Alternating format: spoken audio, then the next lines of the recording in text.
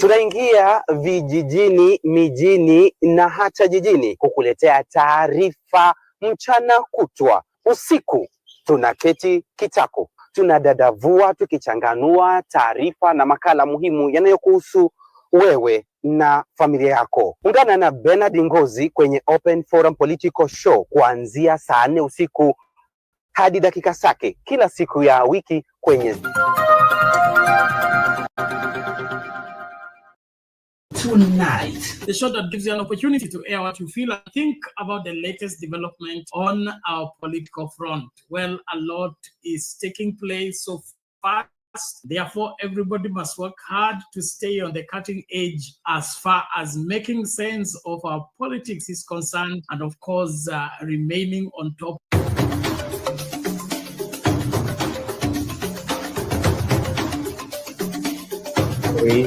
You are watching Sound Candy Talk live.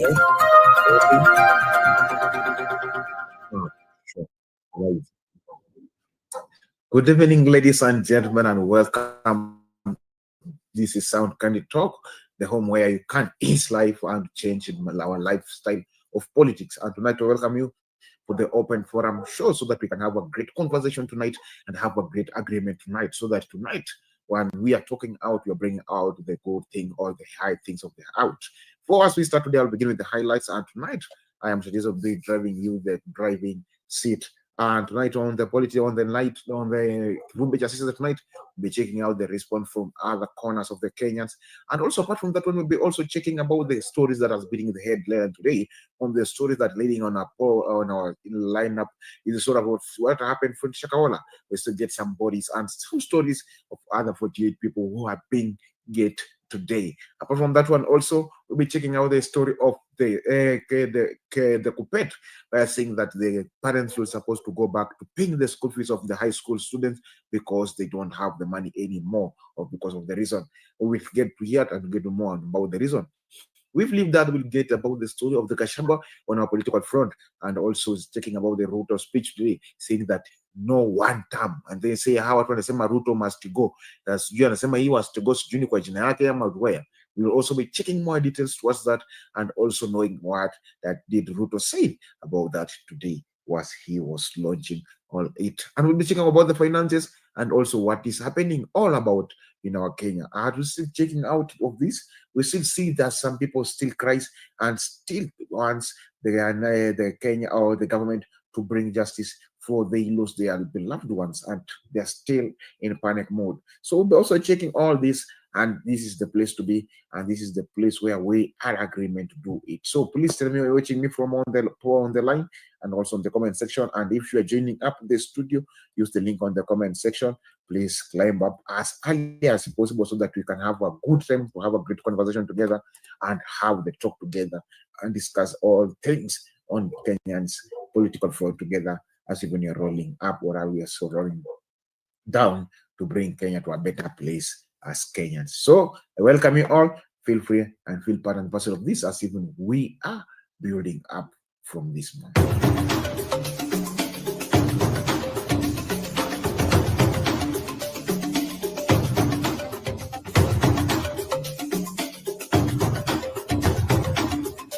Tonight. Basi yule mtoto akasema ile siku moja mimi sijaenda kanisani na Yesu Kristo anakuja. Because kuleta ndege ya chief of defense forces down is not only negligence but criminal negligence. Nilikuja hapa hadi ya Gong nikamwambia mchague Ruto. Na mimi naomba msamaha. Na mchezo huu rais, ni mchezo ambao utakusaidia wewe rais wa Jamhuri ya Kenya. Ni mchezo ambao unakufundisha jinsi bila kufanya kazi. Your Excellency, what helped that case was there was a policeman who recorded his statement in English. Sasa huyu ndiye nilipiga kofi. Juzi ndio amenipigia simu akaniambia.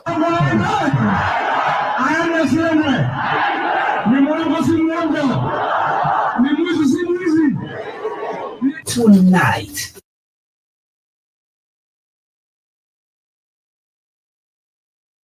Tonight need fire, see fire. So I want to listen from you as even we are checking this out and as even we are having the discussion and the forum tonight. So tonight, I must see fire, but see fire. So I want to welcome you all as even we begin up rolling the ball down to set everything on pace and set everything accordingly to the perimeters and where everything's supposed to be. Kama kitu nafai kuwa hapa niambie ishagizo hili nafai kuwa hapa. Nakaribisha vijana, wazee, wamama wote kujeni tuambiane ukweli. Joni mniambie shadizo hii inafaa ipangwe hapa, hii ifai iko hapa, hii inafaa irudishwe hapa na hii inafaa iwepo hivi.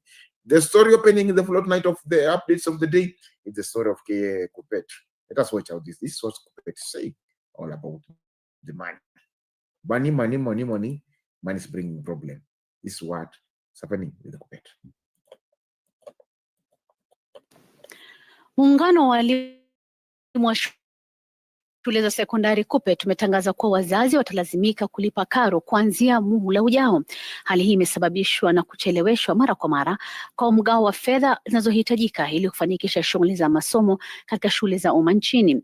Shule nyingi nchini zimejipata kwenye njia panda kutokana na ukosefu wa fedha za kuendesha shughuli, kiasi cha kukatiza kalenda ya masomo ya muhula huu na kutishia kufunga shule mapema. Mary Mwoki na maelezo zaidi. Kwa takriban mwaka mmoja sasa, mvutano kati ya Wizara ya Elimu na walimu umeshuhudiwa, huku miungano ya walimu ukikashifu serikali kwa kuchelewa kutuma mgao wa fedha za kuendesha shughuli katika shule za umma. Na sasa pigo jipya linatishia kuweka sekta ya elimu katika njia panda. Schools must be ready for parents to pay for their children next term, because we cannot have back and forth kind of communication from the ministry. Anybody who is going to target schools for punishment of any nature will be met. We will tell them that they don't have a space to operate.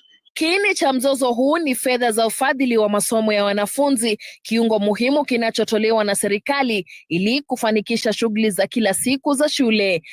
Fedha hizo zimekuwa zikicheleweshwa kupunguzwa. Wasimamizi wa shule sasa wanasema wako katika hali ya kusuasua na kidogo kinachowafikia ni tone katika bahari ya mahitaji yao. Meaning at one point the schooling system will collapse, given that in the previous years we also have undisbursed funds. It means that this time they have not sent any capitation to schools, are merely coping with the circumstance, coping. Haya yanajiri siku moja tu baada ya waziri wa elimu kusema kuwa serikali haitatoa fedha zaidi za mgao hadi muhula ujao. However, we've not been able to do the actual amount that is required, and we are working with Treasury to ensure that the shortfall that was not released is released, and come third term, the full amount will be released. It's a structured way by the Ministry of Education to continuously defund the system, and they must come out to speak on this. If they are not responsible, then Treasury is responsible. Because Parliament, we actually did work on the budget, and we gave out money for Ministry of Education. Mfumo wa elimu ya bila malipo ulinuia kuleta usawa wakati wa utawala wa hayati Mwai Kibaki ili kuhakikisha kuwa kila mwanafunzi anapata fursa ya kupata elimu. Lakini sasa azma hiyo inaonekana kudidimia. Mwoki, runinga ya Citizen. This is what being brought up with Mary Mwoki saying that the government is threatening to close the schools early because of lack of the finances to support their schools. And this was saying that this began lately, and during the back then, the Kibaki has brought up free education so that everyone can be able to learn and everyone can be able to be the same in our society. So now they say that we don't have money, but yet tunagawa milioni.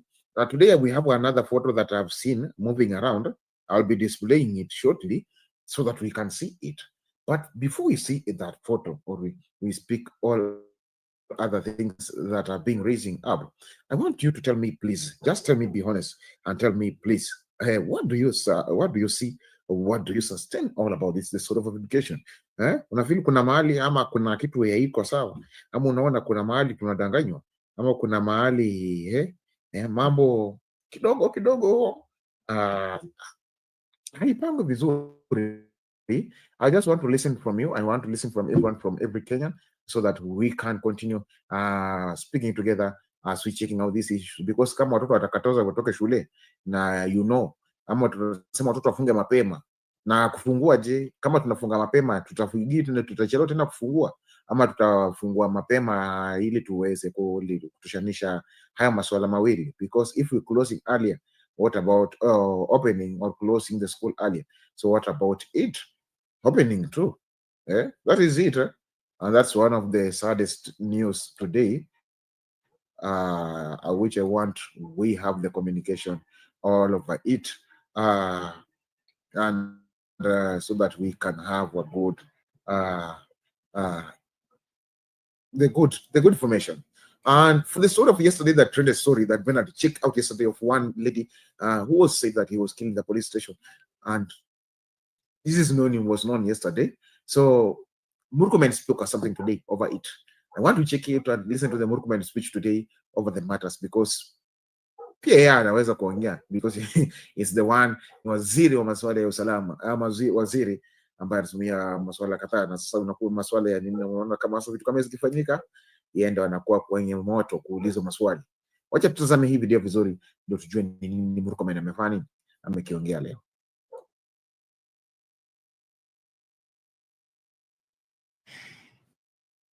Interior and National Administration Cabinet Secretary Kipchumba Murkomen now says the government will not back down from charging individuals who commit crimes during demonstrations with terrorism offenses.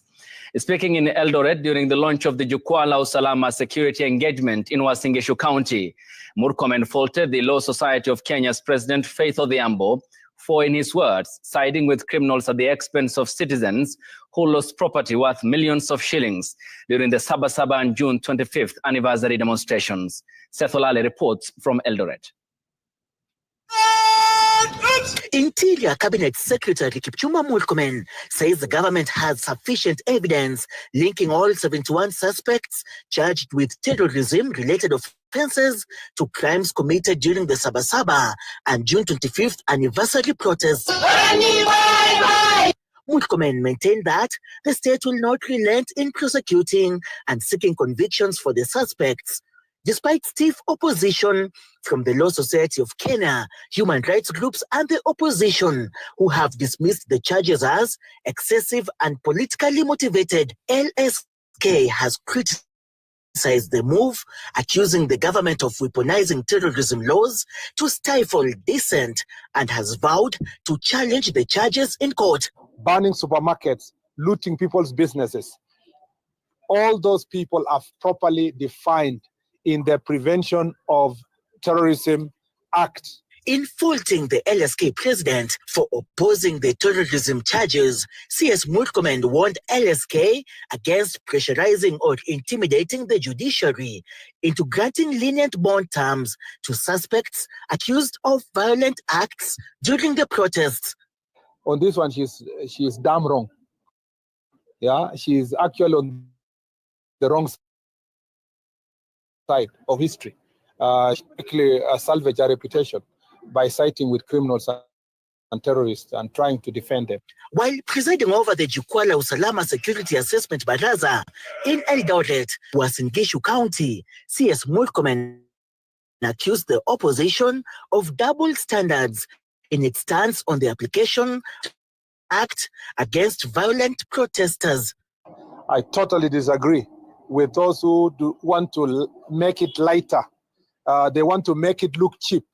As the debate on the implementation of the Prevention of Terrorism Act escalates, the Ministry of Interior maintains that anyone found culpable causing injury, murder, and destruction of property is liable to charges related to terrorism. Seth Olale, Citizen TV, Eldoret was. In Eldoret, Murkomen says that way. That is the Murkomen speech in Eldoret, speaking all about it, speaking towards that. This is serious. This is a matter that are getting serious too. So I need to hear from you, please. Muniambie nyinyi mnaona aje, nyinyi ama mnasikia vipi? Ama mnaona aje? I want to listen from every Kenyan. I want to hear from every Kenyan. Please just communicate where you are. Please, I want you to say something over this, because mkinyamaza mnaacha mambo inaenda mrama. Kenyans, if you get silent, things are going in a wrong direction. But if we speak out, things will be going into right direction. Things will go up to right perspective. But let us not keep quiet, because when we keep quiet, things will go in bad direction, and then yet we will still there be chance they are just watching out, thing missing out, and thing just collapsing, and also our nation collapsing. So I want you, please come on board. This is where we're supposed to go. This is what we're supposed to do. This is what's supposed to align. This is what's supposed to answer, and this is what we're supposed to take over. And tonight, I've seen something that also make my heart to be so sad. And that's the thing about the story about the Empowerment Fund. I've said that I'll speak about this Empowerment Fund because it's one of the things that is going on. Kindiki is going out, giving the money until watu wamejengea pesa ambayo imechorwa Kindiki na inaitwa 61 bob. Niongeze nisiongeze. When we speak about the fund, this is the thing that we're speaking of. Check out this coin. People have decided to make coin saying that 64 shillings. Shilling is still 9. This is called Republic of Kenya Empowerment. So if we are just raising up the sort of empowerment, and yet the money that we're giving up for empowerment, that is not where it's not being, it can't be accountable clearly. So what are we doing with the money of empowerment? I come up across one clip that I'm going to play right now. It's the story of empowerment. Oh, naisi kwani kama tuna empower watu rightly, what's not happening with the money of empowerment? Let us check out this. Niliona pesa kwa macho. Bwana Ruto, nilikuwekea kura. Si ungetuwekea hata cheki bana, badala ya kuleta kashi. Hii kashi hata niliona pesa kwa kikapu imejaa.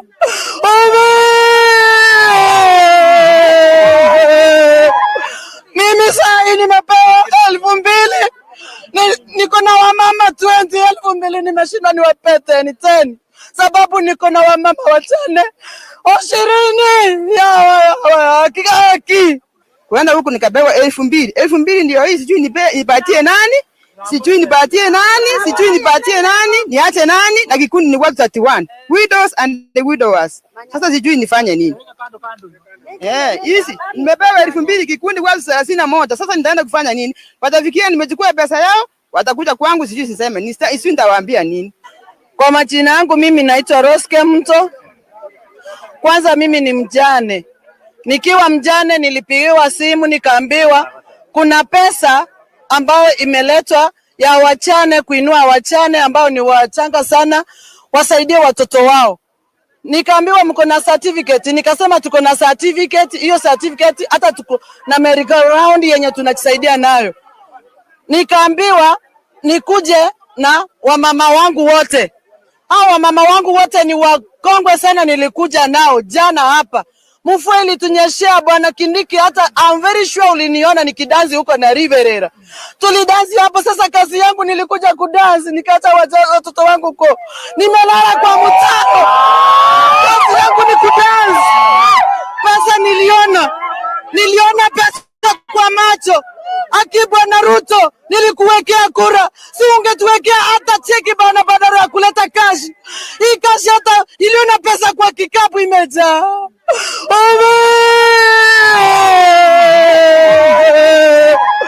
Mimi saa nimepewa 2,000. Niko na wamama 20,000 nimeshinda niwapete ni 10. Sababu niko na wamama wachane 20 ya kikaki.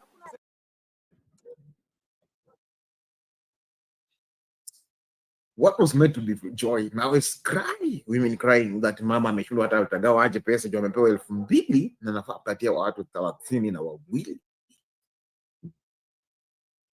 This was what supposed, or this what we call the funds. So if the empowerment fund stands that unapewa shilingi 10, what can you empower with 10 bob? Na hata itoshi kununua chumbi ya 15 bob. Please, I want to hear from you, ladies and gentlemen. I would like to listen from you and would like to hear from every Kenyan. Kisii kumewaka.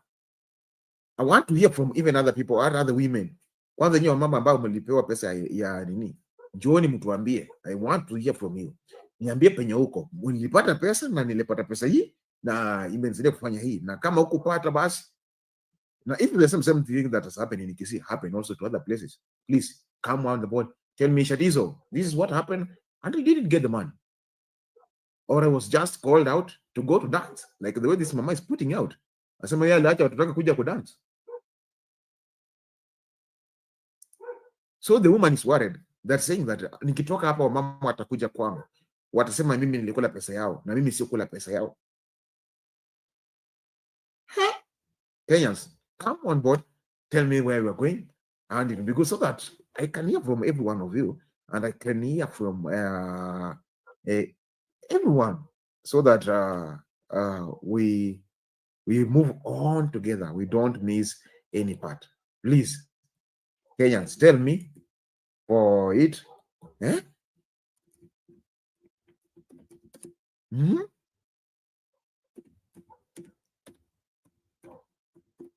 Please, please, please, come on board, come on board, come on board, Kenyans. Tell me, mnaniambia, mnaona hii Kenya inaenda wapi? Where do you see this Kenya is going? Ama tuko sawa? Let me play the video one more time. You hear the cry of this mama. This mama crying, saying that Ruto hata angetupia check. Then kuleta pesa cash na apewe 2,000 agayo tu 32. Ngasema apewe akona watu 20 na 2,000. Meaning anapewa kila mtu shilingi 10. Ajia amefanya nini? Kenyans, I want to watch this clearly and then come and tell me. Niliona pesa kwa macho. Bwana Ruto, nilikuwekea kura. Si ungetuwekea hata cheki bana badala ya kuleta kashi. Hii kashi hata iliona pesa kwa kikapu imejaa.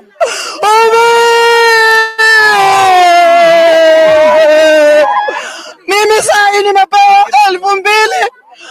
Niko na wamama 20,000 nimeshinda niwape 10. Sababu niko na wamama wachane 20 ya haki. Kwenda huku nikapewa 2,000. 2,000 ndio hii, sijui nipatie nani? Sijui nipatie nani? Niache nani? Na kikundi ni watu 31. Widows and the widowers. Sasa sijui nifanye nini? Hizi nimepewa 2,000 kikundi watu 31. Sasa nitaenda kufanya nini? Watafikia nimechukua pesa yao, watakuja kwangu sijui siseme. Sijui nitawaambia nini? Kwa majina yangu mimi naitwa Roske Mto.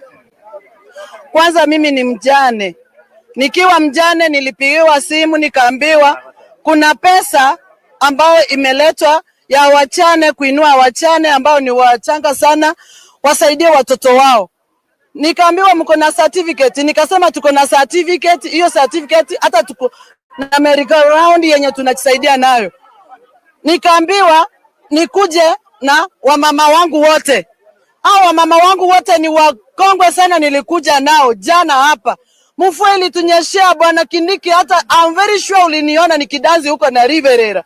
Tulidansi hapo. Sasa kazi yangu nilikuja kudansi, nikaacha watoto wangu huko. Nimelala kwa mtaro. Kazi yangu ni kudansi. Pesa niliona pesa kwa macho. Bwana Ruto, nilikuwekea kura. Si ungetuwekea hata cheki bana badala ya kuleta kashi.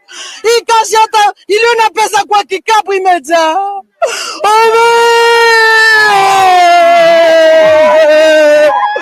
Mimi saa nimepewa 2,000. Niko na wamama 20,000 nimeshinda niwape 10.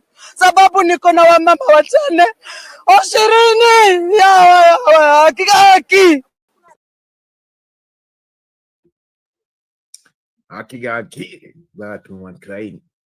Watu starting to be helpful, now it's starting to cry. Please niambieni watu ambao mmepata hii pesa, hii ndio wanasema ndio pesa ambayo mnapewa. So kama mpate pesa, please come on board, tell us what about it. I missed out the story, like the way people are moving to Shakahola and also getting out for other people who are dead. Please, I want to know from you. I want to hear from you. Kama mpata hii pesa, come on board, tell me nimepata hii pesa. Na kama hujapata, kuja niambie shadizo, mimi sijapata hii pesa na tuliambiwa tumepewa pesa. Because this shows out of everything everything that is going on. I see Daniel is joining me on this studio. Please come on board. Let us have the conversation. Let us have the talk. Let us have it all. Because this is the story, like the way the story happened in Shakahola. Is this turning like the story that happened in Shakahola? Okay, we are still seeing the story of Shakahola still coming back. The story of Shakahola is still rising back again. Ikiwa mnaweza pia mama 2,000 pesa ya empowerment, agawie watu 20, agawie watu 31. How can 10 bob empower somebody? Na iwezi nunua hata chumbi ya 15 bob. I want to hear from you Kenyans. I want to listen from you. I want to hear from every Kenyan. I want to hear from you. But before I bring in Daniel, let us check out this. This also happens in Kenya today. One night.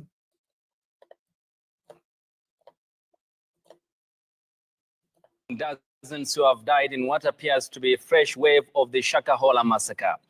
A close relative who spoke to the children's parents and the leaders suspected to be behind the second round of killing says the parents themselves confirmed the deaths. Human rights activists now claim more than 40 people could have been killed and secretly buried in Kwabinzaro since March this year. Brenda Wanga has that report. They survived the first Shakahola massacre, but this time they weren't so lucky. Flora, aged 15, Mary, 14, Christine, 10, Shadrach, 6, Esther, 4, and Tony, 1-year-old, are all feared dead, their bodies believed to have been buried in a settlement within Kwabinzaro village inside Chakama Ranch. The 6 were part of a family of 8 that had initially been rescued from Shakahola in 2023 and relocated to Siaya, where they had been staying for the last 2 years. But in March this year, Jairus, the head of the family, lied to his extended family that he had been offered employment in Bondo. Alongside his entire nuclear family, instead, he boarded a bus with his wife and children, heading back to Kilifi to rejoin the controversial religious sect led by Paul Mackenzie. The parents, Jairus and Lillian Atieno, are amongst the 4 people that were rescued and later arrested from the forest on Saturday. Now, a close relative who spoke to Citizen TV on condition of anonymity says he managed to talk to the couple who are currently in police custody. What they told him is chilling. Kwa kusema ukweli watoto wamekufa kwa sababu alinikonfirmia yeye mwenyewe na mdomo yake. Nilipomuuliza, nilipompata hapo kwa police station, nilipewa nafasi ya kuongea naye, nikamuuliza watoto wako wapi, na aliniambia watoto wamekufa wote na wamezikwa. Jairus also revealed to the relative that despite Paul Mackenzie being behind bars and on trial, his cult remains active, luring followers to their deaths right under the noses of law enforcement. Mackenzie yuko gerezani na anaoperate nje, ana wafuasi wake huko nje, kwa sababu tukiwa hapo na DCI hapo ofisini niliweza kumuuliza, ukitaka kufa ama ukitaka kufunga unafanya nini? Anasema ya kwamba wakati umepangiwa msituni, wakati unaelekea kufa, saa ile unaanza kufunga, Mackenzie mwenyewe ndio lazima akuombee kwanza, na anakuombea kupitia kwa simu ambayo anapiga akiwa gerezani. Serikali itafute njia ya kudhibiti utumizi wa simu, haswa kwa wale ambao walikuwa wameshtakiwa na ile Shakahola 1, kwa sababu tumepata habari hata kupitia familia hii kwamba Mackenzie na wale ambao walikuwa nao accomplices wake bado wanaendelea kueneza injili hii ya watu kufunga na kufa kupitia simu. Human rights activists say the number of those who've already died in this phase of the massacre is worrying. Kulingana na victims family ambao wamezungumza siku ya leo, ni kuwa tunatarajia tupate zaidi ya 47 bodies katika hii ambayo tunaiita Shakahola 2. Indeed, Those who live near the scene of crime say that the estimate is not far off the mark. Tueleza hata vile ambavyo walikuwa wanachimba makaburi, nasema wanatumia upanga tu, chimba tu shimo tu kidogo, ili mradi tu mwili huo unaweza kuzibwa, huo haonekani huko juu. Na baada ya kuzikwa anapanda konge hapo juu, alama ya kwamba kesho tena labda kama mkuja na mtu mwingine asiwezi kuchimba hapo tena. The government is in the process of getting warrants to search the area with the aim of establishing the true magnitude of this act it has described as religious radicalization. 11 people have so far been arrested over the cult-like activities, and they're being held in remand until the 22nd of August, when they will be heard in court. Brenda Wanga, Citizen TV. Learning institution.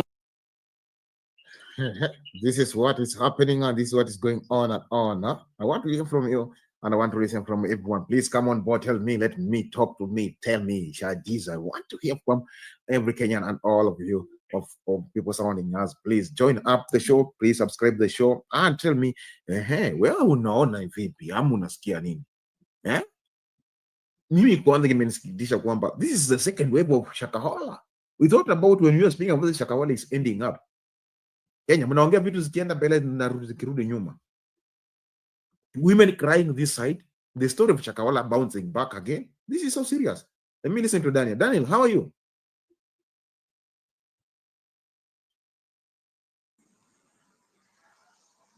Hello. Hello, how are you, sir? Good morning. I'm fine. Good morning, my friends. I'm fine too. I want to hear from you. What is your comment about that? Okay. How are you? Situation, country Kenya.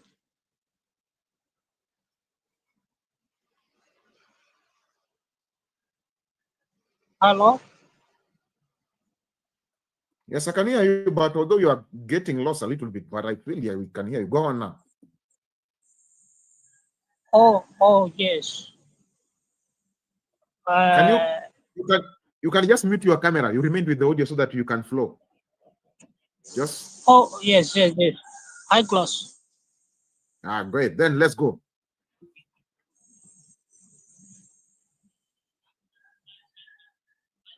Okay. Yeah. Yeah. Okay. Now process missing. My friends. Women from Africa. I'm eating me to Kenya. I speak Pan-Africa. But my friends now is in Bengue. Me process and meeting here. I thank you, country Kenya, Sabah, all political, human rights mechanism, United Nations, and starting. I think process mechanism, human rights, starting now.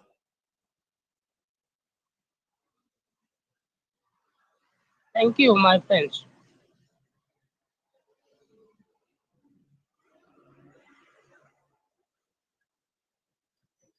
Hello? Yes, Daniel. Yeah.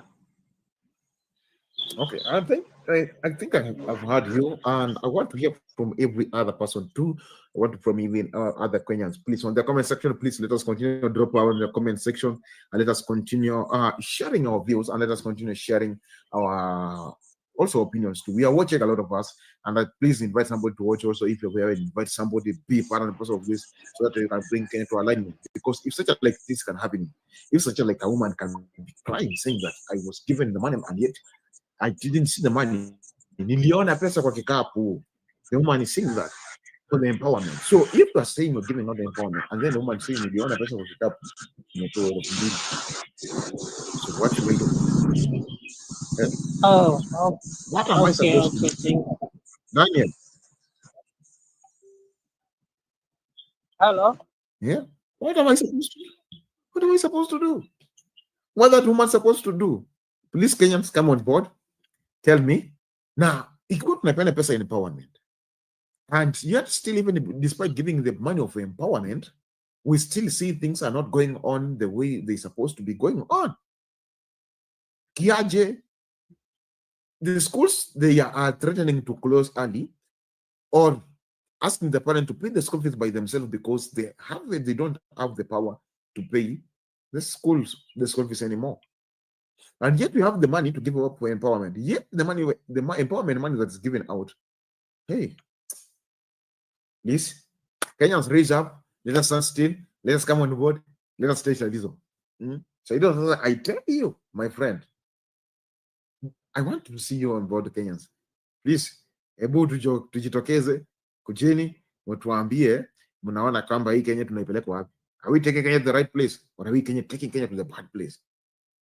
Are we taking Kenya to the place that it's supposed to be? Or are we just taking Kenya to the place that we feel the Kenya should be going? Tafadhali, naomba mniambie. Naomba mkuje mnisaidia. I ask you please, come help this Mkenya. Come help this Mkenya tuweze kujua kwamba tunaenda wapi. Let us know where the direction of our country, the direction of our nation is taking to. Because this is serious. If the school can be closing, after school closing, next itakuwa ni nini? Next itakuwa ni, and yet we are giving out the money for empowerment. Why can't we empower back the schools, make sure the schools, the hospitals, they have medication, they have also what they require. That's when we can empower this mama. This mama, one of the things that make these mamas goes out to look for the money is, one of them is to educate their kids. So if you can give the kids education, the mama have already empowered the mama by reducing the budget of that women. If you can stand there, help this mama from settling out some few bills. Now, bringing the money, you have said the mama, they have come up in the groups. So the mama, one mama saying we have certificate, we have the group of Jama, we had like 20 people. The other one, they said we have 32 people. And yet, between that 2 people and 20 people, you give them 2K. So how do you expect this woman to supposed to empower the 2 women with 2,000? Mama anasema hajui hata apea nani awache nani. Mwingine anasema atapea tu kila mtu 10.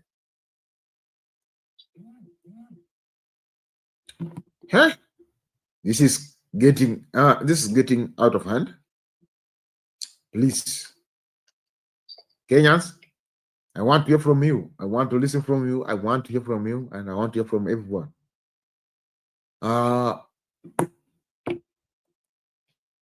Because if we are saying we are doing it like this, hey,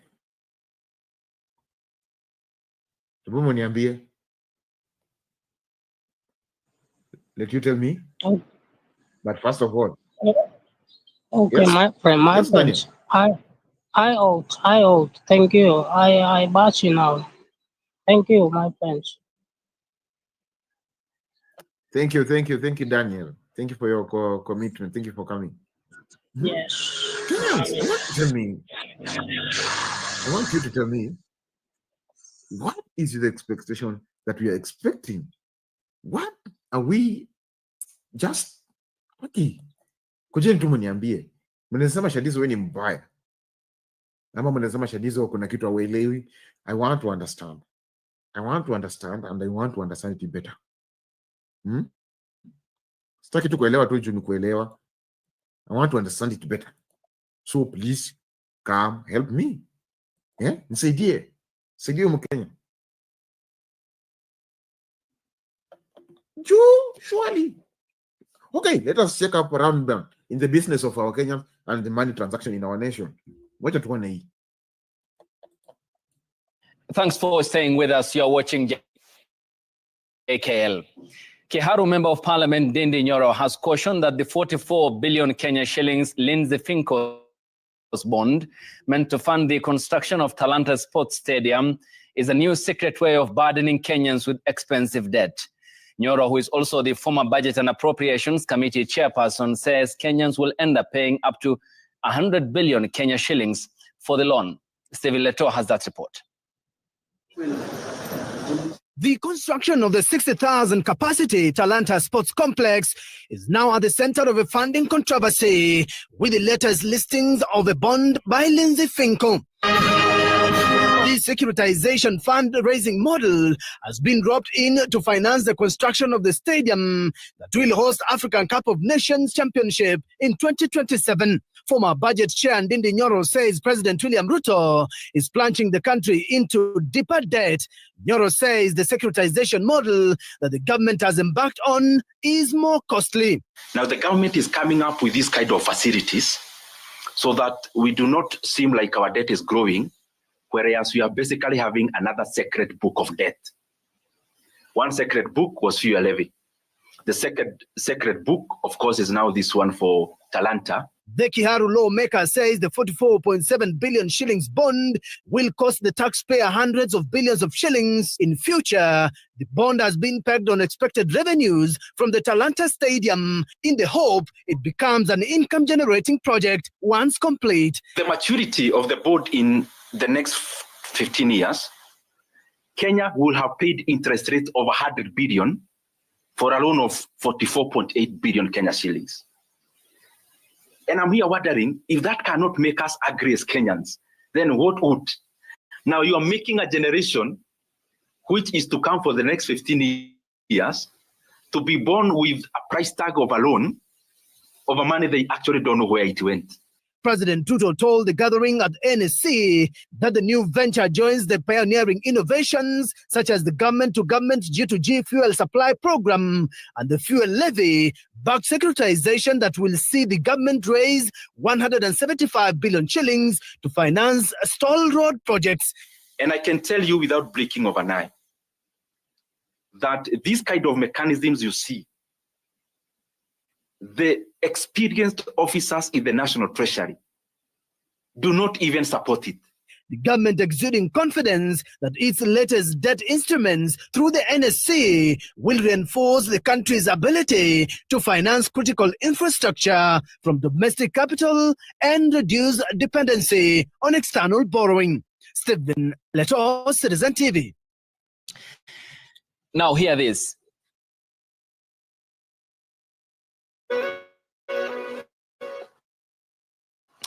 Time for business. Kenya's capital markets have recorded a milestone with the listing of 44.9 billion shillings infrastructure-backed security at the Nairobi Securities Exchange. The transaction led by Lindsay Finko is being hailed as a major leap in mobilizing private capital for public infrastructure projects.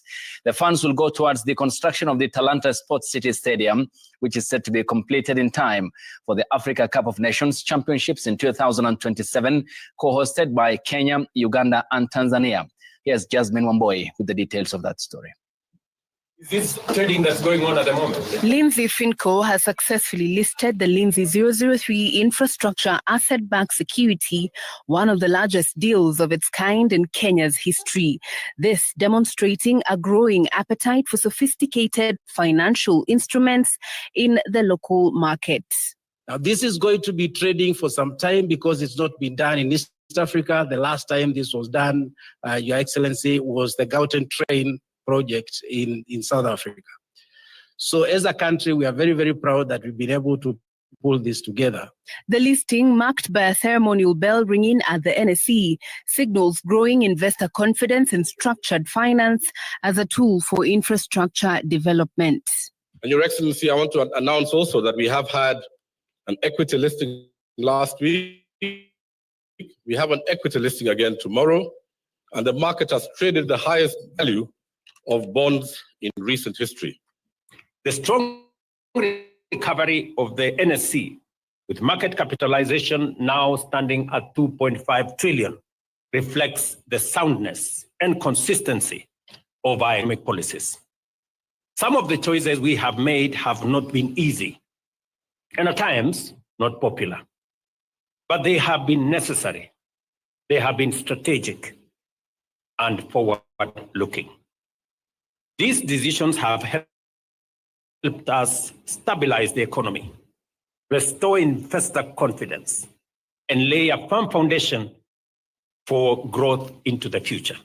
The security pools future cash flows from infrastructure assets and repackages them into tradable instruments, allowing institutional and retail investors to participate in long-term infrastructure financing.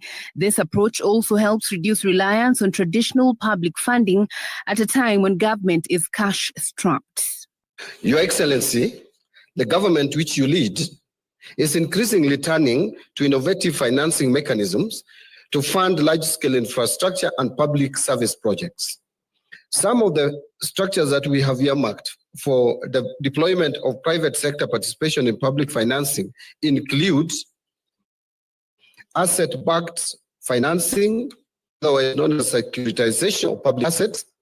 2 is privatization, and 3 is public-private partnerships, among others. Market players see the listing as a sign of maturity in Kenya's financial markets.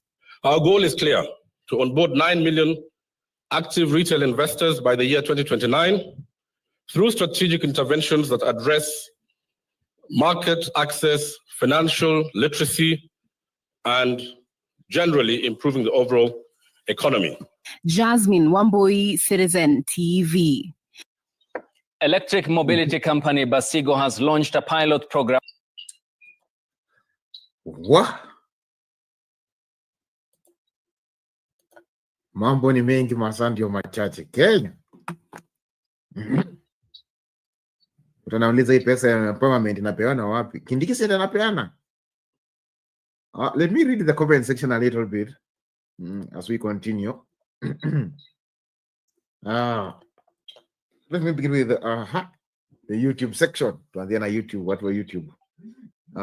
Kuna Esther saying good evening, Bernard, and all of you.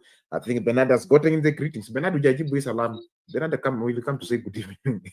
He'll come to respond. Tukondani, thank you. I see Tun Mahmoud saying like hi Shadizo and everyone, thank you. Hi too.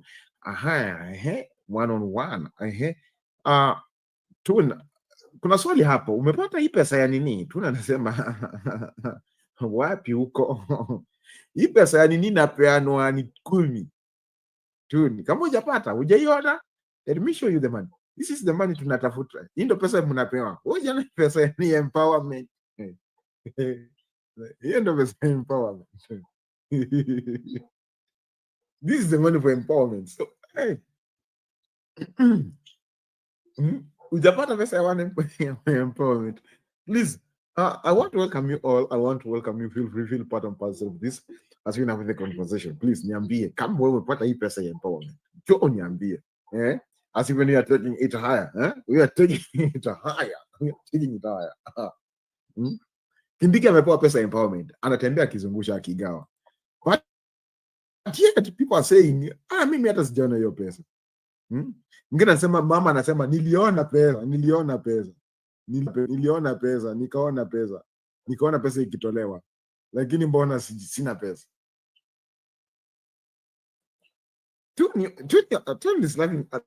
This is serious.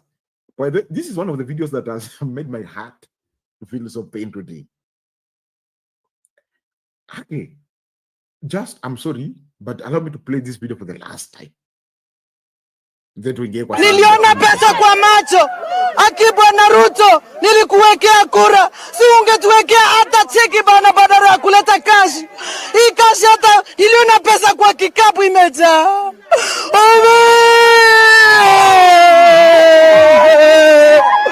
Mimi saa hii nimepewa 2,000. Niko na wamama 20,000 nimeshinda niwapete ni 10. Sababu niko na wamama wachane 20 ya kikaki. Kwenda huku nikabewa 2,000. 2,000 ndio hii, sijui nipatie nani? Niache nani? Na kikundi ni watu 31. Widows and the widowers. Sasa sijui nifanye nini. Hizi nimepewa 2,000 kikundi watu 31. Sasa nitaenda kufanya nini? Watafikia nimechukua pesa yao, watakuja kwangu sijui siseme. Sijui nitawaambia nini.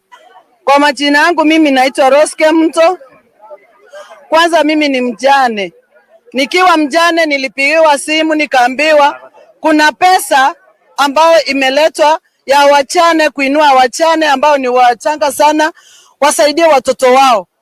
Nikaambiwa mko na certificate, nikasema tuko na certificate. Hiyo certificate hata tuko na merry-go-round yenye tunajisaidia nayo. Nikaambiwa nikuje na wamama wangu wote. Hao wamama wangu wote ni wakongwe sana, nilikuja nao jana hapa. Mvua ilitunyeshea bwana Kindiki, hata I'm very sure uliniona nikidansi huko na Riverera. Tulidansi hapo. Sasa kazi yangu nilikuja kudansi, nikaacha watoto wangu huko. Nimelala kwa mtaro. Kazi yangu ni kudansi. Pesa niliona pesa kwa macho. Aki bwana Ruto, nilikuwekea kura, si ungetuwekea hata cheki bana, badala ya kuleta kashi. Hii kashi hata niliona pesa kwa kikapu imejaa.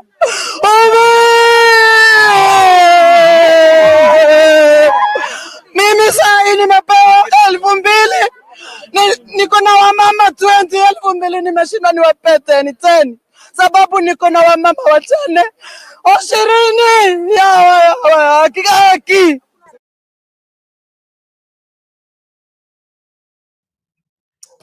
Until mama says gaki. Hey, so jua ni kubaya. When you mkisia mbaka kikisi kimekuja. All of a sudden. Na alikuwa anaongea Kiswahili vizuri. Please Kenyans, come and talk to me. Come and talk to me.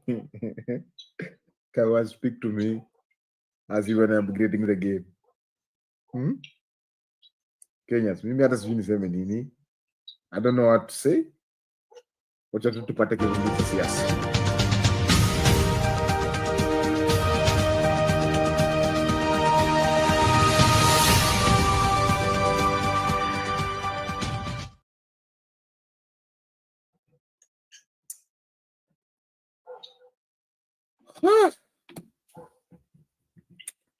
Haya, nasikia baba akisema haya.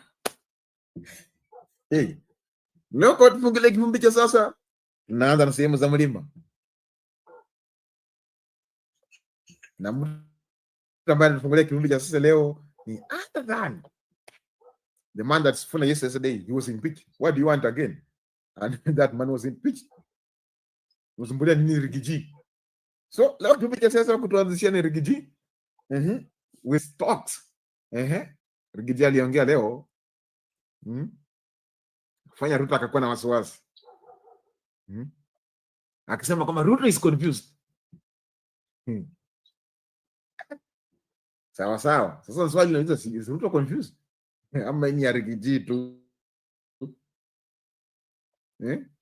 Ama ni Rigiji tu?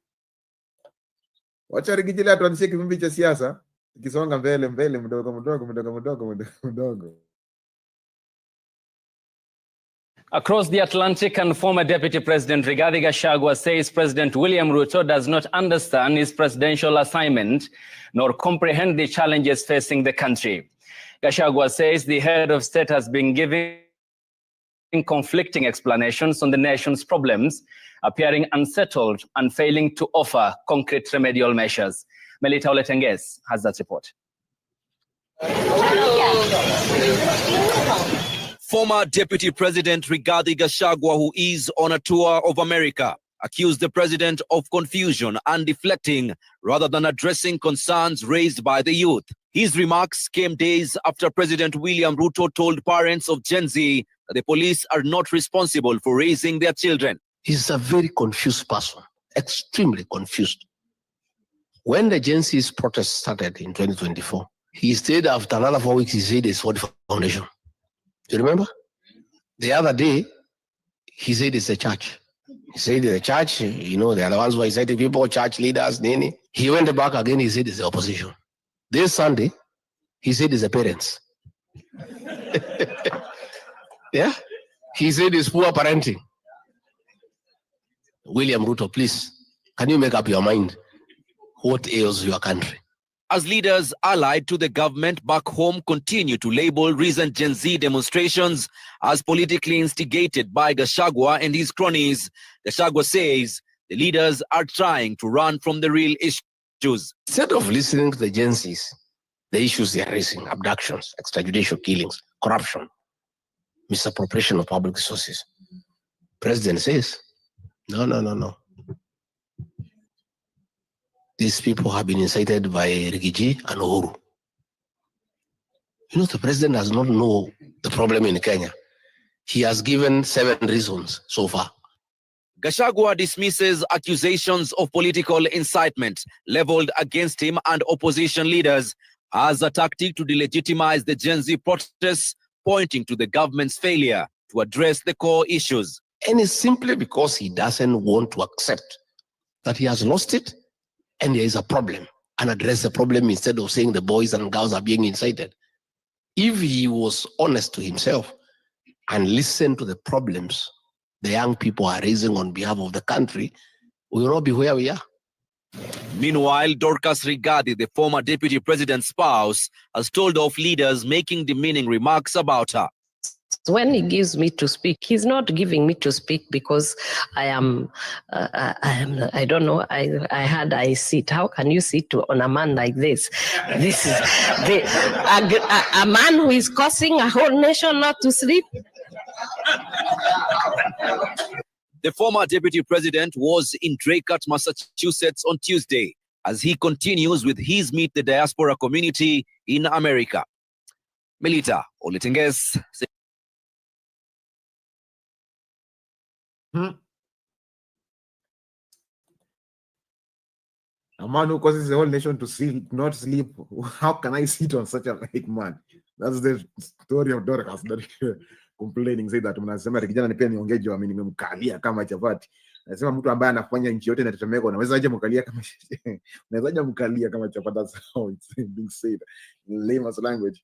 But what do you think about that? Is it legit to us?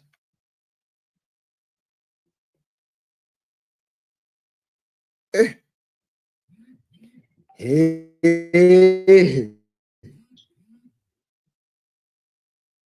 Please come on board. Come and tell me. Come talk to me. Come and share this with me. Because what? Tukiachana na Rigiji. Pesa empowerment imeleta shida. Let us check out. Na rais aliamua kuzungumza pia na ile. Vijana sema ikutoke. So leo walimwambia aseme mtoke.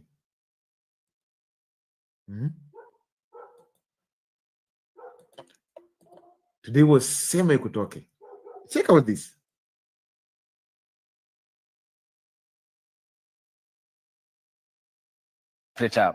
In a spirited defense of his tenure, President William Ruto has today described himself as an agent of destiny and change, telling of his critics pushing the one-term agenda.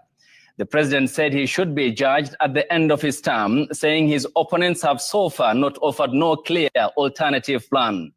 Speaking today in Nairobi County, the head of state said just like his predecessors, he will go when his time comes. Emmanuel Toh has that report. The bell-ringing ceremony to commemorate the listing of the asset-backed security at the Nairobi Securities Exchange set the stage for the head of state to launch strong defense of his tenure as president, a tenure which has lately come under some withering attacks from his critics. I hear my brothers and sisters say, let Ruto go, then we will figure out. To me, that sounds like the wash conmanship. One term, Kasongo, Ruto must go, is not enough. Just like those who were there before me. My time will come, and I will go. Pushing back on the consistent one-term calls from the opposition, President Ruto touted his record, saying his opponents had none. What are your reasons for this Ruto must go? Because the more I listen, the more it is sloganeering. It's not about a plan, not about an alternative plan. If you seriously have a plan that does better on creating jobs than I have, that does better on education than I have, you should be bold enough to tell us. President Ruto then picked out one of his critics, the retired Chief Justice David Maraga, who is also eyeing his seat in the 2027 presidential race. Now listen to him say Kenya is a failed state. Now I ask myself, so for 40 years, you have been working in a failed state. So you want to be president of a failed state? The head of state, who has come under intense pressure from the opposition, said he should be judged fairly and at the end of his term. The critics may say I am wrong. The cynics may say I am lying. And the naysayers may even say I am mad. But what if they are wrong? And they are. What if I am an agent of destiny for the transformation of our nation, whose promise has been delayed for far too long? President Ruto also responded to critics who accuse him of failing to deliver on his electoral promises. Some have accused my administration of over-promising or taking on too many challenges at once. This was deliberate to adjust the bar upwards.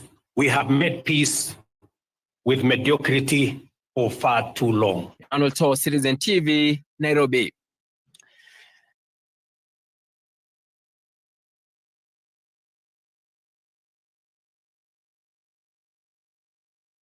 Wow. Kenya, where are we going? Where are we heading to? Please just tell me, come, let me to understand where are we going and where are we heading to. Nasikia vijana kusema ni kumoto mazee. Kweli hii ndio kumoto. Hii ndio kumoto. This one is the hottest one.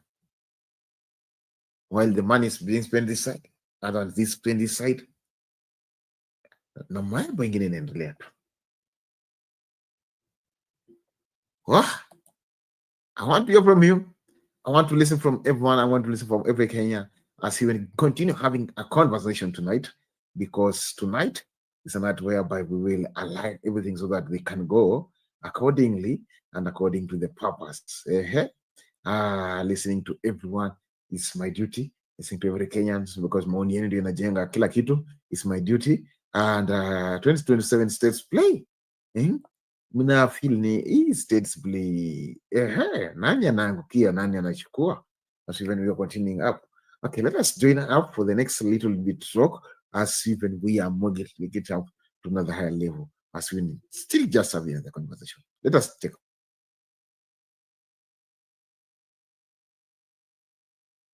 Thanks for your company. Thank you for having me. Sheila Olang is development economist and also the young voice on the bench. Lovely having you here. Thanks for having me, Ayub. And Javas Bigambo commentates on governance and politics, joins us this evening on the bench. Thank you so much.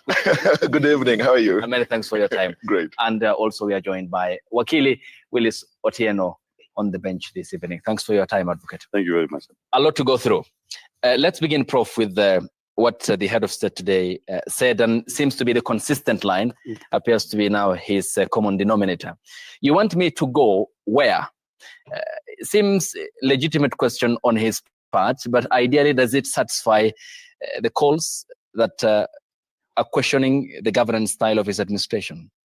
So I think, yes, there is a clarion call that says Ruto must go. It represents certain aspirations. But where it is coming from a place where people are demanding accountability, where people are demanding that justice be done, where people are demanding that corruption be dealt with. That's where it is coming from. If you asked any of the young protesters who go to the streets regularly, if they want to replace the president, they will tell you absolutely not. I am not interested in replacing the president.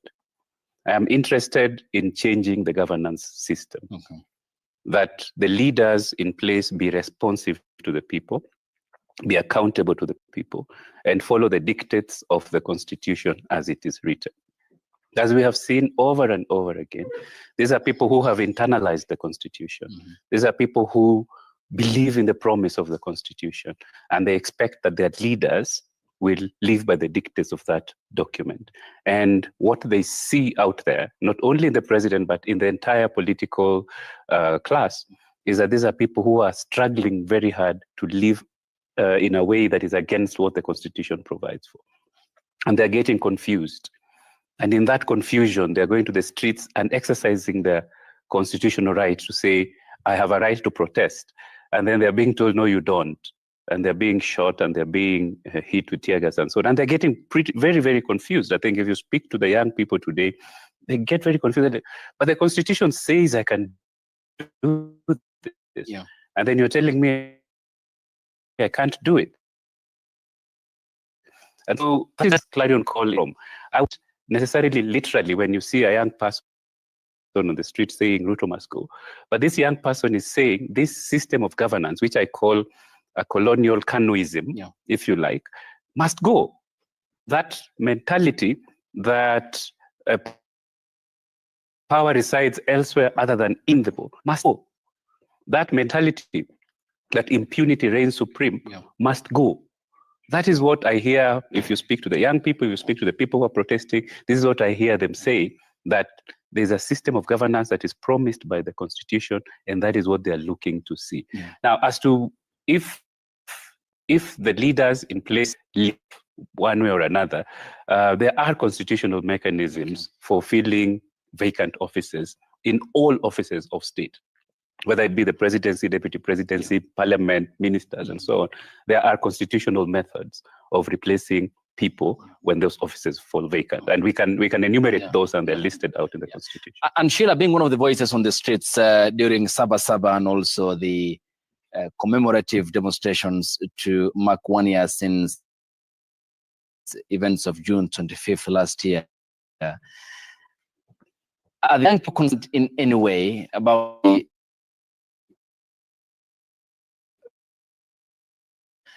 given what the head of state said and what Gachagua continues to say, is that any of your business, or the call for good governance remains consistent?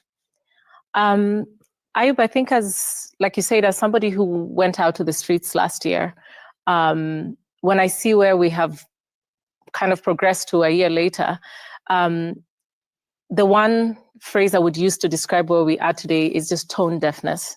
I don't think they're getting it. There's two sides speaking, but they're not speaking to each other. I think the leadership is not speaking to us, and we are not being, I don't know if we're not speaking to them, but there's a certain tone deafness that is going on. My positioning is very simple. Somebody once said, it's the economy, stupid. It's the economy. So all of this transatlantic back and forth, who becomes president, who does not become president, irrelevant. Even if we put you today as the president, if you do not fix the issues that we are raising as young people, we are all wasting time. What this boils down to for me is quite simple. When we went out last year, I was very happy and I was very confident to go out. Like I said before, I'd never been part of a protest before, because I'd never risk my life for a political party or otherwise. But this time I did it because it was issue-based. It was because we were trying to attack a system. It was because we were giving everybody who had been given a mandate or leadership an opportunity to change course. And if you remember, leading up to the 25th, 25th was more of the climax of it. On the initial days when we went in, when we were saying, it's leaderless, it's tribeless, it's partyless, it was meant to be a kind of a golden opportunity for the leadership to say, okay, now that you're not threatening my position or my future as the president, as the MP, as the governor, you're giving me an opportunity to correct course.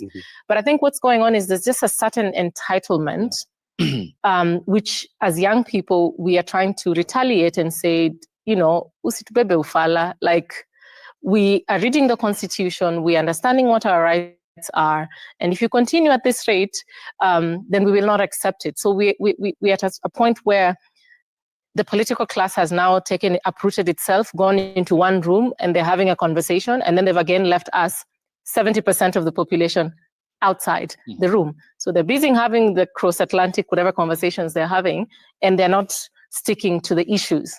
The issues are still the same. We look at the inflation rate today versus last year, we're still at the same. We're looking at unemployment. We're looking at the drivers of the economy. They're still the same, and we're still not investing in them. So if we do not stick to the issues, and if we do not address the same issues that we had last year, then I don't think this is going to end. Okay. Yeah. And talking of the talks, there's a proposal by the former Prime Minister. We'll expound more on that, on the conclave that he has proposed during the Sabasaba commemorative protest. Will, is coming to you. Looking at what's happening within the political gallery, it's no doubt that no one has the moral high ground, is it, when it comes to the moral authority? You know, one thing that we must all appreciate is that that's a legacy politician's talk. It is not about the people. And we've been there, done that. And we have on record several documents that have been developed and designed when people go out to agitate. Look at their full implementation. In fact, yesterday on this very TV station, the crocodile came out and told us the alligator is sick. That is Edwin Sifuna. There's a signatory to the 10-point agenda. A signatory came out and told us what we signed that we're going to do is not happening. Then on the same breath, we are still proposing that you have a conclave. I mean, if that which was signed last year, is not being implemented. This year, early this year. It was early this year. Is not being implemented. If anything, we now have more deaths this year than we had last year. What conclave, what conversation are you having with the people? You're not. So it means that is an elite conversation, politicians sitting down to discuss their issues. But what we have in this country, what we have is an agitation by the people that for the first time, we are going to break the system. This colonial old system that has superintended itself over us from the time of the Mzungu colonialist to present day. That system is what is being rejected. And if you ask about, for example, the trust between Gachagua and Ruto, what's the difference? Again, legacy politicians throwing barbs at each other. Kenyans don't care about what Rigathi Gachagua says or what William Ruto says to Rigathi Gachagua. Kenyans care about joblessness, the high cost of living, the escalating cost of healthcare system, the failed university funding model. So those are the things that Kenyans want to discuss. And the system is trying to perpetuate itself by trying to control the political narrative to be about them. The children of the system want to be the ones to compete and to occupy these positions. They don't want the Kenyans to have a genuine conversation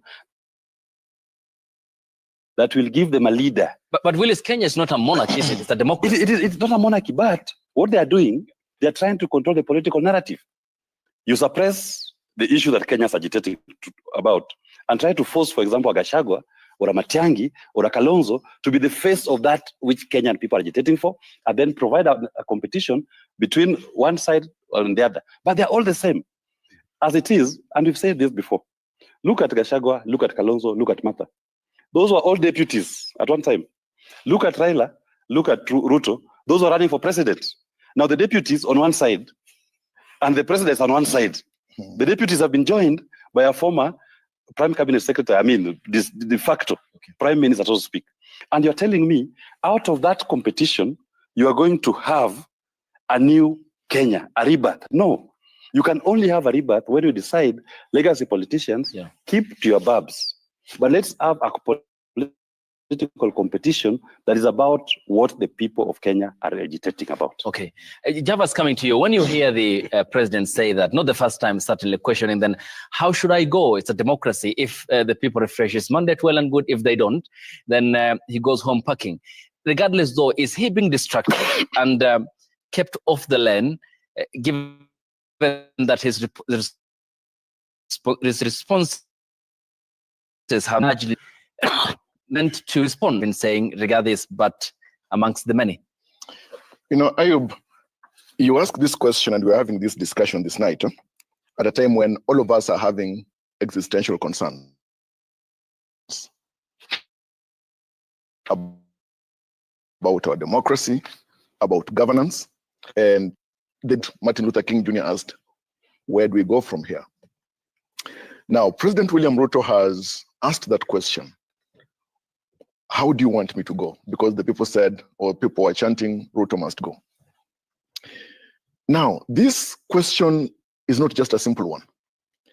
It is about the integral issues about the social contract that he has with the people. It is about the desire of the people to have a government to be more accountable, to deliver on its mandate. And the other thing is that maybe the president is trying to invite the people on the other side to a conversation with him when he's asking the question, how do you want me to go? And the question then would be, to go where? Because when he was campaigning, he said he's going to State House to work for the people. Mm-hmm. Now, the people, of course, have been about things. For me, the greatest challenge that I have with all these happenings is how we are breeding a culture of intolerance. Political intolerance, which itself is an existential threat to our democracy. Yes, you've asked Willis the question to do with the dialogue that has been mentioned in the conclave by Honorable Raila Odinga. And we know that democracy by its nature is a child of dialogue. But for the longest time, the kind of dialogues that have been there have been led by politicians, benefited politicians, and not the people. If at all, it's a question of having that, like right now we are having a conversation here, a dialogue. Well, we've had the opposition saying, or the regardless saying they don't want any kind of dialogue, but they are dialoguing in various spaces. So the question is this: we are creating spaces or opportunities that are intolerant on some issues as we tolerate other issues that favor certain cliques or groups. For me, I think, given what happened last year, 2024, given what has happened this year, the commemoration of June 25th, and then the Saba Saba, it is time for us to appreciate that the kingdom of sobriety has not been actually fully conquered. Mm-hmm. We need to come together as a people, as a nation, ask ourselves critical questions with critical answers. We have got the president who is the head of state and government. He cannot run away and is not running away from responsibilities. He needs to respond to that. Now, as the president asks that question, is it possible that he wants to go before or outside the brackets of the framework that has been provided for by the Constitution as an election cycle? I doubt. And if at all we believe in the rule of law, I had Willis' relative yesterday speak here, Honorable Safuna, that there is the issue that was primary, the removal of President William Ruto. But integral to the Constitution of Kenya and our constitutional democracy is the place of the rule of law. In this conversation that President William Ruto is inviting the country to respond, how do you want me to go? Where is the place of the rule of law? In safeguarding our democracy, in the government delivering? And for me, if the people are concerned about service delivery, I've been asking myself, Ayub, executive in the Constitution is at two levels. The national level headed by the president, the county level headed by the governors. The people are concerned about service delivery at all levels, and they want service delivered by the president and the national government and the county governments. Trouble is that Ayub, we are so hypocritical as a people, driven by separatist and sectarian politics, that we are likely to fall in the danger of missing the bigger picture. Okay. And talking about the bigger picture, Prof, coming to you, then how does the president included here and the former prime minister move away and whitewash the wholesale indictment on their part by the public? The president had quick fix before the June 25th protest last year. He made mega pledges, compensation of the families, lessening his bias into the cabinet level numbers. The compensation never happened as was structured. Austerity, it was just on paper. And the other question, which was on the other important component, deficit. How can the political class then come out of the space in which they are pigeonholed in the eyes of the public? I think what I hear from the protest, what I hear from what the people are saying, is that people have lost faith. People do not trust that the politicians will do the right thing. This is what I'm hearing. And the politicians themselves are not doing their class any favors, because many times they're not fulfilling the promises that they have made to the people. And, you know, the people who are the voters today are people who want to believe in your promises. There are people who want to trust that when you say, I'll do this in 6 months, that you will actually do it in 6 months. And when you don't do it in 6 months, they do not brook any excuses.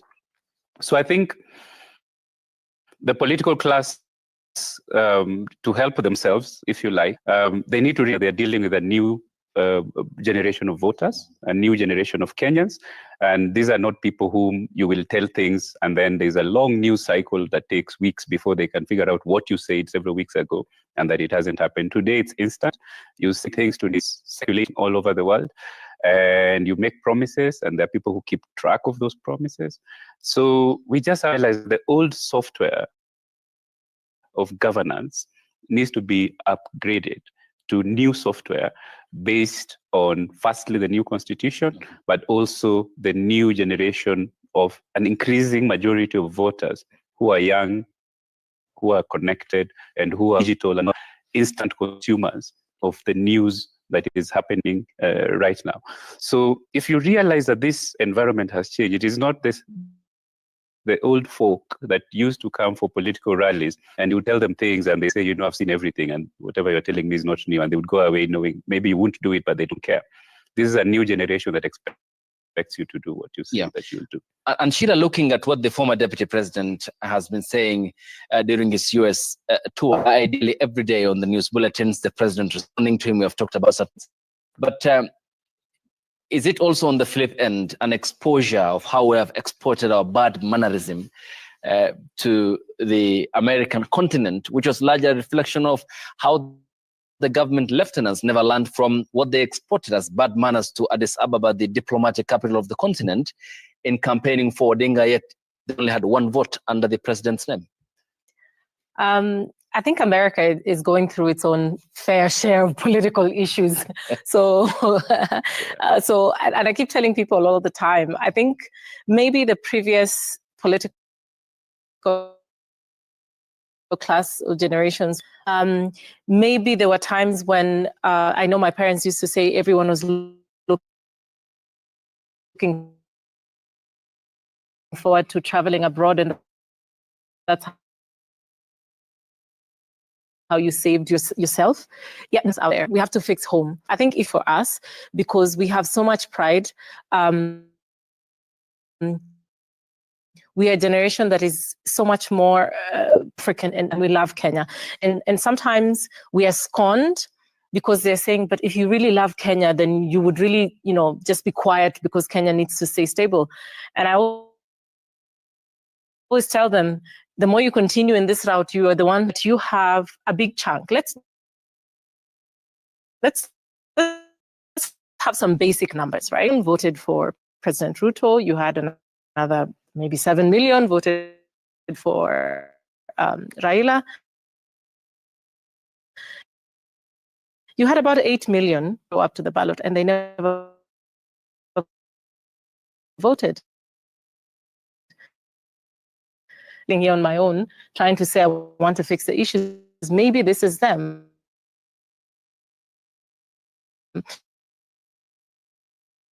My point is that the lights distraction. You got to fix the system. There's no shortcut here. The more we keep wasting time discussing what tribe is going to do where and which one is going to combine with the other, we are going to waste time. I think what we need to do is we need to roll up our sleeves. We need to ask ourselves, Ayub, a basic indicator of how we want to diagnose this economy. Prior to this administration coming in, we had an inflation rate of almost 6%. Today, that inflation rate has been brought down. Now we are talking about maybe 3.4%. Now that's a very good macroeconomic indicator. Why are people still on the streets?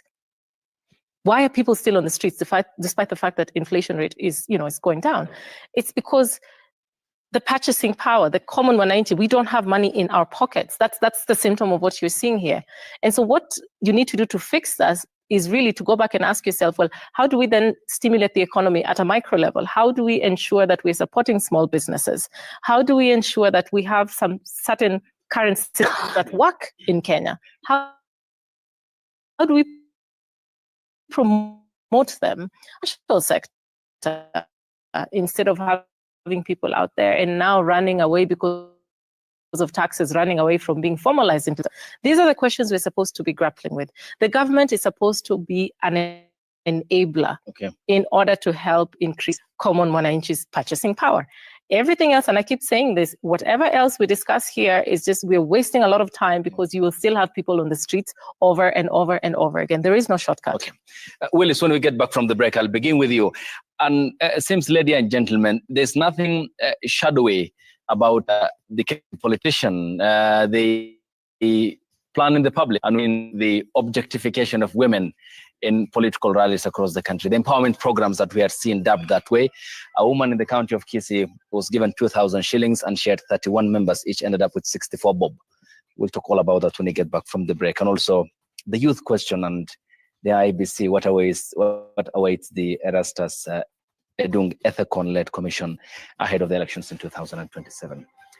All that is on the bench after the break here on the broadcast, and we welcome your questions and observation as well. Later we'll be displaying them on the magic wall before we close up the show. We are back with more after the break. Stay tuned.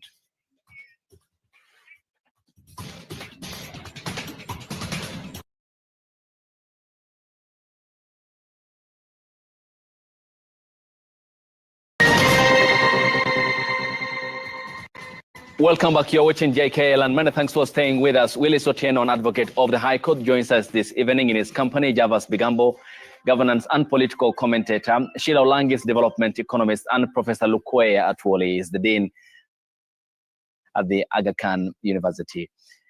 And Willis, I was on you. Given the circumstances and what we are seeing, talking about the morals and the questions they are in, disturbing is it by political establishment in the objectification of women in their political rallies? You know, you must first look at where we are as a country. We are going through an economic revolution. People are there fighting for justice. And look at the response from the legacy politicians. They think that the revolution is just a touch and go button, that they can always go back to that which they knew. That which they know is that kind of conduct that you see, for example, in these so-called economic forums, where they parade women, tell them to turn around, and the crowd to cheer, and then you show them their backsides or their bodies, objectifying women. So it's a legacy political platform that is bereft of any morals. It's actually disgusting, even to the audience that you're addressing, when you tell a woman leader to stand up, to dance, and to turn around, to be seen. It tells you, in my view, that this system that you're operating under, its time is up. The people are more interested in fulfilling the economic revolution, which is about creating a society that works for all of us economically. As Sheila put it very well, it's stupid. Anything else, like they try to distract us to discuss questions of accountability, corruption, governance. No. You can attend to all of those issues. But if you don't focus on the economy, and why the economy? Look at the trigger of the Gen Z revolution, that economic revolution. It was the finance bill. And why did the finance bill of 2024 trigger it? Kenyans were going through pain. They didn't have money in their pockets. But then you had here a piece of legislation telling you that in your poverty, in your misery, in your lack of money, I am coming to get more. I am now coming for a pound of your flesh to live a large life. But why did the government come to ask for more when even them they knew this was going to be unpopular? It's debt. Nobody's talking about our debt situation. 70% of your revenue is going to pay for debt. You are left with 30 shillings, 30%. 30 shillings out of every 100 Kenya shillings. With 30%, you need almost 50 to pay salaries. You need 35 to send to counties. What remains for development? They keep going back to the market to borrow. And these are conversations that I assure you, Ayub, no legacy politician will want to have it. Why? Because they are the ones who took these illegal debts They'll rather come and burden the Kenyan people with the obligation to pay for this. And before we address the debt question, we will have more and more protests. Even if you 100% address the questions of corruption, even you address the exaggeration of killings, Kenyans will still come out because you'll be coming back to them every year, every day, to raise their taxes, charges, and levies. We must get that odious debt. Who in your view are the original sinners? Because Kibaki left us with something. In fact, by the time when Kibaki was leaving, we were only paying 18% of our revenue was going to debt finance. So which means out of every 100 Kenya shillings, 18 shillings was going to finance debt. A very comfortable space to be. Today, it's 70%. Who are the original sinners? The original sinners is William Ruto and Uhuru Kenyatta. Their administration, the people who perpetuated it, who endeared it, Aden Duale, moved a motion in parliament to amend the PFM Act to allow for spending of debt taken abroad at source without even landing in the exchequer account. That is how Eurobond 1, for example, that money, $2 billion US, only $1 billion US could be accounted for that landed in Kenya. $1 billion US landed in a private account in Qatar. The second person was Mbadi, who seconded the motion, moved by Duale. The other person we must pay attention to is the Accountant General, the ones who opened fake accounts in the JP Morgan, the Kenya sovereign account. We must call, how is it that today you are telling us our debt stock is 11.5 trillion, and you keep coming to the Kenyan people as the sovereign to finance that theft, and we did not receive the 11.5 trillion. You cannot show us projects in this country today that are worth 11.5 trillion in 10 to 12 years. That to me is the problem. All right. And we must address it. Issue-based politics that is focused on the economy. Okay. And the economy can be better in a country where institutions are functional. That brings us to the question of parliament, Javas. Other than the objectification of women in their political rallies, they have the power over the purse, and all these allocations, not without their approval, can they go under the radar? How did it happen that all these flew under their attention with no accountability? Parliament is the backbone of governance in Kenya. When you look at matters legislation, when you look at matters allocation of sufficient resources to government institutions, all that is done by Parliament. But over time, of course, we have seen the limitation and the challenge that Parliament has always continued to be. And many times, Parliament working so hard, of course, to let down Kenyans. And that is despicable. Now, when you look at the economic situation and the indices, some of the variables that even my brother Willis has mentioned to do with the state of the economy, the national debt, unemployment issues that we were deliberating on a little earlier. These are issues that have not been faced by our leaders in a very critical and courageous way. Now, Kenya is not in the worst place if we're to look at real statistics. Now, let me pick, for instance, unemployment. When you look at unemployment rates, Kenya, when you look at just the African continent, Kenya ranks 20%, leading at 53%, followed by Djibouti at 28%. You come and find other countries such as Eswatini with 25% unemployment. Areas of 20 to 30 are the ones that are in this challenge of unemployment. And every single year, close to 60,000 young people are getting into the job market. From the 79 universities that we have, both private and public,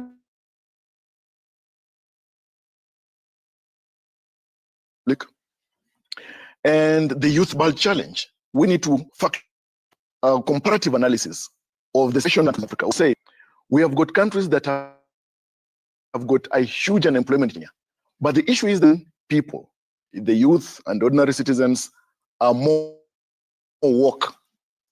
They are more deliberate about demanding accountability and service delivery from their leaders. Well, but Javas, this is not about whataboutism. It's about what's for the Kenyan economy and the Kenyan young generation. For instance, the Kenya National Bureau of Statistics points out in its report that there is the continuous informalization of the Kenyan economy. 782,000 created jobs. All that in the informal sector. What was accounted for in the formal sector was roughly about between 75,000 and 78,000. Then how did we deliberately fail to plan when we knew that we had a population growth and we have been churning out graduates from universities? What were the plans that were supposed to have been commensurate to those numbers? You know, my father has always told me that even if your grandfather was tall, you have got your own growing up to do. Now, we as a people, through our leaders, we have refused to grow up. And that's why constantly we're engaging in what I call the hot air balloon politics, that are the top level in the air. And down here, there are real issues that we need actually to confront. When you look at the political collage, the economic, we've got the informal sector, we've got the formal sector and whatnot. But the myriad challenges are issues that we need to confront. I don't know whether that was, for example, Raila Odinga said that we need to have a conversation for instance. But let me put it this way. You see, conversations as a people, not once being the one being led by the political elites. So that the issue, for example, of unemployment, the issues that led people to go to the streets in the commemoration of the June 25th extrajudicial executions. There are a number of issues that we need to cast our eyes to. For example, let me ask you, Abe, the place of IPOA, it has to investigate cases of extrajudicial execution by police. Look at Section 29 of the IPOA Act on the issue of the conclusion of investigations. It is an open-ended thing. I would be in favor, for instance, to a situation where an amendment to that section 29 of the IPOA Act provides that we need to have, for example, investigations concluded within 6 months, for instance. Look, do you know that investigations by IPOA from 2024 are still ongoing? Some of the issues that people are chagrined about. And who makes the amendments? It's I'm going back to that. Secondly, we need a conclusion. Look at the Office of the Auditor General and Control of Budget. We need to make sense of even these critical reports from these critical institutions. But that's why I've said Parliament has let Kenyans down on many fronts. But now we as a people come to a point where we are saying we are demanding of certain issues in terms of governance. Now, Ayub, do you know that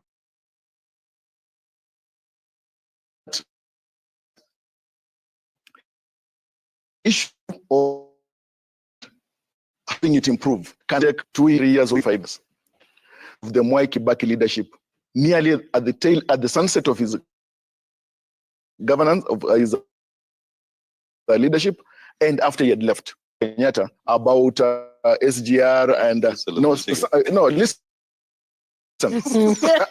listen, do a spot check. Then you want what is, of course, while the project employed, for example, but look, there was so much that regime, for instance. But for President William Ruto, he is, I think, one I've said that is a president that has been very unfortunate. That from the time he took office, he has faced serious scrutiny by the woke generation, the woke people, demanding from actually within the first year, Willis here was saying that Ruto has a child who is 10 years or a toddler. Are you able to determine whether they'll make a very great grandfather? My point is that we need to come to a point of consciousness. Okay. See what is it that can work now. Yeah. What we know, we know that when all institutions come together, in the end, they will work and they'll be productive. Okay. And Prof, you have a point. Yeah, I think rational humans within the territory of Kenya understand that the economy will not be turned around in a day. Correct. Most do. And I do not know anyone who's on the streets asking for the economy to be turned around in a day. People know it will take time to change things and to improve the economy, to improve the standard of living and so on. The thing that annoys people is misuse of public resources. When we are saying we are giving you time to turn around the economy. But then on the other hand, we see fraud, waste, and abuse of public resources, and that is what is annoying people. We see impunity. We see leaders of government standing on platforms and telling people, we will do what we will do, whether you like it or not. We see people saying, while we know that you are highly taxed, we will tax you more. In other words, there's a degree of insensitivity. And this is what annoys people. It's not that people are saying, you have to make the economy grow at 10% the way you said it will within a year. I do not know any rational human in this territory who expects that. But people expect to see that the people who have been given stewardship of national resources are managing them responsibly, that they are not wasting, they are not stealing, they are not misusing, and they are not abusing. And while doing that, they're not standing on podiums and gloating over the people. I think if somebody in leadership was sensitive and said, I understand your suffering, we are doing the best that we can to cushion this, it will take time to grow the economy. The little that we have, this is how we are spending it to improve your lot. I don't know that people will go to the streets and say, stop doing that. I think this is, it's a problem of values. It's a problem of how the leaders are carrying out their leadership tasks. This Constitution of Kenya 2010 was a product of a revolutionary moment. Mm-hmm. It was a revolution. It made promises that would never have been made in this republic in the past. And they went through partly because the people who would have opposed those things, some of them slept on their jaws. They thought, they've fixed small things they don't want there. But then the promises remained. And that revolution was then handed over to counter-revolutionaries. It was handed over to people who were against the revolution. And they were told, steward this revolution going forward. Make sure it works. That was always going to be a challenge. So as time goes by, we are going to have people who truly believe in that revolution, yes, then gradually taking charge and stewarding it in the right direction. I fully agree that, a government elected 2 years ago, nobody would have any expectations of that government, quote unquote, delivering in a grand way on the economy. And I wouldn't even promise that I will. If I would say it will take time in full and so on and so forth. But the little that we have, this is how we are spending it to cushion you and to make sure you're comfortable, even as we grow the pie so that everybody can benefit. That sensitivity, that understanding, that listening ear, okay, when people start making noise, instead of shutting them down, just listening to them and doing something about it is something that, in my view, would calm the temperatures in the land, yeah, and allow those charged with running affairs of the state to do their job peacefully. Yeah. And Sheila, then how will that conclave was proposed by the former Prime Minister work? And who are the variables and who are the constants? I think maybe I need to respond to the whole objectification of women as the only one representing the gender here.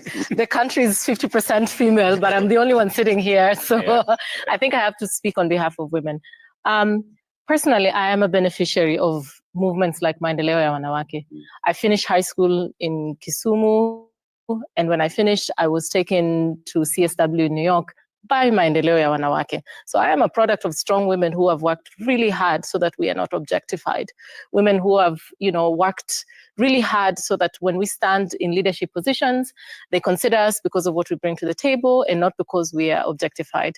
And I have to say, first of all, I pay a big homage to women who have not let us down. When they walked into those doors, they demonstrated the weight, the grit of female leadership, and paved the way for us to go. For example, now, may her soul rest in peace, Dr. Phoebe Asio, who just passed away. We have several examples. I have an aunt of mine, Councillor Margaret Olang, who was part of that movement. So we have a group of women who really led the way for us to go in. And it makes us sad that now we have women who are put on podiums and turned around and objectified when these are leaders. They're young women who are watching this. And I have to tell you this, the long and short of the story is 2027, we're sending them home. If you're a woman who is there in leadership and being objectified instead of paving the way for other younger women to come in, we have a constitutional mandate. It is already difficult for us women to be involved in politics and leadership as it is. We are constantly objectified. So if you have one who is going there and objectifying themselves, we're just taking notes. We are fine. We're just taking notes. And 2027, you can now go and dance in a podium somewhere in your local village, and you can leave the rest for other women to follow, so that we can now focus on the issues. Because women are marginalized people and they actually have issues that need to be addressed. And the sexualization of political lingo is disturbing, frankly speaking. When people are talking about politics, they talk about it sexually, like it's people having conjugal congress when they're engaging in political conversations. It's frankly disturbing.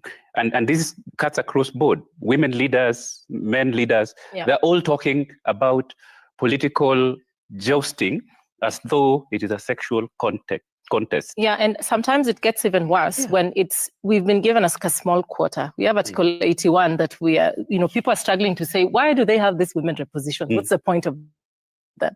As it is, we struggle to justify those positions. Then you find sometimes it's the same women representative, it's not even an MP, it's the women representative who's there. Some are making headlines for looking for husbands. I mean, it's Ayuba, I think I would say that the politics of gymnastics is something that, may not be welcome because of the kind of lessons also that it sends out.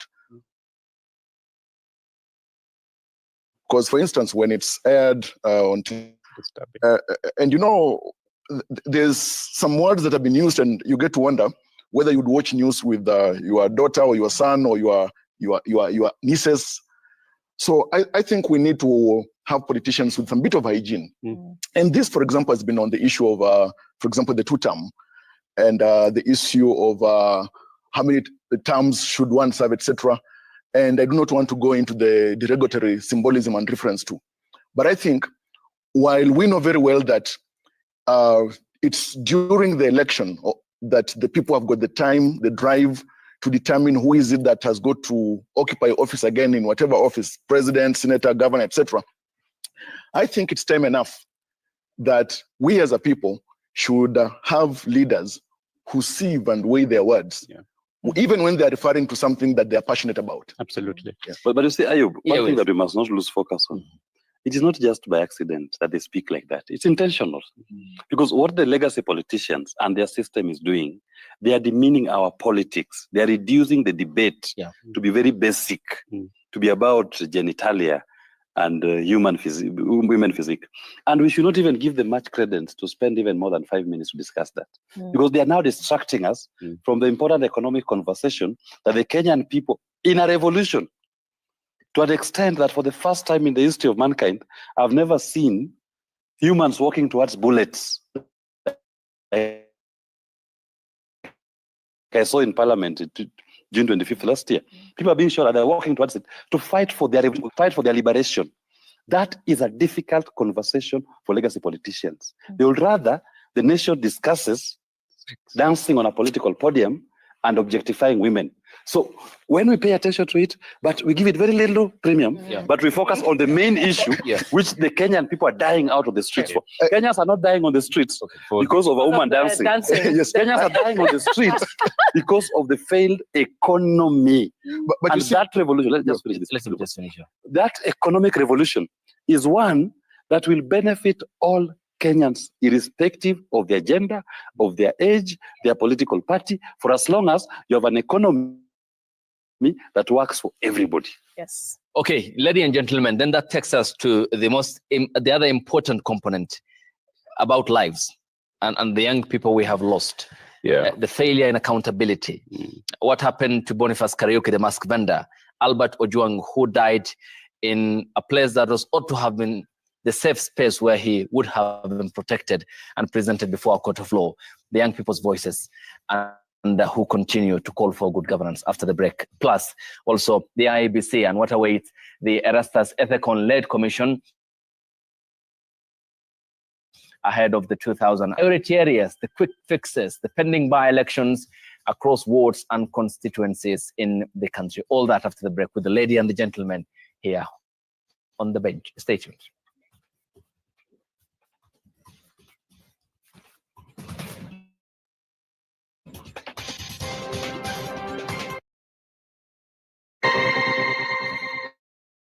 Welcome back. You're watching JKL, and many thanks for staying with the bench tonight. Professor Lukwea, Tuolang, Willis Otieno, and Javas Bigambo. Many thanks for your time, ladies and gentlemen. Thank you.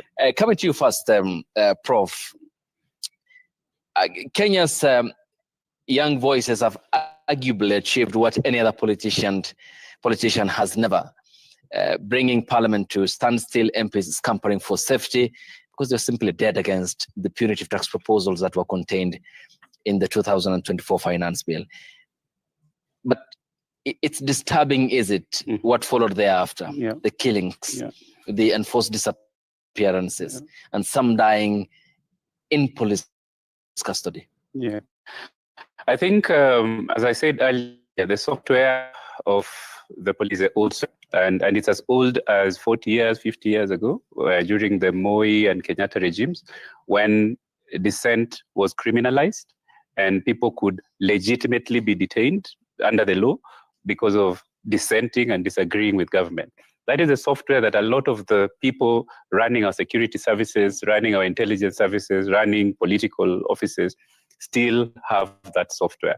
Unfortunately, the hardware on which they're operating, the people, and people expect that they should be able to dissent and be allowed to do so. One other piece of that software, which is chilling to me and very worrying, is the very low value placed on human life. The very, very, very diminishing low value placed on human life. And I hear it from the security operatives saying, you know, I have a gun, I'm on the street, and if you show up, I'll shoot you and I'll kill you. And imagine what kind of value does this person place on a human life? I hear it from politicians, I hear it from cabinet secretaries saying, you will be killed and you will die, and you know, you'll be shot and you will die. And I'm sure you must have also heard from the president. Shoot on the leg. Yeah, I had that about shooting on the leg. We worry about that as well. You know, you can die from gunshot wounds to the leg.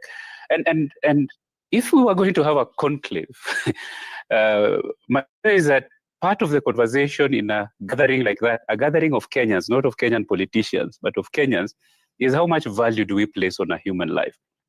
The young people have demonstrated that they place absolute high value on human life. They have mourned every single person who has been killed. They have attended funerals. They have eulogized them. They have cried. And they have said, this should never happen. The older folk, the politicians, have explained it away. They have justified it.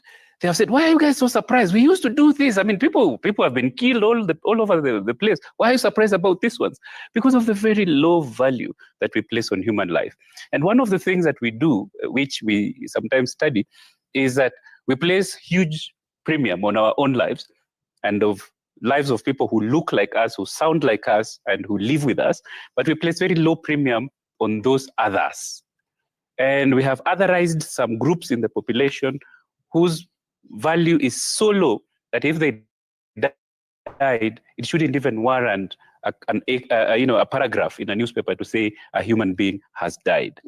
That culture must change. And if we're going to have a conclave, that is what we must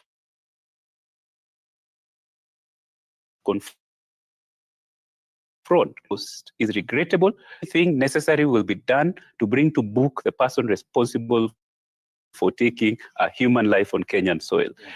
If that simple value pervades everything that we do, you will see less corruption, you will see more responsibility, you will see more accountability, and you'll see people making laws that are just and taking actions that are just.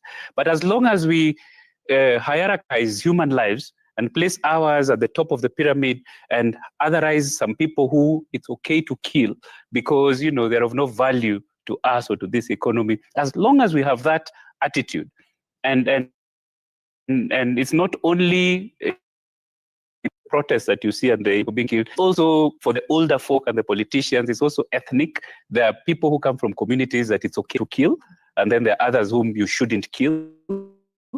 It's about, you know, religion. It's about this sectarianism that we have in this country, where we say it's okay for some people to die. That would be the subject of a conclave in my mind. Not to discuss how to fix the economy, because that's already established. I mean, you don't need to change the constitution to fix the economy. Not to discuss employment. Not to discuss how to stop people from being corrupt. It's already written in the books that we shouldn't steal, and we are stealing. But it's about what value. When I'm stealing money meant for medicine for children in the hospital, and the children are dying because there's no medicine in the hospital, what value am I putting in their lives? When somebody is shot and I go out there and I say he was in the wrong place, why was he there and was shot in the head, and we see a policeman aiming a gun at his head and shooting and that person dies, and we still explain it away? What value do we place on a human life entry? That to be that conclave, none of that other political nonsense that people want to go and discuss and say, create this position, create this other position, give this tribe this, give this other tribe that. That is absolute nonsense that we shouldn't entertain in a national conversation. And Sheila, is it more concerning then when we hear more about weaponization of to charge Kenyans, and we have seen a majority of them cannot even meet the cash bail terms, bond terms? I mean, I think this country needs to stop treating us young people as if we are children of a lesser God, because we're not. If the system worked in our favor, we'd be occupied. We're busy with running businesses, we'd employ, we would have, you know, no time to go and agitate in the streets. The fact, and I see this before, the fact that when we lose a young person, the kind of response we get, the lack of empathy, the lack of parental guidance, the lack of love, that, you know, our parents are then dismissed, that they should have raised us better. And I always, you know, sometimes when we discuss within us, we say, at the end of the day, we have time. You know, sadly enough, they've made up the system where we actually have time. Like, we can do this. And a lot of young people are feeling like they have nothing to lose. And it's really bad when you're sitting somewhere and you're trying to argue with someone who feels like they have nothing to lose. So when you tell them, no, we have to have a country that has to have a future, we're not seeing this future, because we don't have investments, we don't have to, we're educated, so that's fine. We can go on TikTok and we can understand what's going on. But what is it exactly that we have to lose? The one thing that nobody wants to lose is the Kenya that is coming on into the future. We will be here 20, 30 years from now, you know, apart from, of course, God permitting. We are the ones who'll be sitting here and we'll be steering this country. So everything we're doing is because of the love of this country. And unfortunately, the backlash we get is, you know, but you're children of a lesser God. So let's not treat your, you know, when you're killed, it's less important than when, you know, someone of a different class is killed, for example. But it is not deterring us. And I think for a young person who's watching out there, like we've made tremendous progress. Like, I don't care what anybody says. Like, we are writing history and we're working hard so that we have a country that is there to provide for us, that we are paying attention to the debts that, you know, we're accumulating now to be able to pay it in the future. And we should not be discouraged. You know, as with any revolution, you have to walk through the journey and understand it starts off, it goes, it peaks, and sometimes we have downtime where other people try to take advantage of the revolution. But at the end of the day, we are on track. We are saying that we want a better Kenya, no matter what the position looks like, whether it's, you know, President Ruto again in 27 or somebody else or whatever. At the end of the day, we are working for a system that will benefit everybody, by the way, including the political class. So today you are charging those with terrorism. Yeah. Tomorrow, the the wheels turn around. Now you're sitting in the opposite side. And how would you feel, for example, if Prof now is running the country and then takes you, who is the CS now, and charges you with terrorism? I mean, this intimidation tactics, you cannot intimidate 75% of a population. You're running a battle that you cannot win. Yeah. You cannot intimidate 75% of a population. Yeah. What you need to do is, like I said before, let's go back to the drawing board. Let's have a forum where we can speak to each other, but listening to each other, not just speaking at each other, so that we start coming up with solutions. This theatrics that you're seeing in court today are only energizing the young people more. They're like, oh, okay, now you're charging us with terrorism. Well, let's go so we can all be charged with terrorism. And that's the conversation everybody's having. Let's all become terrorists now. You see? So, which is not helping, because now the courts will be full and we won't be able to, to prosecute everyone for terrorism. Kenya, when it comes to Kenya and the youth and where we are today, by the way, it's not that we're not warned. I remember President Uhuru said, we have a ticking time bomb here, which is the youth. And now we're at a place where we see that the time bomb is exploding. If they don't go back to the drawing board, we are here, we're not going anywhere, and we'll just keep demanding that we need a better country, no matter what. And Kenya doesn't belong to anybody. It doesn't belong to the youth. It doesn't belong to the political class. It belongs to all of us. And unfortunately, the tactics that are being used today do not correspond to the population that we have today. Yeah.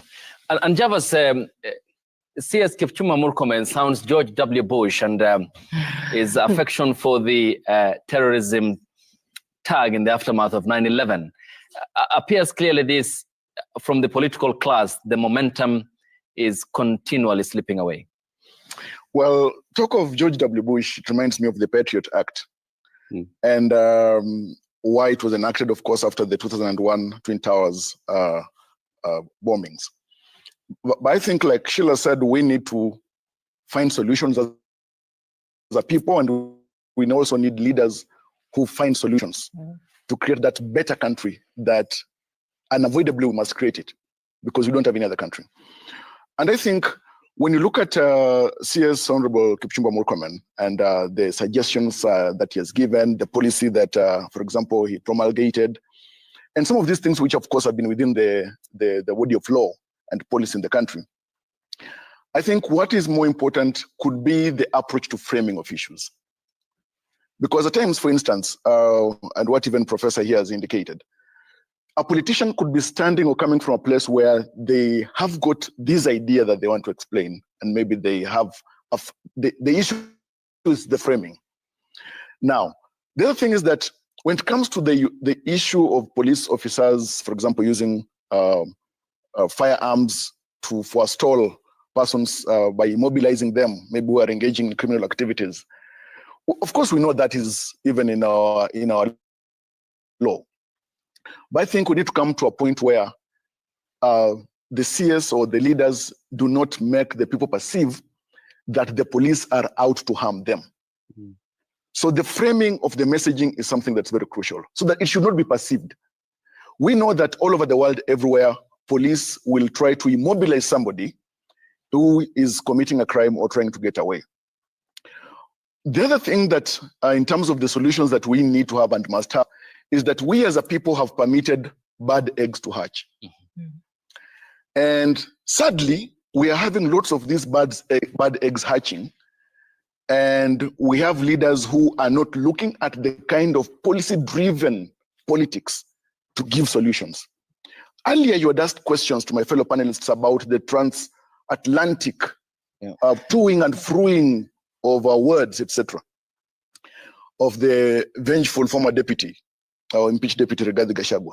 I have not heard, for example, any of the opposition leaders give an electrifying speech about any constructive alternatives that they have, say that alternatives to the policies of President William Ruto, or even the way forward. It is about tribalism and how these few tribes should come together in a sanguinal amalgamation to have somebody out of office. Then after you get it over what? This politics of vacuity is something that is also not helping us to get to the solutions.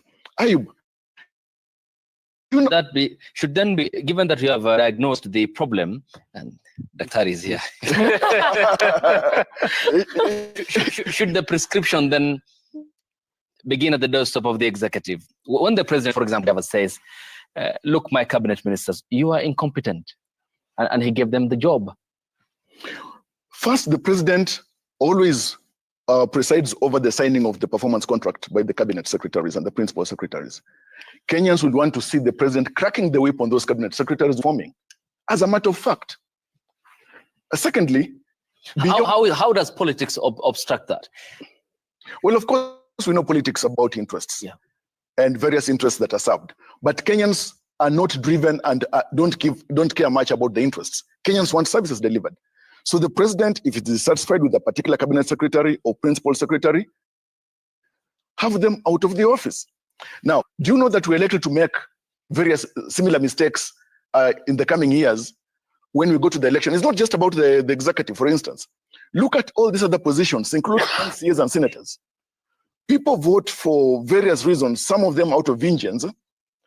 And today, for example, when you look at the conglomeration of the opposition, most of these guys who've been in the executive for decades, from the late 80s, some of these people held executive positions before even the parents of the Gen Zs got married. They are here telling the Gen Z and the people that they are ready to take the country forward. And the Gen Z should be watchful and hawk-eyed in 2027 so that votes are not stolen. They are not asking them to run for office. They're asking them to watch over so that they can get into office. What absence of mindfulness is this? And that's why we are having, in the alternative of the current administration, are people who want to get into office to do nothing because they have no alternatives. They are not even giving provisional solutions. And I think now in the administration of President William Ruto, because that's where we are right now, what is important? President William Ruto, last year when he delivered his State of the Nation address, he said that his is a listening administration. Kenyans still hang on to those words. President, if you are listening and when you are listening, people want the cabinet to perform. People want principal secretaries to perform. People want ministries to perform. That's what Kenyans want. So the talk is then, as I go to Will, is a collective Kano punishment. You know, one thing that I find interesting with my relative, Javas is captured by the legacy politicians to the extent that he's discussing our coming governance based on William Ruto Kenya Kwanza and the Wamonyoro group. Okay, let me just finish. That is why he's looking for the alternative. He's looking for an alternative. Let me just so that you can answer. You'll respond. Let me just finish. For me, I would rather even President William Ruto goes all the way to 2032. Just listen to my thought. He's looking at William Ruto. And we are not discussing. Exactly. Just allow me to Javas, please. Allow me to talk. I kept quiet. He's looking at President Ruto Kenya Kwanza, and he's looking at what is called alternative opposition. For your information, Kenyans are in neither. They are no longer interested in legacy politics. These are revolution. These are an economic revolution. So, Javas, when you are looking for that which is the alternative, you don't even bother to ask me, Willis Otieno, now they talk about the economic things. What do you stand for? What is the alternative? Because I'm also an alternative. And there are many other Kenyans who are saying we are looking for alternative politics. And I'll give you an example. What is the number one thing that is making Kenyans not to get jobs? What is messing up our economy? Number one is odious debt. I've told you we are taking domestic load debts here. Right now, it's the debt stock of domestic debt is 8 trillion Kenya shillings, held by Kenya government. You imagine if Kenya government was to stop borrowing from the domestic market and you release 8 trillion to be accessible to Kenyans at lower interest rates with our ideas, with our innovations, and now access to capital. What can't we do here as a people? Interest rates will fall from 18%, 20% to almost 2%, 3%. Kenyans will have an entire market in Africa to invent and to sell their produce. That is what others, for example, Safina Party, we promise. We are not going to borrow from the domestic market. And we believe with that alone, there will be immediate relief when people are able to access capital and they're able to commercialize their inventions. When you talk about that, economy cannot change within a short time, Mwai Kibaki became president. On the 3rd of January 2023, immediate instant relief that he gave to Kenyan people, free primary education. What was that? That was not just a social intervention. It was also an economic stimulus plan. That he said, this family that is paying 5,000 Kenya shillings per term per child, I am giving that parent 5,000 shillings back to your pocket. If you are buying half a loaf for your children every morning, now with 5,000 shillings that you've saved per child, you are able to buy a full loaf every morning for your children. The baker must bake more bread. The baker must employ more people. Government will stimulate the economy through that program that you could able to start feeling immediately instant relief. Those are the kind of things that Kenyans want to discuss. We are going through an economic revolution. We are not discussing legacy politicians. We've been there, done that. The sum total of legacy politics is where we are today. 60 years of pain, 60 years of despair, 60 years of despondency. It is now time for Kenyans to move the conversation to be about what do you promise us? What can we do as a people to change our lives? And must be captured in the economic revolution. When people have money in their pockets, even the issues of accountability you're talking about, the issues of police brutality you're talking about, it will not be there. Police brutality that we're witnessing today did not start because somebody was killed in a police cell. No. Police brutality started in this particular administration for the entire two or three after the Azimio protest. People kept quiet. It is when they promised more economic pain that people said no. They exercised their Article 37 rights to agitate for their voices to be heard. That is when the response of legacy politicians and William Ruto was to shoot at them. So when you discuss accountability, you are discussing the response to the problem. Those are just the symptoms. But the core issue here is an economy that has collapsed and the people are fighting for economic. And when the economy is revived, it has to have the people who ought to benefit. Is therefore the discussion on life and the sanctity of life outweighs any other thing. No, what I'm saying is this. We must not just discuss the questions of the accountability issues without asking ourselves the primary question, why did we get here in the first place?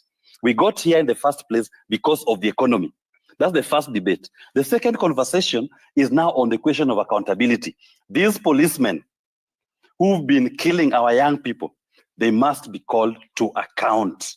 And I always say this. These policemen being used by legacy politicians to kill our young people, I assure you, there is no limitation of action in criminal law. You will be tried even in retirement when the revolution of the young people succeeds. They will try you and they will charge you for the offenses of murder, forced disappearances, and abduction. That is a guarantee that they must live with. They have defined their exit in public service. Thank you. Yes, Sheila, before we move to the IBC. Right. And I think I would also, just to kind of add on to the conversation, anybody who is now thinking, okay, let me get President Ruto out and let me become the next president, whoever that person may be, think twice, think three times. It is not a walk in the park. In fact, I sympathize with you. If you decide you want to be the president of this country in 2027, I completely sympathize with you because the issues will remain the same. It doesn't matter who will be sitting in that chair. If you're not ready to tackle these issues and you're going there because you are from this tribe or whatever tribe or this legacy, that legacy, that's why when people start off hijacking this conversation of the economic revolution with, this one term, 2 term must go is not going, irrelevant. Even if President Ruto stays in 2027 and the problem still persists, same problem. Even if you take and you place him with the next one and the problem still persists, same problem. So even the people who are auditioning for this role, they need to understand. The people who are busy auditioning for this role need to understand we are still coming for their necks. So I really, really sympathize with them. Let them reflect a little bit. It's not business as usual. Huh? It's not going in there and then I'm the president and you're running things around. Okay, absolutely. That's what is done. You and Misha. Absolutely. The iconic moment for me last year was when a young man was on the streets shouting slogans, running around, and the media guys, including international media, stopped him and said, "What are you agitating about?" And he said, "I want this, I want this, I want this. We are jobless. I'm educated. I have no job," and so on. And he said so many things. And then this guy said, "But you're shouting that the president must go. Do you want to be president?" And he looked at this media guys and he was shocked. He had visible shock on his face. But why would I ever want to be president of this country? It's a tough job. It's a tough job. I wouldn't want to do it. What I want is that the people who are in charge do this, do this, do this, do this. Yes. You see, you are right, Prof. You know, an easy always lays the head that wears the crown. When you're president, no decision you make can be easy, except if you want to make easy ones. And today we've listened to President William Ruto saying that he's had to make and he's going to make hard decisions. You see, earlier Professor Lukoye had mentioned about the conclave and what is it then that should be considered. My brother Willis here has mentioned about the odious debt and the manner in which our national debt is. You see, the people can decide. Yes, that is Safina Party's proposal. And it's true that that could be one of the proposals for a possible conclave or discussion, that we as a people want a nation that does not keep having its debt soar. Because look, in the next 50 years that Sheila mentioned, when we will be seated here, and I want to hope that you will host us in the next 50 years, God willing, to discuss this and say how far we've traveled. We want to have that opportunity to discuss these issues and say that as a country, we are safeguarding that safety net. And remember, I began by saying that democracy is a child of conversation or dialogue. We need to have this perpetual dialogue for our own good to get us out of all this. And on the issues of the president making decisions, your party leader, if in future he becomes president, for instance, and Willis maybe become deputy president, you will be faced by these hard choices as well. And that's why when a president sits and is making hard choices, we as a people have a right to interrogate those choices. And when some choices are good, we say, press on with them. When some choices and decisions are a challenge to us as a people, then we say, Mr. President, reconsider or consider these other choices that you've made. Beginning with you, Prof, the IBC is now fully reconstituted. Erastus Edung Ethicon, there are perceptions about it, the trust deficit. The Let Chebukati's commission exited office in a lot of despair. We had seen 4 commissioners who had broken off on the 15th of August 2022, the Cherera 4, as they were codenamed. What should be the priority areas and how can they shake off these perceptions? So the first thing is the history of electoral commissions in Kenya and how they are formed. And they have been basically conclaves, if you like, of political interests. Commissioners have gone into this commission with the perception that they represent certain political interests. And the political parties and the formations in the political class have negotiated who's going to be in that commission in order to create a perception of fairness. So that's the first problem. And that problem is that that method of doing things is in the past.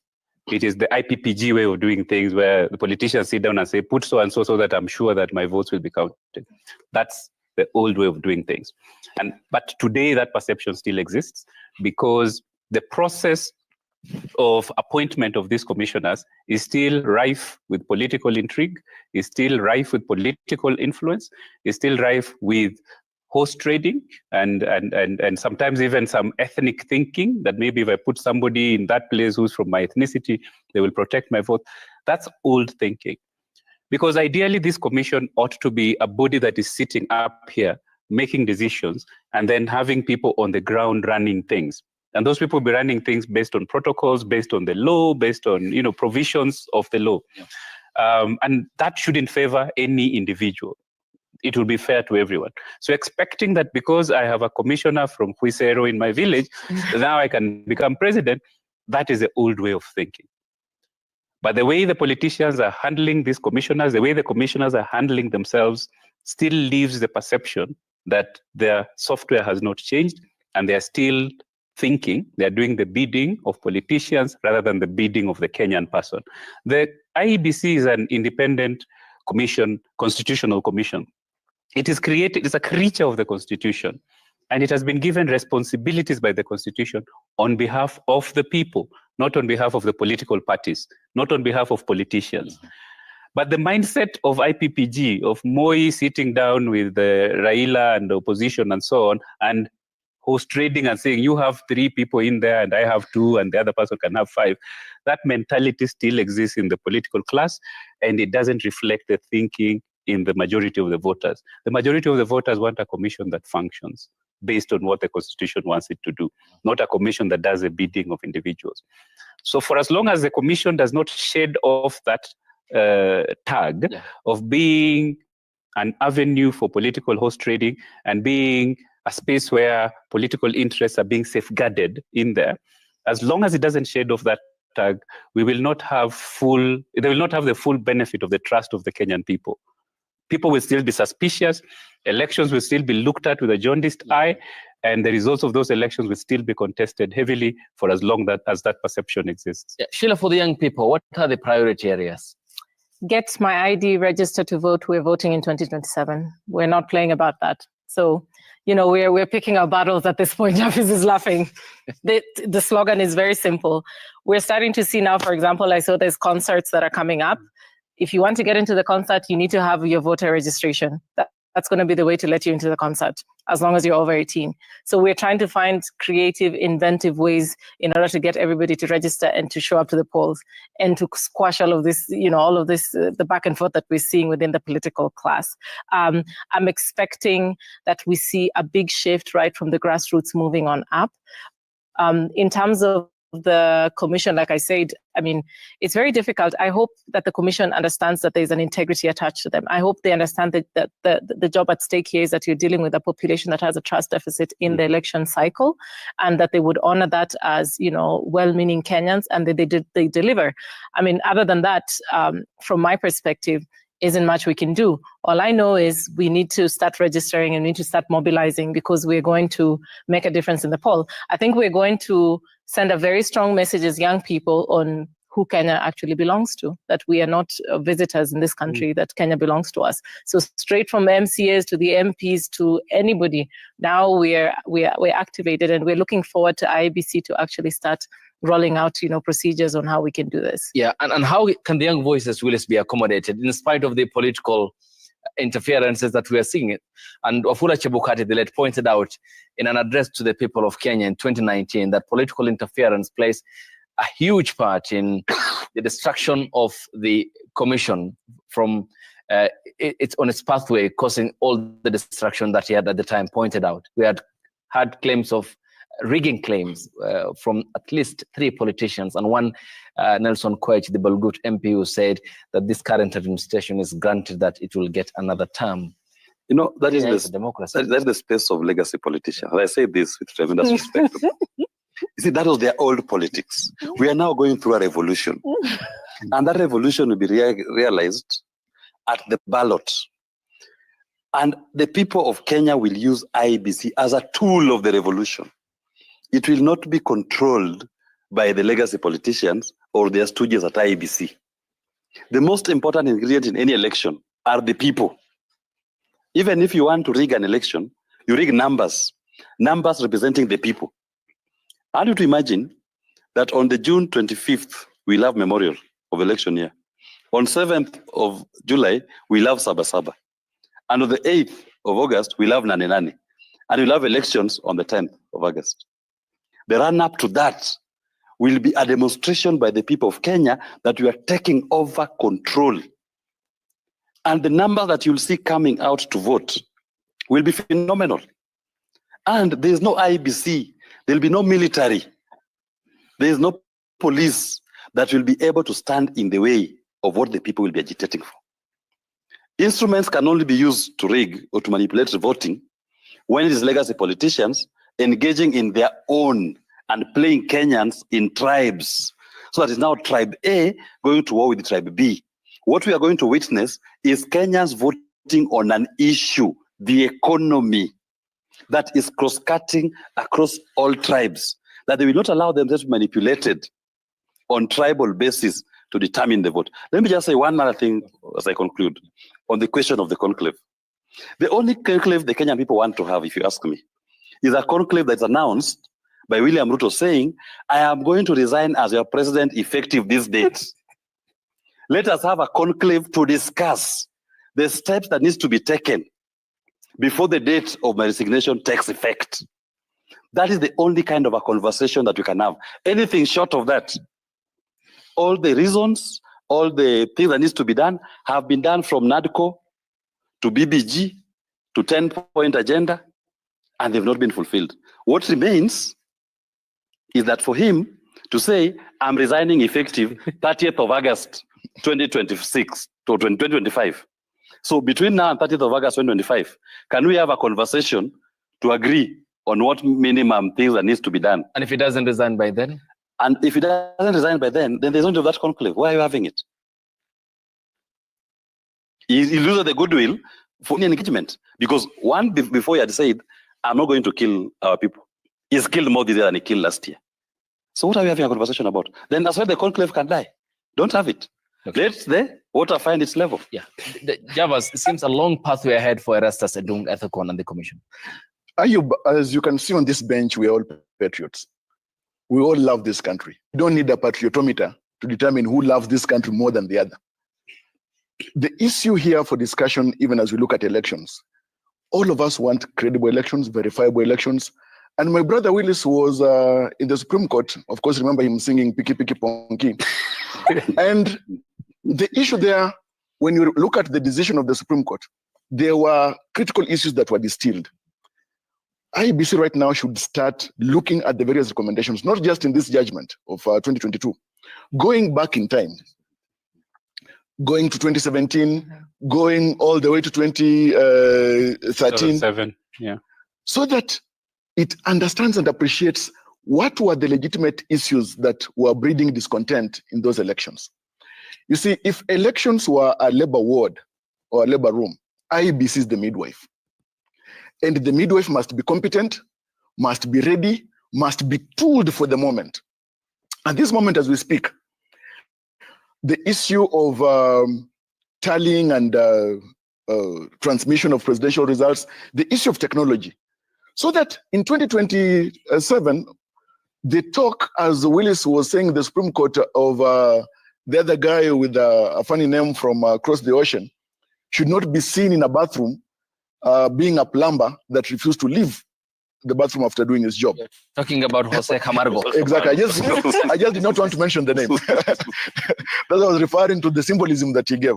Secondly, on the issue of building public trust, IEBC must go out of his way.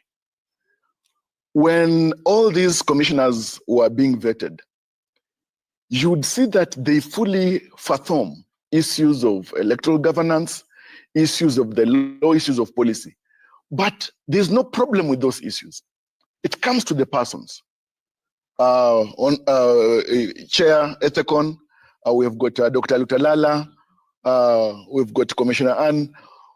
People want to know that these commissioners, as E.G. White put it, cannot be bought or sold at any price on any market.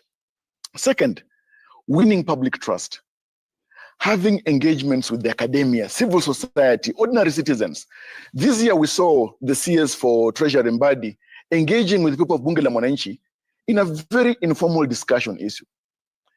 It is important for the IEBC, led by the commissioners, to get out of the comfort zone, out of the ordinary, the normal approaches of releasing press statements, trying to give confidence to the public about the readiness, preparation, and it's going to be seen through all these the by-elections that are lined up. But we want the commissioners and the commission to humanize the people's desire and needs and the management of the elections. The other thing is that the timeliness. Look, already we are seeing concerns about generative AI in election and the role it's going to play. Before even Chair took office and the commissioners, already there was a statement attributed to him, which IEBC recanted later on by a stamp of fake. Yeah. How is IEBC preparing itself on countering or using generative AI for good and countering the ills and the negatives of generative AI? The place of technology is going to be very important in managing the 2027 elections. Thank you. I don't think they've started on a good footing, by the way. because there's a lot of activity across the country related to recalling MPs that people are dissatisfied with, and people have filed petitions with the commission. But the messaging from the commission suggests that we are not going to do anything about it. Already, I mean, basically dismissing the people by, creating an existing loophole, saying, "Oh, the judgment that removed certain sections from that law made it inoperative." That's absolutely untrue, because you have regulations. You can receive these petitions. You can look at them and make sure that they conform with the law, and you can go ahead and run a recall vote. But then instead of telling us how you can do that, you're telling us it is impossible to do it. You're starting on a very bad footing, because next time we'll be coming to tell you that there's a problem in the political landscape that you are empowered to fix, and you'll be telling me it is impossible for me to do anything about it. It is a continuation of the IEBC behavior from the past, where they sit aside from the people and do not look like they're here to serve the people according to the Constitution. So these are the things they need to start checking early on, keeping an eye on 2027, knowing that there's going to be an even greater deficit of trust if they continue along this trajectory. Thank you, ladies and gentlemen. Let's see what Kenyans are saying. Some questions, some observations. You'll be responding to some. Nyantika Chester says Kenyans are generally a peaceful lot, but unfortunately they have been taken for granted and pushed to the wall by the latter day. Okay.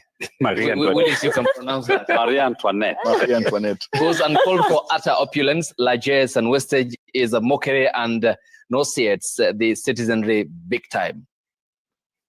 Mark_Makuda says Kenya has good formulated policies, but when it comes to implementation, we fail miserably. These empowerment programs are just political campaigns the government is using for their own political mileage. It continues. And says politics shape the development of any nation. Kenyan politics shouldn't be based on emotions, but rather in issues. Governance has failed from corruption and abductions, police brutality that ought to have been addressed. Kenyans deserve service delivery, not double speak.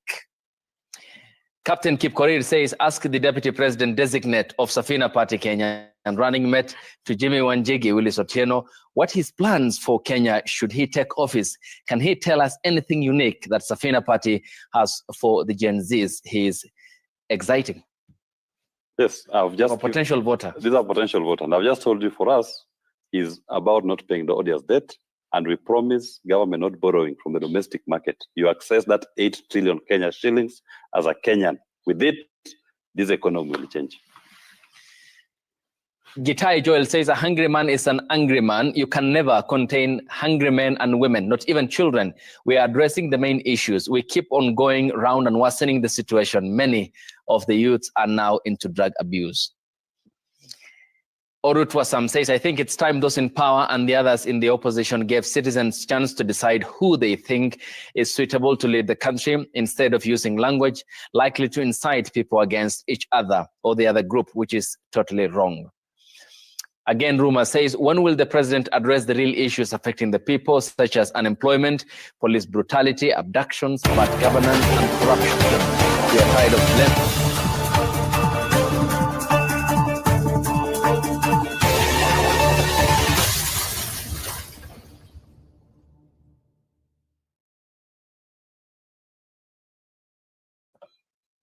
That was the conversation over it there, and I think we have come to the end. I would like to continue sharing your comments too, and share the video to at least among the 10 groups and also among the 20 people, so that they can get the information that we have got in there. For those who join up the show, I want to appreciate you. Please keep up the spirit. Let us meet tomorrow on the same platform, doing the same thing. And for those who are everywhere, please just do something and God will bless you. For those who want to support the Sound Candy Talk, use the details scrolling on the screen and God will bless you to be part and parcel in a partnership for this. For those in Kenya, you can use the till number, which is 516575, or you can use the Benas number, which is +254 718 454 585, and it'll be good so that we can continue pushing Sound Candy Talk ahead. That can be move ahead. So please, I want to urge you, please let us invite people to share this live this podcast so that we can go on. So I want to update you the skills of the weeks. We'll be having the podcast today and earlier we have podcast today. So feel free to join the podcast too. We'll having the discussion on the desk. And also you have the show that's coming up very soon that's called In Our Families. In our families, there's a lot of things that happen. So we will be sharing out and trying to sort out things that happen inside our families so that we can have peace and unity inside our family. So I want to urge you, please, let us think about this and let us set out some good perspective whereby we will do everything accordingly and just accordingly to how things are supposed to be done. And we'll be doing everything prospectively with the understanding, not just doing things because we're doing it, but doing things because we are doing it to the right trajectory and the right direction. So what I want to urge you, please, let us come together, unite Kenya, and make Kenya to be one, and make Kenya to be the place that everyone can like to be, and everyone can like to be participative of it. For those who still needs the book is still there. Just call Bernard and you'll get the book. Are you marriage ready? Or the other copies of the other books, and God will bless you all. So I want to ask you, please, if you feel you can be wanted to be hosted on one of our podcasts, just feel free, share with me the information of my number, which is +254 794 261 310, +254 794 261 310. And it'll be good so that you can also be a part of that.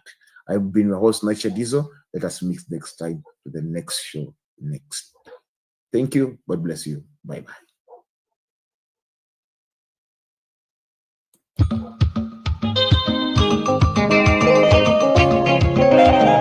Watu wa Mungu, Bwana Yesu asifiwe. Kipindi cha mahubiri kimerudi tena kwa kishindo kwenye Sound Candid Talk. Tunakufundisha, kukuelimisha na kukutia moyo kwenye Daily Bite. Mafundisho kamili ya Biblia kila siku kwenye runinga uipendayo ya Sound Candid Talk.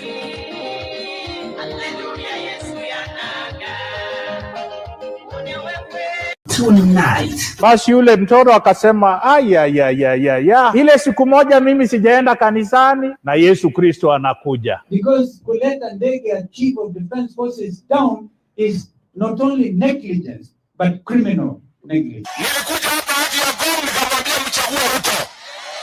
Na mimi naomba msamaha. Na mchezo huu rais ni mchezo ambao utakusaidia wewe rais wa Jamhuri ya Kenya. Ni mchezo ambao unakufundisha jinsi vile kufanya kazi. Your Excellency, what helped that case was there was a policeman who recorded his statement in English. Sasa huyu ndiye nilipiga kofi. Juzi ndio amenipigia simu akaniambia.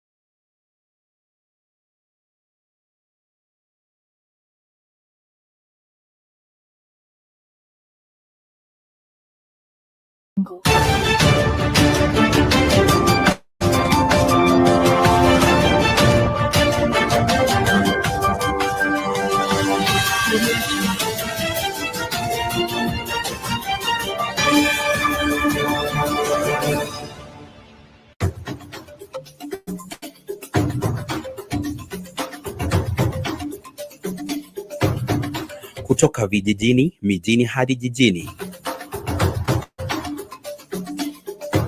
Hii ni Sound Candid Talk Live.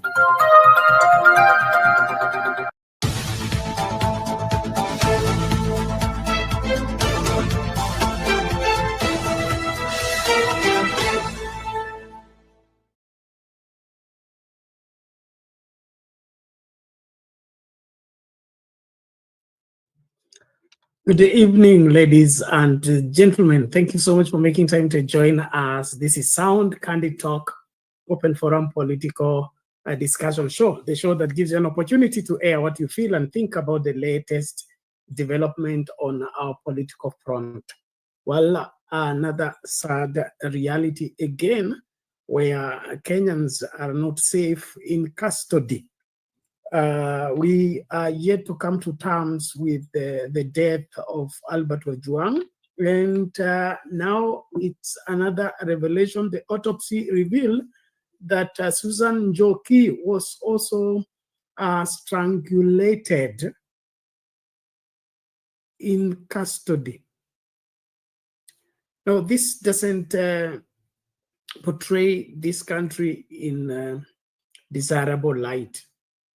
Why are these constant happenings within the framework of the security sector?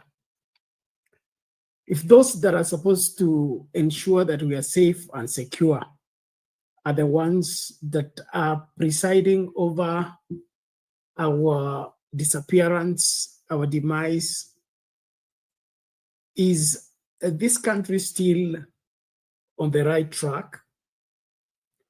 Now, I would want to buy into the notion that these are happenings that are not tied together, they are not prearranged and things like that. But I think this is too much. This is too much. It's so much a familiar pattern that there is no other way to look at it. So when the president talks about the police are not for parenting and issues an order to shoot, his CS for Interior talks about shoot to kill. There is something wrong with the way we are going about enforcing so-called security laws. This is not how to establish law and order, and this is not how governance is done. Something needs to be done. I mean, are we now more insecure in terms of being in police custody than when we are in our own houses, than when we are passing through those dark streets and, of course, taking our walk in those slum areas where insecurity is the order of the day? What is going on with our land? I would call on you to help me make sense of the same, even as we start this conversation. Thank you so much for choosing Sound Candy Talk. I call upon you to be part of the conversation. Share the link widely, get more people to join. We are live on TikTok, we are live on Facebook, we are live on YouTube, Sound Candy Talk Live. And we are here just to share views as Kenyans and give you an opportunity to speak out. What is wrong with our country? And yesterday we dropped out looking at the lies that we have used as a country as a foundation for our nation, where some of the heroes we are told to be heroes were not part of the struggle. They're opportunistic. They just jumped on an opportunity that showed up and owned the process, and in the process abused the privilege. Could this be the foundation upon which why we are not holding up, why we are not sustaining the progress and the dignity of our nation? We'll also be revisiting that as we are joined by other senior citizens who will be helping us make sense. This Mau Mau struggle and Jomo Kenyatta and those founding fathers, were they part of the struggle, or they ended up being opportunistic and in the process abused what was well intended to become a nightmare for those that fought so hard, lost everything fighting for the country? Are we honoring true heroes, or are we honoring opportunists? Let's get talking. Thank you so much. So we'll start with that story of Susan. Very sad indeed. I mean, this ought not to be happening, not at this time and age. We have got so many things going for us. Why would we be succumbing to this level of operation, that people die in police custody, people die, under police. This is not how things should be. And so I invite your input even as we start this great conversation. We seem to have some internet surge, so in case you can't get us, please let us know. Confirm if you are able to get us loud and clear. Thank you so much. I can see TikTokers are coming in fast. Let's see some likes on the video, and of course confirm na utuambie unatufuata ukiwa wapi, na kama tunaeleweka ama kuna mushkili mahali turekebishe. Asante sana. YouTubers, inaonekana mnakuja pole. Naomba tafadhali tumakinike, tuingie kwa fujo tu, tukaongee masuala yetu kivyetu, alafu tusonge mbele. Naomba tafadhali tumakinike kukaribishana, and then ukitupata tu share hiyo link na mtu ili naye atupate, tukashiriki pamoja katika mdahalo huu. Well, let me get that video as we start this great conversation so that we keep everything in perspective. Here we go. Live from Citizen TV, this is The Explainer with Yvonne Okwara. Njoki Shege is our sign language interpreter.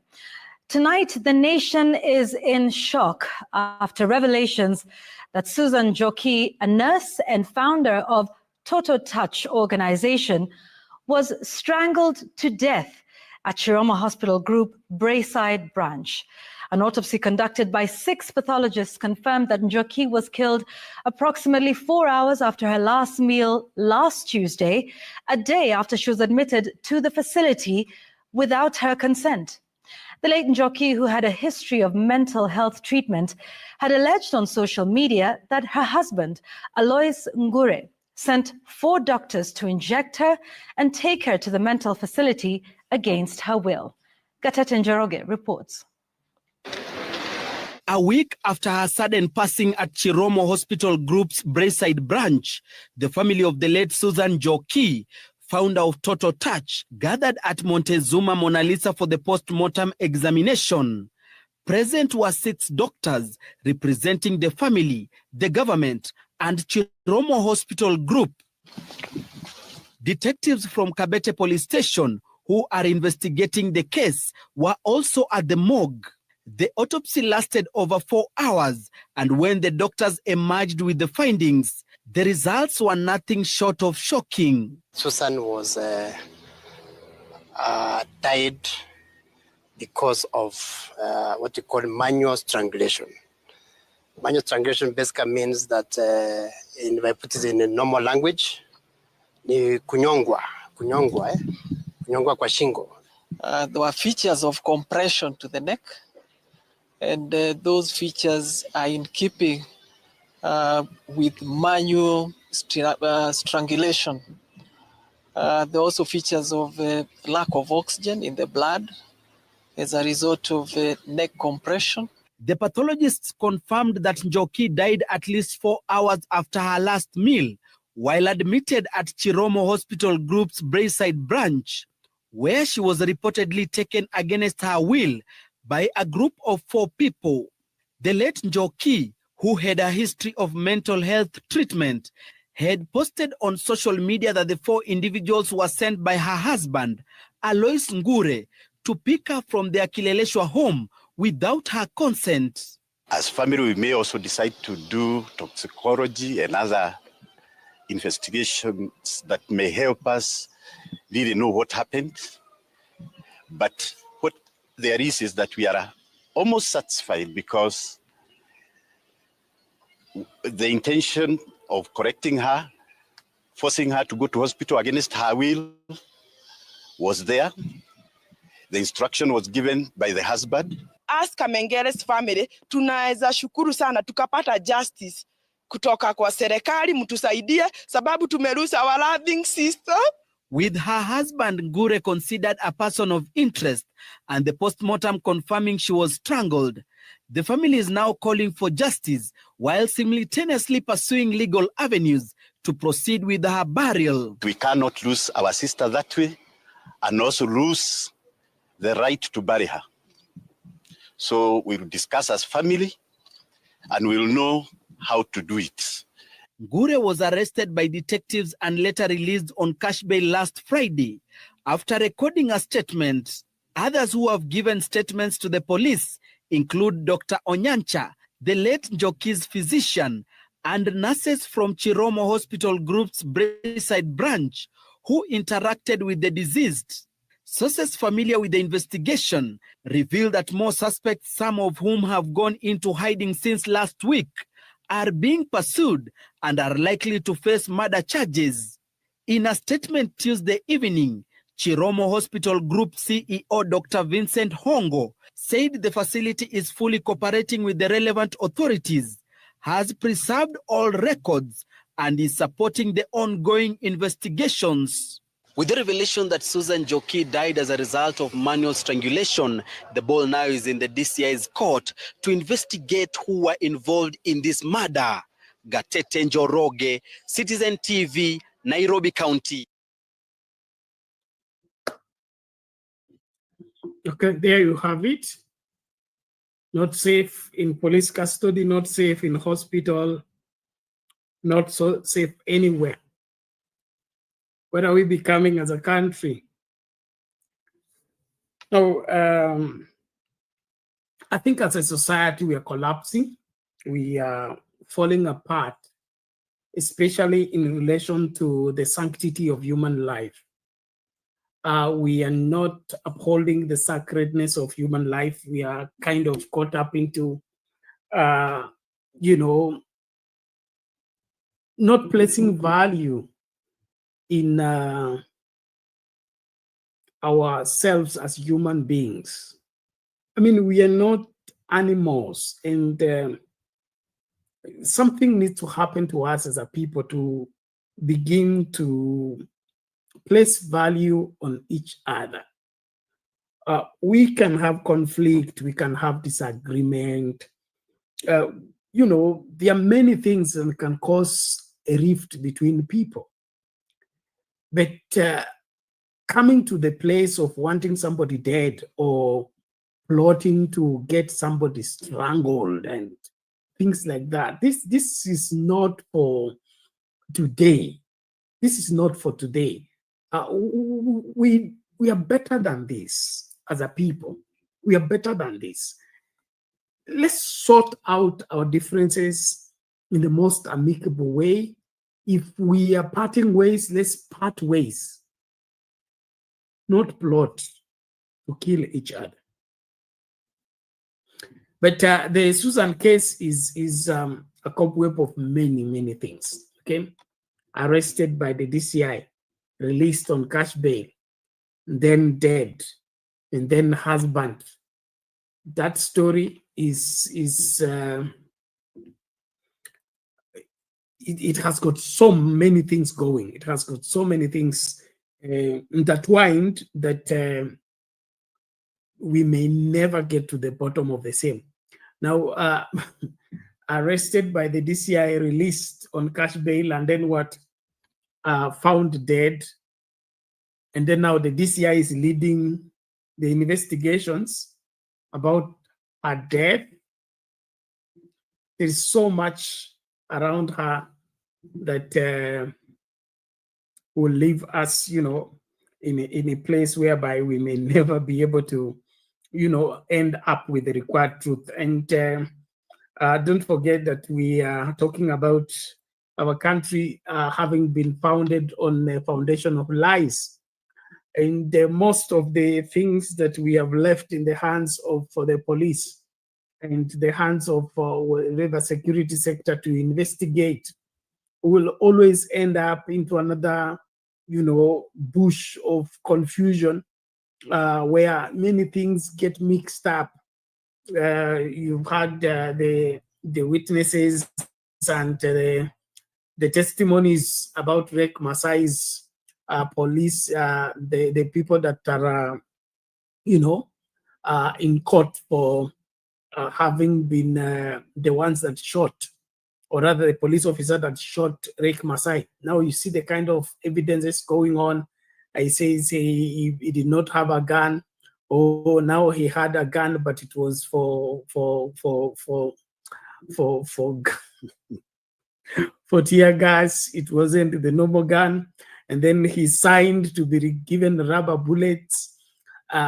So how are you being given a gun for tear gas, and then you are now given rubber bullets, and then the person who signed for it is not the one that signed for it? This is not the country we want. This is not the country we are forging for. We need to have a country where there is transparency, and where when there is a breach of law or the breach of violation, then let there be clear-cut way of addressing the issue.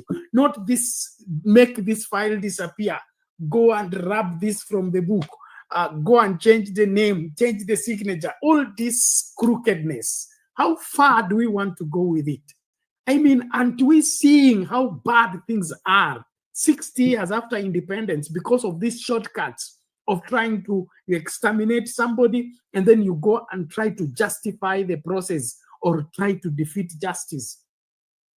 How cruel can we get? How evil can we get? I think as a country, this is not it. So let's wake up from our slumber, and we don't think that by victimizing people and taking advantage of them because you are in power, or your tribeman is in power and things like that, you don't get away with such things. You don't get away with such things. And so we pray for justice to the Susan Njoki's family, and then all the people that are affected. It is alarming, it is disturbing, and we shouldn't be here. I don't see any reason why we should be here in the first place. So as a people, let's wake up and do the right thing. The right thing pays, the right thing helps. The Bible says righteousness exalts a nation. Righteousness exalts a nation, but sin is a reproach to any people. If we want to be a nation that is respected, a nation that is honored, a nation that is dignified in the eyes of the world, we must operate within the framework of the provision of the law. And to our security forces and all the people, who are involved in ensuring that there is security, let's get out of these shortcuts. Let's get out of this shortcut. God hates, the Bible talks about an imbalanced scale. Okay, God hates an imbalanced scale. If somebody is brought to you and you judge them wrongly, you help the evil one, you help the wrong one win. You are participating into that operation of an imbalanced scale. You don't want justice to prevail. Any justice you deny somebody, any justice you miss, it is left on your doorstep. It is left on your doorstep. So please, let's take serious our responsibilities, and let's save this country from where it is headed. Let's save this country from the corruption and the messing up with the livelihood of Kenyans and the lives of Kenyans. Let's allow due process to take place, and let the wrong people be charged for the whatever wrong they have done. This aspect of trying to defeat justice tuachane nayo. Priscilla hapa anasema anasema Kenya hadi wanaua wagonjwa hospitalini. Kuna mapepo wabaya sana. Tuombe nchi. It's terrible. It's terrible. It's terrible that we have fallen so much that we don't have even a heart for people. We don't have a heart for the sick. We don't have a heart. I mean, this level of greed and this level of insisting to have your way needs to be controlled, for heaven's sake. Kukosana kupo, lakini kusifike mahala ambapo mpaka unataka kuua mtu, unajitolea kwenda kupanga mtu fulani auawe. Ni nini unatafuta? Mali? Ama ni nini?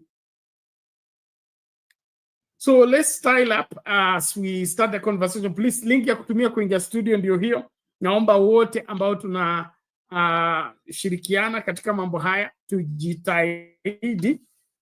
Still opening my WhatsApp to get the link for Undumani and the rest of the panelists. Naomba tuwai mapema, tusichelewe tena, tuwai mapema tukazungumze masuala haya kwa uwazi.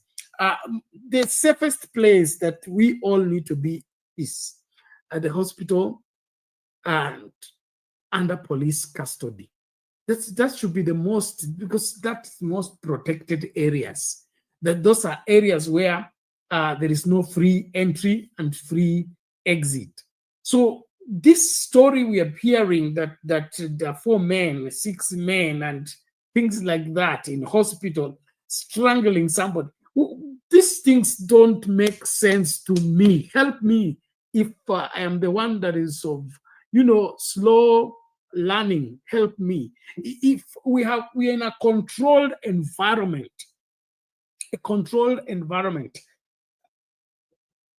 why would such things be taking place? I mean, if you're being pursued and you enter a hospital, a compound, you need to be safe. Now, if somebody is admitted in hospital, and then we get this kind of story, 4 men, 6 men, sent by who? Came and did what? Apana. We need to get out of this madness. This is not normal. And so as Kenyans, kuna vitu vingine hatuwezi kuvumilia. Okay? Hospitali, controlled area. You don't get into the hospital and out just like that. There's security checks everywhere. And then we are given this long story. These are some of the annoying things that really make me feel so bad about especially the Kenya Kwanza administration. We need as a people to we are past this. We are past this. I mean, even in the worst of the administration, the Moi administration, where we did not have government services, where government services were a privilege of the few, and all that, we didn't have this kind of stories. So how could we be having the age of CCTV, the age of, the age of CCTV, internet, technological advancement, the screening of people in and out of places is digital, is easy. How could we be failing to be able to, afford this kind of things at this time, at this point in time? That's my dilemma. That's my dilemma. Because time ya moja kukuwa na internet, time ya moja kuwa hata simu ilikuwa ile ya booth, na sio kila mtu alikuwa na simu, lakini security ilikuwa tight. Vitu kama hivyo vilikuwa vinafanyika, alafu kila ambacho kinaniudhi, haswa kinanikasirisha na Wakenya, ni kwamba tunataka kutreat case kama hii as normal. This is not normal. This is a matter that the whole of the security, wherever sector in the country, should be answering questions. The Minister for Internal Security should have resigned long time ago. These stories, we are normalizing them, and they are the ones messing up this country. So we have people shot in the street, they are called terrorists. People protesting, they are now turned into, and we take those terminologies. Murkomen amesema these are terrorists. Ruto amesema this is a terror attack and all that. Then we buy into the expressions and the terminology and forget the underlying principle that is missing. So even if the husband plotted on how to go to the hospital and do what? Strangle the wife, where were the securities? Where are the security system of that hospital who permitted these 6 or 4 men into the place? How did that happen? And when they got in, there was no any other way to see what is going on so that the matter is arrested. Mnichukia, lakini tuambiane ukweli. Kwa sababu mambo kama haya hayapaswi kuwa inavumiliwa. So Wakenya tumefanya tu, tumepata story headline, itakuwa kwa newspaper, tutasoma, tutasema the Lord giveth, the Lord taketh. Then we move on. Then we move on. And things keep going on from bad to worse, worse to worst. And then we begin to wonder, what happened to this country?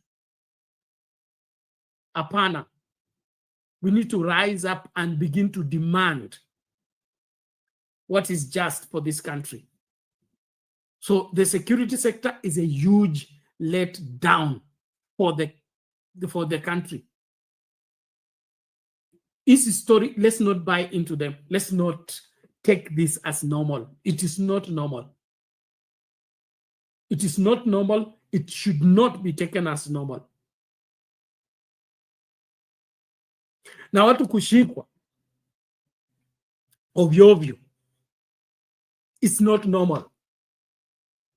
So hii kesi ni kama ile Albert tu, okay? Story mrefu tunapewa nayo, walikuwa walienda kwa sale, sijui akapigana, sijui nini, akagonga kichwa kwa ukuta, akafa, then we make fun of it and we forget it. That's where we lose it. That's where we lose it. Because if we rose up and say, enough is enough, we can't take this anymore, we need heads rolling. We need better explanation of what happened. Kukufa hospitalini by strangulation. I mean, it's not that. It should not be taken as normal. We are hardly, I see 6 months or what. You remember the guy who died in the ward in wherever Kenyatta Hospital? Public ward, a ward that has many people. Somebody came in, killed the person and left, and nobody saw the person. No. This is not a... Even a banana republic works better. So let's get talking. Thank you so much, Esther Stoll. Karibu kwa show. Naomba tafadhali tumakinike katika kutekeleza wajibu wetu kama Wakenya. Kwangu mimi, I'm very disappointed. I'm very disappointed, and we deserve better than this as a country, not this. So the question still lingers. Is it because of our lies? Is it because of accepting to be lied to? And yesterday we went down the history lane where how we have been able to be deceived so many times, especially by the government, and all of it is to make us believe a lie, let go what we should be pursuing, and eventually we're just there. We're just there. Tumefika mahali ambapo sasa tumesarenda. Tunasema liwe liwalo. Hapana. Tuwajibike kama Wakenya. Tuulize maswali mahali panafaa kuulizwa maswali. Tusikubali kuharibiwa inji tukitazama, ama inji kuharibika tukitazama. Well, with that, as I don't know where is this. Okay, let's get. There are those who are having difficulties in getting the link. Let me see how I can distribute the link In the meantime, we are taking a short break. Tafadhali karibisha mtu as we take the break. We're coming back shortly as to continue with the conversation. Thank you so much.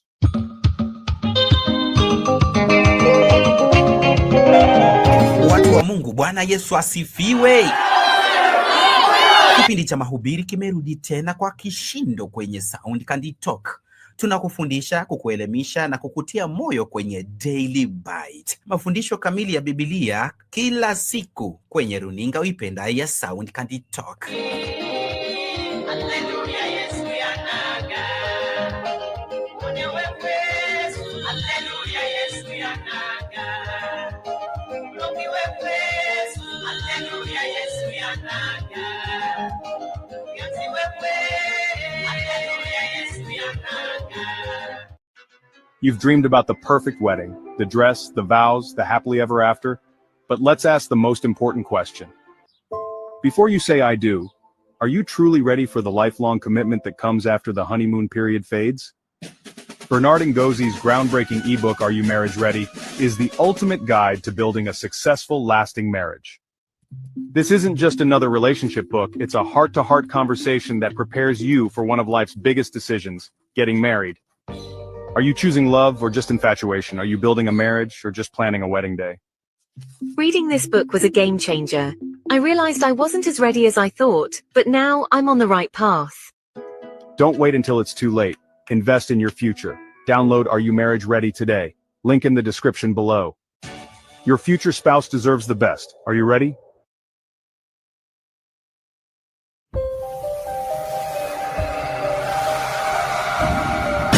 The Pharisees couldn't stand him. When they found out, they couldn't stop him. Pilate couldn't find any fault in him. Herod couldn't kill him. Death couldn't hang him. And the grave couldn't hold him. Yeah! That's my king. That's my king. Hallelujah, yes, we are now.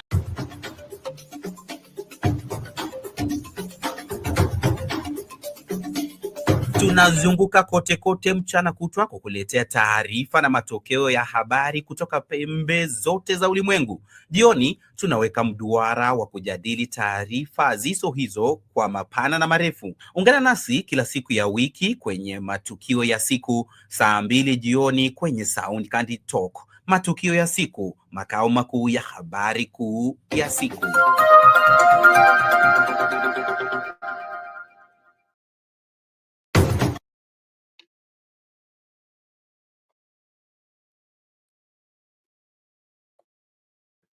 Oh, welcome back, ladies and gentlemen. Thank you so much for being part and parcel of our conversation. We are looking at the sad story of Susan Njoki, and then, of course, the cry of families that are demanding justice for those that have lost their lives in the hands of the police or by the mismanagement of the security. The outrage is building up in the country, and we dare not take this lightly. We better wake up and realize that if we don't manage the situation rightly, it could just end up into a place where we can no longer control it. And so all the people that are charged with the responsibility of ensuring the welfare of the Kenyan people, please take your work serious. Stop all the political games you're playing and focus on doing what you're required to do. Kenyans are paying you to do what you're required to do, not for you to come and play political games and pretend to be, working when you know you're not working.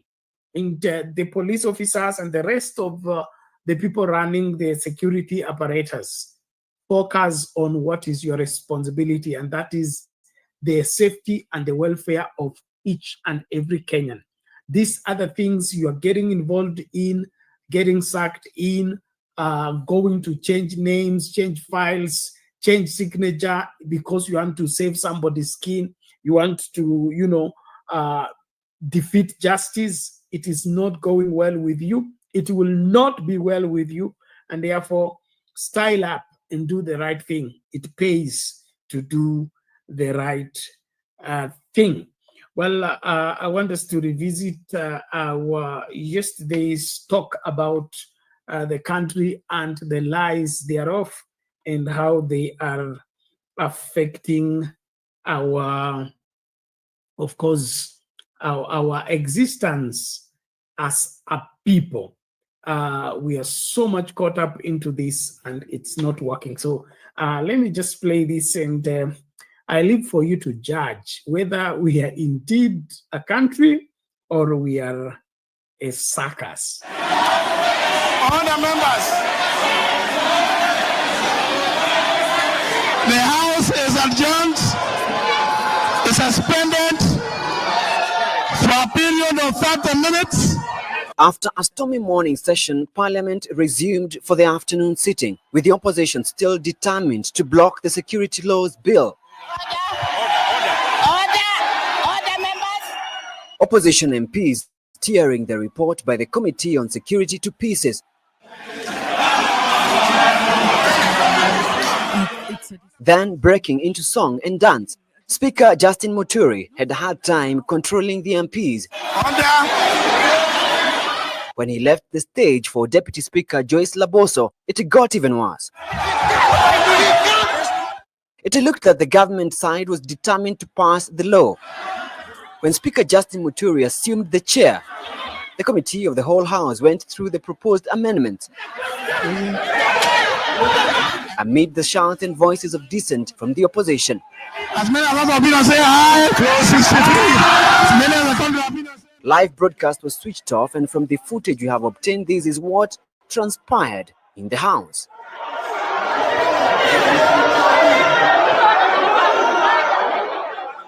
Outside the chambers, CORD senators were back trying to force their way into the House again.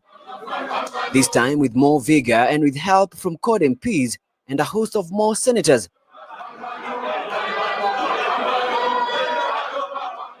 Drama and confrontation followed. It was the measure of might between them and the police. The magnitude of the shame that has descended on the National Assembly today, coming down to this. Police are inside the Parliament and they're preventing senators from accessing the National Assembly. In the chambers, nominated MP Johnson Sakaja raised a voice of reason that the dignity of the 11th Parliament was in danger. I think it makes sense that we take sobriety as a house. We listen to each other. The mess, which is the symbol of power, was heavily protected. The Speaker was forced to reorganize the order. With the confrontation, a very important law that seeks to bridge the security gaps in Kenya was passed. As many of us have been saying, "Hi, close 63." As many of the country have been saying, "No bill." After the bill passed, Jubilee MPs came out chanting a song of victory, mocking the opposition.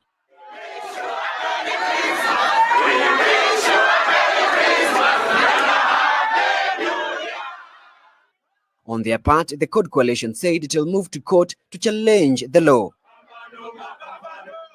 The civil society out there and ourselves are headed to court to strike out this legislation for being unconstitutional in content and unprocedural in the manner in which it has gone through the chamber.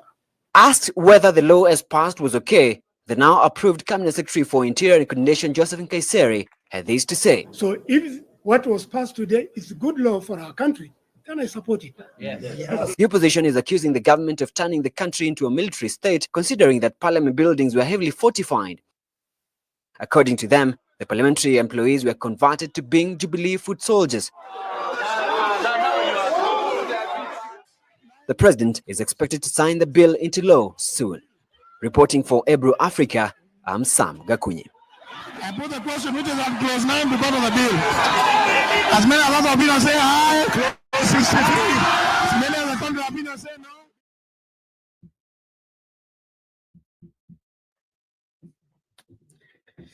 Okay, that's an old clip, but we are looking at the lies by which we exist as a country. And probably the reason why we are not moving as fast as we ought to. Now, I want you to look at that scenario and imagine that that is the environment where a law is debated and passed and made law. I mean, is that how it's done? If there is a riot, there is people talking at each other, and it's all commotion. What was the urgency of passing the law in such a way that nobody wants to know what is the content of the law and the procedure by which it's coming? But I want you to see how the Speaker of the House and the determined members of Parliament in ensuring that this law passes without scrutiny, because that's what is going on here. This law passes without scrutiny. This law passes without question. This law passes without anybody changing anything on the same or questioning anything. It's in this why we are where we are as a people, that we allow such things to get away with. Okay? This kind of a law, it has come from this chaotic environment. There is no way it can be accurate. There is no way it can be within the framework of consistency with the Constitution. But what happens? We allow such things to pass. And when they have passed, we now begin to sit back and begin to ask why. Why is the country not in harmony? Why are our young people on the street? It is these ugly sins and this irresponsible approach towards handling Kenyan cases, Kenyan situation, that is messing us up. So our really problem, wanasema kikulacho kinguoni mwako. I don't think our problem is abroad. Our problem is not coming from outside. Our problem is within us. When we allow such things to happen.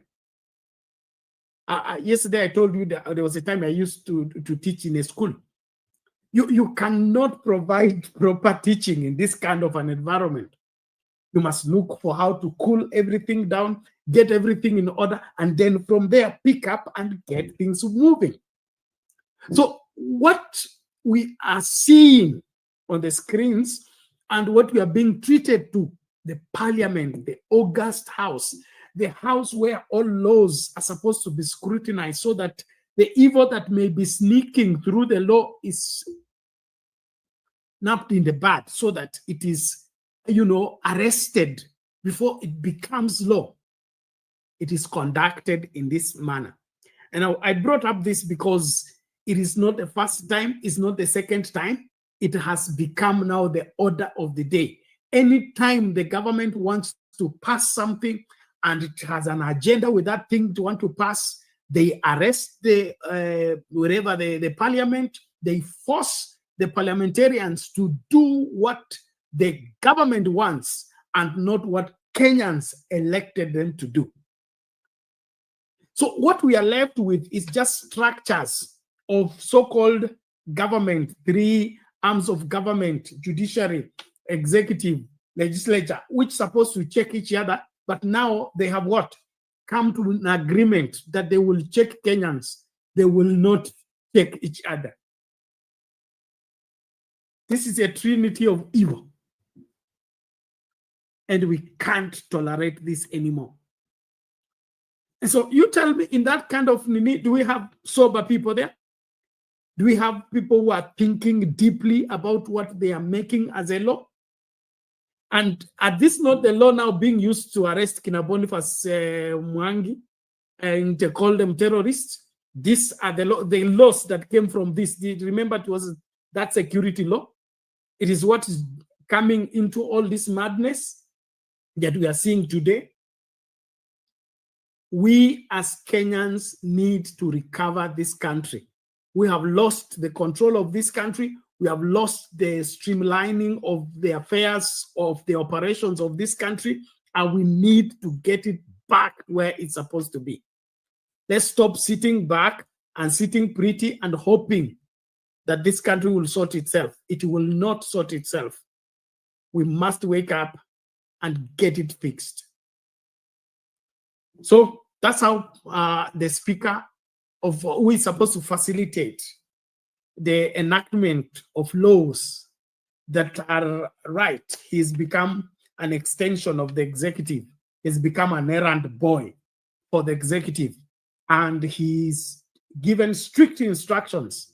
The laws must pass the way they are. Nobody should say anything otherwise. So we allow evil to get in, and then we jump out. I need not to remind you that Muturi you're seeing on the floor of the house is now with Wamunyoro, okay? And they are all saying government is bad, okay? The abductions, the detention, forced disappearance is all bad. But who presided over bad laws, okay? Bad laws that makes these bad things take place, and then they have an escape route in the law. It was Justin Muturi. You have been given a responsibility, a huge responsibility, to act in such a way that you are safeguarding every Kenyan in the legislation that you are making. Instead of you taking that your responsibility serious and safeguard the welfare of Kenyans, you are there being, you are there being an avenue for allowing evil to prevail. You are there, using that office to do what benefits you in the moment as you sell the country. So some of the things that we are suffering today are coming from this, messy and thought through past laws. And now somebody goes to seek justice in court, he can't get because there is an injustice. There is an unjust law that defends the ills that are being visited on Kenyans. And this is my message to Kenyans. Please, don't elect idiots. Don't elect people that are unfaithful, people that cannot be depended upon. Let's get reliable people. Kenya is not short of smart, intelligent, integrous people. Let's come out of this party loyalty and ethnic group loyalty and regional loyalty and begin to scrutinize the people we are sending to parliament. We can't be having this crop of parliamentarians who care less about the country. They care less about Kenyans, and all they do is do a bidding because they have been given, it was alleged that they were given 2 million to pass the finance bill. I mean, collect the money using the office that you've been elected into and then sell the very people you are supposed to go and represent. That's not it. So as Kenyans, let's take lessons. So these are some of the lies that we are treated to, that the law has gone through the due process. It has gone through first reading, second reading. It has been debated. We are having very strong, well-researched laws coming from parliament. Is this how it is done? You see? So let the lies die. Let's embrace the truth. Let's do what it's what will outlive us, not this issue of right now.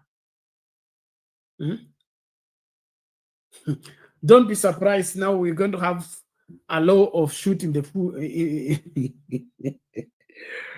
shoot people in the leg.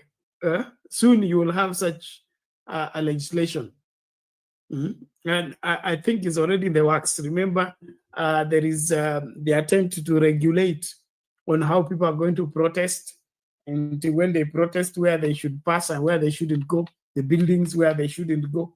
See, that kind of imagination and that kind of thinking is what is driving some of the parliamentarians And all of it, they are looking right now. Nobody's looking at 10 years from now.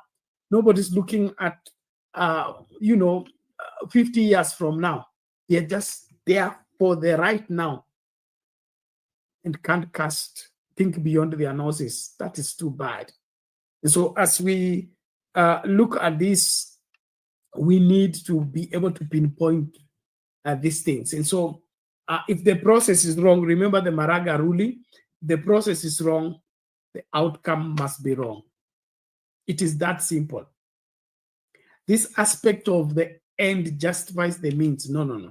If the process is wrong, the outcome is wrong. And so if the laws are not debated properly, scrutinized properly, checked against the law, checked against history, checked against the traditions and the values of our people, those laws will never work. And that's why Jakindube here keeps telling us this copy-pasting things that we don't know where they are head or tail, we don't know their origin, is what has messed us up. We can't fit in somebody's shoe. So let's cut our own shoe the right way and function within that particular aspect. And so the parliament is supposed to be a place of stopping an evil. If that evil has been imagined, that evil has been hatched. The parliament is not a rubber stamp. The parliament is supposed to be a sieving place. And of course, I will call on, of course, my biblical experience. There is this time when Elijah, the prophet, is supposed to exit, and he's given a responsibility to go and anoint 3 people so that they will carry on the mandate or their mandate while Elisha is gone. And he's told to go and anoint Hazael, go and anoint Jehu, and I think another guy, can't remember his name. And then he says, anoint Hazael to be, I think, king over Samaria, and then Jehu to be king over Israel, something like that. And then there was a guy who was anointed to take the office of Elisha while Elisha is gone. And the expression that I love there is the order, okay? It says, and it shall come to pass that whatever escapes Hazael, Jehu will slay, okay? And whatever that will escape Jehu, this guy will slay. That's how the reason why there is executive, there is judiciary, and there is parliament. So that if something has escaped the executive, the parliament should be able to arrest it, okay? And if something escapes the parliament, the judiciary should be able to arrest it. These things these 3 arms of government are not supposed to be job opportunities that have found my job, so I'm protecting my job. No, these are supposed to be safeguards that if something, the executive has allowed something that is not right for the country, the legislature is supposed to arrest that thing and stop it. And if anything passes from parliament that is not good for the country, the judiciary should be able to arrest it. That's the order of functioning. But what are we looking at? We're just looking at executive is to give us president, deputy president, and cabinet secretaries and permanent secretaries. We are looking at it as the country has provided jobs, okay, for people to work in the executive. Then we have also created the legislature to get people jobs, to go there and make noise. And then we have also created the judiciary to give people jobs. That is not it. The purpose for the 3-arm government or 3 arms of government is for safeguards. It's for safeguards. And that is why I was very angry with the Supreme Court in the way they handled the petition for elections of 2022. The Supreme Court is not supposed to be a rubber stamp. the Supreme Court is supposed to be another safeguard. In fact, the last safeguard. The last safeguard in the sense that if somebody wants to run for president and he has bad qualities or he's not qualified, number one, the IEBC is supposed to scrutinize the person. One, that person is supposed to come with what's called certificate of good conduct. That certificate of good conduct is given by the DCI, okay? The DCI is supposed to check this person in his history, in his behavior, in his conduct, and if they are satisfied that he's fit for public office is when they issue him with what? Certificate of good conduct.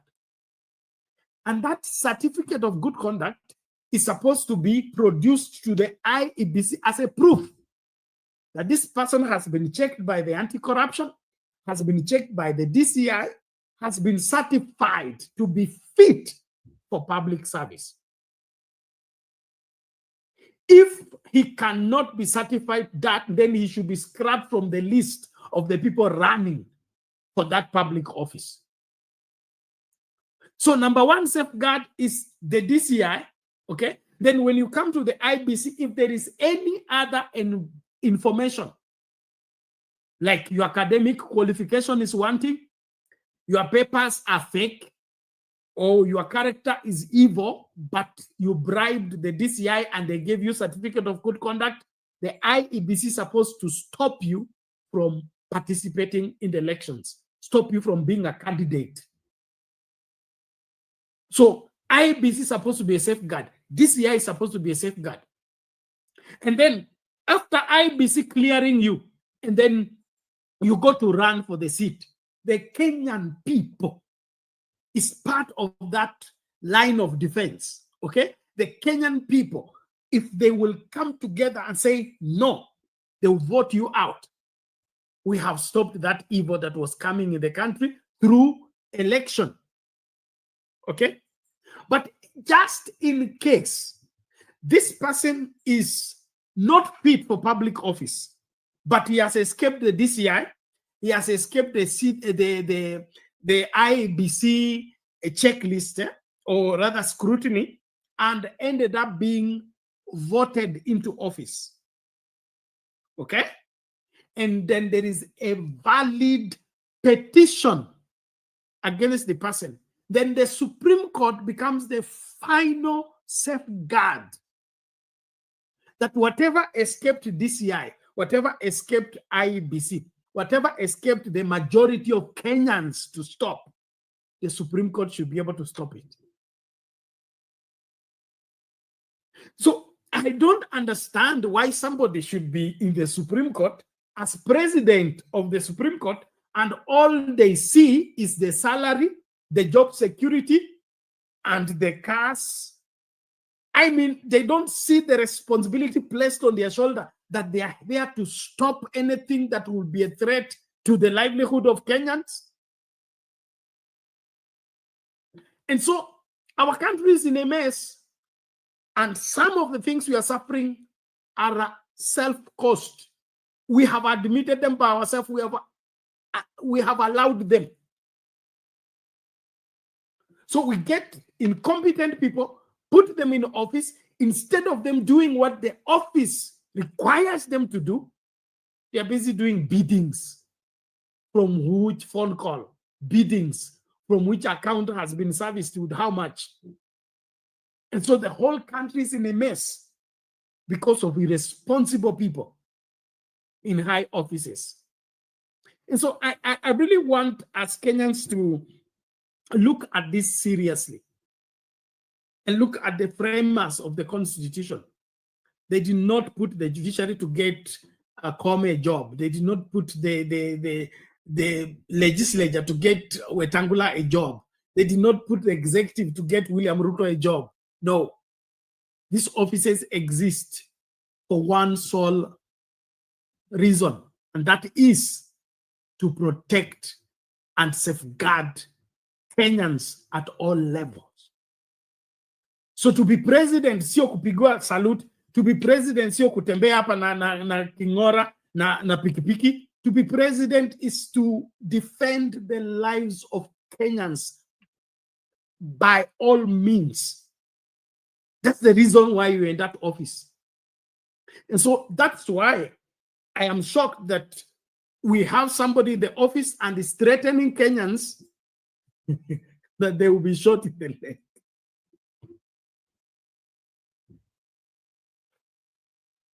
Oh my God. Well, I'll take a breather as I wait for this, my friends, to come. Wale watu mnakuja studio, ebu wahi mapema. If not, I'm calling it a night just in a short while. But it's important that we look at these things. It's important that we look at these things. So the president is in the office to protect Kenyans, to protect Kenya, to ensure everything flows rightly in the interest of Kenyans. That is the reason why the president is in the office. That's the reason why there is the judiciary. That is the reason why there is the legislature. Any other way of being in that office for salary, for pay, for privileges is misplaced priority. So these safeguards that have been placed must be engaged for this country to be safe. And then when they become conduit for passing evil and allowing evil, then we are doomed as a people. So let's wake up to this reality and be able to do what we must do, and that is save this country from what is imminent by reason of irresponsible leadership. And so uongo huu wote ambao tumekubali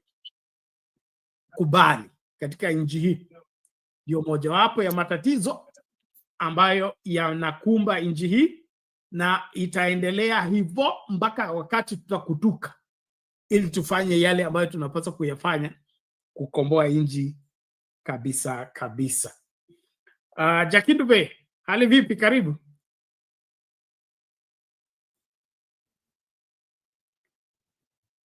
Dadi, hatukupati sauti.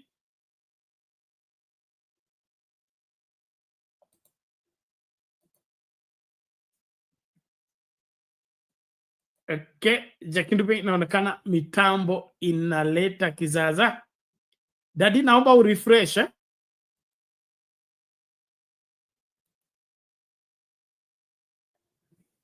All right, as Jakindube sorts out the technical problem, I just want to emphasize that, and it's that important. It's that important that institutions should have all those safeguards. All those safeguards.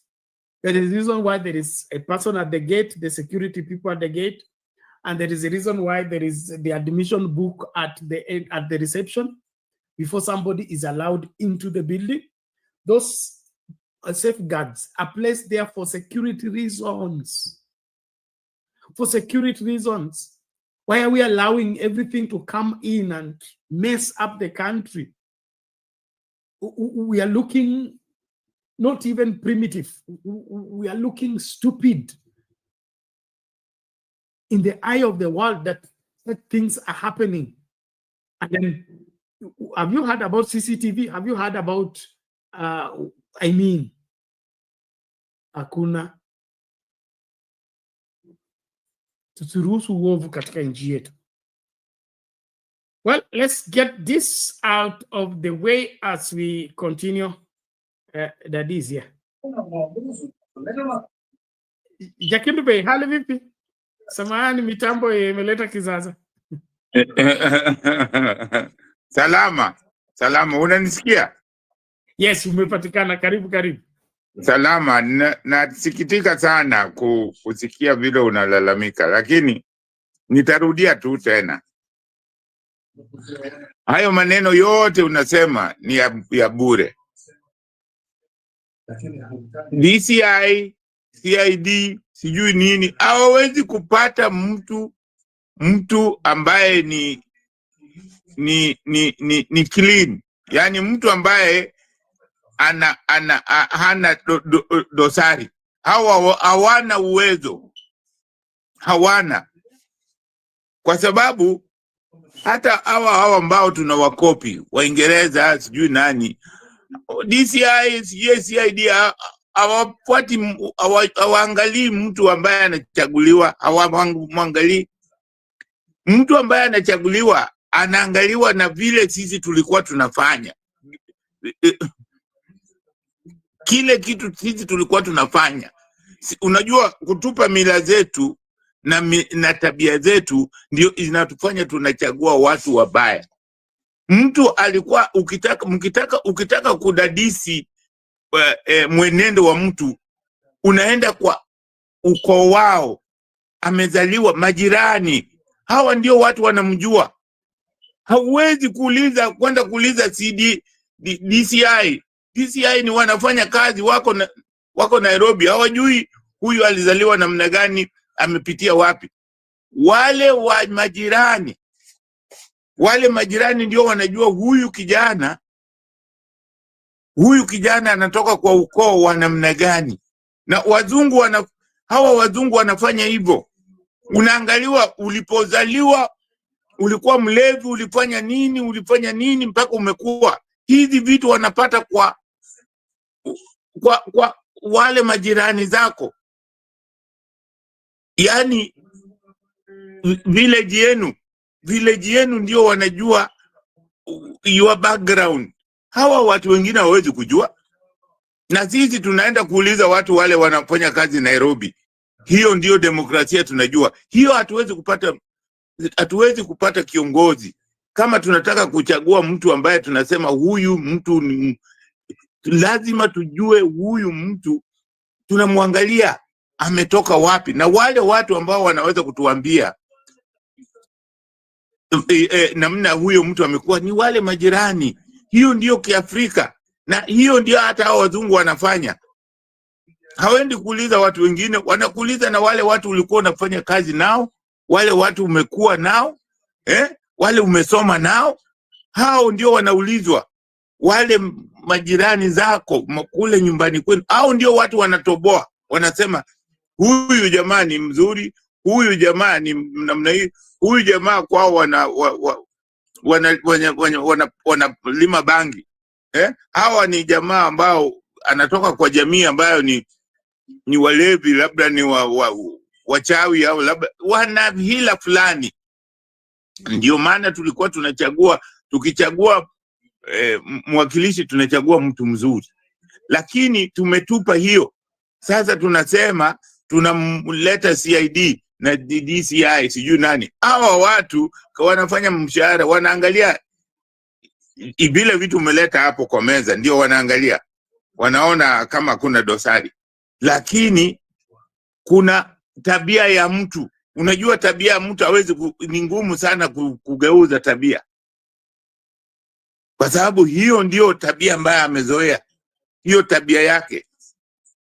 So ni lazima tuangalie tabia huyu mtu, bila kuangalia pesa, bila kuangalia kazi, tabia ya mtu.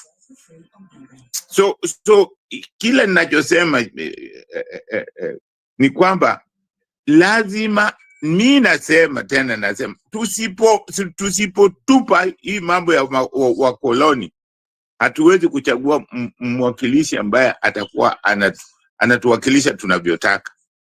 Hatutakuwa na kiongozi ambaye atakuwa anatusikiliza, kwa sababu hawa viongozi ambao tunawachagua kwa maono ya wakoloni. Hawa wanafanyia wakoloni kazi. Hakuna mageuzi yoyote wamefanya. Hakuna kabisa mageuzi wamefanya hata kidogo. Hawa watu ambao tunasema tunataka demokrasi, demokrasia gani? Unaua watu wako, unawapiga na risasi, na hao watu, hiyo constitution imesema uwalinde. Unawapigaje risasi? Na hao ambao unawapiga risasi ni vijana, si wazee, ni vijana ambao wanafaa kujenga nchi. Sasa ukiwaua, na nchi itajengwa na nani? So unaona hawa watu ni watu ambao hawana thamini, hawana nidhamu, ni watu ambao wanafanyia makaburu. Ni watu ambao wana fikara za kikaburu, na hizo fikara za kikaburu hata sisi tunazo, kwa sababu tumeshindwa kuangalia ni ipi tunatakiwa kufuata. Tunatakiwa kufuata mila za watu wengine au mila yetu, kwa sababu mila yetu tunaambiwa ni mila za kishetani, haziambatani na mambo ya kisa. Na hawa wazungu hawajaacha mila zao, wanaendelea na zile mila zao tu.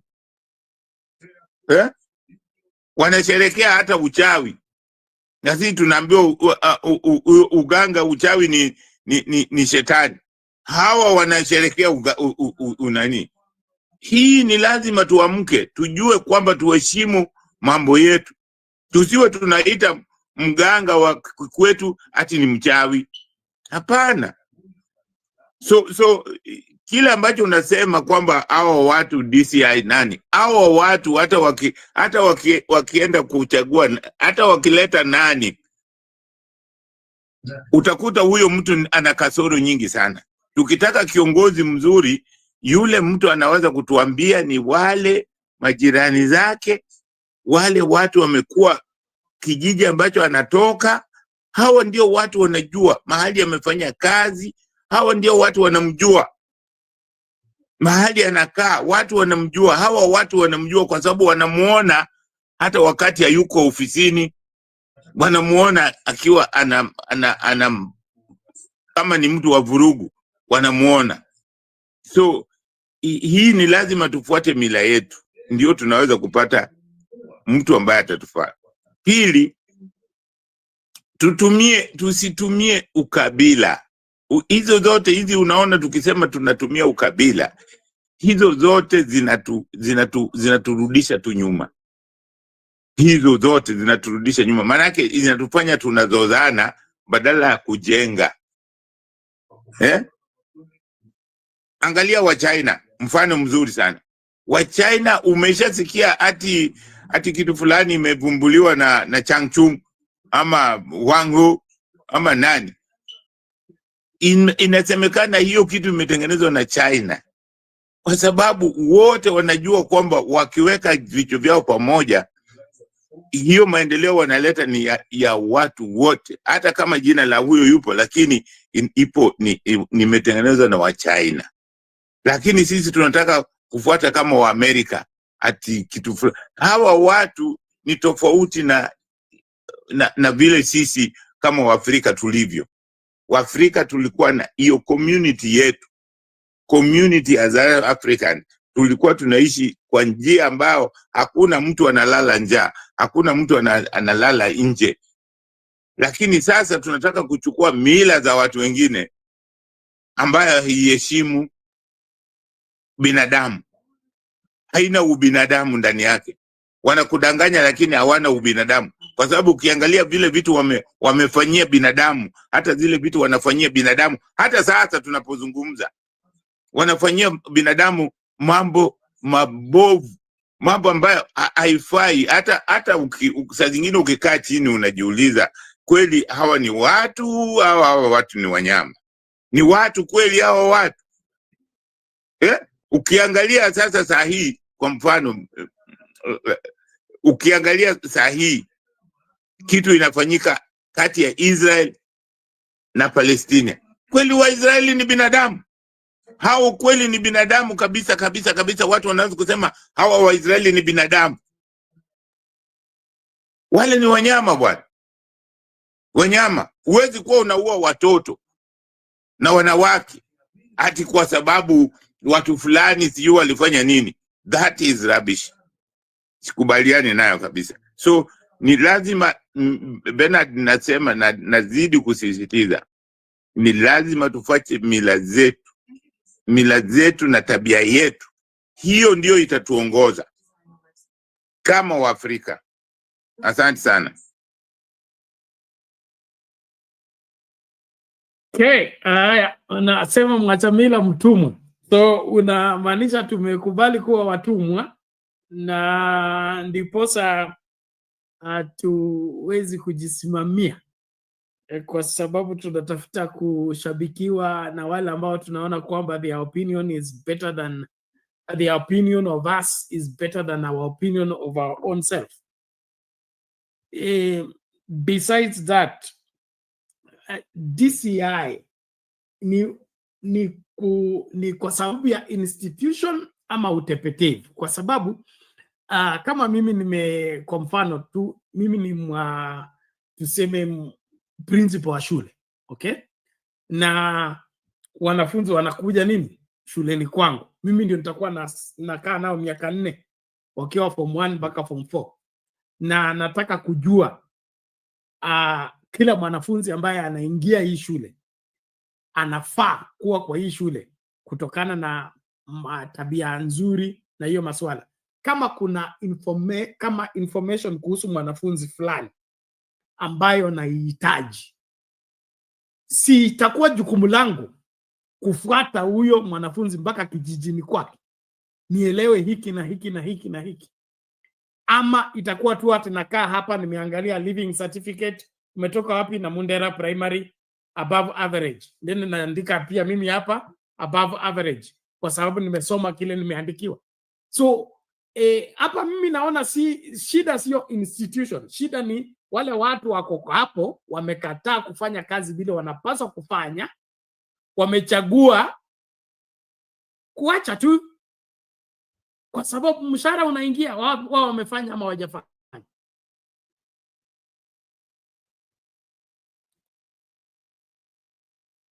Bernard, ukiangalia kwa hali ya hao watu kufanya kazi, hawana time ya kwenda huko kuangalia huyu jamaa alisoma shule gani. Hata kama alisoma, kwa mfano wewe sasa uko kwenu ni huko Vokoli na wewe umesomea Mombasa, watajuaje tabia zile ulikuwa unafanya ukiwa mtoto mdogo huko? So wanaona wakikuuliza walimu hapa ndio watajua. Ndio maana nasema sisi kama Wakenya tukitaka kiongozi awe ni mtu wa namna gani, ni jukumu la sisi kama wananchi kugather hiyo problem. Inatakiwa tuwe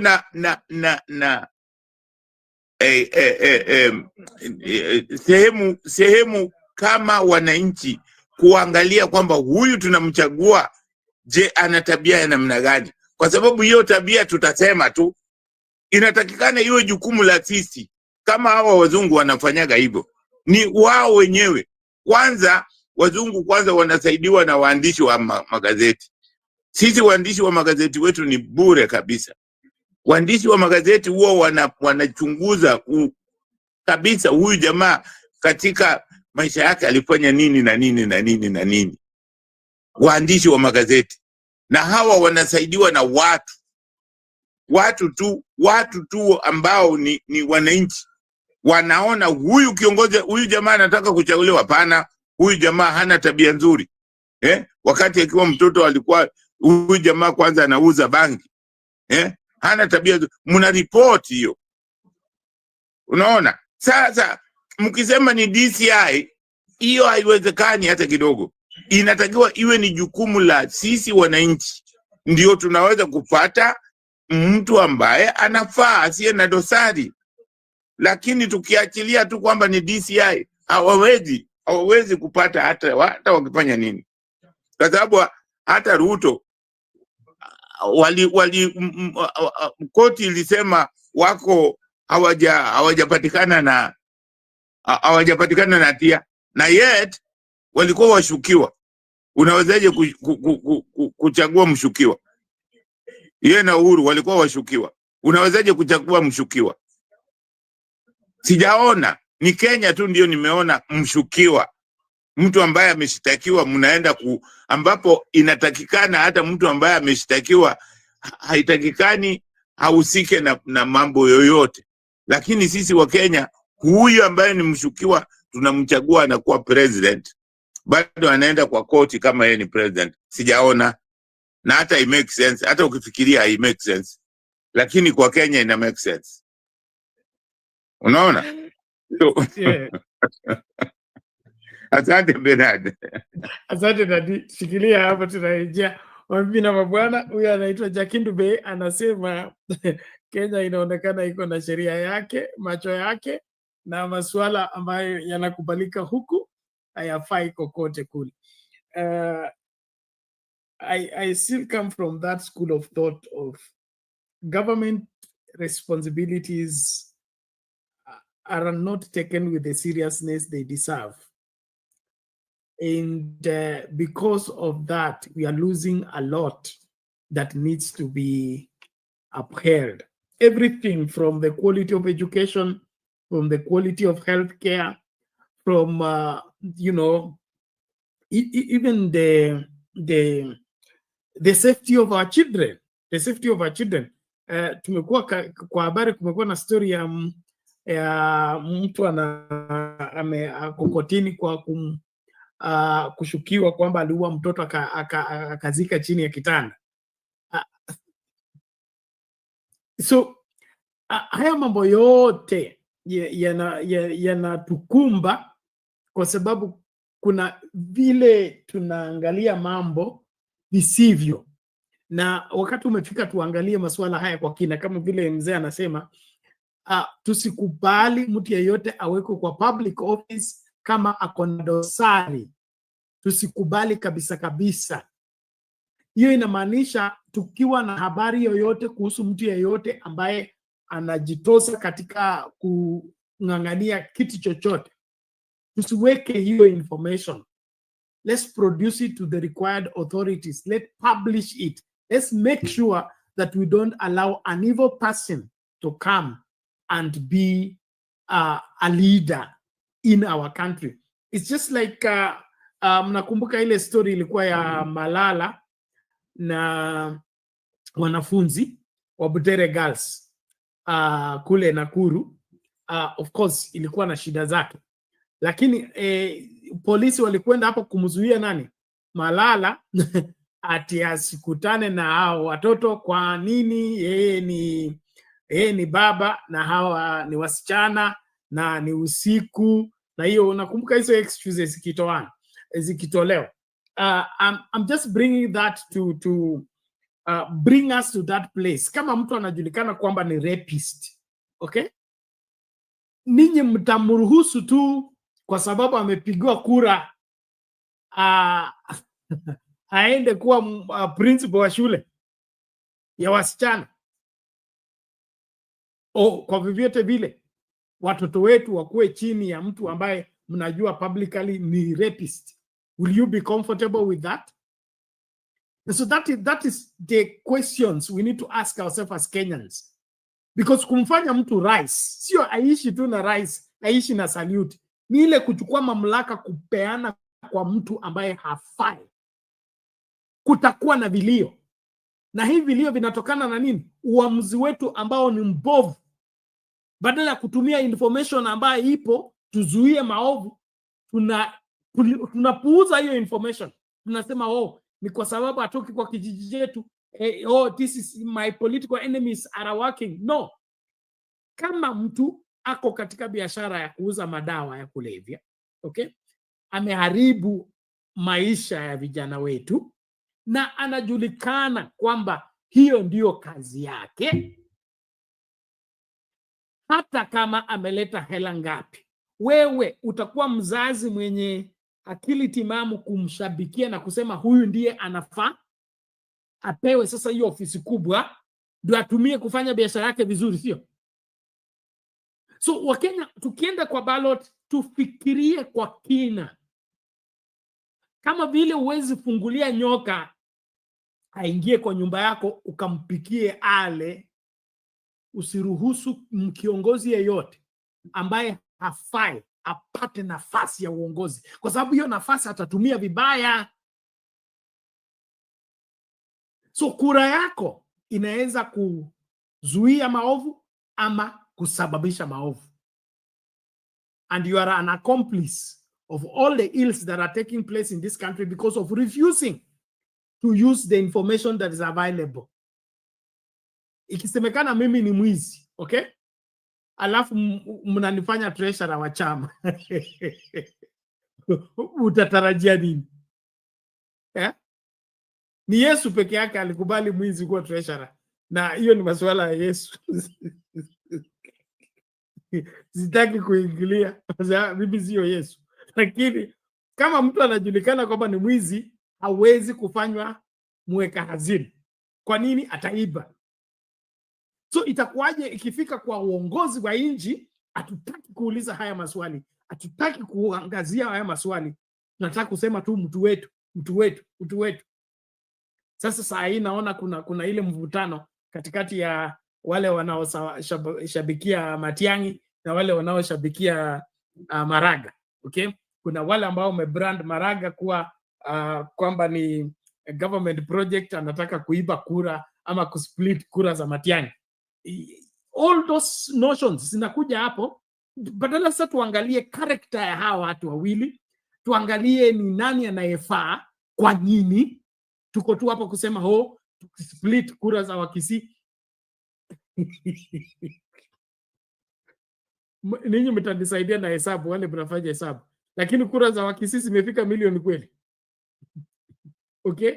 So zikiwa split into two, okay? Tuseme I think Kakamega we have Western region, I think we are what? Is it 3 million or something like that? So up they are 800,000 or 1 million there about, 1.2 there about. So if they are split into two, there will be 600. Will 600 make anybody president? Will even 1.2 make anybody president? So we want to lose the whole debate about the character of these two people to the issue of mtu anataka kupasua kura. Anataka kupasua kura. Anataka kugawa hizi kura. The issue sio kugawa kura. The issue is huyu mtu mnataka kuweka kwa ofisi ako na tabia ambayo inaweza kukaa kwa hiyo ofisi na ashughulikie kila Mkenya. That's where the question lies. And so we are all sucked into, Maraga is a spoiler. He's spoiling for Matiang'i. Matiang'i has just proposed he wants to be on the ballot. He is not president yet. And there's no guarantee he's going to be president. That's why the presidency is open for everybody.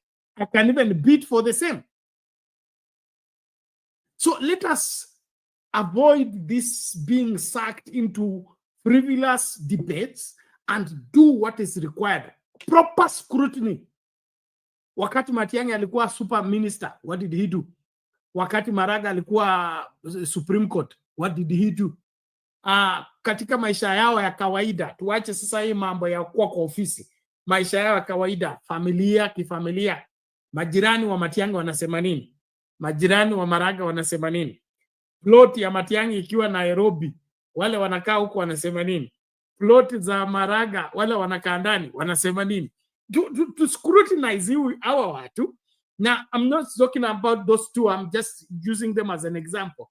I want everybody, including Wamunyoro. I heard Wamunyoro anasema is now a credible candidate. He can become president. No problem. All these people who are saying they want to be, they can be. We scrutinize each one of them. Wakati alikuwa DC, what did he do? Wakati alikuwa DO, what did he do? Wakati alikuwa deputy president, what did he do? How did he handle protests? Haya mambo yote ni muhimu yaangaliwe ili tukifanya uamuzi kwamba ni huyu, tunachagua karakta ya mtu na tunachagua mtu ambaye anaweza kulinda nchi. Si ati huyu kuna wale wanasema Maraga ni mzuri lakini hana kura. Si ndio anaomba kura. So unasema Sifuna ni mzuri lakini hana hiki na hiki. Basi kile ambacho hana mpe kwa sababu ni mzuri. That's the whole reason.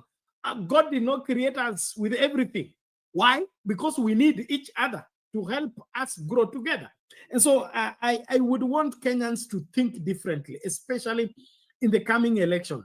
Usichague mwizi. Usichague mtu ambaye ni tout. Okay? Now I'm putting that in quotes. I'm talking about what is it called? The goons, okay? Because we mtu ni goon and is unhandleable, is violent, he has dominated people through violence, and then mnasema wewe ndio anakuwa MCA.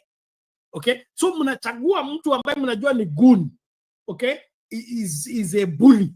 He is a molester of everybody, then you make him MCA. What do you expect? So let's forget everything else and scrutinize everybody according to their character before we give them public service. Let me quickly play this video, and then Daddy can take it as we begin to wind up. Let me see this. This is... Activist Boniface Mwangi is expected to be arraigned in court on Monday to face terrorism-related charges, and this follows his arrest on Saturday. Mwangi, who is being held at the Pangani police station, is accused of facilitating terror activities linked to the anti-government protests that were held on June the 25th. Police say they recovered ammunition and unused tear gas canisters during his arrest. On Sunday afternoon, a group of activists gathered outside the police station demanding for Mwangi's immediate release. They condemned the charges as politically motivated. Ben Kiri has those details.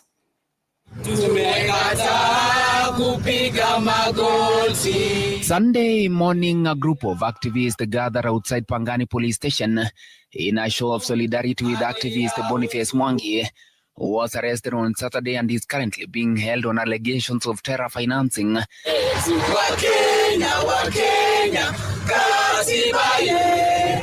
Chanting slogans of solidarity, the activists called for Mwangi's immediate release, dismissing the charges as politically motivated and part of a wider government crackdown on dissent. They described the accusations as trumped up and without merit. We can confirm and we can state with no uncertainty that those are things that Boniface did not have in his possession. Those were not things that were in possession of his office, and those are not things that were brought to our attention. So we do not know why they are saying now that they're coming out with terrorism charges, but we will deal with this head on. I mean, that is why we are here, and that is why we will continue to do whatever it is that we are needed to do.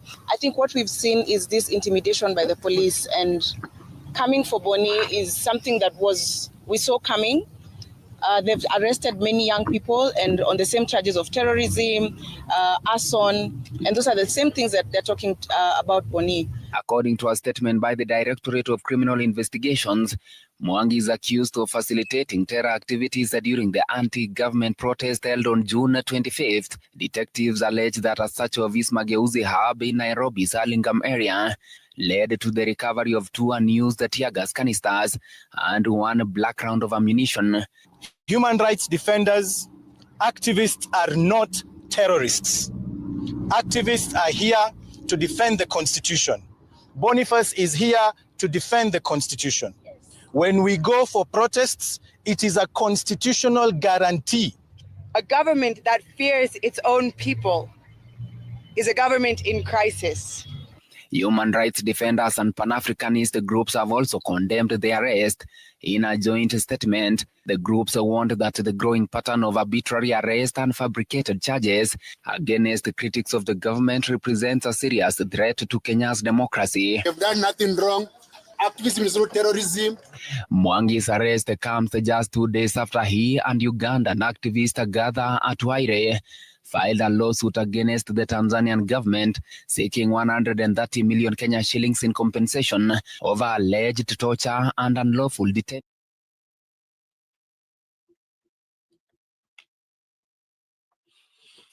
Okay, Daddy, karibu tu sasa. Bernard, niambie huyo na Kenyatta na kina Chengo Neko, utofauti iko wapi? Niambie kama kuna tofauti, labda mimi sijui, lakini tofauti iko wapi? Kwa sababu mambo ya terrorism, Mwangi unawezaje kumshika hati yako terrorist? Hii mambo ya upumbavu wa mwisho, mambo ya kijinga. Kama nikikwambia kwamba tuko chini ya mkoloni ambaye ni mweusi, watu wanasema pana. Sasa Mwangi amefanya nini? Mwangi ana uwezo gani wa kushikwa ati ameshikwa na tear gas? Tear gas ni bomb watu wetu ni waje. Sasa uniambie kama saa hii anashikwa, tofauti yake na Kenyatta na wakina Oneko wale walishikwa wakati wakapanguria 7, iko wapi tofauti? Iko wapi? Kwa sababu hata wale walirundikiwa kwamba walikuwa terrorist, walikuwa magaidi. Niambie iko tofauti gani? Where is it? Tofauti hakuna. Tofauti hakuna. Kwa hiyo hawa Ruto na serikali yake bado wanatumia mambo ya ukoloni, na ndio maana bado ukiangalia kitabu cha Jaramogi kwamba uhuru hatujapata, not yet uhuru, kwa sababu tukitaka kuwa watu huru ni lazima tuwe huru, tusiwe na string attached na serikali yoyote ya kikoloni. Hakuna, tukate hizo nani zote vile Ibrahim anafanya. Ibrahim sasa wanampiga, hawampendi kwa sababu anakata hizo mambo ya ukoloni. Amesema hata hiyo mambo ya sijui election commission ameivunjilia mbali, amesema ni upuzi mtupu, haoni inafanya nini. Hizo miaka yote, miaka 27 kulikuwa na hiyo commission of independent commission, lakini kwa nini walikuwa uchaguzi ilikuwa hawezi kuchagua mtu mwingine, ni mtu mmoja tu. So hizo ni vitu ambavyo ziko na mizizi za ukoloni. Hizo mizizi lazima tukate. Sisi commission zetu ya Kenya ya election tumebadilisha mara ngapi, na kwa sababu iko na mizizi ya kikoloni bado hiyo kwa kweli hiyo ndio kitu haitufai. Hiyo election commission haitufai because it does not give us results ambayo tunataka. Yenyewe haina hata ethics ya kusema hatuwezi kama ukiwa na dosari hatukuweki hapa. Haina hata ichunguzi chochote. Ukishapeleka pale jina na pesa, basi tayari wewe unachaguliwa. So hizi ni vitu ambavyo ni vitu ambavyo mikono ya mkoloni ziko ndani.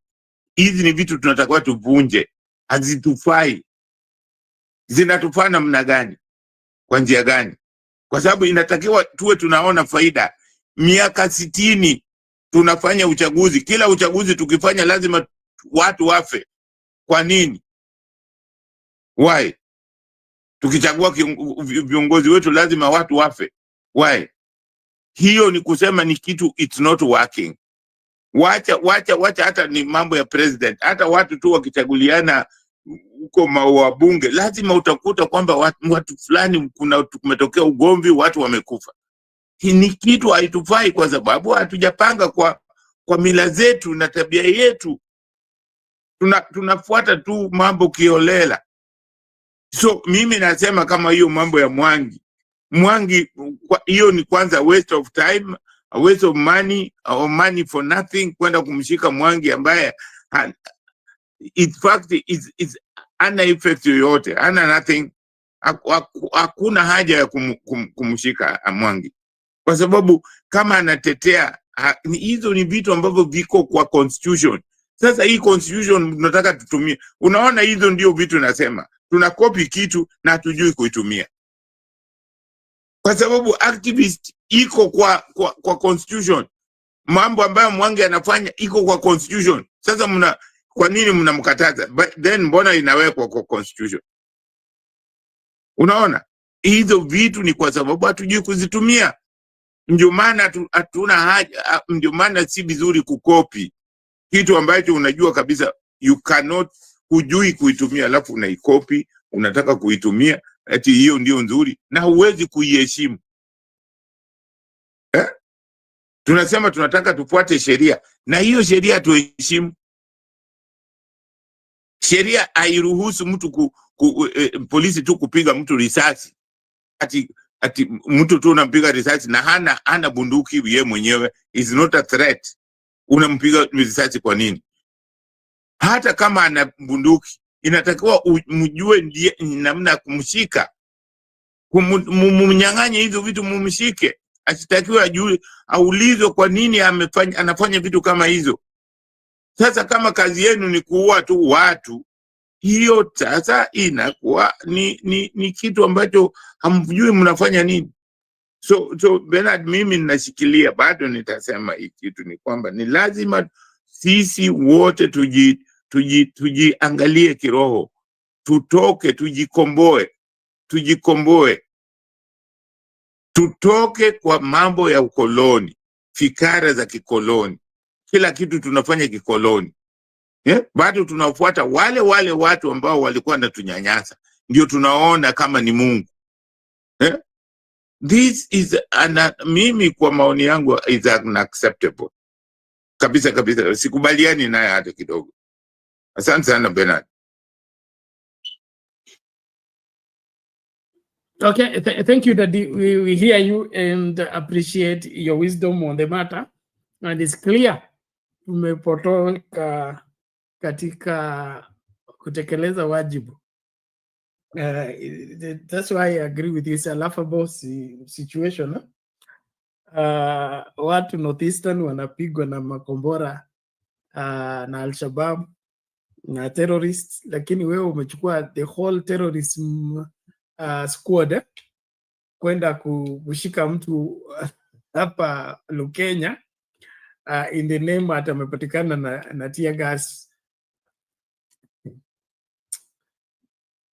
I think our country is in a mess, and Wakenya tufikirie na tubadilike, tusijipate tena katika uongozi kama huu ambao unatumia nguvu ya Kumekucha alitumia mfano kwamba unatumia nyundo kupigana na inzi.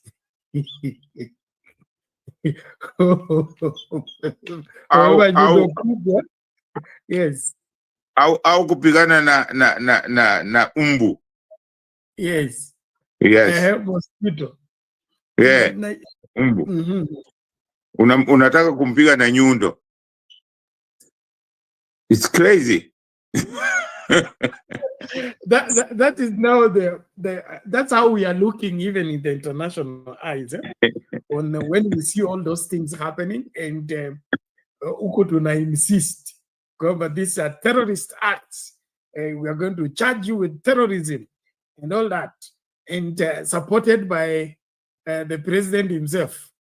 Let's just hear this as we begin to wrap up. The police are trained to deal with criminals. They are not trained in parenting. So, if you surrender your children to the police, what do you expect? No, please. Every parent, including me, I take time to parent my children, and so must everybody.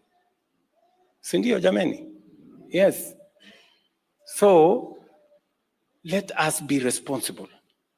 Let us, and I've told you, Watoto wetu is the biggest asset we have.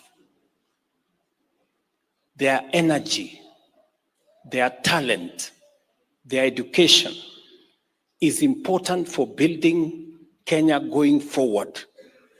And it is our collective responsibility to make sure that we guide them, we mentor them, provide the right education, provide the right mentorship, so that they can channel their energy, their expertise, their knowledge into growing our nation and making our nation better than we have it today. That's what we must do. And I want to ask all of us, including leaders, please let us not use or misuse or abuse our children by inciting them to cause violence, to destroy property, to destroy people's businesses, That is irresponsibility of leaders, and all of us, from parents to clergy to leaders, we must take responsibility if our children do the wrong thing. Horror48, and I am Ashley Mazuri. The family of the late Harrison Wachira, a motorbike mechanic who was shot in Juja during the Sabasaba protests and his body dragged by police officers, is now seeking justice for their kin as they prepare to lay him to rest. KTN's Clement Masombo interviewed the deceased family members, and here is their story, narrated by Vera Mora. Wachira alikuwa kwa kazi yake, alikuwa anajifanyia kazi yake, hata kwa maandamano. Mbona walimuua? Mbona waliua bradhangu? A somber mood at the family of the late Harrison Wachira in Nyeri's Majengo slums. He was a Kenyans killed during Sabasaba protests. All available accounts confirm that Harrison wasn't part of any demonstrations. He was at his Boda garage in Juja that day. Then they had a gunshot ring out. Harrison had been struck in the neck by plainclothes officers in unmarked Subaru. Alikuwa anafunga kazi aende nyumbani, vile aliona watu wameanza kupanda kwenye walikuwa, lakini risasi ilimkuta vile tu anapeleka toolbox yake. Wachira was later carried by protesters to the police station, but they were forced to leave him halfway there. Polisi wakaanza kukimbisha mob, ndio wakamweka chini. Polisi walianza kumvurusha mpaka huko police station. Oh my God! It is in this disturbing footage that circulated on social media that Wachira's family could later identify that it was their son that had been shot in the neck, his remains mud-stained due to the dragging. Kuna mahali niliona watu wakilia sana. Ati kuna mtu anavurutwa. Na mimi sikuwa najua ati inaweza kuwa ni mtoto yangu. Then mbona wanivute kama mnyama? Mbona wavute bradhangu hivyo? Hata wao kwenye wako hiyo serikali ni wazazi. Wako na watoto, wako na madugu zao. The outrage was immediate and intense. The public questioned, why was Harrison shot? Why was his body dragged? How far are the investigations? His family insists he was a mechanic, not a demonstrator. Now they have killed an innocent baby. Mtoto wangu, mimi nimelea. Hana baba, hana mama. Ametolewa kwa duka. Halafu wamemvuruta. Hata kama mtu amekufa, ni maiti, anafaa heshima yenye anafaa kuheshimiwa sana. Serikali yenyewe yenye inafaa kuprotect us as a nation, as youths, as citizens, walimdrag. Hiyo ni haki kweli. Tunatafuta haki na hatutachoka. Hatutachoka as a family, hatutachoka as a nation. Lazima tupate justice. The question remains, if Harrison wasn't safe in his own workplace, who then is safe? Sisi sote tukikufe basi Kenya mzima, tukufe kabila yote, tukupe 42 tribes, we die. Who shall you lead? Tunauawa saizi kama wanyama, tutaishi aje? Tutakufa nchi ishi aje? Vera Mora, KTN. Quite heartbreaking. We hope that justice prevails. Sasa angalia sasa hiyo kitu nilikuwa nataka kusema Bernard. Huyu president Ruto anatakiwa resign, anatakiwa atoke. Kwa sababu huwezi kusema mtu wa miaka 18 ni mtoto namna gani? 18 years old ni mtu independent. So huwezi kusema ati sasa mzazi analaumiwa. Kwanza mtoto, hata kama ni mtoto wa siku moja, hata ambaye yuko kwa tumbo, ni jukumu la serikali ya Kenya ku make sure kwamba huyo mtoto analindwa. Hauwezi kusema ati sasa polisi kazi yao ni kupambana na walifu. No, polisi kazi yao ni kulinda Wakenya na mali zao, kuwalinda Wakenya. Wawe walifu, wasio walifu, lazima iwalinde. Hata kama mtu ni mwalifu, polisi hana ruhusa ya kumuua. There is no law inasema hivyo. Unaona vile huyu jamani mpumbavu hajui kazi yake ni nini. Ruto hajui kazi ya president. Kazi ya president ni kazi gani? Ambayo serikali, kazi ambayo yeye anatakiwa kuadministrate ni kulinda raia ya Wakenya, mipaka yake na mali yake. Regardless, hata kama kuna wengine ni wezi, hao wote unawalinda, wako chini yako. So yo kama anasema ati kazi ya polisi ni kazi ya wahalifu. Sio kazi ya wahalifu peke yake. Sio hivyo. Kazi ya polisi ni kulinda watu, kulinda nchi, kuweka utengamano.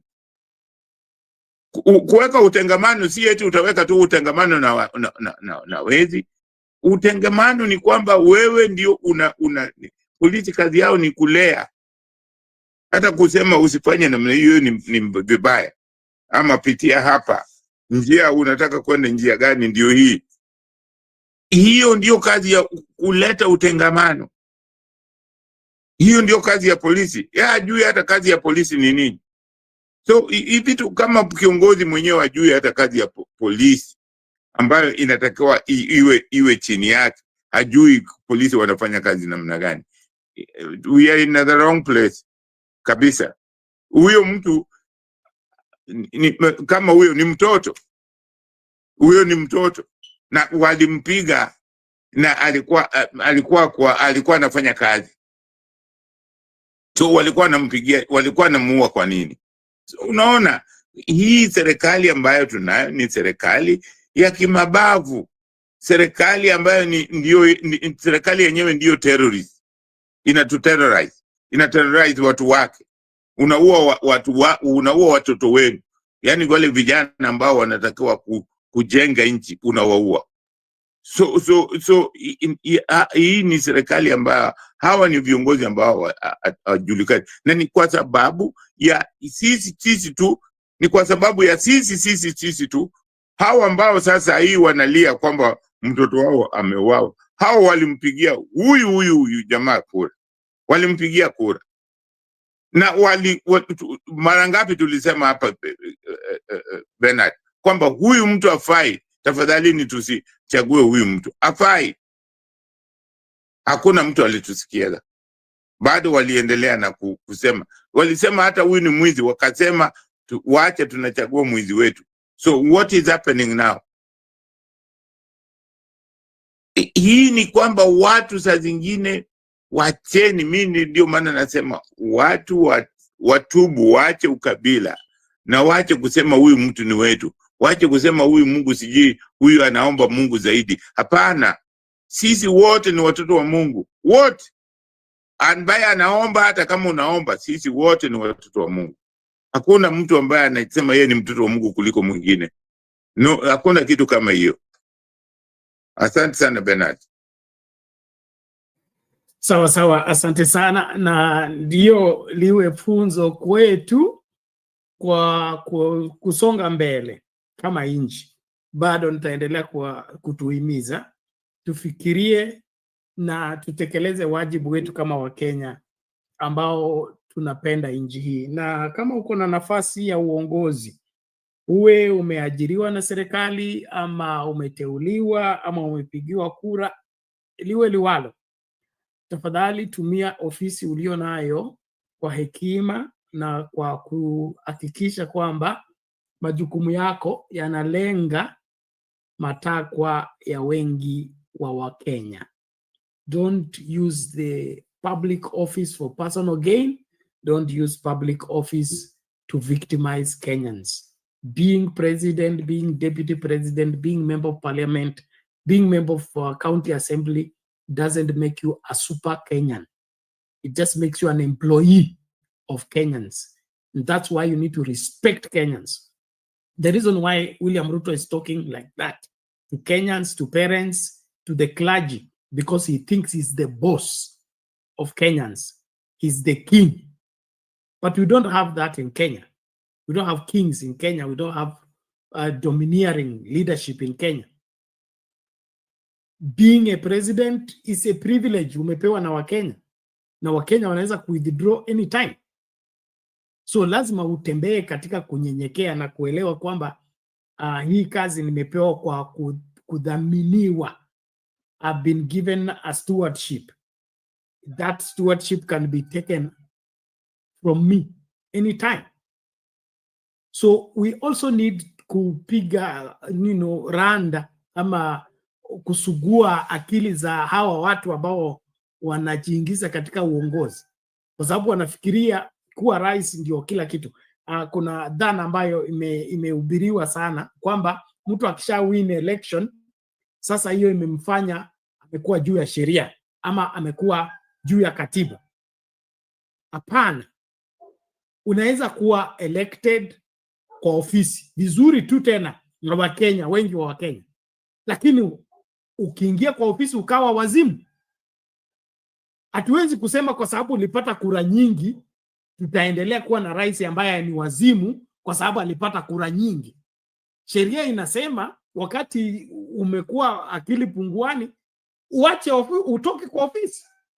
So kura nyingi haihalalishi kila kitu. Kura nyingi ni kukuingiza kwa ofisi, lakini ukiingia kwa ofisi na utekelezi wajibu wako unapaswa kutimuliwa, na hiyo ndiyo sheria. So hii maneno mlinipigia kura kwa miaka 5, lazima nimalize miaka 5. Wale ambao wanataka nitoke kabla ya miaka 5, hao ndio wanaenda kinyume na sheria. Hapana, hiyo ni kutuchezea akili. Magufuli alipigiwa kura nyingi, sijui ilikuwa 90% ama 80%. Akaingia kwa ofisi, akaapishwa, akaanza kuongoza. Siku ya kihama ikafika, akaitwa kwenye haki. Watanzania walisema baka tumweke hapa kwa sababu tulimpigia kura miaka 5, hatuwezi kumzika, tunamweka hapa. When you die in office, you leave office. You run mad while you're in the office, you leave office. You become incapacitated while in the office, you leave office. So tuache hii story ya kuambiwa ati nilipigiwa kura miaka 5. Ulipigiwa kura kuamua katikati ya hawa wakombezi nani atakuwa dereva. Na hiyo kuwa dereva ulikuwa unafanywa mtihani. So wakati umekalia kiti na unaenda mrama, lazima tuseme hapana, haifai. So Kenyans, the responsibilities on our shoulders. Let us not play with it, and then let's educate one another, remind each other, and then of course take responsibility where we must. Quickly, let's just get this and then we... Mashahidi watatu katika kesi ya mauaji ya Rex Masai leo wametoa ushahidi mahakamani Milimani baada ya huduma ya polisi ya taifa yani NPS kutoa sajili ya silaha. Tulishuhudia mkanganyiko kati ya kile walichosema mashahidi hao ambao ni maafisa katika kituo cha polisi cha Central na kile kilicho kwenye sajili ya silaha. Kulingana na shahidi Geoffrey Murangiri, alikuwa tu na bunduki ya kurusha vitoza machozi siku ya maandamano hayo ya Juni tarehe 18 mwaka 2024. Ila katika sajili ya silaha ilionyesha kuwa alipatiwa risasi za mpira. Shahidi Simon Waweru naye anasema alipewa bunduki aina ya pistol, lakini hakutia saini kuonesha amechukua pistol hiyo, kwani mkubwa wake aliandika jina lake pasipo stahili. Shahidi watatu Martin Githinchi naye anasema hajawahi wala hajui kutumia risasi za mpira. Licha ya kukiri haya yote, wanasema kuwa sajili ya silaha haijajazwa kimakosa. Kesi ya kufumbua fumbo la ni nani aliyemuua Rex Masai inaendelea. That someone else signed against your name. What does this mean? You do not know, eh? Yes, sir. Okay, but then what does R/bullets mean? Rubber bullets. So rubber bullets. You are issued with a tear gas launcher. Yes, sir. Does a tear gas launcher carry rubber bullets? No, you are. So what was indicated here? It's supposed to be tear gas canisters. So this is your signature. Yes. Is this your signature? Yes, sir. The entries that have been made here followed this procedure here, but somebody else's name appeared where your name was cancelled. Not my name. His name. where his name was cancelled, Yes, Your Honor. and your name written overleaf. Yes.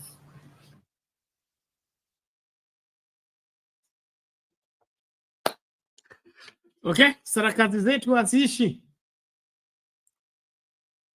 Tunafanya maovu, jaribu kuihalalisha, mambo yanakwenda ya kangagaji. Dadi, neno la mwisho tukingatuka. Asante sana Bernard. Mimi nasihi tu wa Kenya wote kwamba tujikomboe kimawazo, tupate kupata viongozi wazuri. Na mimi naanza kuwaambia wa Kenya kwamba kwa maoni yangu kiongozi ambaye anafaa sasa kuongoza Kenya ni Sifuna, Edwin Sifuna. Huyu ndio kiongozi mimi kwa maoni yangu naona ni kiongozi anafaa kutuongoza. Kama tunataka kiongozi ambaye ni shupavu, ambaye haogopi, ambaye ana dosari, kwa maoni yangu ni huyo. Labda mtu akitaka kuweka dosari za uongo ataweka, lakini nafikiri ni kiongozi ambaye anaweza kufaa kwa Kenya. Sio hao viongozi ambao wanafika tu eti kwa sababu wana pesa. Sijamuona akijitapa eti ana pesa. Ana sifa ambayo anayo sahihi ni sifa nzuri, ni sifa ambayo haina dosari. Kwa hiyo mimi nawasihi wa Kenya popote mlipo, mfikirie kwamba kiongozi ambaye anatufaa sahihi ni Sifuna, Edwin Sifuna. Asante sana Bernard. Hey, thank you, Daddy. We appreciate that. And ladies and gentlemen, it is that time. We must call it a night or a day wherever you are. I want to appreciate all of you that have been part and parcel of the success of the show, and continue to encourage us to support the channel and secure our being here every day to weigh into the matters touching on Kenya and Kenyans. I want to salute nani huyu, kuna Hosea Kipkeme, asante sana kwa kujoin show. Kuna nani, Priscilla Zawadi, asante sana. Esther Stoll, asante sana. Prabad, thank you so much. Leo umetuachia mazungumzo. Simio Asil 2 TV, asante sana. Promise Baraga, link nimekupatia mapema ukachelewa, sijui kama bado unakuja. Of course, Amos Otieno, asante sana. Kuna hapa ndugu yetu Daniel, how are you? Morning. Good morning from Nairobi, Kenya. You come in late, we are closing.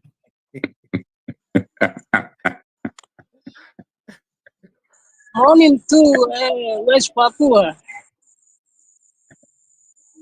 Well, welcome. Your word to the people. Hello. Oh, thank you. Very good.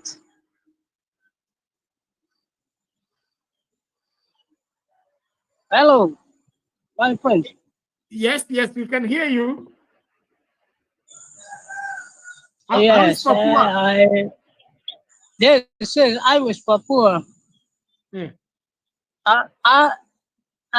I know to Kenya, but I know meeting my friends from Kenya. Women in Kenya. Here, my friends, women, me and her by Kenya. Okay, we will catch up and talk that. Thank you. Kenya is a good place. You can come to visit Kenya. Here we fight for our rights, and we are proud of the same. We don't take it lying down when matters threaten our liberties, threaten our well-being, and it's an interesting place. So Welcome to Kenya.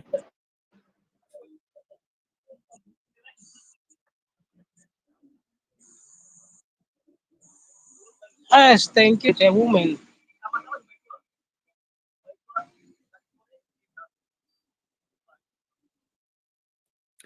Sorry about that, ladies and gentlemen. We have language barrier with Daniel here, but it's our friend. He's been here with us all along as we continue to engage.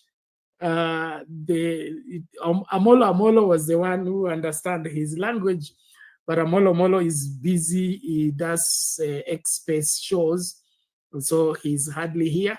But we'll see on how to make arrangements so that Amolo can come and help us understand what Daniel is talking about.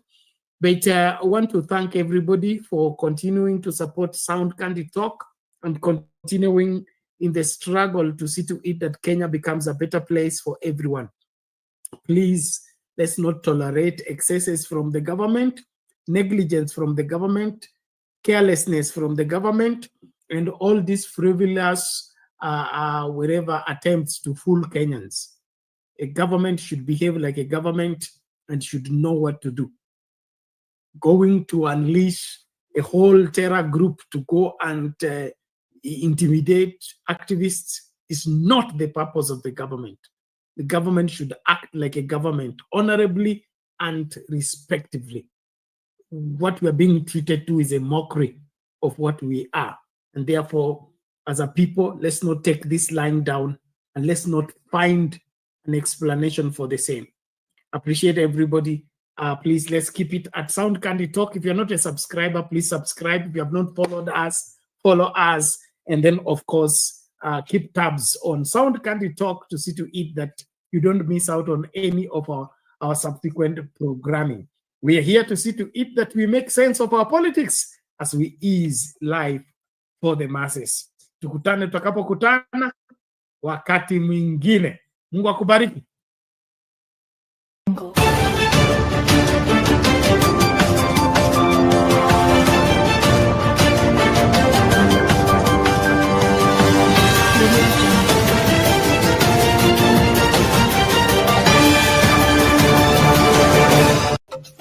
At Sound Candy Talk, we provide live UHD broadcasting for church services, talk shows and podcasts, weddings, live bands, products and services launches, webinars and trainings, Zoom meetings, conferences, seminars, exhibitions, and virtual concerts.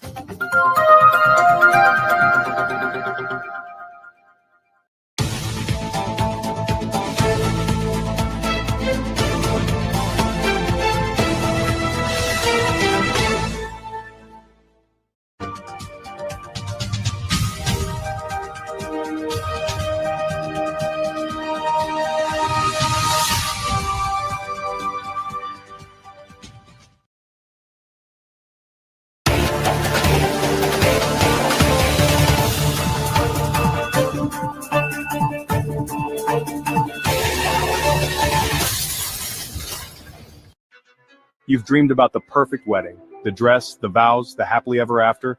But let's ask the most important question. Before you say I do, are you truly ready for the lifelong commitment that comes after the honeymoon period fades? Bernard Ngozzi's groundbreaking ebook, Are You Marriage Ready?, is the ultimate guide to building a successful, lasting marriage. This isn't just another relationship book, it's a heart-to-heart conversation that prepares you for one of life's biggest decisions, getting married. Are you choosing love or just infatuation? Are you building a marriage or just planning a wedding day? Reading this book was a game changer. I realized I wasn't as ready as I thought, but now I'm on the right path. Don't wait until it's too late. Invest in your future. Download Are You Marriage Ready today. Link in the description below. Your future spouse deserves the best. Are you ready?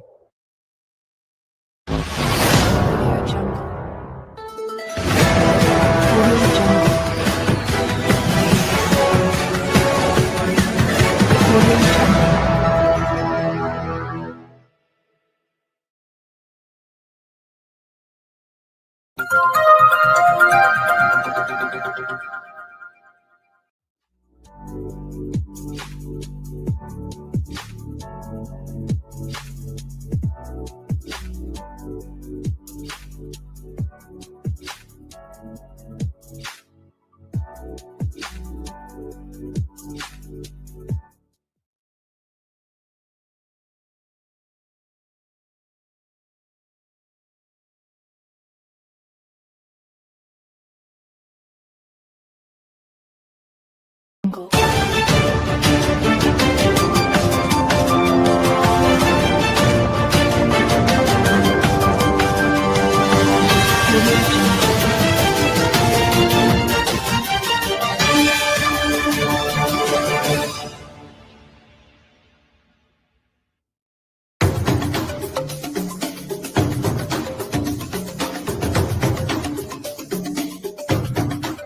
You are watching Sound Candy Talk live.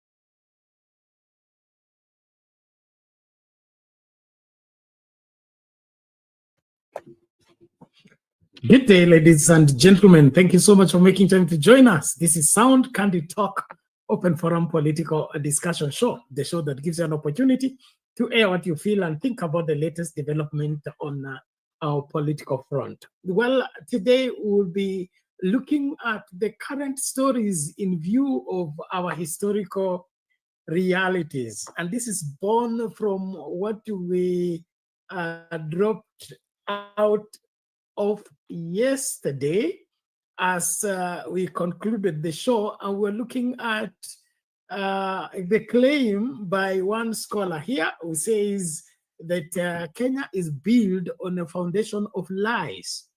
Now, this is an important angle to look at this whole scenario because it is alarming, especially at this point in time when William Ruto is put forth as a breaking record in terms of lying to the public and misrepresenting issues, especially when it touches on saving his skin or looking for an excuse on why things are not working, especially for the benefit and for the profiting of the public. And the person who brought this up is Dr. Matiang'i, talking about the excuses that have been given by the Kenya Kwanza administration since they got into office. The first year was there was nothing left into the coffers. Uhuru Kenyatta carried away everything. The previous government left nothing in the coffers, and for the whole year, the complaint was Uhuru Kenyatta. The second year, the complaint has been the Azimio and Raila Odinga and the pressure for electoral justice and all manner of, excuse after excuse. Now, this time, it is the Gen Z and the protests and the children and the policemen and the parents. And so, according to Dr. Matiang'i, it is Ruto, as usual, looking for an excuse to justify his non-performance in delivery. But also, Dr. Matiang'i was the one on record as the super minister in the Uhuru Kenyatta administration, that when he was addressing the bishops and says the kind of lies that are being, given out there in terms of political campaign promises are alarming. And so when this scholar comes on board and now claims that it is not William Ruto who has begun to lie to the public, he's just one of them, but the very foundation of the Kenya as a nation is built on lies. And so I want to get as many of us to participate in this. I expect Undumani and all senior citizens to come and help us, because it appears even in history we are told Jomo Kenyatta led into the fight for freedom. Jomo Kenyatta was part and parcel of Mau Mau. Now it appears he wasn't the leader of Mau Mau. He denounced Mau Mau. And so it looks like whatever we did in school, whatever that is documented in the history books and the reality are not agreeing. And so I would want us to venture into this, and probably in the process we may land up with the solution to what bedevils this country, because we may be fighting one demon, and when the really demon is seated, quietly in one place and supervising all other demons, doing all the havoc against us. And so I invite your input. Thank you so much for joining. Those of you joining us on TikTok, please make sure you share the live and like the video, as well as on YouTube and Facebook. We are here to see to it that we balance everything in its proper perspective. Our maxim is making sense of our politics as we ease life for the masses. And so we want you not to be confused, and we are not here to confuse you, but we would want to poke some questions, some holes in some of the things that we are being fed with that are inappropriate, and of course leading the nation astray in terms of our quest for the liberty we so much need, and for the progress that we can't do without. So welcome on board and be part of this great conversation. Asante sana kwa wote ambao mnajiunga nasi, tafadhali jitahidi. Namuona Esther Stoll, karibu sana. Eagles Fly Kahai, karibu sana kwa show, asante sana. Nasubiri wote tukaingie kwa fujo tu, tukazungumze masuala haya kwa wazi, kwa sababu ni muhimu. Hii nchi kwangu mimi karibu inanishinda, kwa sababu mambo unayokutana nayo, unayokumbana nayo yanachanganya wakati mwingine, mengine yanakustua. Leo hii Boniface Mwengi kapelekwa kotini, ameachiliwa kwa dhamana, and then yale mashtaka anafunguliwa ni mambo tu ambayo yanakaa kwamba ni mipango ambayo imepangwa. So ni kwamba tumekuwa serikali ya wizi, nchi ya uongo na masuala ambayo hayafai. Na kwa nini? So ningependa kuangalia haya, na nime pekua nikapata some historical realities that I'll be sharing with us. So please be here. There is one by Kumekucha, 9 lies government has ever used against the public, and the public was able to tell they were lies, and so the government did not get away with the same. We've had so many things, so please, let's be here, let's talk, and of course make sense of what we are saying. So let's start with that claim of this professor, alafu kutoka hapo tutaingia kwa undani kuchambua mambo haya. Kama unakuja studio, link ya kutumia ndio hii. Nilikuwa sijapeana hapa. Wale ambao mnaingia studio, you can join the live show directly from YouTube or Facebook. The link to use is in the comment section, and StreamYard will configure your camera as well as your audio, and then you will be on the main screen. I will be able to converse. Those of you joining us on TikTok, unfortunately, you can't join the rest of the screen direct from TikTok, and so you can follow from wherever you are, and whatever point you have, put in the comment section. We'll be able to read it out. And I salute all of you that are joining. Please, let's share the live, like the video tafadhali. Usiache video ikazime ukiwepo. Hapa kila mtu ni kiongozi, na kiongozi anashika doria sehemu yupo. Okay? Usisubiri kuambiwa cha kufanya. Uongozi ni kuchukua, an initiative and do what you are required to do. So don't wait to be told what to do. Knowing the right thing to do and doing it is what is really leadership. And if we all did what we are required to do, we wouldn't be where we are.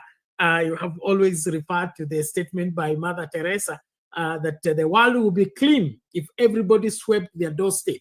Now that is it. The world will be clean if everybody swept their doorstep.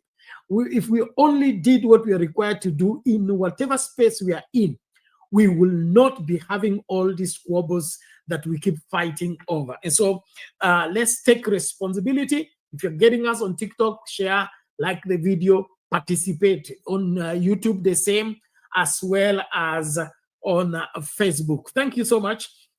Nilete hii video, alafu na wasubiri kina nani, Undumani, Mama Selina, Jakindu Bay, na wasubiri hapa mje kugamua mambo haya na kina John, tukaangazie masuala haya. Uongo upi ambao umenasa Kenya hivi kwamba hatuwezi kusonga mbele kwa sababu tumejengwa kwa msingi wa uongo. Hii ndio sababu hatuwezi jikomboa na uongo, sababu tumedanganywa mara ngapi. Mungu atusaidie. Aya, sikilize huyu alafu tukaendelee. Yeah, I'll agree with my colleague here that the country is full of counterfeit academics, and this is a thing that has happened since the 80s, when actual academics were exiled, jailed, detained, and so on, and we produced a whole slew of counterfeit academics who continue to inform public discourse, and this is sad. And you know, we just have to contend with what we have. The second thing I have to say is that, and this is in response to what Dr. Juan said, the Constitution is not written by lawyers and it's not written for lawyers. The Constitution is written by we, the people, and it is written for we, the people. And therefore, lawyers go to school to understand what we, the people, write and what we, the people, want. And therefore, we, the people, can speak to the Constitution, can speak to the rights that we give to ourselves. And that should never be forgotten. The third thing that I would like to say is that Kenya is founded on a very shaky foundation of lies, absolute and complete lies. We have a lie that Jomo Kenyatta was a revolutionary and was a leader of Mau Mau. He was not. Jomo Kenyatta denounced the Mau Mau. Jomo Kenyatta said the Mau Mau are violent and we are following a political solution. I studied, my Master of Medicine thesis was based on the Mau Mau revolution. I looked at the Mau Mau concentration camp survivors 50 years after they were incarcerated. I looked for post-traumatic stress disorder among them, and 2/3 of them had symptoms of post-traumatic stress disorder 50 years after the incarceration. This country is founded on lies. We will not solve the problems of this country by focusing on what's happening today and what's happening in the streets and so on. We will solve the problems of this country by going back and looking at the foundational story of Kenya. And the foundational story of Kenya is lies. And this is why you have people in leadership who thrive on lies. If you go back and re-educate ourselves, we will find that nothing new is happening today. Protests have always been there. The methods of dealing with those protests are founded on the colonial philosophy of these guys are children that we have to control, and we have to teach them how to do things. That is how we are still doing it today. We have to change that because the people protesting are no longer children. And the narrative that we weave when we keep saying that these kids, is a dangerous narrative because it doesn't give people the opportunity to express themselves in a way that we can address their problems. Finally, I would say we worry about the people picketing in front of Parliament. We worry about that. The people elected that Parliament. The people have a right to stand before that Parliament and tell them, you guys are not representing us anymore. They have a right to do that. What Parliament needs to do is to reimagine their existence in an environment that protests against them. Instead of creating new systems to stop people from protesting against them, they have to reimagine their existence in an environment that protests against them. The executive must reimagine its existence in an environment where people constantly protest against them. The judiciary must reimagine its existence in an environment where people protest against them. So I think this is the problem that we are facing today, that the state, largely REIT, is using colonial mechanisms to try and deal with modern problems, and it will not work.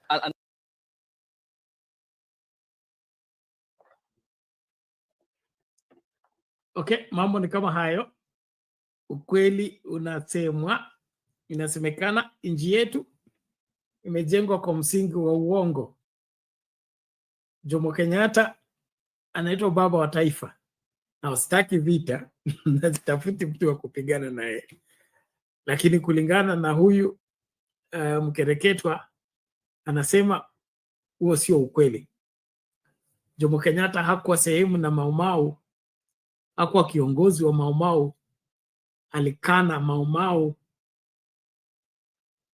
Sasa ni lipi hili ambalo tumelimbikiziwa katika vitabu zote za historia kwamba hii nchi ilijengwa kwa huu msingi, ukweli ni huu, uongo ni huu. So tuambiane, Kenya ni ipi? Na hii Kenya ni Ruto amekuwa muongo wa kwanza ama tumekuwa waongo tu all along? Na tukitaka kusonga mbele, tutasonga mbele kwa kuendelea kudanganyana ama tukubali makosa, tutafute suluhu ya mambo haya yote? Na ukaribisha tunapoendelea na mchakato na wasubiri hawa wazee wangu wakanisaidie katika kuchambua mambo haya, lakini unajua kuna ukweli mwingine ambao unatisha. Unatisha hivi kwamba katika nchi tumezoea kudanganya mpaka tuko na ile uwezo wa kudanganya umma, na wasipoamini uongo wetu tuwalazimishe waamini. Tuwalazimishe waamini. Na kama kuna siku ambayo kuaminisha wananchi ama umma kukubali masuala ambayo yanadaiwa na serikali, kama kuna sehemu ambayo hilo limeonekana wazi wazi, ni wizi wa kura. Okay? Wizi wa kura. Hao wananchi ndio wamekwenda wakapiga foleni, hao wananchi ndio wamepiga kura, alafu matokeo yanayotoka sivyo vile wamepiga kura. Lakini serikali ambayo imefanya nini? Imeiba hiyo kura ama imebadilisha hayo matokeo ya kura, ndio itasimama kulazimisha wananchi kukubali matokeo, na kila mara wanatumia lugha ya kusema accept and move on. Na hii imekuwepo tukirudi nyuma kidogo, lakini ni kweli kwamba hata 92 elections it is rumored were won by Kenneth Matiba, but the Kenneth Matiba was shortchanged and Moi was declared a winner in 92. The same thing happened in 97. And then, of course, the coming together of the opposition in 2002 is what succeeded in removing the KANU or whatever rule that had been in existence for over almost 4 decades. So at that, and we see the only credible elections that really displayed the will and the decision of the Kenyan people is 2002.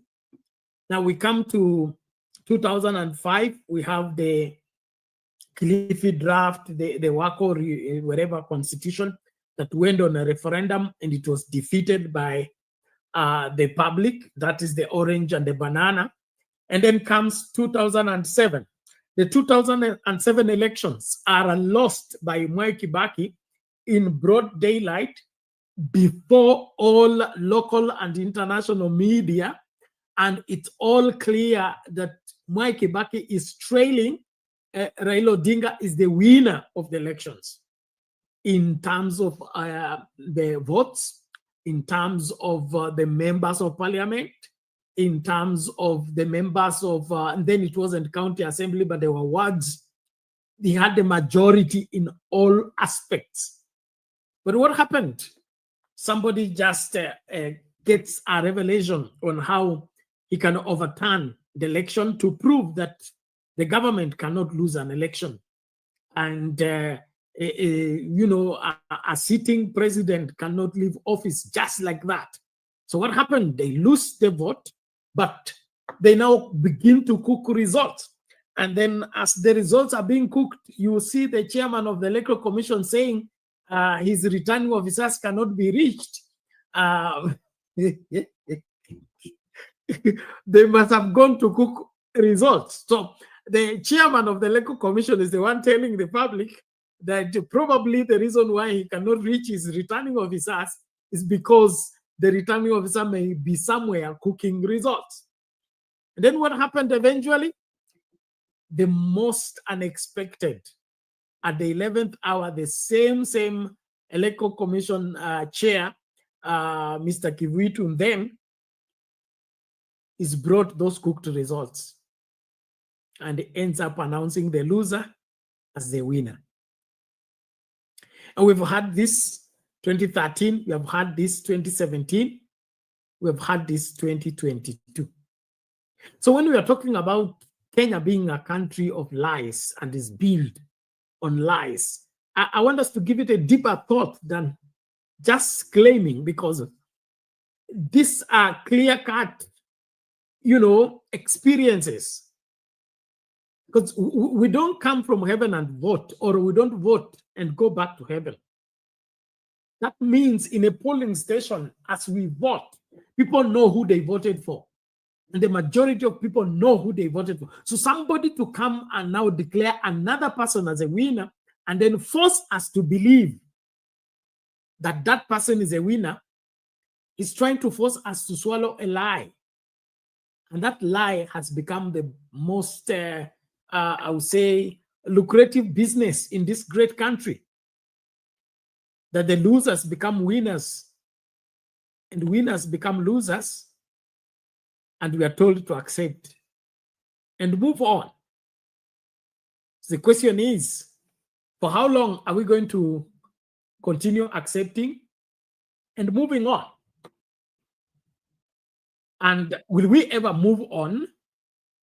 Yes, will we ever move on? Because it looks like now we are stuck in one place.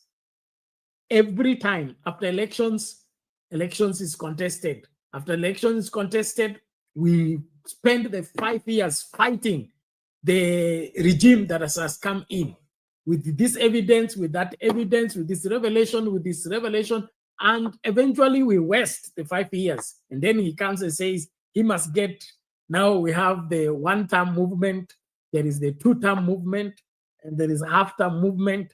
And all these are coming up from what backdrop? And that's what I want us to focus on. Is it because our foundation is faulty? That is why we can't take off as a country? Do we need to have a reseating and reevaluating to fix this foundation? Because the Bible asks a very strong question. It says, if the foundation be destroyed, what can the righteous do? And that's a very serious matter, okay? It says, if the foundations are faulty, if the foundations are destroyed, what can the righteous do? That means on a wrong foundation, there is no building that will survive. On a faulty foundation, there is no progress. On a faulty foundation, there is no moving forward. And so this accept and move on probably is the reason why we are stuck in one place. Are we going to get someone that is going to take responsibility and probably do what is necessary to fix what has gone wrong with our country? You tell me, what is your take? I need to know. Thank you so much for being part of the conversation. Please share the live. Let me see the likes on the video are not rising. Kuna nini? Mimi naona watu wengi tu tunaangalia na kufuata kipindi. Nataka hizo likes tafadhali, nikisubiri wakereketwa wangu hawa waje, na ningependa sana kama Jakindu pia atapata nafasi aje atufafanulie hili swala, kwa sababu hii maswala namuona nani mwalimu wangu kwa hapo kwa TikTok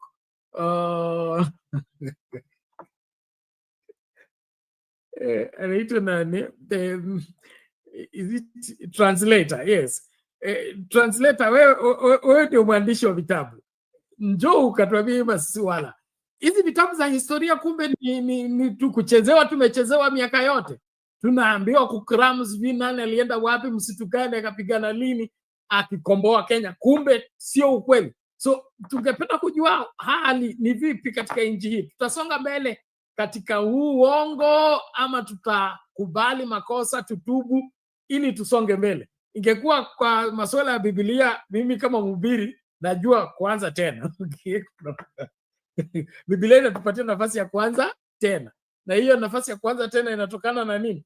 Wewe kukubali makosa, kukiri makosa yako, kutubu Bwana Yesu, na unaanza upya. Sasa hii nchi tutaifanyaje? Tutafanyaje? Nashukuru namuona Jakindube amefika. Asante sana. Now, naomba tafadhali tumakinike kukaribishana tunapoendelea na kipindi. Usichelewe na like nione tafadhali watu wa TikTok. At one like on the video. Kwani kuna nini? Ni makosa iko wapi? Tap the screen tafadhali. Na Kenyan translators juu utakuja YouTube utuambie maswala. Ninyi ndio waandishi wa vitabu. Hivi vitabu vya historia hizi. Jomo Kenyatta mwanzilishi wa taifa. Jomo Kenyatta aliongoza vita kinyume na wakoloni. Haya, huyu msomi anasema sio ukweli. Tunataka kujua ukweli uko wapi. Kujua tu ukweli. Hakuna mtu hatuwezi kusema Jomo Kenyatta hakuwa rais wa kwanza ama hakuongoza Kenya. Hiyo sio swala. Swala ni kwa msingi upi? Kwa sababu kama our foundation is faulty, we can't move forward. And as a country, we must accept that. Well, ladies and gentlemen, thank you so much. As we continue with this, please cheza karibu, cheze mbali. Na tuna mengi tu ambayo tunapaswa kuangazia. Kwa hivyo jitahidi na usichelewe kufika kwa sababu muda utaanza kuyoyoma. Mzee wetu Jakindube, hali vipi? Salama sana Bernard. Karibu siku nyingi. Nimekuwa na shughuli nyingi Bernard, nimekuwa na matatizo hapa na pale. Ndio maana natokea kidogo na natoka tena. Manake shughuli ni nyingi zimenipamba hapa na pale. Lakini nashukuru, karibu. Sio hoja. Hiyo mambo ya Kenyatta, mimi naweza kusema na nimewaambia kila siku kwamba Kenyatta alianzisha nchi yetu kwa msingi mbaya, alitawala nchi yetu kwa msingi mbaya. Yeye ndio alianza na ukabila, na hiyo ukabila bado tuko na, ndio imetukula mpaka leo, kwa sababu Kenyatta hakutaka mageuzi. Aliendelea na vile wakoloni walikuwa wanafanya, na ndio wakoloni wanafanya mpaka leo. Kwa sababu sisi wa Afrika ilikuwa inatakikana tuwe na vitu ambavyo ni mwiko, yani vitu ambavyo tunasema hizi ni mwiko, hatuwezi kufanya. Wakoloni walifanya na sisi hatuwezi tena kufanya. Unaona? Hiyo ndio mabadiliko. Lakini kama tunaendelea na vile mkoloni alikuwa anatufanyia, huyo mkoloni bado ndio tunaenda kwake, tunachukua mambo yake ya kusema tufanye mambo yake. Hii mimi naona ni upuzi mtupu, haitusaidii. Kwa hiyo mtu ambaye mwanzilishi wa taifa letu ambaye ni Jomo Kenyatta hakujenga. Bernard, kila siku nasema hii kitu na watu mimi ninavyosema ni kwamba Wakenya sisi hatupendi kuchunguza mambo, na tunapenda mambo ya kikoloni tu, kwa sababu kuna taifa na nchi, na hatujui kutofautisha taifa na nchi, kwa sababu taifa ni watu ambao wako kwa nchi ndio taifa. Na ukitaka nchi iwe nchi nzuri, ni lazima ujenge taifa kwanza, kwa sababu taifa ni watu.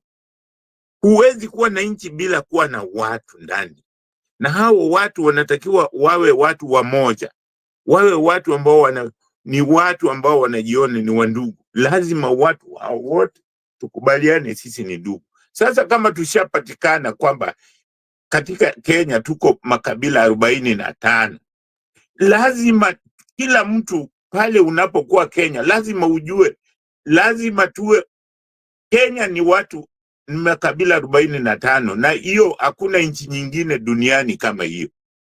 Sisi ni nchi yetu peke yetu, nchi ni Kenya, ni Kenya peke yake. Ndio maana tuko na watu 45. Ukitaka makabila 45 ni Kenya tu. So hizi makabila 45 ni lazima sote tuwe wamoja. Tusikubali kubaguana, kwa sababu mzungu alitutawala kwa njia ya kubaguana. Sasa hiyo ni kitu ambayo tungeweka kwamba ni mwiko, kubagua mwenzako. Na unaona Kenyatta alianza na kubagua.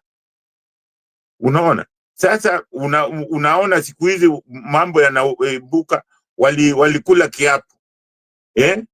Sasa unawezaje kula kiapo kwamba watu wengine hawawezi kuongoza Kenya? Hao watu ni watu wa wapi? Ni wa Kenya. Sasa ukifanya vitu kama hiyo, ni kusema unafanya vitu ambavyo mkoloni alifanya.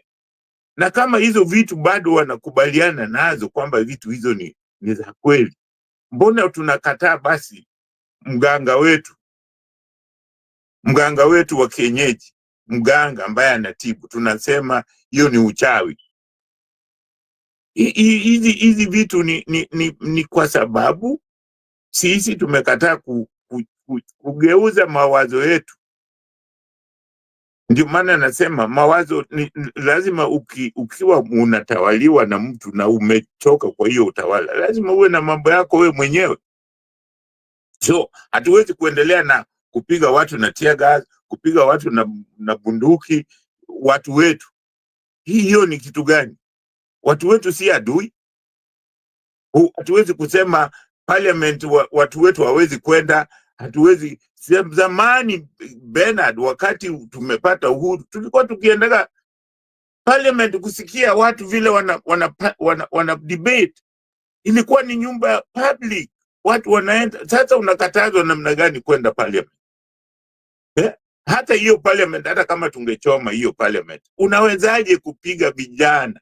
Unaua watoto wako ambao wanataka kujenga hiyo nchi, unawaua ati kwa sababu wamechoma parliament. Parliament ni kwa nini unawaua? Kwa nini uambii basi mmechoma lazima muijenge?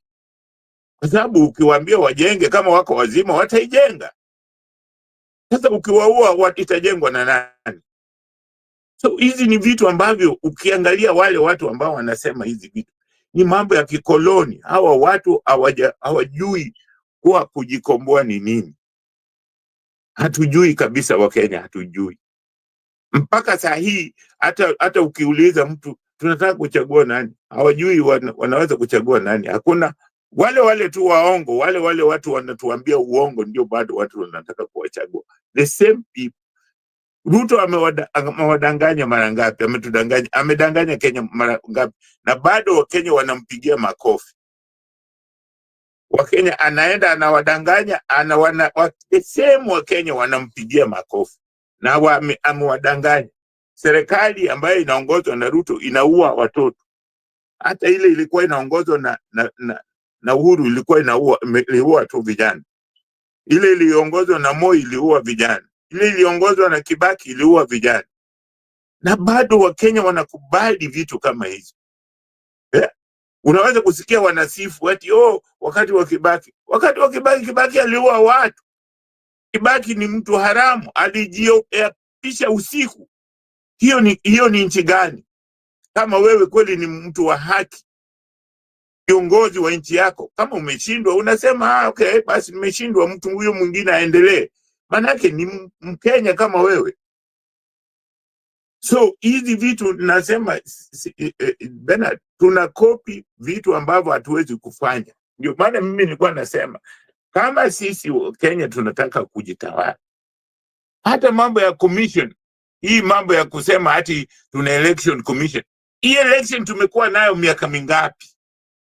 Imetusaidia na nini? Hii demokrasia tunasema sisi demokrasia lazima tujichague. Inatusaidiaje? Niambieni. Labda mimi sijui, labda mimi ni bias. Sioni vile inatusaidia. Kwa sababu ukiangalia wale watu ambao inawasaidia ni wale watu ambao hata sio Wakenya. Wakenya wasaidiki. hii mambo ya kusema commission ilikuwa inatakiwa tutafute njia yetu ya kujichagua, demokrasia ambayo inafuatana na mila yetu na desturi yetu kama Waafrika. Hatuwezi kuchukua kitu ambayo desturi ya wazungu ati tunataka kuifanya iwe desturi yetu. Haitafanyika, Bernard. Hata tukifanya miaka 1000 ngapi haitafanyika, kwa sababu haiko kwa desturi yetu. Watu wanamlaumu China, nasikiaga watu wanasema China inafanya demokrasia kufuatana na desturi yao na mila yao, na inafanya kazi. It's working for them. Angalia sasa, ni nchi gani iko tajiri kuliko nchi zote? Ni China. Na watu walikuwa wanasema ati ukiwa na sijui communist hamwezi kuendelea. Mbona wameendelea? Wameendelea kuliko watu wote dunia saa hii. Hakuna nchi imeendelea kama China. Yeah? Na hata saa hii inapiga hatua kubwa sana. Waamerika wameanza kuichukia. Lakini wanaichukia na yetu walikuwa wanaicheka. Ni kwa sababu wanafuata mila yao. Maendeleo wanafanya na vile wanavyo kwa mila zao na tabia yao, kwa sababu hamwezi kubadilisha mila zenu mkafuata mila za watu wengine mkafaulu. Bernard, huwezi. Hatuwezi kufuata mila za watu wengine alafu tukafaulu. Hatutafaulu hata tukifanya miaka mingapi. Manake watu waniambie, hii demokrasia ambayo tunasema tuko na demokrasia, mbona bado tunazidi kuua tu watoto? Hebu angalia, unawezaje ati watu wanafanya demonstration unawaua? Why? Mtu kama mwalifu, hata kama ameua mtu, hata kama ni kazi ya polisi ni kumshika na kwenda kumshtaki. Hiyo ndio demokrasia ile najua. Inakuwaje unamuua? Uliona vile watu miaka na miaka. Kenyatta aliua watu tu hivi ovyo ovyo tu, hata watu mashuhuri aliwaua tu. Wakati wa Moi watu waliuawa tu ovyo ovyo tu. Wakati wa Kibaki the same thing ilifanyika, watu waliuawa ovyo ovyo tu. Wakati wa Uhuru watu walikuwa wanauawa ovyo ovyo tu, bila kufikiria hawa watu ni wa Kenya. Saa hii Ruto anaua watu ovyo ovyo tu, na hata yeye mwenyewe anasema mtu apigwe risasi mguu. Mkenya unasema apigwe risasi mguu. Really? Bernard, sasa huyo mtu ukishampiga risasi mguu atakuwa na faida gani kwa Kenya? Na ni wewe umempiga risasi kwa mguu, amekuwa kilema, hata umemlemeza. Sasa atafanya faida gani? Ataendaje? Kama ni kijana tutampelekaje aka defend Kenya? Yeah? Hiyo kabisa ukiangalia ni tikara za kikoloni, kwa sababu mkoloni alikuwa ajali sisi, alikuwa anaona hiyo. Mimi Bernard, kama vile ninavyofikiria vitu kama demonstration should not even be there kwa Kenya. Kwa nini hatunaacha mila yetu ya kusema penye wazee apaharibiki? Kwa nini tusiwe na ni yetu kwamba kama kukiwa na problem tunakaa chini tunazungumza? Unajua, nimesikia watu wakimrabish Raila, wakimzomea, wakisema hizi vitu zote ambao wanapiga kelele, the end ni kuzungumza. Mambo yote hata mkipigana nchi mkipigana vita, mwisho watu wanakaa chini kuzungumza, ndio hiyo vita ikomeshwe. So kwa nini mnapigana? Hata kama hawamtaki Raila, lakini vile Raila anasema it makes sense. Lazima watu wakae chini wazungumze. Hata kama ni kumtoa Ruto, tukae chini as Kenya tuseme hapana, sasa sisi vile tumezungumza maumizi yale tumeamua kwamba Ruto atoke. Hivyo ndivyo itakuwa ni kitu mmezungumza. Lakini hii maneno wanasema ati sijui tutoke barabarani nini. Una deal na mtu ambaye ataua. Hata kama mtamuua, lakini atakuwa ameua watu. Atakuwa ameleta machafuko. So kwa nini tunataka kuleta machafuko? Na yet tuko na mila yetu na tabia yetu ya kusema kama kuna mambo, na hiyo hata dunia mzima panapokuwa na fujo, hata world war iliisha na kuzungumza. Vita zote huwa zinamalizwa na mazungumzo. So kwa nini msizungumze kabla hamjauana? Kwa nini tusisave life badala ya kupoteza maisha ati kwa sababu tunasikia ubambe lazima tufanye vile? Hapana. Nasema sometimes tumejaribu hiyo mambo ya kudemonstrate, tumeona matokeo. Matokeo ni kwamba una deal na mtu ambaye hajali maisha ya watu. Yeah? So ni lazima tupate mbinu zingine. So mimi kitu ninachosema, mimi kabisa mimi tangu leo nataka kumkampenia Sifuna. Mimi naona Sifuna anatosha kuwa president wa Kenya kwa sababu ni mtu ambaye hana dosari. Ni mtu ambaye ukimwangalia ni mtu ambaye anataka mageuzi, anataka change. Na sasa watu wanatafuta watu ambao wako na dosari, ndio unasikia wakisema ati huyu. Hapana, let's pick kijana mdogo. Sifuna anatosha. Waache hiyo mambo mengi wanatuletea ati sijui ni kitu gani. Huyu anatosha kuwa kiongozi ambaye anaweza kuongoza Kenya vizuri sana. Asante sana Bernard. Okay, asante Jakindu, tunashukuru utangulizi mzuri. Labda kabla nikuachilie Frabad, kama unakuja naomba wai studio. Nikuulize tu confirm kwa sababu wewe ulikuwepo wakati wa kabla ukoloni. Kabla ya uhuru na ukawepo wakati tulipata uhuru. Ili swala ambalo linatatanisha. Jomo Kenyatta alikuwa sehemu ya Mau Mau ama hakuhusika na Mau Mau? Kwa sababu historia vitabu zinasema hivi, huku wengine wanasema yeye hata aliapa kwamba hakukuwa sehemu na Mau Mau. Wewe katika ujuzi wako na ulikuwepo live, tuambie Jomo Kenyatta ni kweli alikuwa sehemu ya Mau Mau ama alisaliti Mau Mau?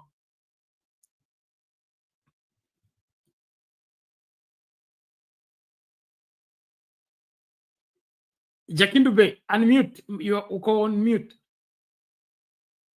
Jomo Kenyatta alisaliti Mau Mau kwa sababu Jomo Kenyatta hakuwajali sana Mau Mau kwa sababu hakuwafanyia chochote. Wakati yeye alipopatiwa president aliwasahau kabisa.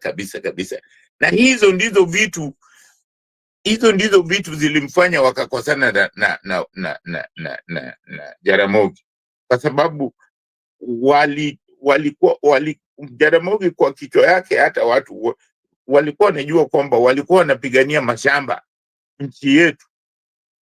Kwa sababu walinyang'anywa mashamba zao na kuweko kwa camps.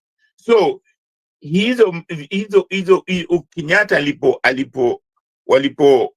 alipokuwa hapa Kenya, walimchukua kwamba alikuwa anajua kusoma. So wakachanga wakasema aende ajiongeze masomo kule Uingereza. Na alipokuwa huko Uingereza, hata huko Uingereza alikuwa anafanya kazi. Alifanya kazi kwa town clerk. Alikuwa nafikiri mtu wa kusoma mita, kitu kama hiyo. Akaoa hata Muingereza. Na wakati huo ndio watu walianza kuzungumza, wale vijana ambao walikuwa kule wakina Nkrumah walikuwa na mikutano. Sasa hizo mikutano walikuwa wanaenda Afrika, ndio wakaanza kusema kwamba lazima watafute nini, uhuru.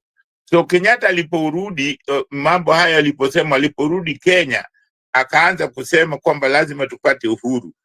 Hiyo uhuru hapo ndipo wakina Chimuneko, wakina Paul Ngei wakamunga mkono. Wazungu waliposikia mtu ambaye anasema hivyo wakamshika, wakasema wewe kumbe ni sehemu ya ninyi, ni sehemu ya nini our freedom fighters, so ninyi lazima mnashitakiwa kwa sababu mnasema mambo ambayo hayafai. Hiyo ndio ilitokea, wakafungwa. Lakini sasa waliposhikwa pale watu kama kina mtu kama sasa kama kina Jaramogi, sasa wakaanza kukampeni kwamba hawa watu watolewe, ndio wapate uhuru. Sasa hiyo Kenyatta alipotoka walikuwa wanaona kwamba ni kiongozi ambaye anafaa, kwa sababu sasa wamefungwa kule, wafanye nini? Wamepata uhuru, sasa tutafanya mambo ambayo, manake wakati huo wale wote ambao walikuwa kule walikuwa kule wamesoma huku, wakisoma kule ng'ambo, waliona kwamba ni wakati ambapo inatakiwa Waafrika wapate uhuru. So kila Mwafrika ambaye alikuwa pale alirudi na kudai kwamba wanataka nini? Utawala wao. Manake hata Nyerere walimpatia shida hiyo hivyo tu, hata Mwalimu aliwekwa ndani kidogo, lakini watu wao walishika, kwa sababu kule hakukuwa na Tanzania, hakukuwa na wapiganaji wa kutumia silaha kama wa Kenya, unaona. So hapo wakati yeye alipopatiwa kuwa president, aliwasahau kabisa nani, hakuwajali kabisa. Hakuwajali wale waliopigania uhuru, particularly Mau aliwasahau completely. Hakuna kitu aliwafanyia kama vile South Africa iliwafanyia watu wao. Hakuwajali, na hiyo mumeona hata sasa mnaona wa Mau wale walikuwa Mau kamili wameteseka sana, hata vizazi vyao wameteseka, hiyo mnaona. So Kenyatta aliwasaliti na hata zile mashamba hao watu walipigania hakuwapatia, unaona, hakuwapatia. Ilibaki tu wale ambao walikuwa na pesa ndio walichukua hizo mashamba. So hakuwasaidia hata kidogo. Hapo sijui kama nimekujibu, umeelewa ama vipi? Nimefuata. So swali langu li hivi. Sababu ya kutoa dhamini na kutoa support ni kwa sababu hakukuwa sehemu yao. He was an opportunist. Kenyatta alikuwa opportunist na ni mtu ambaye alisikiliza mambo ya wakoloni sana, kwa sababu tayari alikuwa ameishi nao na hakuona ile ubaya au wakoloni, kwa sababu yeye baada ya kujipatia kwamba yeye alikuwa na uwezo, kwa sababu angalia Kenyatta vile alifanya. Kama Jaramogi campaign peke yake Kenyatta atoke na akamwachia ile kiti yake,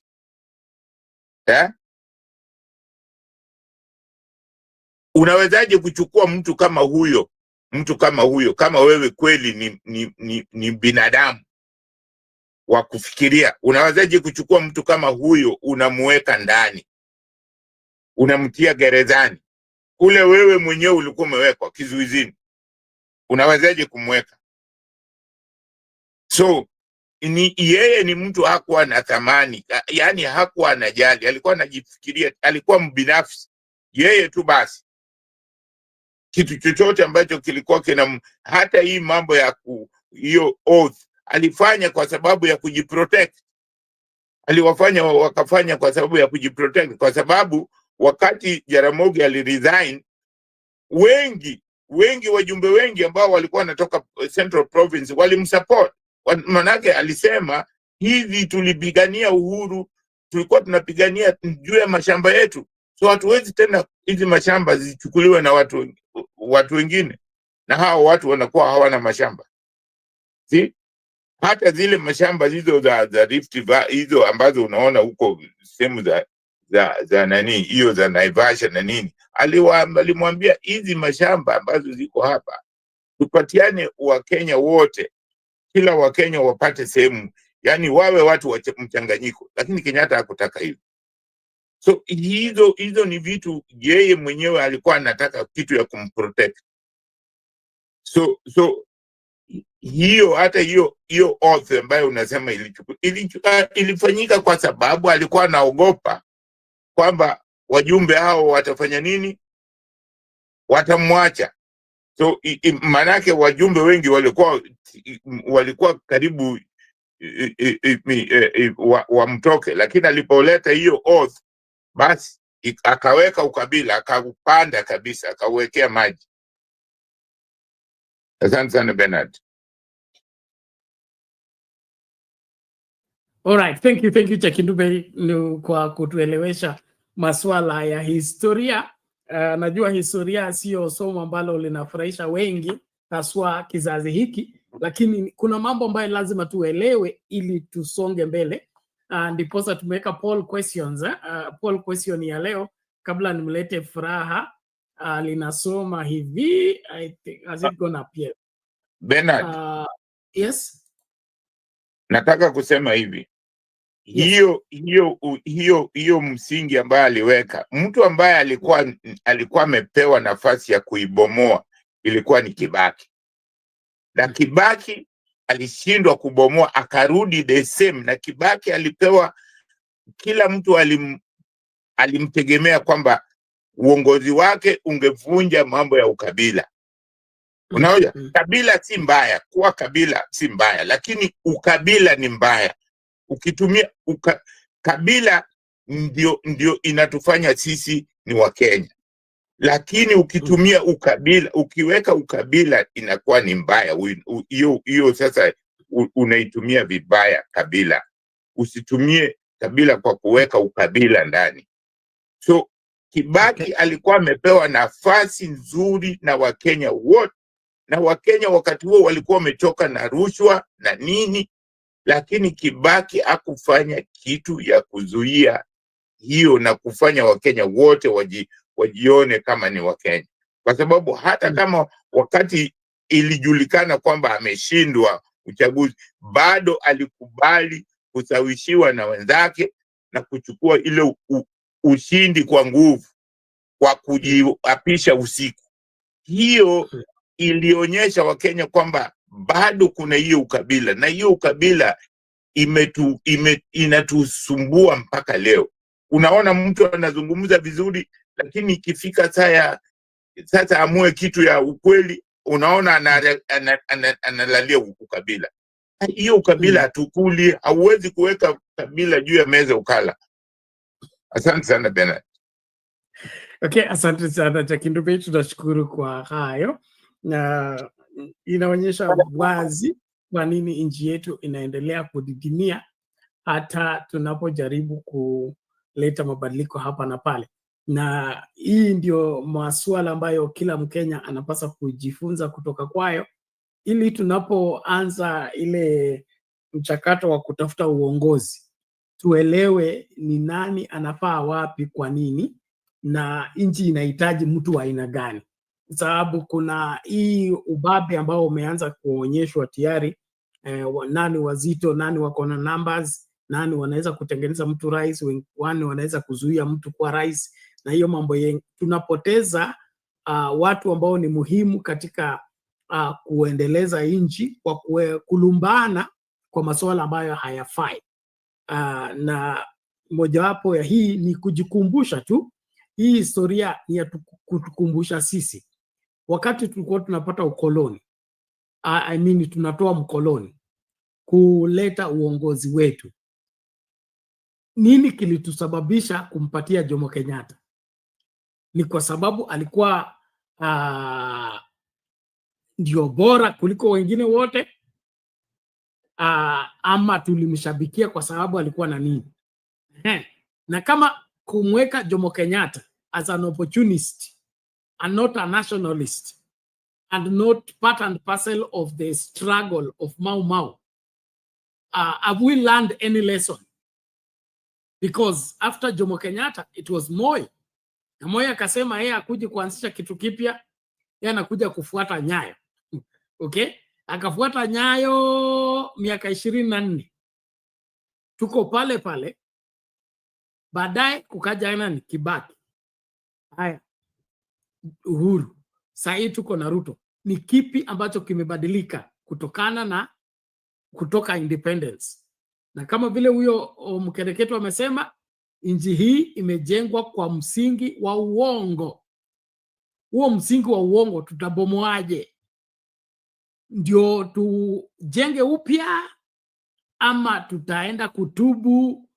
Undumani hapa ni mchungaji atatueleza kama ni ku-apply damu ya Yesu ama tufanyeje, kwa sababu hii nchi haiwezi kwenda hivi miaka yote. Ati tunaenda kwa uchaguzi, tuko tayari kuingiza kiongozi ambaye anafaa, tunaona anafaa, na kifika tutakia mwisho huyu anakatwa, anatupwa nje, kunaletwa mwingine. Huyu mwingine anaingia naye ndio mwenyewe, okay, ambaye is even worse than the previous oppressor, is worse than the previous wherever mistake. So why is this the constant experience in this country, and how do we move away from the same? Labda nimilete Joy amekutangulia. Undumani umejaribu lakini nashukuru mashini imekubali. Naomba tumsikilize Joy kwanza alafu turudi kwako. Joy, how are you today? I'm fine, Bernard. Karibu. History. History is a good subject. I did do it as one of my subjects when I was in uni, and we had one lecturer, Bernard. He's late now. He was called Mosonik Arab Korir, and he took us through a journey of discovery, because our history books, the way they are written, when you look at the reality, some of the things that Jakindu Bey is saying, that is what is actually factual. But what is taught and what is envisaged as the true story is that, you have this patriot, this person who really fought for liberation. But you see, one of the problems that we have, and even the history, if you try to look at it, the people of Mount Kenya were mostly fighting for their land. They had prime land that the settlers chose to take when they settled here in Kenya.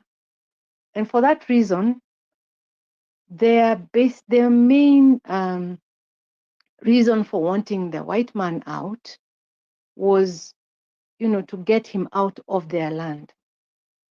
And if you study the history books and you ask historians and people who are there and people who try to study and join the dots where there are gaps, you find that Jomo Kenyatta is not at the forefront.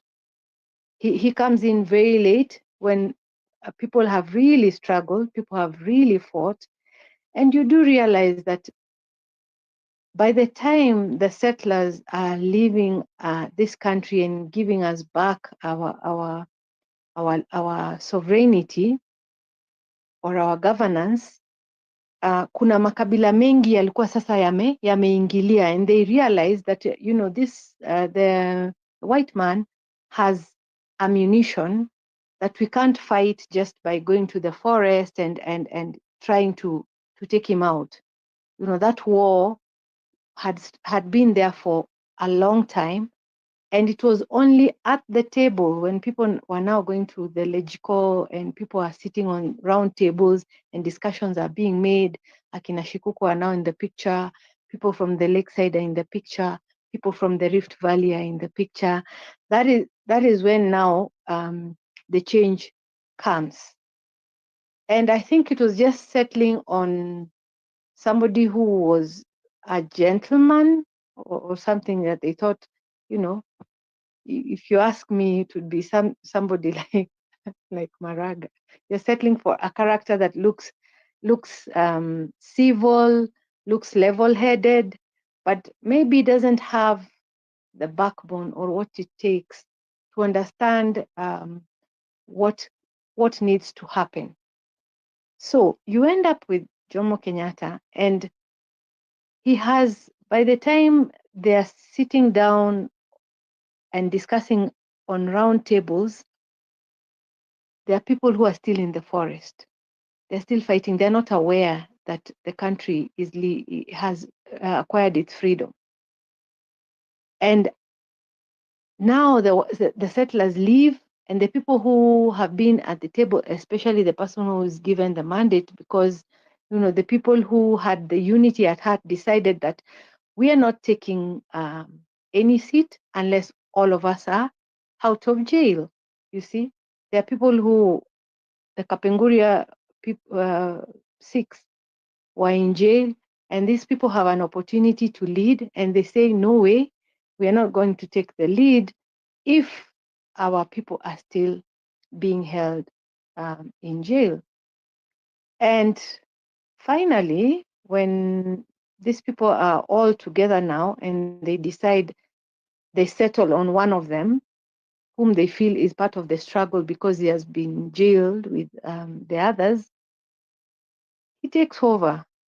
And as he takes over, word is now most of the land is, but at the time Kenyatta took over and took the land, it is said that that land was almost the size of Nyanza. The total land under Kenyatta was the size of the whole of Nyanza province.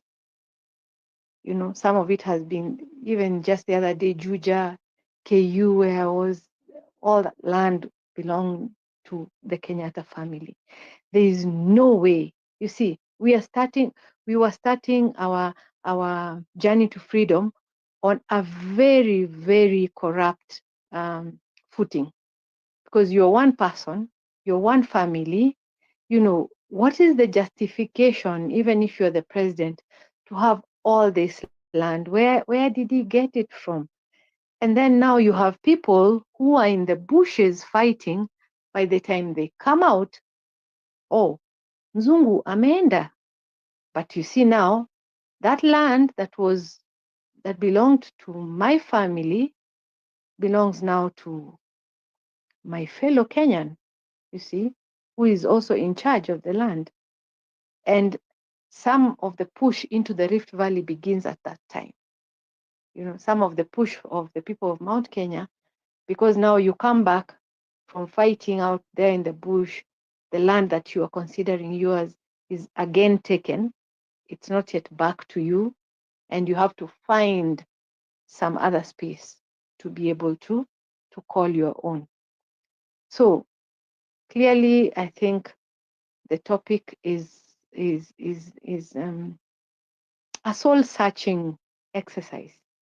It's very, we don't like the truth. We don't like the truth, especially if it hits us and it changes the perspectives that we've had, or it changes the history that we've had.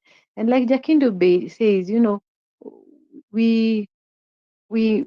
that word tribe, it has its negative connotations, but we do belong to different communities and or different tribes, if you choose to call it that. And that we cannot change.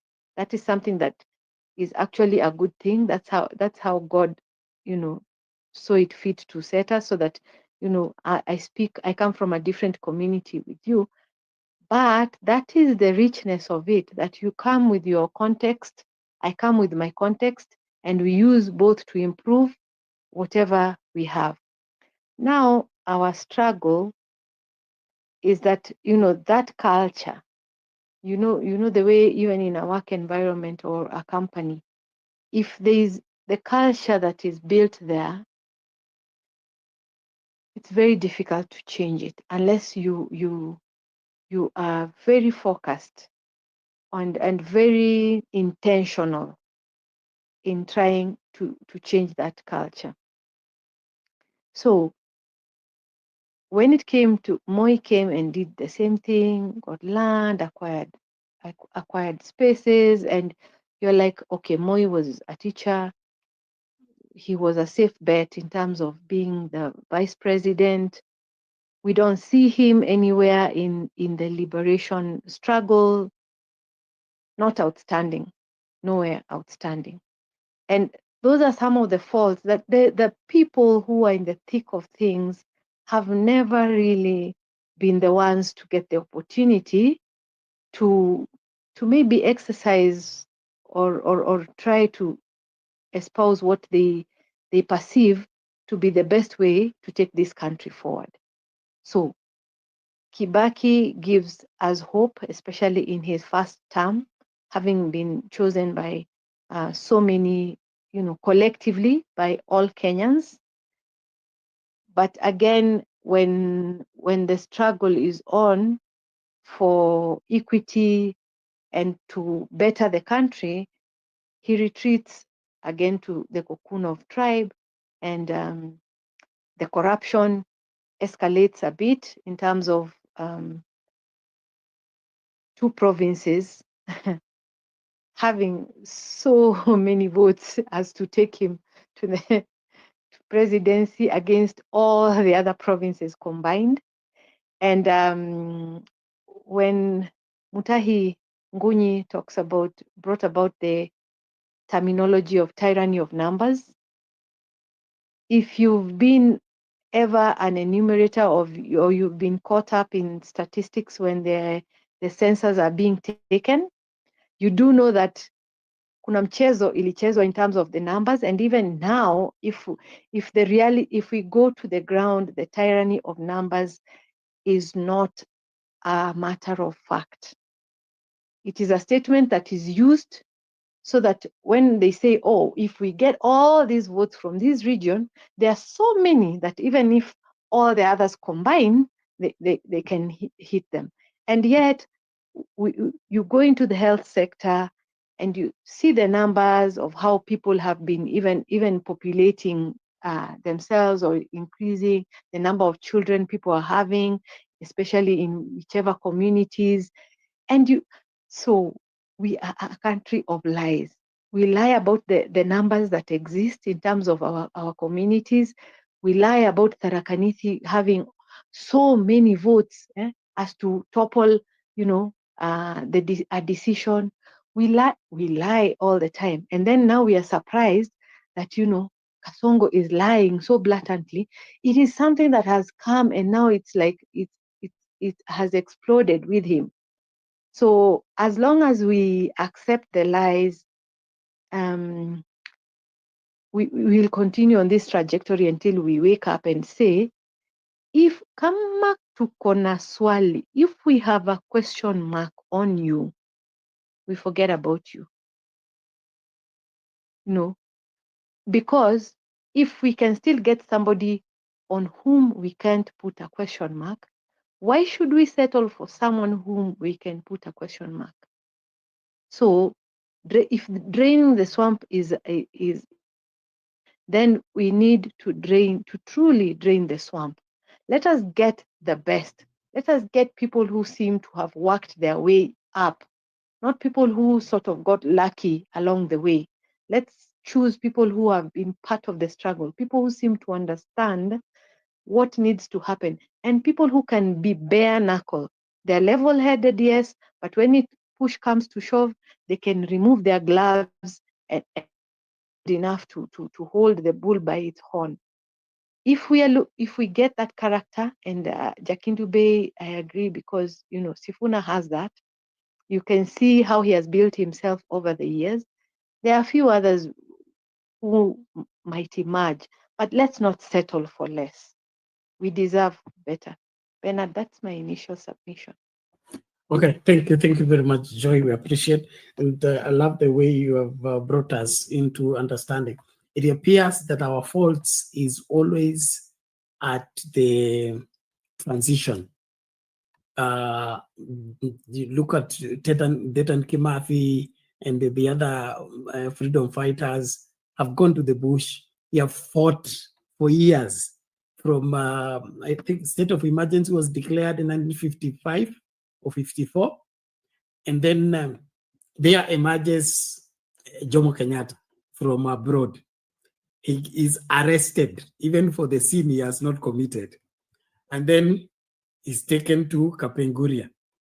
Then from Kapenguria is made president because the people that were in the struggle, frontliners, Kina Jaramogi, are intimidated by his level of education or his level of exposure, or he looked like a better candidate compared to them.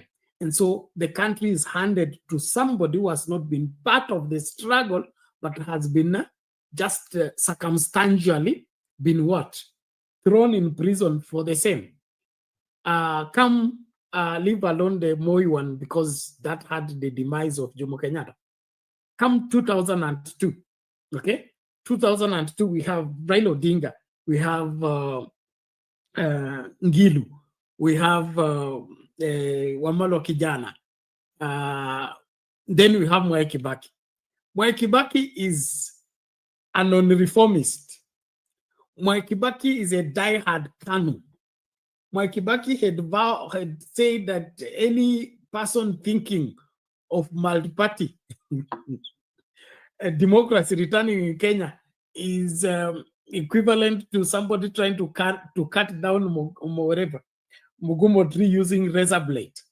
Okay? But what happened? The circumstances at that point in time politically pushes. And what happens? The unlikely person who can reform and make Kenya better ends up being given what? The flag. And then it gets into office. What does he do 2 years later? He will do what he is, no matter where he is.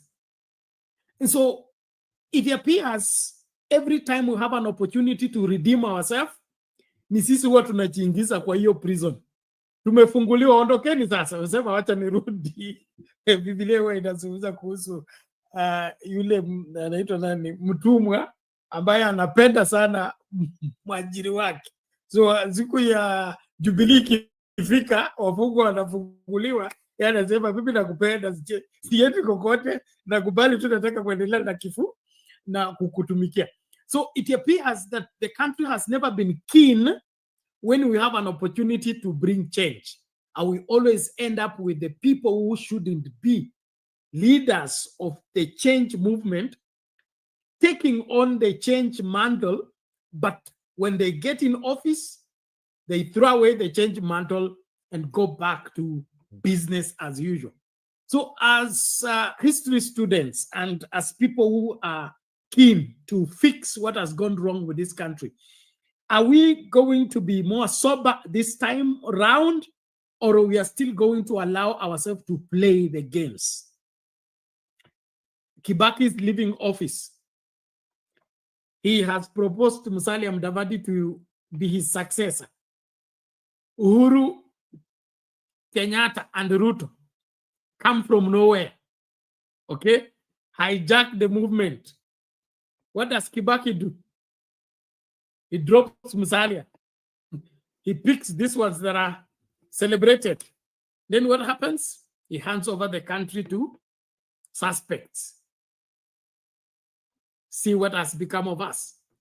So we have never been keen on quality in leadership.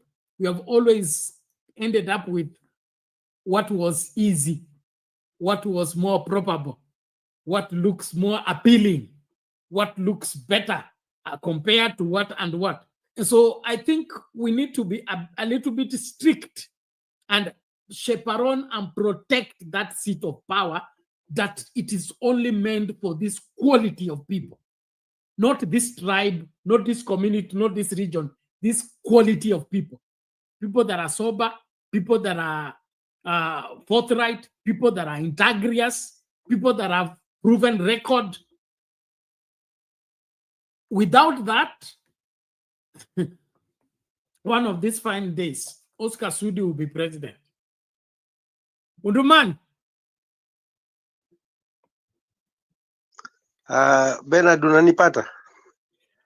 Umefika, karibu. Asante.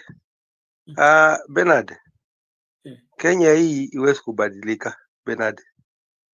Wakati Kenya ilipata uhuru mwaka wa 63, hao mabwana baada ya kupigania uhuru walisema ya kwamba watapigana na kitu inaitwa magonjwa na ujinga, alafu na nini na njaa, Bernard. Na mpaka saa hii njaa inauma watu. Mpaka saa hii watu bado ni wajinga, Bernard. Mpaka saa hii magonjwa yanasumbua watu. Kwa sababu gani tumefika hapo, Bernard? Hata mpaka saa hii watu wangali wa squatter katika nchi yao. Kwa sababu wakati walipata uhuru, babu yangu alisema ya kwamba wakati walienda kupigania uhuru, kurudi walipata watu wameshagawana vitu. Wameshagawana, wa mashamba makubwa walichukua. Sasa hao walikosa kitu ya kufanya, ndio wakakaa upweke. Wengine walikufa kama maskini, walipigania uhuru, Bernard. So wakati ya Kenyatta hakutaka kupigana na magonjwa. Kenyatta hakutaka kupigana na ujinga. Aliongea lakini hakutaka. That's why unaona katika utawala yake hakutaka mtu yoyote ampinge. Alikuwa ndio wabeberu walienda, lakini tulibaki na wabeberu wa Afrika weusi, wabeberu weusi. Mpaka sasa Bernard wako wabeberu weusi. That's why mzee Odinga wakati alitoka kwa serikali ya Kenyatta aliandika kitabu akasema not yet uhuru. Uhuru hatujapata kwa sababu ilikuwa inatakana mabadiliko. Na hiyo mabadiliko wakati mzungu alienda, hiyo mabadiliko mpaka saa hii haijatendeka. Kwa sababu katika nchi ya Kenya bado watu ni squatter. Wewe unawezaje kuwa squatter katika nchi yako? Na wengine wako na mashamba chungu mzima. Ukiwauliza walipata namna gani, wanasema walinunua. Walinunua hiyo shamba, mtu wako la shamba kama mama amesema ya kwamba ukubwa ya Nyanza province. Nyanza province alitoa wapi hiyo Bernard? So hakuna usawa. That's why unaona wakati ya Kenyatta hakutaka mtu aendelee mbele. Alikuwa anataka kufinya watu. Na wakati alikufa, na ndio Moi akasema nitafuata nyayo. Nyayo ya kufanya nini? Nyayo ya ile tu tabia yenye Kenyatta alikuwa anafanya. Na ndio Moi alisema ya kwamba nitafuata nyayo. So nyayo kuleta hii elimu ya 844 ilikuwa inataka watu yake wasome kwa haraka, kwa sababu walikuwa wakati hiyo wajinga, Bernard. Walikuwa wajinga. Sasa hii elimu ya 844 ilikuja tu ili kuwezesha watu yake kusoma haraka, wachukue vyeo katika serikali. So baada ya Moi kutoka, ndio Kibaki akaingia.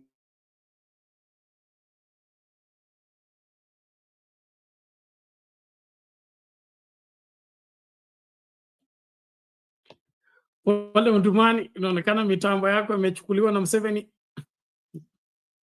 Wale lakini rekebisha alafu tarejea. Mitambo imekwenda Mdumani. Rekebisha. Mabibi na mabwana, nashukuru wote ambao mnajumuika nasi. Tafadhali tuendelee kushare hiyo live, kukaribisha wengi. Tunaangazia swala ambalo najua topic sio ya kusisimua, lakini ni swala ambalo ni la kimsingi, and in my opinion is something we can't brush off anymore. The lies we have been fed with about this country and the foundation of this country have been our major unmaking, and the earlier we begin to look at them, the better. And on that note, let me just play one video, and thereafter labda tutamrejesha. Niko na video hapa refu ningependa kuicheza, lakini wacha naangalie kwanza. Let's do this short one first, and then from there we move on. As we speak right now, as I speak to you right now, we have a National Police Reserve in some parts of North Rift. there has never been a time we have withdrawn National Police Reserves from North Rift or any part of the country. What happens in the security sector all the time is reviews are done from time to time, depending on the needs, what is needed in a particular area. And in most cases, consultations are done, even with the local groups. I have been in meetings with some leaders of the North Rift sometimes, civic leaders and Wananchi, who tell you, reduce the number of guns in the hands of civilians. Let us have police officers to do this work. In some areas, Wananchi themselves and even their political leaders tell you, we need a deployment of police reservists. And I can tell you for a fact, if you spoke to the Inspector General of Police, or better still, if you went to the Regional Police Commander in Nakuru, he will tell you we have National Police Reservists in some parts of North Rift. There has never been a time we have withdrawn police officers from a particular part of the country. I mean, we don't provide security because of an individual. We have a constitutional responsibility to protect our people. That's the responsibility of any government. So that is why, to be very honest with you, I frankly don't like spending time commenting on some of these flippant and petty political things, because a lot of people lie all the time. You know, some of them now lie like a career. You know, it's like that's what they went to school to be trained. You saw those lies yesterday. You know, people lying. They lie about anything. They can't tell you anything. Probably the only truth about them is their name. They lie all the time. It's saying things that don't exist. And partly also, by the way, people would do better if they did their job. Because if they attended the meetings they're supposed to attend, if they sought briefs from the people they're supposed to be briefed, they will be briefed effectively, instead of now going to embarrass themselves in that kind of manner where you say things that don't exist. And ask yourself the question, how do police officers, especially senior police officers who are managing the security sector, feel when they see their leader lying about them?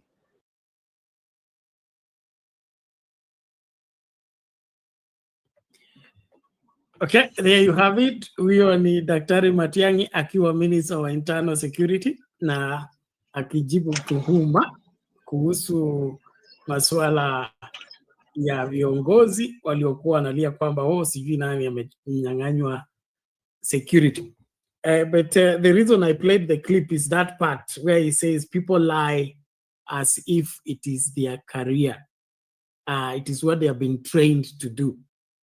And so as we look at the lies upon which this country has been built on, it's an important angle that we look at, because kama hizi uongo zimekuwa tangu kabla ya uhuru, zikaendelezwa baada ya uhuru. Saa hii tumesherekea miaka 60 ya uhuru na bado tuko pale pale.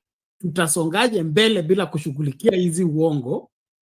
Watu walazimishwa kukubali kwamba huyu anaitwa baba wa taifa, lakini hiki na hiki hakiko sawa, ama hiki na hiki hakikufanywa ipasavyo.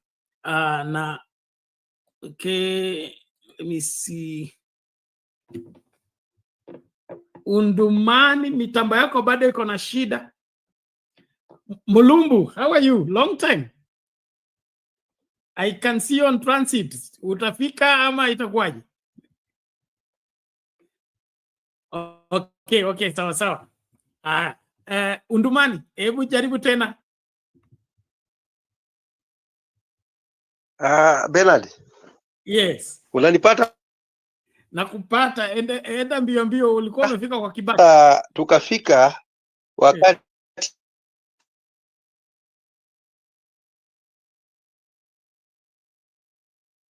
Kibaki alitoka kutoa ujinga. Bernard Kibaki alitoa ujinga. Ndio unaona hawa Gen Z saa hii. Ujinga alitoa wa babu zetu wa zamani, baba zetu. Waliwatoa hiyo ujinga. Sasa kutoa hiyo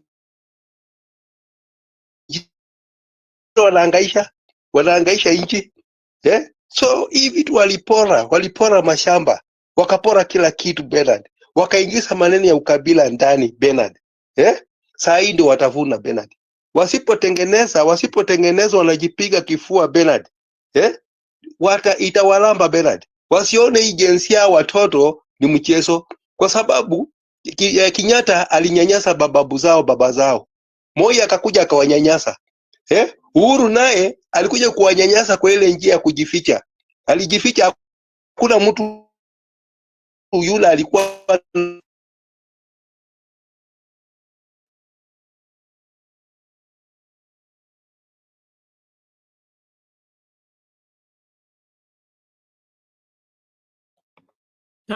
ndio maana inaonekana mitambo yako iko na shida.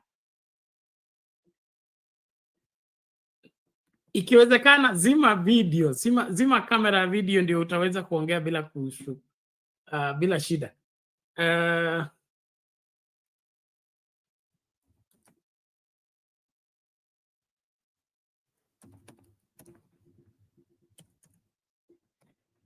All right, let's just replay that video and then be able to make progress. I want us to.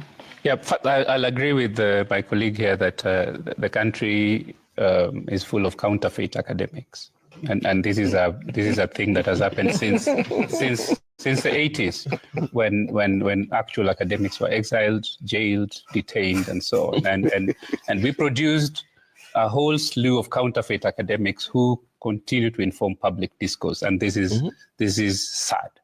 And we just have to contend with what we have. The second thing I have to say is that, and this is in response to what Dr. Juang said, the Constitution is not written by lawyers and it's not written for lawyers.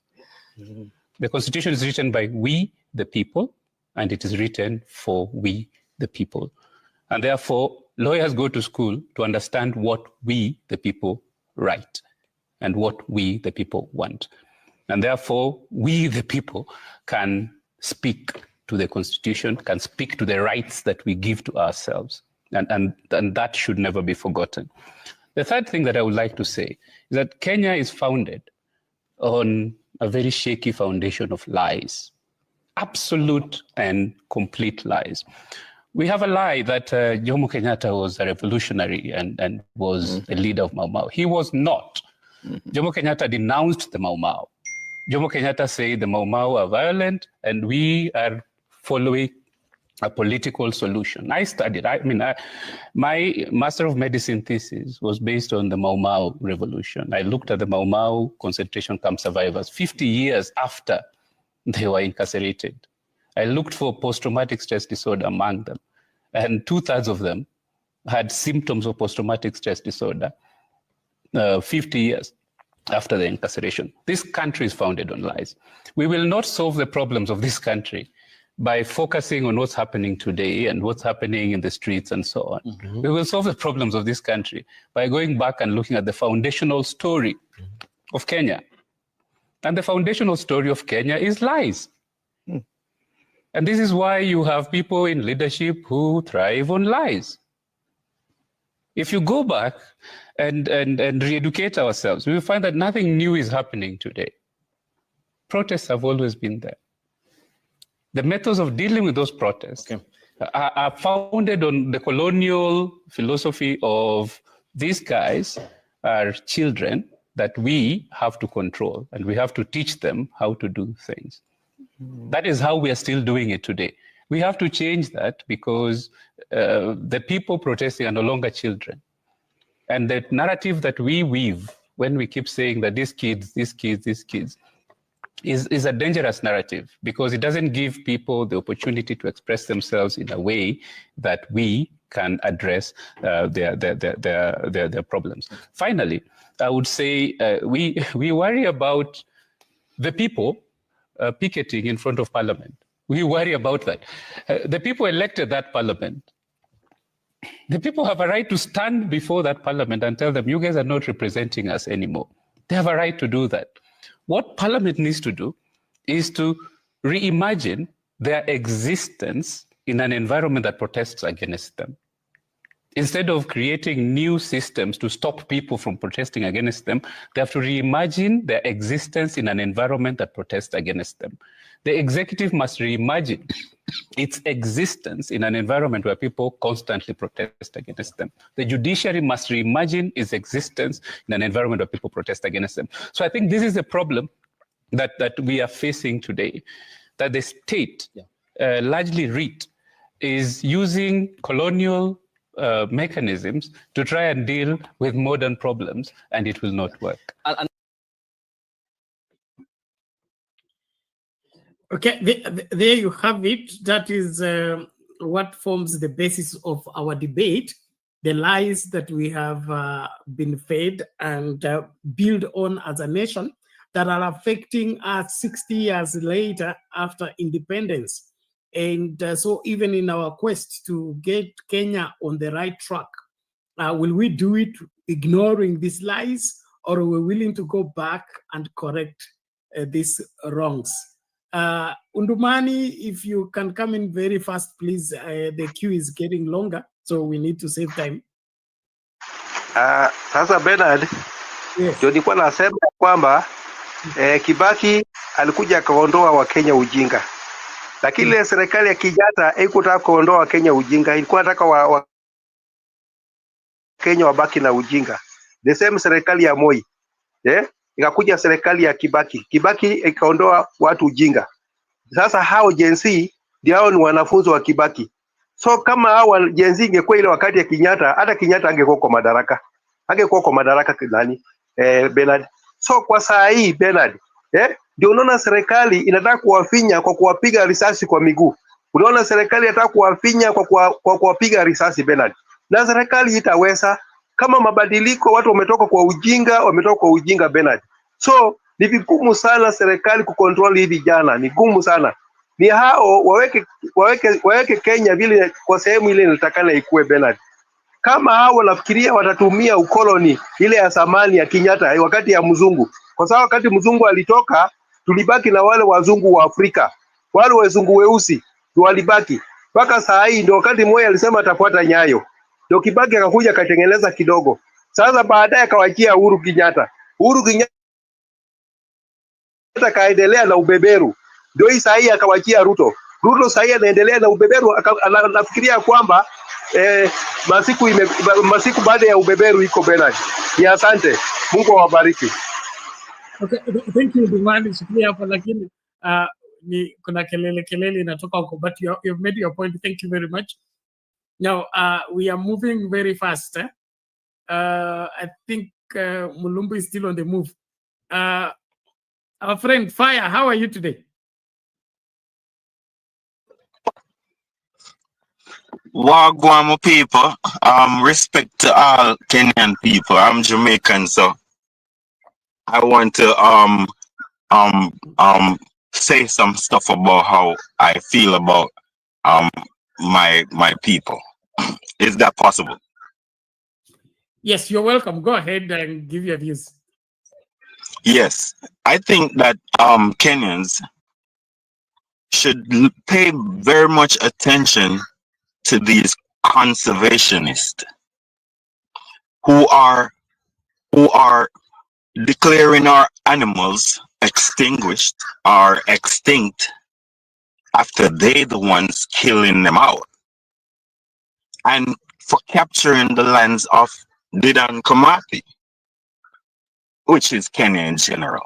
So I'm saying that Kenyans need to be jealous and a bit hostile in order to get Caucasians out of your lands. You feel me? It's like what's his name? The president. He belongs there. He belongs in Kenya. Yes. But those people don't belong in Kenya. And this UN and this tech people that has invaded Kenya, you all should be aggressive on getting them out. You feel me?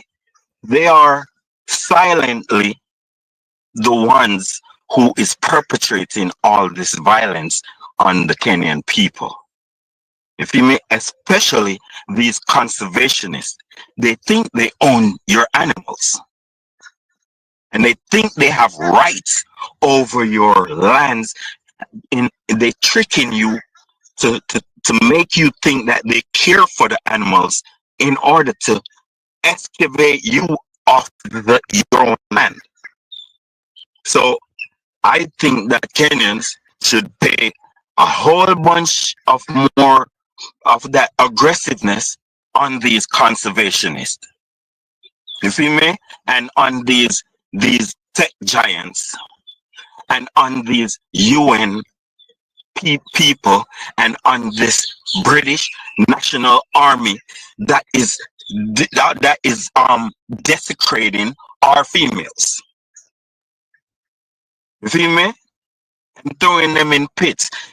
Why haven't that happened to a female British soldier?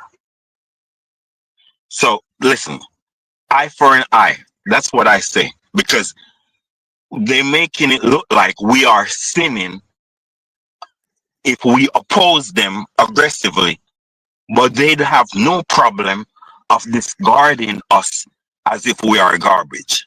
So that's one of the main things I think that Kenyans should pay more attention to, and you understand, and instill more black loving. That's what I'm saying for now. Thank you so much, Mr. Ikan Fire.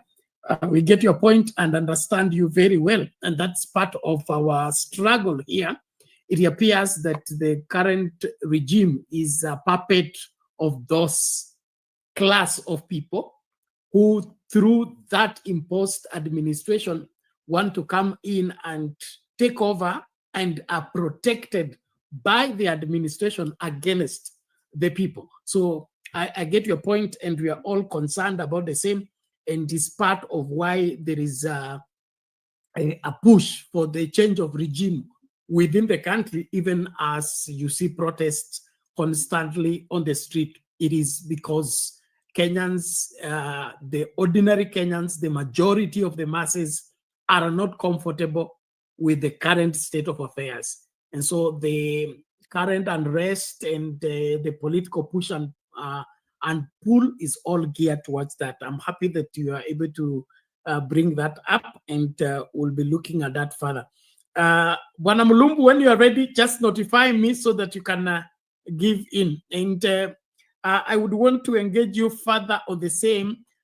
You see the private chat where we're chatting, Mr. Ikan. You can drop me your WhatsApp number there, and then we can link up. I would want to engage you further on the same so that we can exhaustively look at that wide spectrum of this conservationist and the quest for the influence of the West in Africa at the expense of the Africans, and what the Africans can do to secure themselves. But the points you're bringing up are a great concern for most of us. Naomba hivi Bwana Jackie Ndube, kama bado upo. 1 second. I'm actually old school, so I'm not savvy. So I really don't know how to put a WhatsApp number. You see me? But I may be drunk. If I give you mine, then you will contact me later. Okay, sir. Yes, the place where I was chatting. Then from yes, there I'm available. I'm available. Okay. Welcome. Go ahead, Mr. Mulumbu, if you are ready. Yeah, thank you guys, Kenyans and whoever is listening. It's really sad, and I remember this we said during campaign time, and what we predicted is what is happening right now. We told Kenyans, but Kenyans never listen, and we told them again, they never listen. And this is what I said. I talked about that is going to happen, and I studied Ruto, and we said what Uganda is doing to his people, to her people, is going to happen to Kenya, because Ruto was educated, was being educated by Museveni. And what Museveni is doing to Uganda is what Ruto now is doing to Kenyans. But the problem with we Kenyans is one. And I thank my sister whom I came in when she was talking. She just said what I said before and what I have been thinking. It's because of the corruption. And this corruption is in the DNA in Kenyans. Because all Kenyans that were born from 1963 to 70s, these people were born in corruption. They went to school in corruption. They got their jobs in corruption. Even their lawyers, doctors, these people got this through corruption. So these people, wako ndani ya corruption wamekuwa, yani hii kitu imekita ndani ya akili zao. Hata mtu akitoka, when somebody comes back, hata aende ngamba soma akirudi, he comes back, he goes the same thing what he's doing. Because I fail to understand somebody well educated, amesoma Kenya, ametoka Kenya kwa na shida, he has gone abroad, amekuja amesoma, amekuwa professor, amekuwa whatever it is. When this person goes back home, he said do the same thing. You know why this thing started, as my brother there before said. Those and my sister, those people who fought for Kenya for independence, never gave the chance to lead the country. And because those people had visions. Most of the people that fought for Kenya had visions. And with ideas. And they were inventors. But you know, the brightest people and those people inventors and visions, they are not very many, they are very few. And if these people are not given chance to give out what they have in their minds or what they are going to give them, now this in your vision, you live in wale wajinga, wale makumbafu. It takes time a country to get another person like them. And some of these people now when you are mebaki wakona mambo imekuwa hivyo, they come, they leave the country, they go abroad, and then they are given chances to give out their creation and their vision. They never go back to Kenya, because when they go back, they are being threatened with the foolish that are in the country, home after independent. When wazungu waliwawacha, waliwabaki kwa hizo sources za pesa.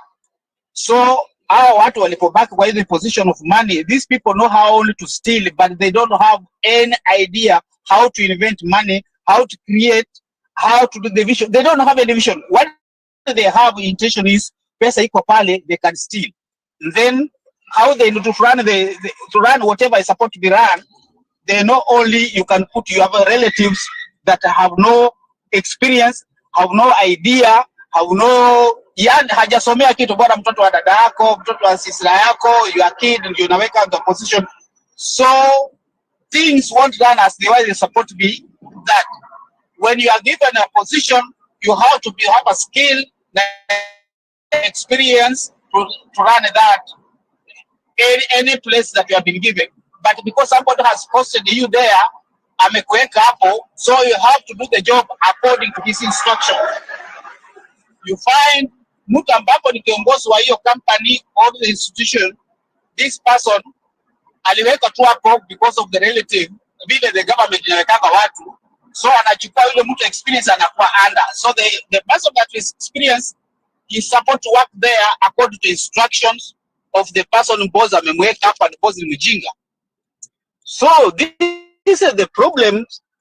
I don't know how Kenya will come over, but we speak about them. But our Kenya themselves wakiingia pale because wako na tamaa ya pesa, amesoma, amekuja, ana jamaa amemchukua, amemweka pale because ana ujinga pia, anataka pesa, anaingia pale, he doesn't do whatever the Kenya wants, anafanyia mkubwa na kupewa pesa, na maana atajirika kile asubuhi na jioni, but the population they are dying in hunger, dying in ugonjwa, whatever it is.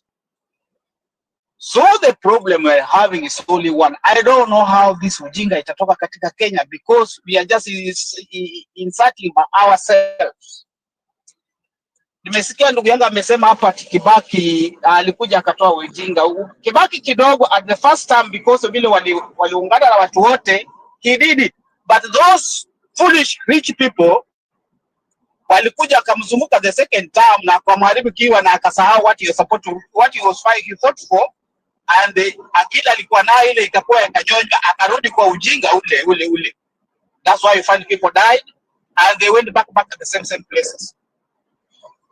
So I don't know how these things Kenyans are gonna do it, because it's so shameful at this stage. Atunapapa na hii demokrasia iko nayo, at a government, instead of fighting kuangalia Wakenya wana shida gani wanataka, wasaidie, waweke watu pale ambao wanaweza help the country and the people, they are busy pesa kuchukua na kununua pesa inawekwa katika security to secure their positions. Unaona? All the mali yenye Kenya iko nayo inawekwa kwa positions, weka security ile kali tight, wanaangalia fulana anafanya nini, Bernard anafanya nini, Jamaraja anafanya nini, anaweza tuingilia kwa jana namna gani. They are not fighting to angalia matibabu inafanya namna gani, kilimo inaendeleaje. They are not after that. Ndio naona vice president akitaka kuongea anaongea vitu vingine, president mwenyewe angeingia piga risasi mguu. He's not solving the issues because this person akienda pale aliwekwa kuwekwa, he has no vision, he has no inventory in his head. Aya ni kichwa yake, hakuna kichwa yake ilikuwa apate pesa awe tajiri na awe kiongozi, that's it. But ya kwamba atakuwa pale ana vision ya kujua the way the country can be run, na vile watu wanaweza toka kwa maskini, na vile nchi inaweza kutengeneza mali. They don't have that. Basi anapata watu wajinga wale hawana pesa ndio anaweka kwa positions, wale wako na tamaa na pesa, hawajui vision ni nini, hawajui ni Kenya bora amefika pale amelipa pesa, kama ni polisi amelipa kitu kidogo, kama ni sector amelipa kidogo, kama sijui. That's what they are doing. The Kenya is going nowhere. Bas mentality ya kwamba ukifanya ngwe unapigwa risasi. So let's talk about Gen Z. Gen Z walifanya vizuri ndio, but somebody should not say ya kwamba watu wa kitambo hawakuwa na akili, Gen Z ndio wana akili. Watu during the time they were there, that's why they were fighting maandamano imekuwa kwa milele. But remember, by that Kenya ikipata uhuru we are only 7 million.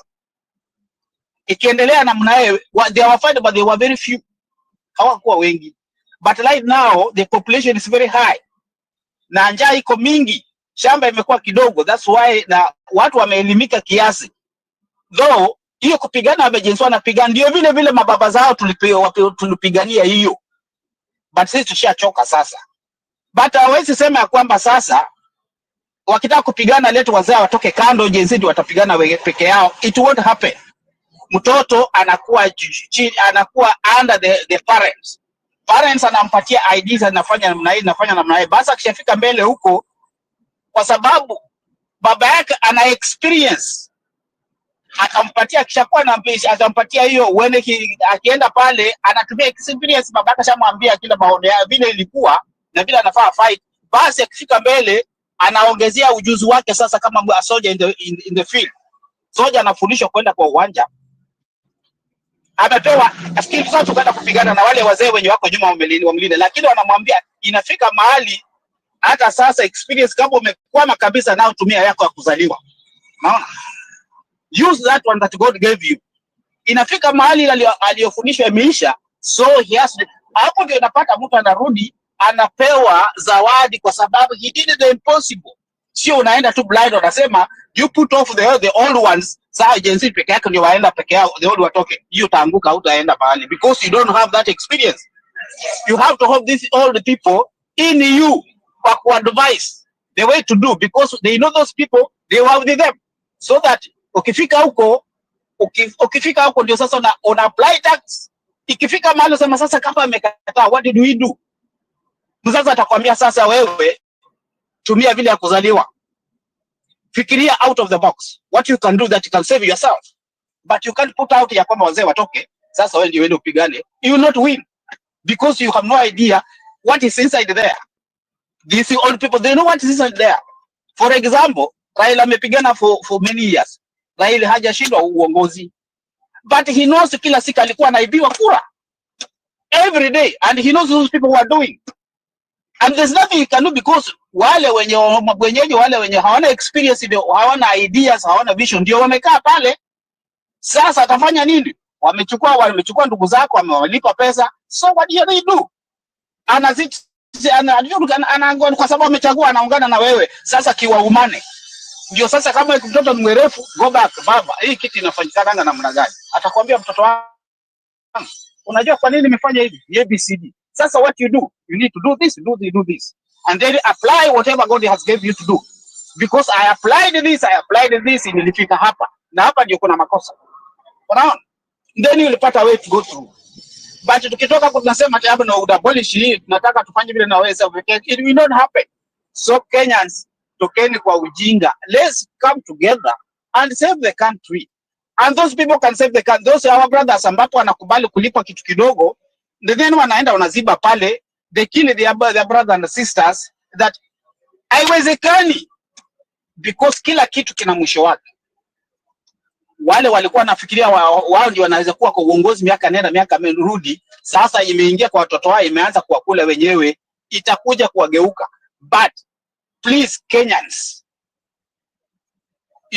hii mambo ya kupewa kitu kidogo ndo basi unauza or you sell your country. Stop this. Is because when you are doing this, you are killing your people in the villages. Wewe unashiba peke yako, lakini kijiji unatoka watu wanatembea na jigas, people are suffering. So, what are you helping? Wakati tufanye hivi tunatue. Thank you Bernard. Hii inafanya hata mtu alie. Thank you. Sawa, asante sana Mdumbu, tunashukuru. Ujumbe umefika. Naomba tafadhali kila mtu makinika. Tusiende katika uchaguzi unaokuja na akili ya kitambo ambayo tumekuwa tukilumbana, kabila hili kinyume na kabila hili, sehemu hii kinyume na sehemu ile.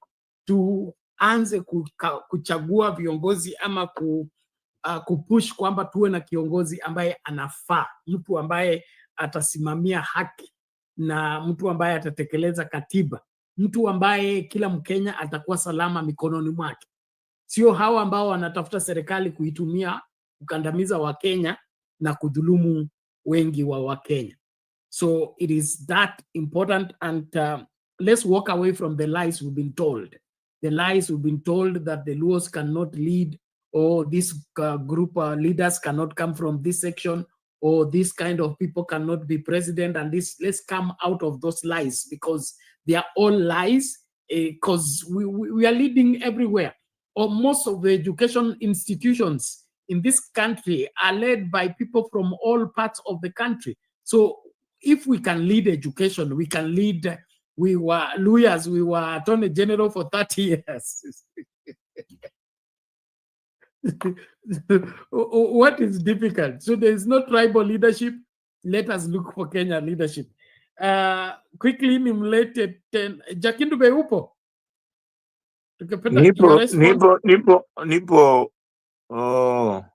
Nipo Bernard.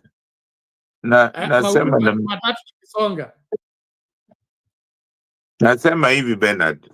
Unajua mimi nimekuambia kila siku, hii mambo ya kukopi, hata hii unaona tunasema ati tuna constitution nzuri sana. Hiyo constitution si ati tumeandika, tumekopi tu.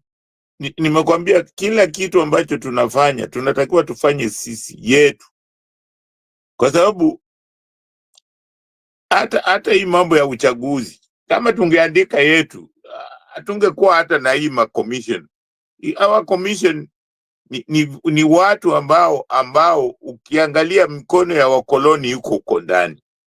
Ndio maana we go nowhere with the commission. Hii commission iko na mikono ya mkoloni ndani yake. So kama tungeandika constitution yetu wenyewe, hata haya mambo ya ukabila tungekuwa tuzungumzi. Tungejua namna ya tungekuwa na dawa ya kuponyesha hiyo ugonjwa wa ukabila. Kwa sababu kama tungeandika constitution yetu wenyewe bila kukopi ya Waamerika au ya Uingereza, sisi wenyewe tunajua tuko makabila wangapi. Tungeweka hata provision pale ndani ya kusema hatuwezi kuchagua mtu wa kutoka kabila moja mara mbili. Kila kabila lazima ipewe nafasi. Tunaweza kusema tu huyu president akitoka tunataka kabila lingine watupatie president. Na ni Mkenya. Lazima tupate mtu ambaye ni mwaminifu na mtu ambaye atasimamia. Kama hawezi, tunamwambia basi we toka, tunataka mtu mwingine. Kila mtu atafanya kazi. Hatutakuwa na mtu hata wa kuiba kura. Hii mambo tunasema ati kura imeibiwa, tunatafuta technology. Hii ni upuzi mtupu. ni kwa sababu hatujafanya mambo yetu wenyewe. So hizi vitu tunatakiwa kabisa, tunataka mtu ambaye anaweza kuleta mageuzi, mtu ambaye anaweza kuleta mapinduzi. Na hii vile lazima sisi wenyewe tujiangalie moyoni mwetu. Vile huyu dada yetu alisema, tujiangalie kwa moyo zetu, tuone hii kitu ambacho tunafanya ni kweli inatusaidia kama Wakenya wote. Kwa sababu hakuna vile unaweza kusema wewe utafaidika peke yako. Hakuna, haifanyiki hivyo. Hata wa Amerika ni nchi kubwa, lakini bado inahitaji nchi ndogo hizi. Ndio kuna vitu vingine wanakosa. Wanasema hata ukiwa tajiri namna gani utakosa hata shindano, utaomba kwa mwenzako. So ni vizuri tukiangalia kwamba tunafanya mambo ambayo yanatuhusu sisi wenyewe. Tufuate mambo ambayo inahusika na tabia yetu. Hatuwezi kuwa tunafuata vitu tu ovyo kiholela tu ati imefanyika, watu fulani wamefanya na sisi tufuate. Hapana. Hiyo nakwambia kweli kabisa haifanyiki. Na hata mkiangalia hizi nchi ambazo tunasema zimeendelea, sijui Amerika, sijui Uingereza, sijui Italy, China, sijui Faransa, hizi nchi zote zimefanya mapinduzi. Hizi nchi zote zimepindua. Ukiangalia vile walifanya ndio wafike mahali wapo. Wengine wamepigana wenyewe kwa wenyewe kama Amerika. Faransa walipindua. Yaani kila nchi lazima muwe na mapinduzi. Mapinduzi ya kimawazo, au yaani mnaacha ile mambo ambayo inawaletea haiwaletei maendeleo. Ndio mfuate maendeleo vizuri. So na hata sisi inatakiwa tuache hii mambo ya uongo. Kwa sababu hii mambo ya kusema ati Central peke yake ndio sijui ilipigana. Hakuna. Wa Kenya wote, kabila zote, ukiangalia kwa historia, kila kabila ilipigana kwa njia yake. Kila kabila ilipigana kwa njia yake kuleta uhuru huu ambao tuko. Si eti kuna watu fulani tu ndio walipigania, hapana. Tulipigane kwa kila mtu alikuwa anapigana. Na tulikuwa tunapigana kwa sababu hao watu walikuwa wanachukua mashamba yetu. Hao watu walikuwa wanatuonea.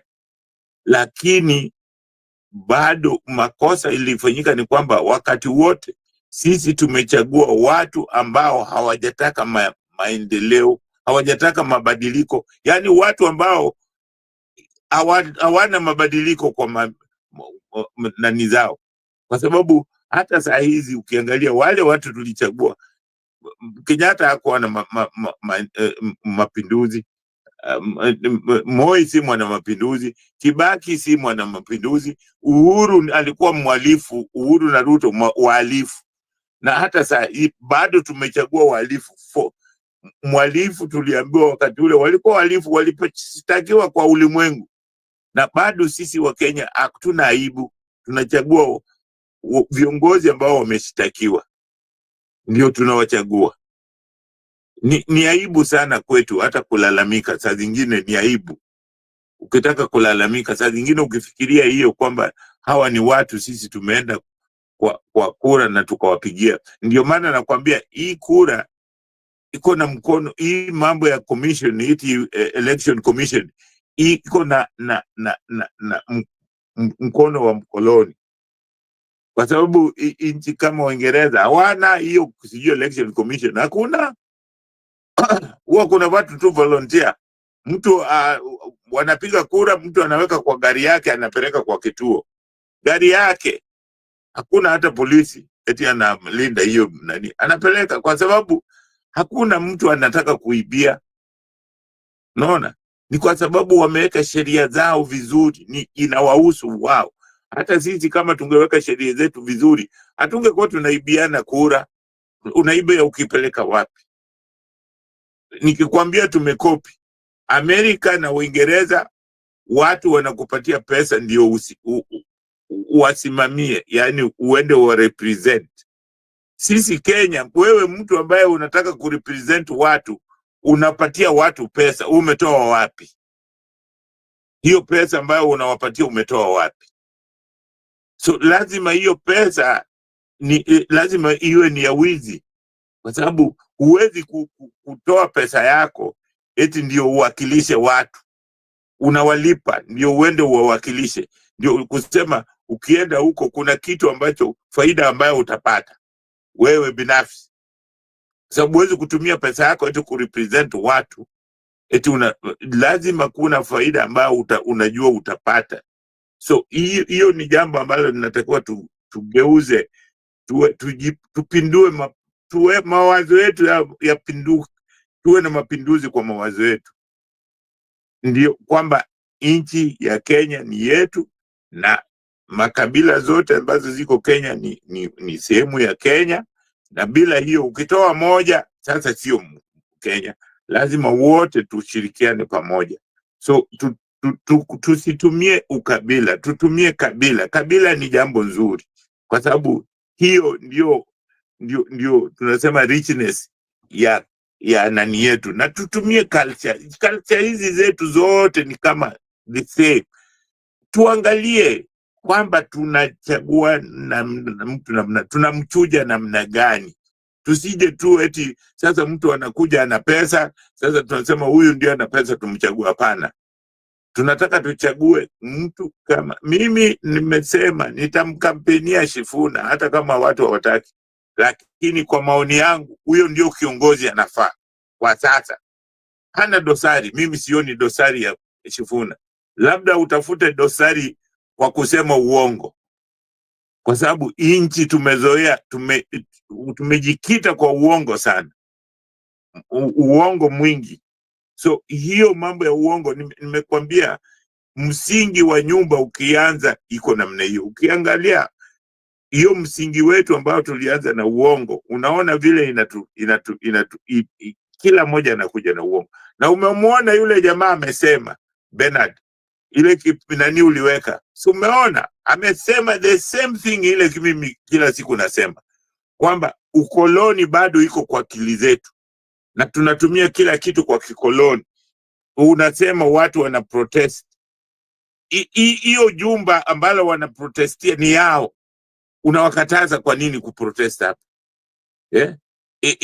Parliament ni nchi yetu. Ukimuua huyo mtu ambaye unamuua, watajengaje? Si angeshikwa umwambie sasa ninyi mmechoma hii mjenge, wangejenga, bado ni vijana. Sasa ukimuua, nani atakuja kujenga hiyo? Unaona, hiyo ni tabia ya kikoloni mentality. Na hata yule jamaa amesema the same thing, kwamba bado sisi tuko na tabia ya kikoloni kwa kichwa zetu. Hiyo ni lazima tutoe, ndio nchi yetu. Maanake hatujapata mtu ambaye anataka mabadiliko. Wale watu wote wanataka mabadiliko, hatuwachagui hata kidogo. Tunachagua wale wanataka status quo, yani vitu ziendelee kama mkoloni vile alikuwa anafanya. So hii ni jambo ambalo mimi nimekwambia Wakenya tutubu, vile wewe watu wa kanisa tutubu kwamba tumekosea. Tunataka tufanye mambo yetu kwa kutupilia uongo kando. Unaona, Mwalimu Nyerere alijenga nchi yake, alijenga taifa. Ni ngumu sana kuibomoa sasa, kupeleka ukabila ni ngumu. Kuna watu wamejaribu, haifanyiki kwa sababu ile msingi vile imejengwa ni ngumu. Na sasa sisi hapa tumejenga msingi, Kenyatta alijenga na msingi na ukoloni, unaona, na ukabila. Unaona vile inatufanya ni ngumu sana kutingisa hiyo nani, kuitoa.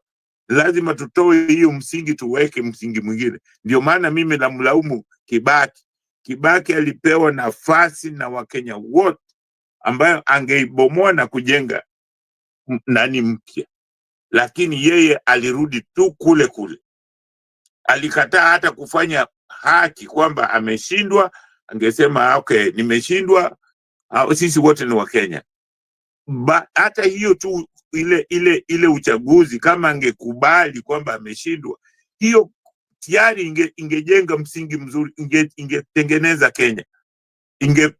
kila mtu angeona aha, kumbe mtu akishindwa anafanya na miti, kila mtu angechukua huo mfano.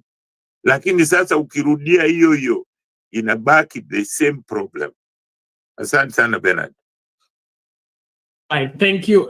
Joy, umetupwa nje. Nashukuru Dadi kwa hayo maoni na wasia kwa Wakenya. Naomba kila Mkenya tafadhali tusiruhusu hisia zikaingie katika uamuzi ambao tunaingia ndani kwa kuchagua nani atakuwa kiongozi wa nchi hii. Tusicheze mchezo ambao tumecheza miaka mingi, ambao umetuweka katika hali ambayo ni ya kupigana kila wakati, kuzozana kila wakati na nchi haisongi mbele. Ningependa kucheza hii video, ni refu kiasi lakini it is part of the conversation we are having, and then from there begin to call it a day. But I really want us to take this very serious. We can't be a country of liars, living on lies and using the lies to oppress and mess up destinies of different people. So let's take serious our involvement in the struggle. Let's work it out as a responsibility.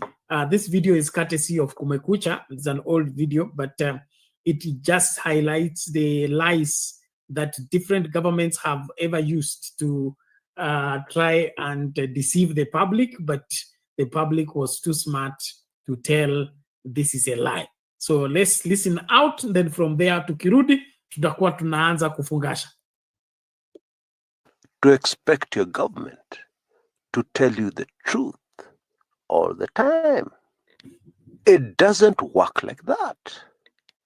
Because the naked truth all over the world, and not just in Africa, it is naive to expect your government to tell you the truth all the time. It doesn't work like that. Because the naked truth is that even in the most developed democracies, government take the population as their little children. You can't tell the children everything. They will not be able to take it. They're not mature enough. Indeed, that is a judgment call every parent makes every day. And while it is true that there are some instances, just very few instances, where if you tell the masses the truth, you will cause panic. And this is probably not what you're looking for.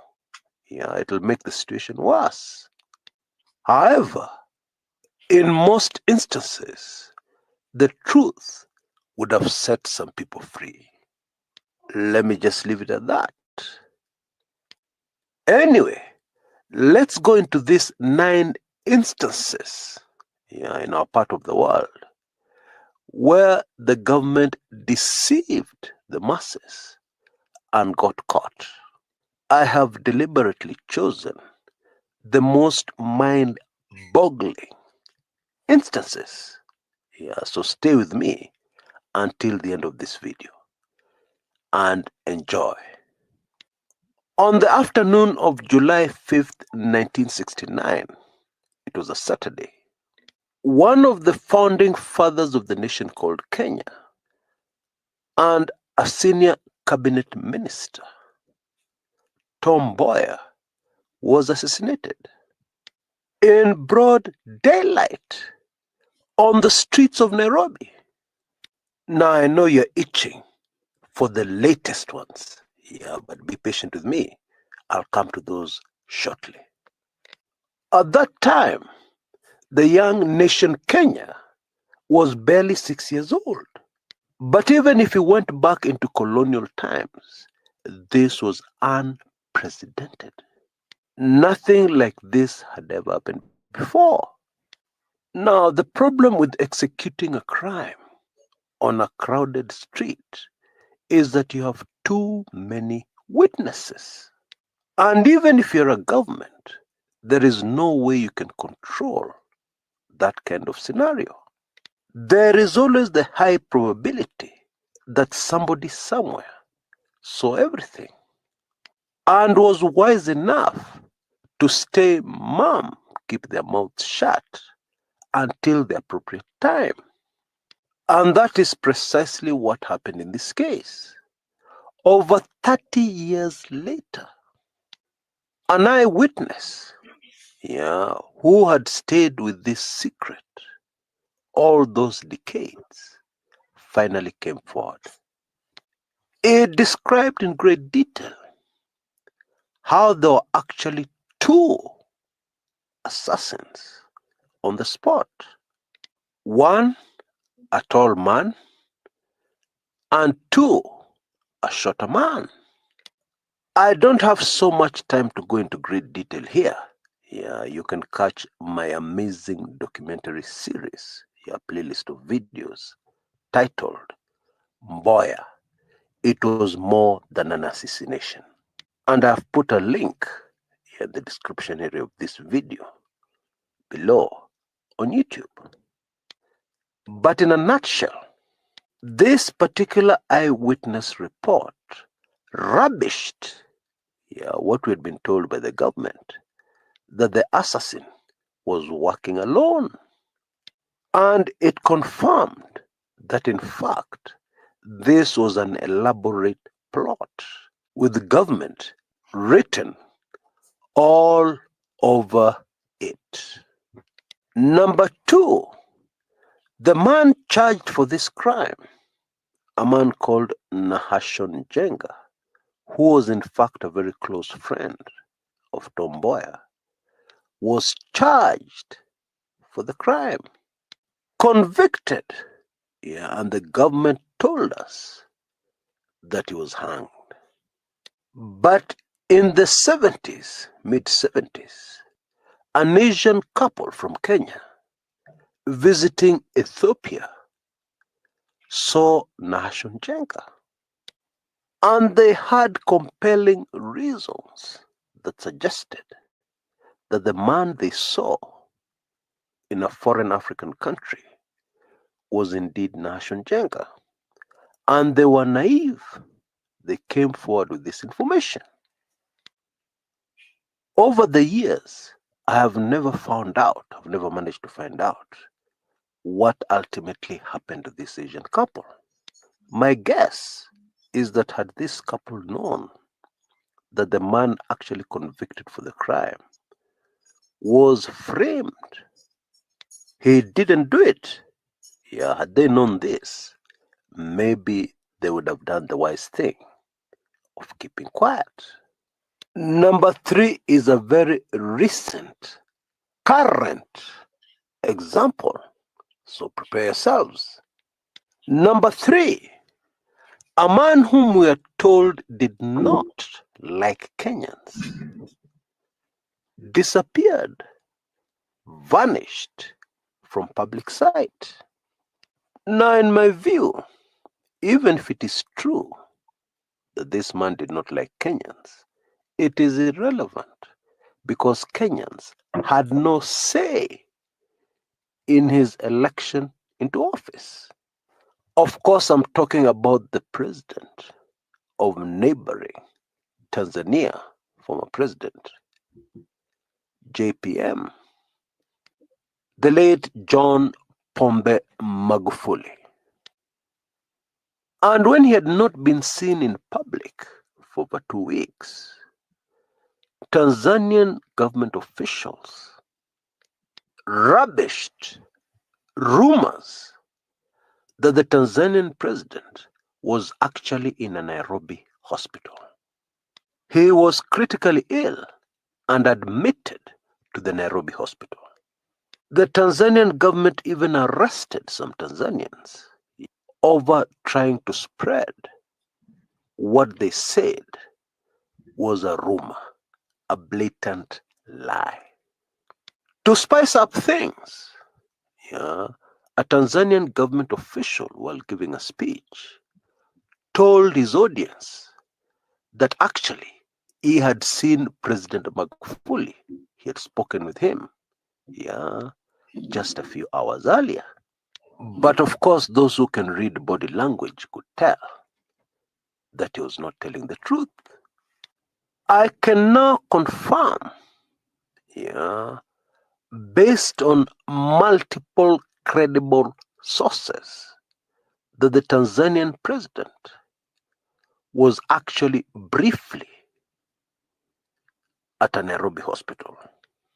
Now, of course, you can catch the inside story of that, which is still highly sensitive, even now, in my latest weekly intelligence briefings.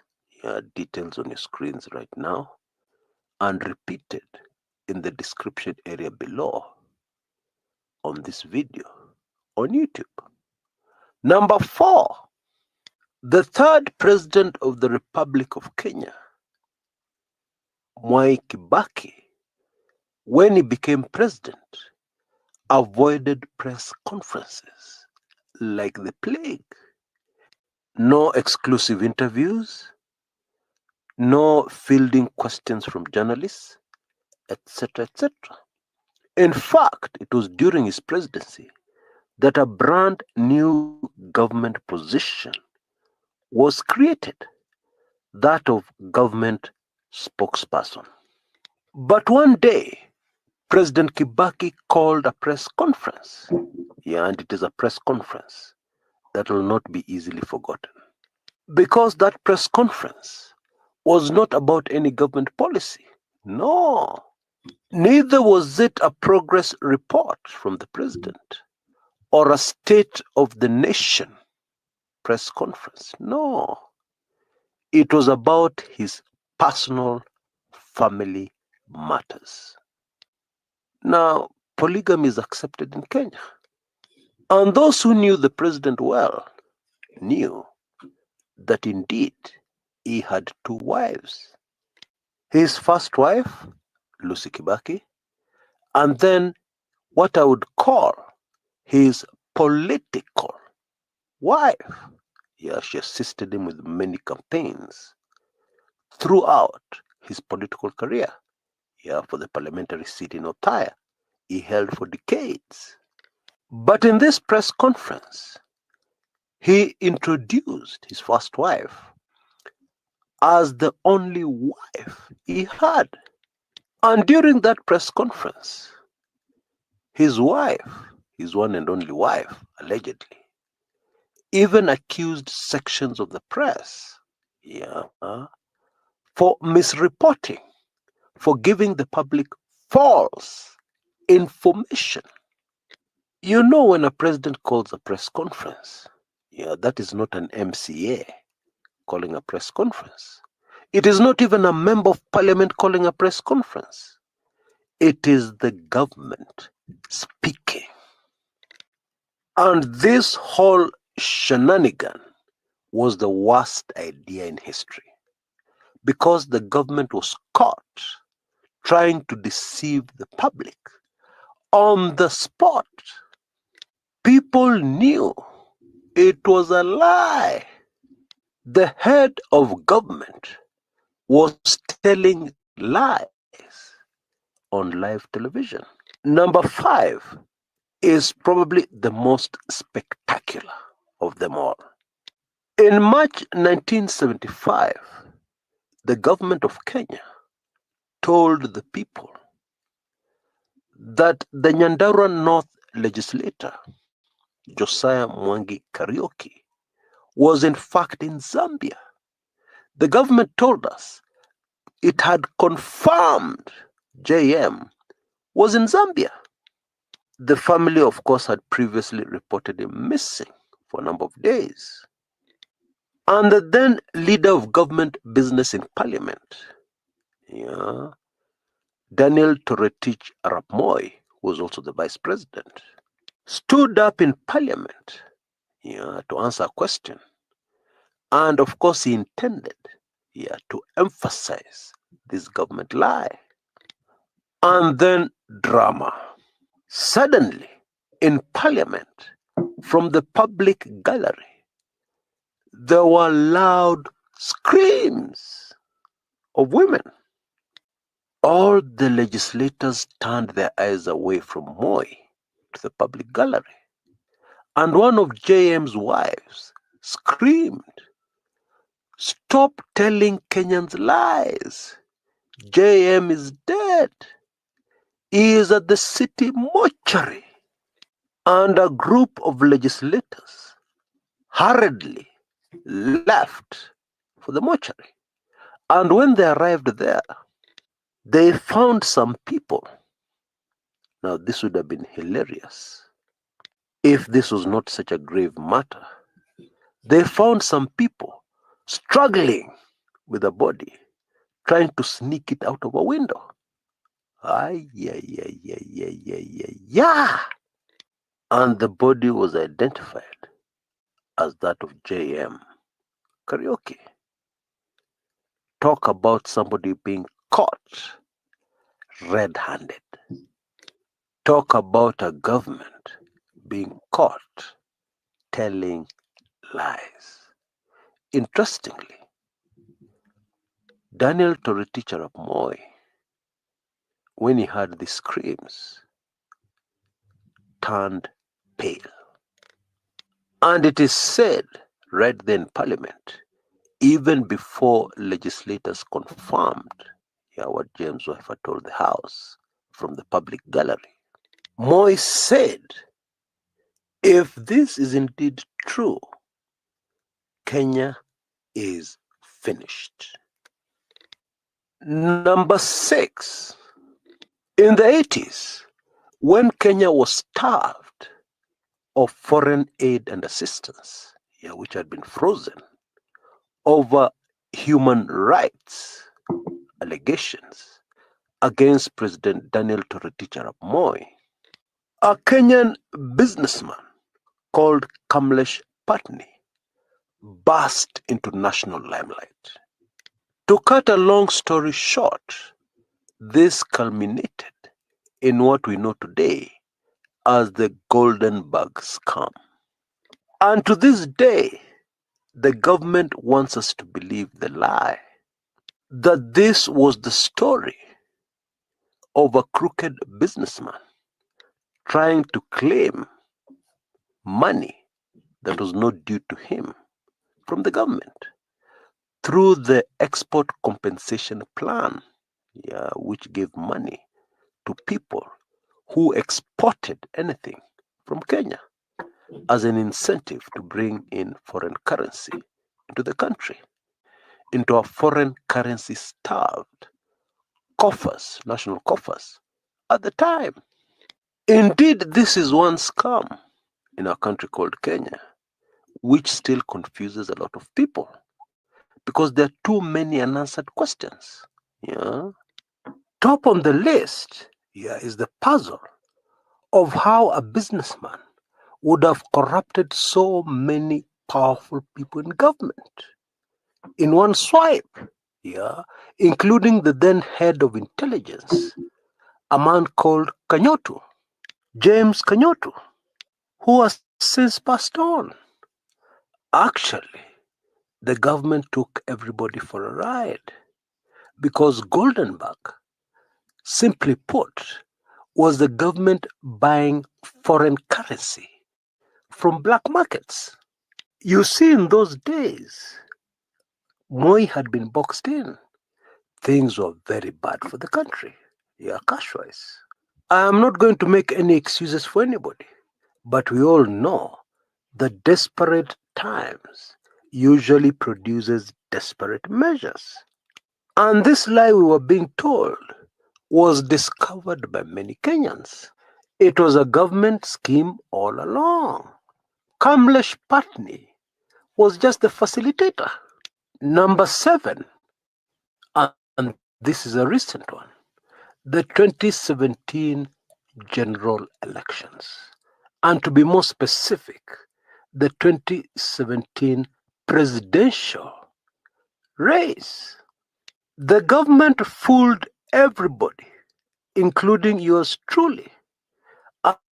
And they fooled all of us countrywide that they had the numbers. But on voting day in August 2017, very many fishy things went down, including the press being shut out, of counting halls where votes were being counted. This lie was initially exposed by the Supreme Court when they annulled, throughout President Uhuru Kenyatta's initial win. And the lie that Jubilee won those elections was further exposed when we saw the number of people who celebrated when the president's victory was overturned by Chief Justice David Maraga and company. And the Jubilee government went on to do many things which a popular political outfit has no need to do. Like the mysterious story where Deputy Chief Justice Philomena Mwilu's official vehicle was sprayed with bullets. Luckily, she was not in the vehicle when this happened. It was just the driver. Sometimes governments lie, and when it is exposed, it changes everything. And this is a perfect example of that. Because had it not been for the handshake, I don't know where Kenyans would be today. Number 8, the very first Kenyan African to qualify as a lawyer, Agwins Kodek, is said to have met with a road accident, on the road which today is named after him. The Jomo Kenyatta government at the time assured us that it was a road accident. But when the wife rushed to the police station, she never saw the vehicle allegedly involved in this road accident. Indeed, nobody ever saw that vehicle in which this prominent, brilliant lawyer is said to have lost his life in some road accident. But the official story, a lie for decades, was that Agwins Kodek passed on as a result of a road accident.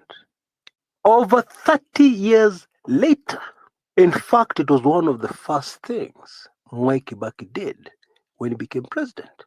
He authorized the release of information on the death of this prominent Kenyan. The information made available to the public for the very first time and proving this lie the government had kept for decades, said the following: that the lawyer died as a result of gunshot wounds from a police-issued rifle, period. In my landmark documentary, Mboya, it was more than an assassination. You can find a link in the description area of this video on YouTube. I reveal that all this was actually part of a larger plot, a very elaborate intelligence operation, probably one of the largest the region has ever seen. And it was to eliminate all present and future threats to the presidency of Mr. Jomo Kenyatta. Please make sure you catch that series. It's actually a playlist. Very fascinating stuff. Number 9. In the early hours of 1982, August 1st, Kenyans woke up to the shock of their lives. The only radio station in those days, government-owned VOK, it was called in those days, were announcing that the government of President Daniel Toroitich arap Moi had been overthrown. But a faction of the armed forces, stormed VOK. There were many casualties. And at the end of the day, a very junior member of the then Kenya Air Force, a senior private Ochuka, emerged as the main man, the brains behind that attempted coup. Anybody who understands how hierarchy and ranks works in our armed forces and indeed in any uniformed service will tell you immediately that that is a very long shot, extremely long. And to this day, many decades later, we have never been told who were the main brains and instigators of that bloody attempted coup. The government told us a lot of lies about what really happened in 1982, and the government was caught out. However, to this day, we still do not know the details of the truth.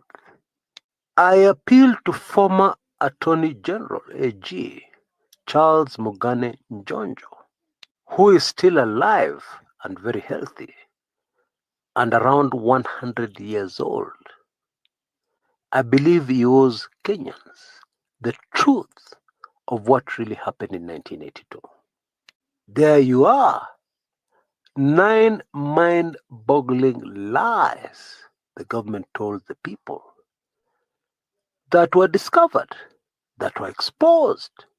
Now, if you've enjoyed this video, please remember to give me a like and kindly subscribe to be able to see more videos like this one. Until next time, this is Chris Kumekucha.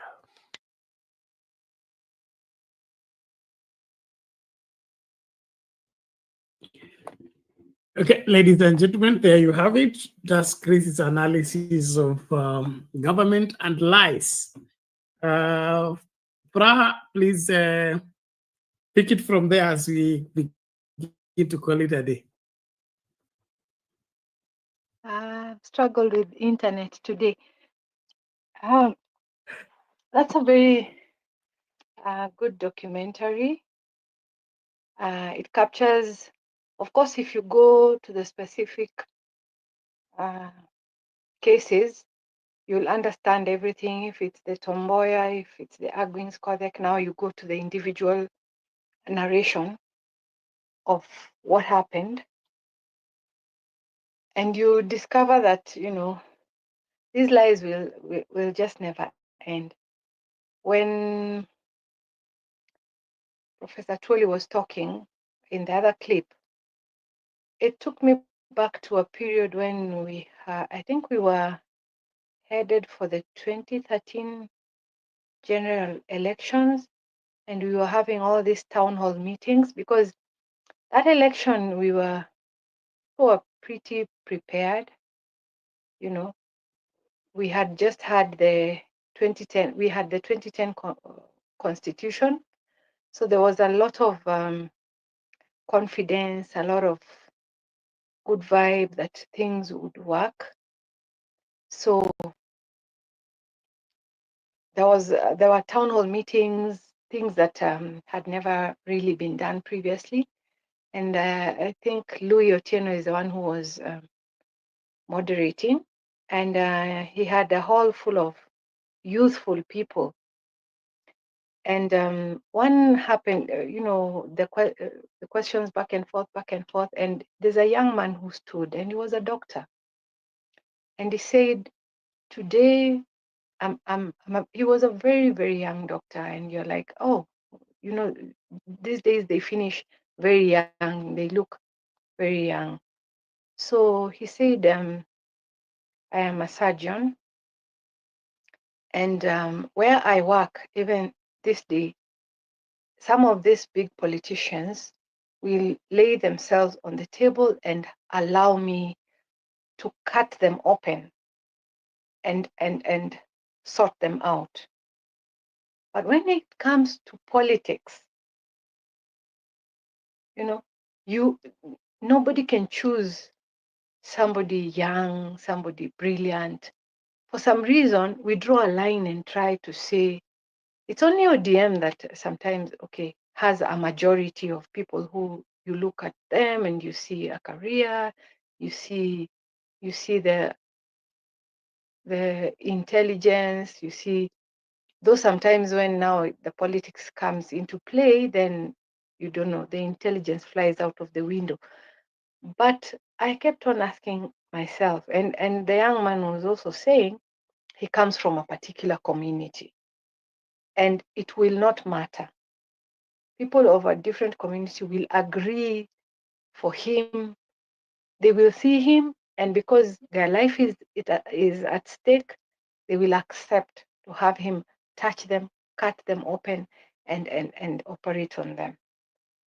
But for some reason, politics wants us to believe if it's a question of MCA, oh, let's not have them, let's just have them be able to read and write, you know, and I'm learned, I'm intelligent, I'm exposed, and you want me to choose somebody who is not well read, who is not well versed in international or global issues, to go and legislate on my behalf.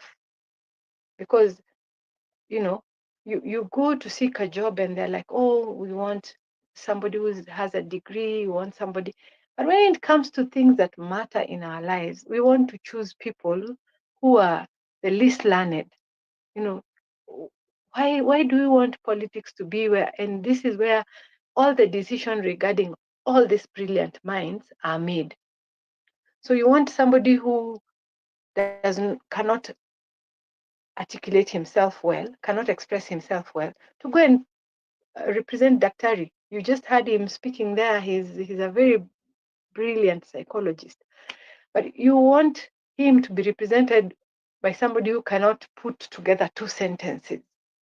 So that's why we end up living on this edge where we are always afraid of change. We are afraid of revolutions. We are afraid of what will happen if the country burns. There's such a thing as rising from the ashes. I keep saying that because somebody wants us to believe that, you know, oh, it can be very bad. But it's already very bad, Bernard. It's already very bad if we keep being abducted, we keep being killed, we keep. You see, it's not better. So we'd rather even try something else and see what comes out of it. Jacinto Bay keeps on saying all these countries that are doing well, you know, democracies, or even some of them are not even democracies, but you find that every time there is a meaningful progress, people had to take the wake-up call, take charge of their destiny, make drastic decisions, think out of the box. Just today, I was listening about the position of education, and you even put that clip about that Kwale school, school, and you look at that, and somebody wants to spend 1.2 billion, is it, on a church, and education is a basic right. And it's easy to worship under a tree than it is to study under a tree. So I'm looking at those clips that you have played, and I'm thinking that's part of the reality that we have to come to terms with, that we have to be brutally honest about what has happened so that we understand where we are, so that we can now chart where we want to go. If we are not brutal and honest about what has happened, it means we are not going to be ready to change it. We are not going to be ready to face our demons and fight them going forward. So that's why these things keep repeating themselves, because a lot of skeletons are in the closet. So every time you try to move forward, they pop up, and they keep popping up, in different regimes. So having watched that clip and looked at that, I told you the other time, there's also 10 Years a President, a documentary by Ben Kitili on Kibaki. And when people speak about betrayal, Those are now are the real betrayals. The one for Kenyatta after how Jaramogi and company, the people who are there, thought that he's the one who's going to liberate and help, and then he turns on them and does exactly what they wanted the white man out of their shambas. Then Kenyatta went and took the shambas. So really, and then so you look at that 10 years as president, and you hear people like Mudi Awori, you hear Matere Kireri, Francis Mudhaura, the people who are there, and a document that was penned down, an agreement that was penned down, and somebody went ahead and did the opposite. That is betrayal. Betrayal is not when you assume that, oh, somebody's on my side, and oh, because they've made this decision and I expected them to make this, then they've betrayed me. No, that's not betrayal. Betrayal is when you sit down or you agree to talk and you have a common goal and you change your mind, and it is not based on principle. That is betrayal. So you look at the Saitoti case, they've also highlighted, that documentary also highlighted the 1982 coup. And people want to believe whatever they want to believe. But we know, just like you said earlier, that, for Moi came into the picture following the death of Kenyatta. So it got people a bit off guard, and they imagined that, he was a pushover. And then, he came and settled and just became worse. Then you come to YK92, The Sons of Fortune by Enoch Sikolia, and you get why we have Ruto as he is. You look at what happened back then when they were young, how they went out, how they went out meeting violence on people and forcing youths to to become members of KANU. You look at that and you see it has, over the years, he has built on it, and now he's unleashing what he knows. These are people, like you said before, who have never been part of the struggle. There is no place where Ruto is struggling or fighting for anybody's rights. And then the other one that I had an opportunity to look at was the logging out Msando. That's also a big deal. I think it was by Brian Obuya.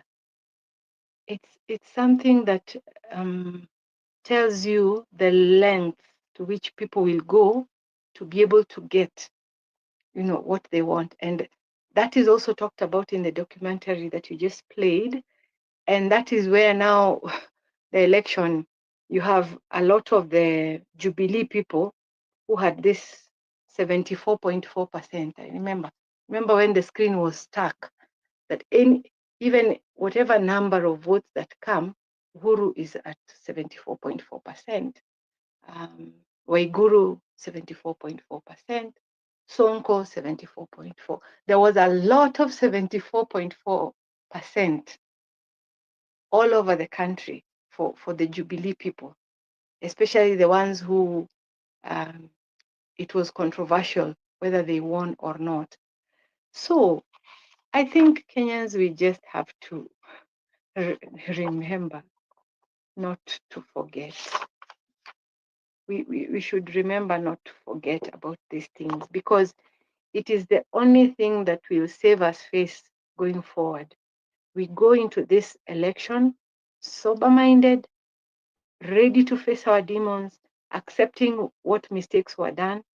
People like Mandela, people like Buddha, people like Mother Teresa, these are people who are revered for what they did. But lately, there's been pointing out that, you know, there are very questionable things that happened in their lives. Of course, we will carry the good out there because it outweighs the bad. But it's not like evil or it's not wrong. We have to accept that we are not perfect and we are not 100% and we will fall short. But the good has to outweigh the bad. So if we are going to make a difference, we have to be truthful. Truth is stubborn. History is also stubborn. Those two combined, when you, especially if you accept the truthful facts of history, you're able to understand where you are in the present, and then that will inform how you face the future. But kama tumekwamilia vile Jakindube anasema we just want to copy things, we just want to do things the way we've always done them, it will not work for us. We have to change, and this time we have to be very intentional about the change, and we have to be able to even talk to our Gen Z, because you see now Ruto was faulting us parents for having raised the youth the way we have. The church also, Bernard Kwapo, nyinyi na wazazi ndio mmeweka watoto mnawafundisha kwenda kwa barabara kuiba vitu vya watu na and you know, now they're terrorists. So these terrorists, in quotes, as Ruto is calling them, these are people who watched. They were a bit lackluster in their interest for politics. They didn't think politics determines whether they're going to get jobs after they've studied. It is going to affect everything in their life. Now they have realized, and now that is why they are part of the revolution. So they're learning and accepting that being leaderless doesn't help. It's good to be tribeless. It's good to, but you have to appreciate where you're coming from in order to be able to understand where you are, and then you go forward. So I think that's what today has taught me, based on the history that we've had, that a hard look at ourselves will help us to change, and then we will get the leaders that we want, that we deserve. And this time, it's not like we always deserve the wrong leaders. I'm sure we deserve better leaders. We deserve better. So, and we can get better. We will get better. Exactly. Thank you, Fra. We appreciate that. And I look at that as when you have a patient is having a particular ailment, you go for a specialist in that area. You don't take him to a quack or take him to some, some clinic somewhere. You have a patient is in a critical condition, you look for a specialist. Kenya is in a critical condition. It needs a specialist. Let's not joke around. Hello, cousins. And which one is the other one?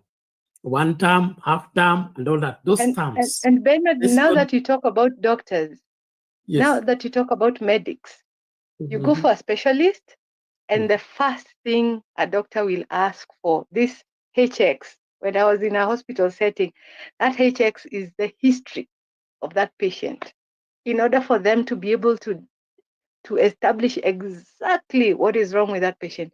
They need that history. Exactly. Thank you so much.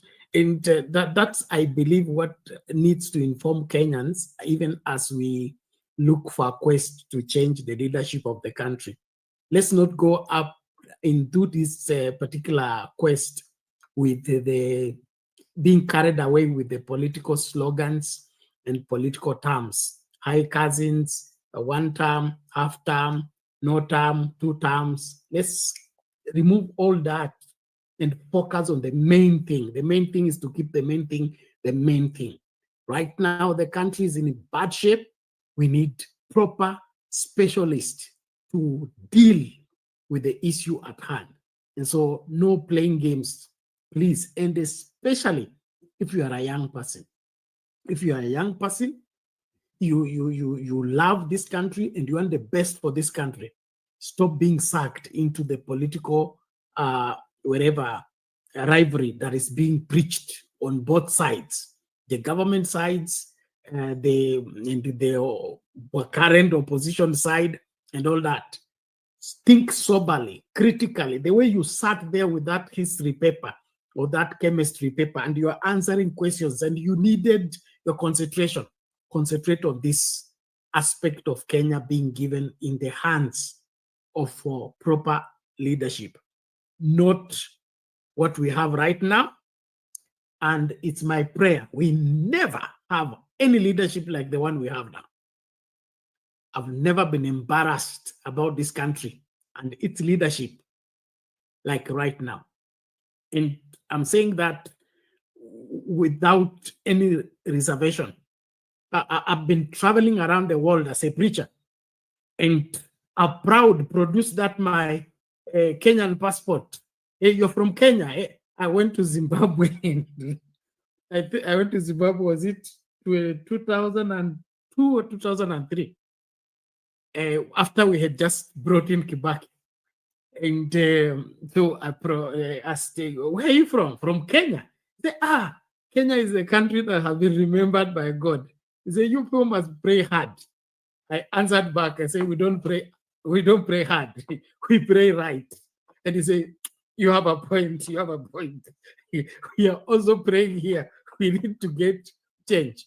Now, the Kenya I was proud of, it's become a shadow of itself. And now we hide the passport. We hide our Kenyanhood. We can't continue like this anymore. So let's get our country back and reject the madness we are being made to believe. It is all we can.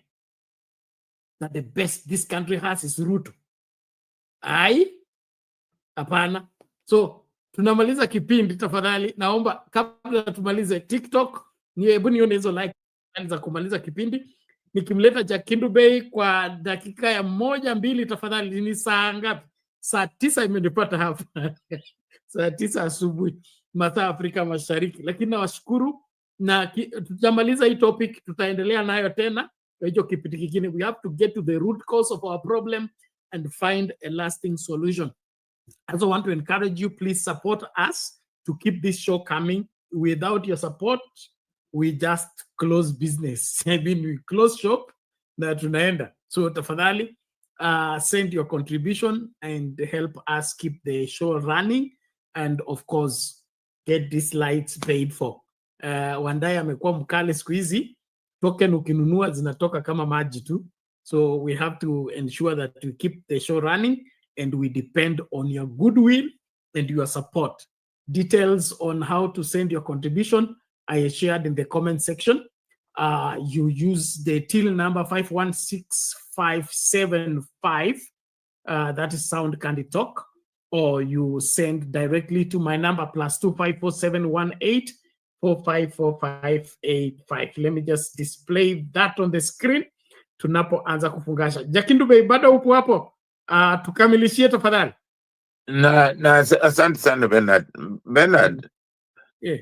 Ni jambo la kusikitisha sana ukisema mabadiliko. Mabadiliko inatakiwa tuwe nayo kwa akili zetu, kwa sababu mimi mpaka leo imenishinda kuzungumza, kusema ukiangalia sehemu zingine za Kenya hakuna hata watoto hata wasomi, hawana madarasa ya kusoma. Alafu president anataka kujenga kanisa sijui 1.2 trillion. Hiyo ni yani hiyo kusema ukweli, ukiangalia hiyo kitu unasema we are somewhere, we are sick somewhere, tuko na problem. Kama kiongozi wetu anaweza kufanya kitu kama hiyo, ni problem. Sielewi, hata hainiingii. Kanisa anawezaje kujenga ndani ya ikulu? Anawezaje kujenga taifa ndani ya kanisa ndani ya ikulu? Inanishinda kabisa, inanishinda. Na yet shule zingine ukiangalia, kuna sehemu zingine shule hakuna hata darasa, watoto hawasomi, hawana mahali pa kusoma watoto. Sasa hiyo ni kusema maana, hiyo ni kusema nini? So kitu ambacho ninasema ni kwamba mimi naomba tu wa Kenya tufanye nini, tuwe na mabadiliko kimawazo, tutoke kwa hii mambo ya ukoloni, kwa sababu ile kitu inatuua ni ukoloni, na kwamba tangu tupate uhuru tumeendelea na yale mambo yale, kupiga watu risasi, kuua watu ovyo tu, yani mradi upate kile unachotaka. Hiyo ni selfishness ambayo haitatupeleka popote. Kwa hiyo tumefikia mahali inatakiwa tujiangalie rohoni mwetu, tubadilike, ndio nchi yetu ipate namna ya kuendelea, kwa sababu miaka yote tumechagua watu ambao hawana mabadiliko, hata kidogo, wanajifikiria wao wenyewe. Ndio maana mimi nimeamua saa hizi this time nitamkampenia Sifuna, hata kama hataki, lazima nita make sure kwamba huyo ndio kiongozi anaweza kuleta mabadiliko Kenya. Kama tukifuata mambo ya demokrasia hii ambayo tunasema tunapigania hapa demokrasia, labda huyu na hakika anaweza kuisukuma nchi, kwa sababu yeye ana agenda ya mabadiliko. Asante sana Bernard. Thank you so much, Jacinto Bey. A good place to end. And let's look for quality leaders like Sifuna, people that we can trust and people we can rely on. On that issue of building church, I should just point out there was an offer given to Traore, the Burkina Faso president, by the Muslim leaders. I think the Arab leaders. They said they want to be allowed into the country so that they build mosques everywhere within Burkina Faso. And he declined. He said, we can pray anywhere. We can, God can be found anywhere and can be talked to even from under a tree. But what I need now is money to build schools so that children can go to school and become educated. Now, that is the kind of leadership we need. Not these people who go and hide in spirituality, running away from responsibility. And that's what Ruto is doing. Ruto doesn't go to church even to be preached to or to be ministered to. He goes to church to hide there and use the church to cover his irresponsibility. Let's call him for what he is. William Ruto needs to leave the church alone. The church doesn't need him. I don't think he has a need for the church at the moment. Unajua unahitaji kanisa wakati uko tayari kutubu na kufuata msalaba. Lakini kama unaenda kujificha tu huko, uhitaji hiyo kanisa na kanisa haikuhitaji.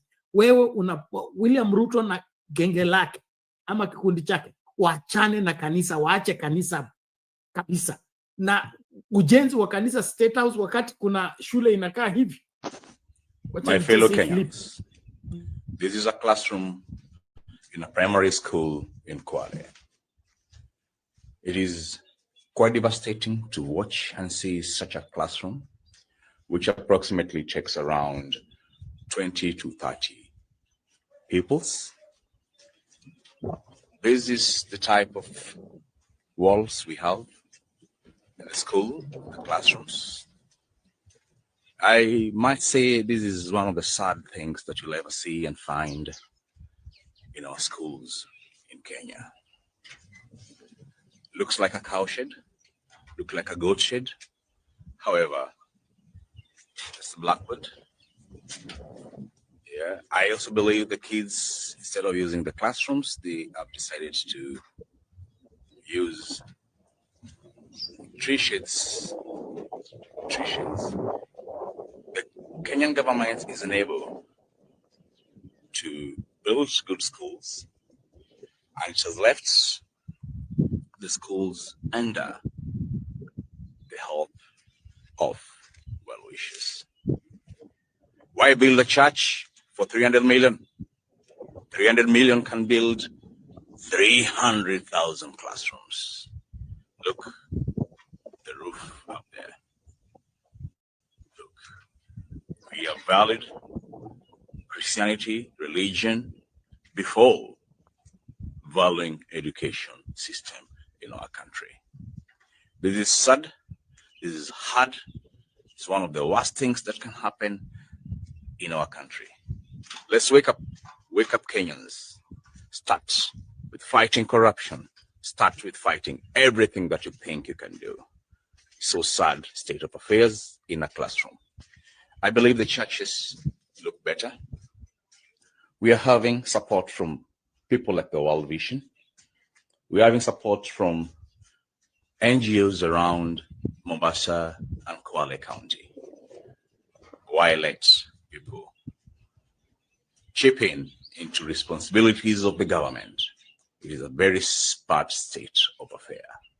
Wake up, Kenyans.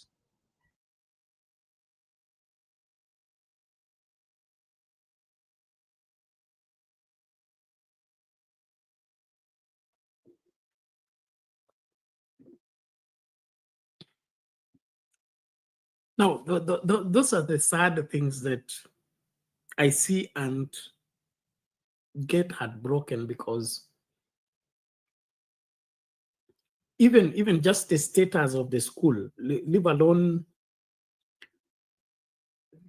I mean, the school, doesn't it have a headmaster and teachers? Even if it's made of that matope, there's no better way to work on it. I've ever taught in a matope school before. It's a slum. There's a slum and in where? Yes, Madare. Yes, Madare. I'll go through Huruma, then go down a matope school.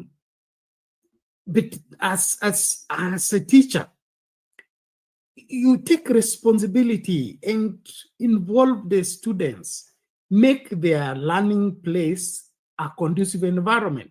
So beside the government neglecting the school or not funding the school, just to make the wall, the roof and all that, it just needs management. Before we now go to development, just proper management. So the kind of, I'm saying this because of the sense of irresponsibility, a sense of irresponsibility that you will enter your shule, you will get 20 teachers there.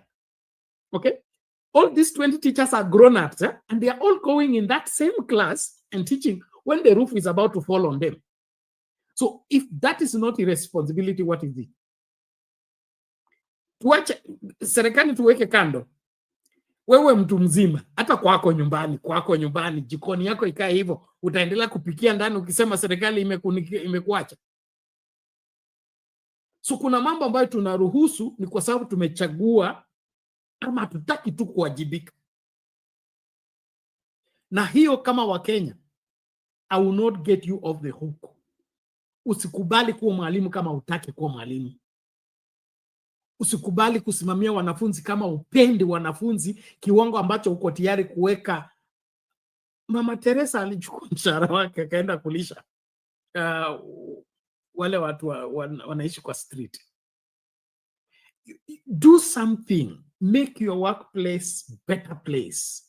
Don't be there to look for who to blame, why things are not working.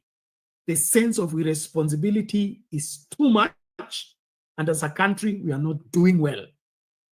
Let's rise up and love these children. Love these children. The privilege you have, watoto kupita kwa mikono yako. Let it be taken as a calling. Let it be something that you hold dear.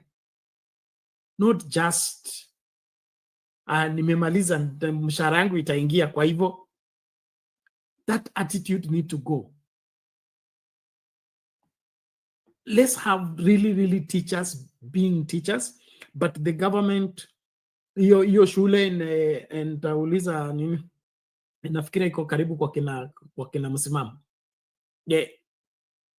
Kuna MCA, kuna MP, kuna governor, anajua hiyo shule ipo na hiyo majina ya hiyo shule ipo, na bado anapumua tu akilala akiamka. Kitu lazima kifanyike kwa kwetu sisi kama Wakenya. Tusikubali kujibeba visivyo. Let's be responsible. Let's rise up to the occasion. In these coming elections, let's have credible leaders, not jokers. Get rid of all jokers. Get rid of all those crooked, so-called political, wherever, machinations. Let's get really leaders and give them responsibility for them to work. On that note, for heaven's sake, we must call it a day. Tukutane tutakapokutana katika kipindi kinachofuata, na tutakuwa tunaendelea na hii mada tu, the lies that have bedeviled Kenya that we must address in order for us to move forward. I finished the show with this a young scholar, is he young lawyer or young scholar, a student who castigating what is happening by saying whatever Ruto is proposing and Pasaris is not within the framework of the mindset of the constitution framers. And from there, we call it a night, we call it a day for those of you that are having a day. And we link up later on with the other subsequent shows. And then, of course, this one will be on again in the night. God bless you. If a big number of dissatisfied Kenyans decided to occupy State House or even burn it down, that would be absolutely legal and justifiable under the law. The reason why you're flabbergasted by my statement is because you view the Constitution as just an absolute piece of written document, while there's a whole legal philosophy behind its creation, especially on the power of the people. So that is why this forceful idea of regulating protests can never be actually practical. So the drafters of our Constitution always imagine the worst about a government, that there will possibly come a time when the government will extremely abuse power, that even the institution like the police created in the Constitution they are drafting will not save the citizens. So these drafters did two things to protect the citizens against this possibility. So number two will be most important one in this discussion. So number one, they create Article 1 of the Constitution that is based on John Locke's philosophy of social contract.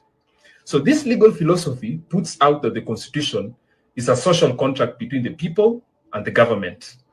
So basically, in this contract, all power belongs to the people. So they donate a chunk of that power to a small group of individuals whom we call the state, for them to protect our natural rights, and in return, we pay these people with our taxes. So if the state abuses power and violates the contract, the people can tear that contract by reason.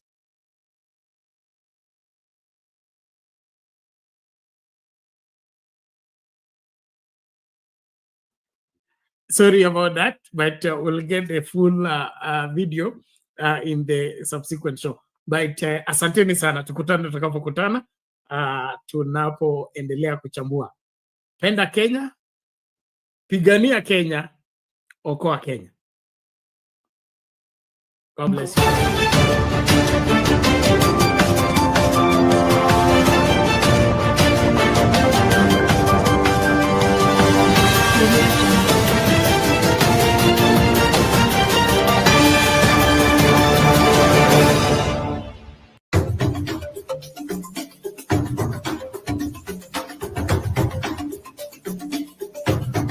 Kutoka vijijini, mijini hadi jijini. Hii ni Sound Kanti Talk Live.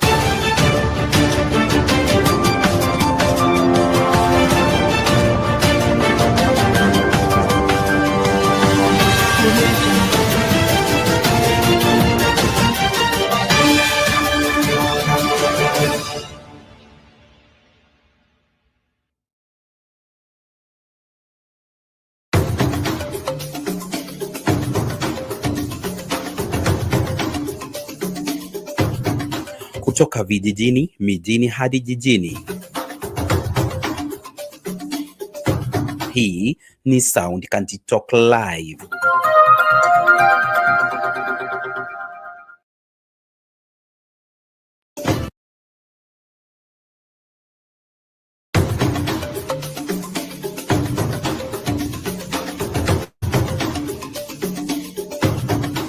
Unatazama Sound Kanti Talk Live.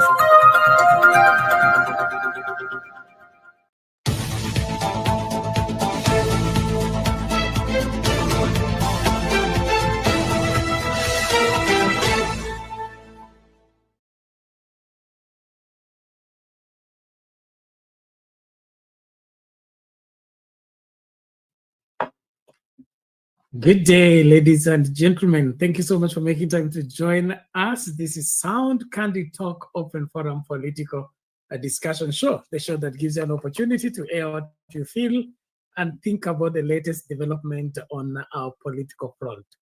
Well, the politics of this country are heating up with every passing day, and every moment turns into another aspect of our political understanding that leaves a lot to be desired, and then of course a little bit confusing. And that's why we come with this show to try and shed light on those conflicting areas so that we keep everything in its proper perspective. We are here to make sense of our politics as we ease life for the masses. Well, there is a debate on right now on whether the Gen Z fury and, of course, the undying spirit of holding this administration to account, whether or not will translate into votes that will actually see to it that this regime is sent home once and for all. So the question we're asking, will the Gen Z transfer their street power to the ballot and determine the outcome of the 2027 elections, or the traditional tribal boxing and, of course, control and manipulation of election will still prevail? That's something that we need to consider seriously, because what has happened to this country and what is going on in this country is majorly, partly, and of course on every aspect, the kind of leadership we have had. And if we've gotten this kind of leadership through our tribal arrangement, and that, of course, regional balancing or regional agreements, and we have ended up with this mediocre leadership that ends up turning their guns against their own, and of course advocating for shooting people in the leg and otherwise. I mean, if we are not a fallen people, how bad can we fall if the head of state is now resorting to shooting people in the leg in order for him to retain control over the country? I mean, there are things that we are supposed to be crying about, but at times we can't avoid to laugh at them, because when a father begins to decide to shoot him, to shoot his sons in the leg in order to control them, then you know that the father who has lost his position in the home, he has no control over his own home, and now he's resorting to violence in order to, I mean, lay hold on anything that is going on. It is very sad and, of course, at times hilarious. And that is why we will be looking at what the young people have resorted to, making fun of what they shouldn't be making fun.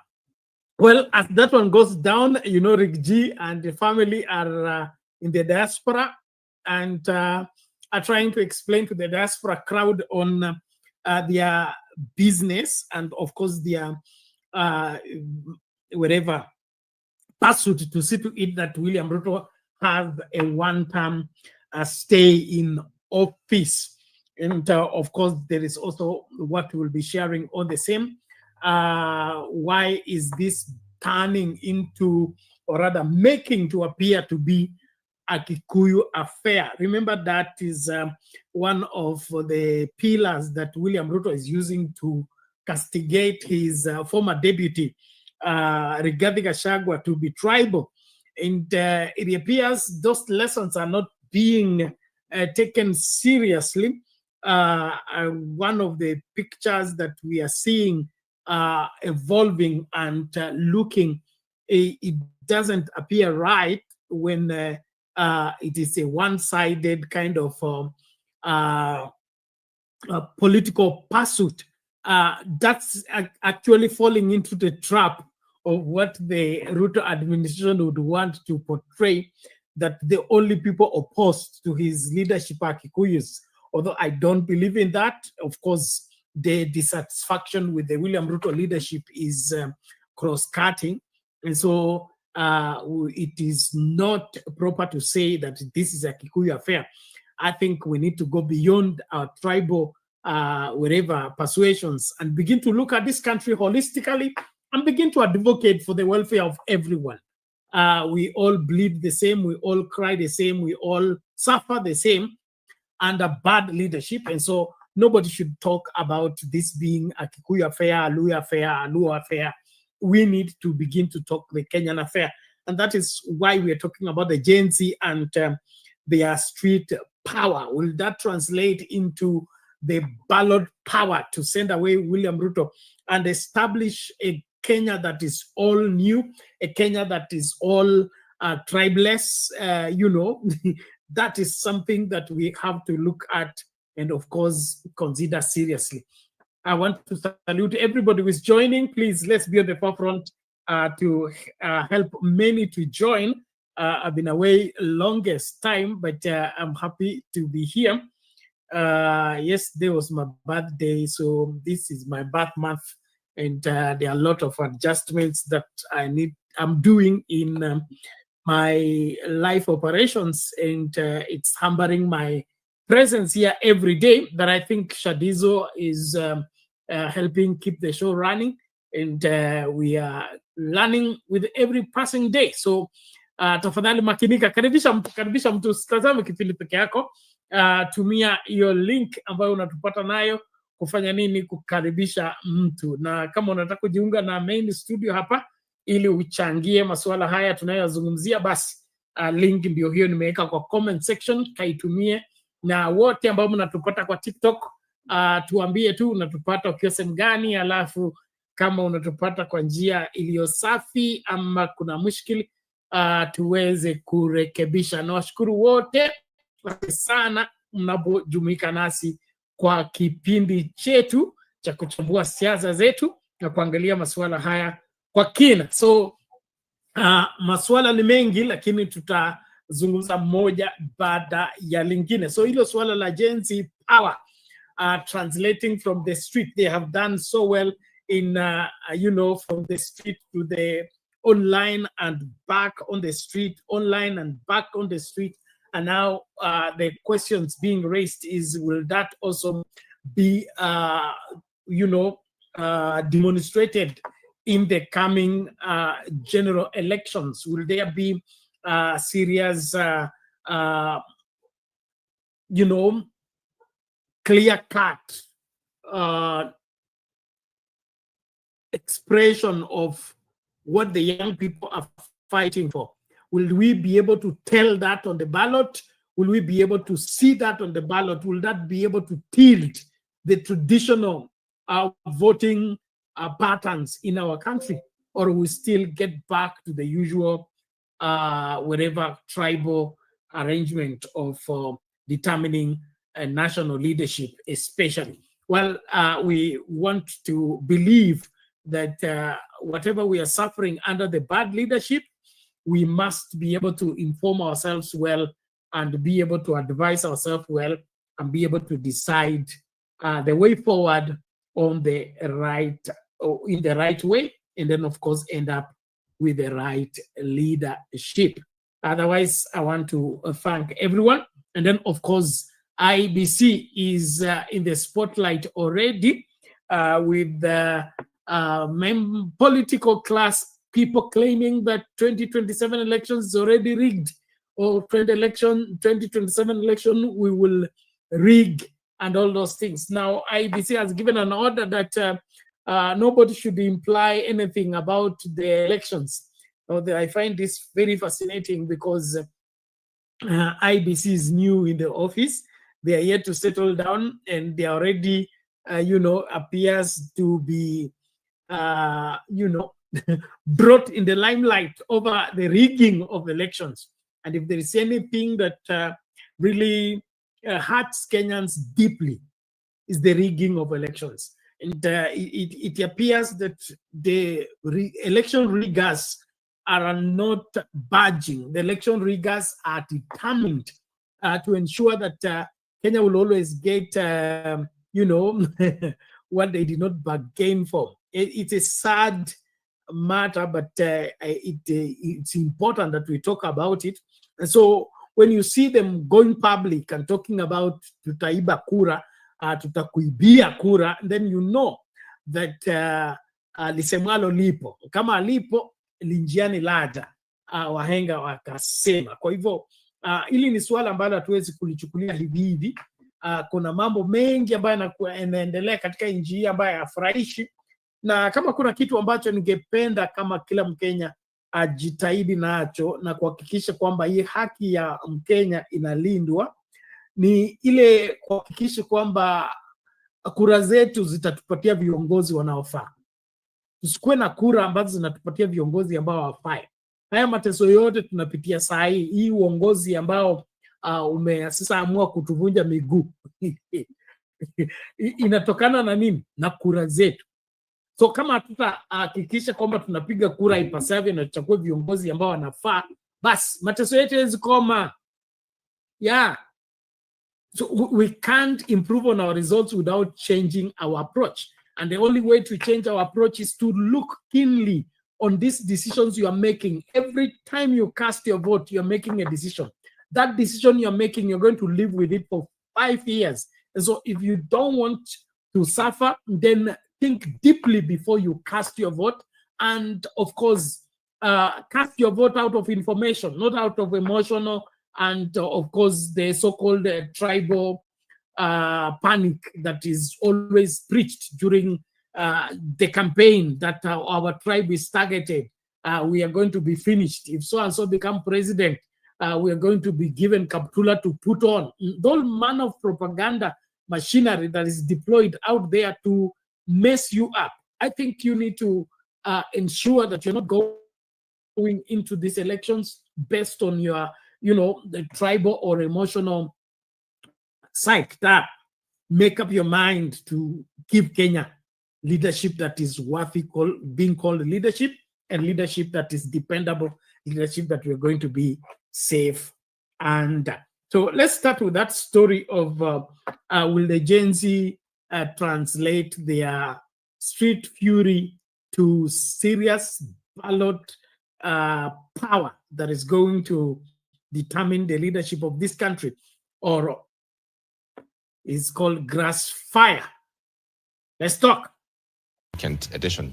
Now, Kenya's politics has long been dominated by ethnic coalitions and regional kingpins, a game of numbers rooted in tribal mobilization. But in the run-up to 2027, a new and unpredictable force is rising, the Gen Z, fueled by frustrations, networked by technology, and largely detached from ethnic loyalties. This generation could upend the status quo. But will the Gen Z turn their street power into ballot power? David Mudoka interrogates. For the past 2 years, they have been on the streets demanding lower cost of living, job opportunities, as well as an end to overtaxation and police brutality. But Kenya's Gen Z may now be poised to shift from protest to politics, with the numbers to shake the foundations of the country's traditional electoral system. An analysis of the 2019 census shows that there are 17.8 million Kenyans aged between 18 and 34 years old, and within that, 14 million Gen Zs will be eligible to vote in 2027. In the last election, held in 2022, the Independent Electoral and Boundaries Commission registered 22.1 million voters, but only 14.3 million voted. A staggering 7.8 million, mostly youth, stayed away, cited by analysts as a major source of voter apathy. Yet the election was decided by just 200,000 votes, with President William Ruto garnering 7.1 million and Raila Odinga 6.9 million votes respectively. So, does it mean that if the youth, and the Gen Z in particular, show up in large numbers, they could determine who takes power in 2027? If they try to vote in mass as it is, yes, it will definitely reshape the Kenya's political landscape in 2027. When they are registering, they must know exactly and think deeply where will they be on the election day come that time. Because what always happens is quite a number of people registers where they are, but they always find themselves in a different place at the time of voting. Yeah. And that one, because of the Gen Zs, you remember the financial issues, can be a challenge for them to travel and go and vote where they register. But it's not just about turnout, it's about unity.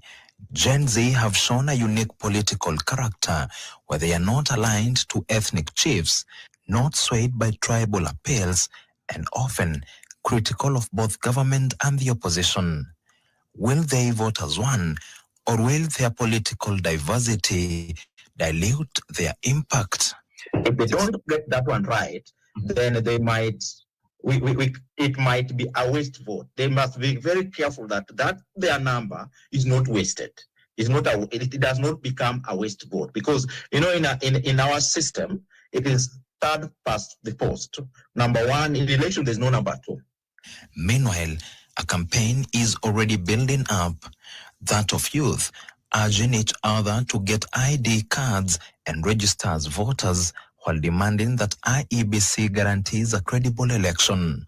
Tunaona vile nchi yetu imeweza kuelekea kwa mwelekeo ambao haufai. We'd like to see our voice being aired in the results of the elections. And we would like our IEBC to just uphold a fair and honest election. Similar calls to IEBC have also been made by leaders in government. Tunaambia chairman wa IEBC juu sasa katika ofisi na commissioners, jameni, wekeni mipango sawasawa, kujitayarisha mapema, registering new photos, kuhakikisha IEBC kwa sawasawa, juu tunajua hiyo wakati ikifika miaka ingine 2.5, hii wakora, hii watu ya fitina, tukutane na wao wakati ikifika, wajue watu ya Kenya si wajinga. If they register, if they vote, and if they stay united, Gen Z could be the most disruptive voting force in Kenya's modern history. And for the first time in decades, an election may be won not through tribal numbers, but through a generational uprising at the ballot. David Muthoka, NTV, Nairobi.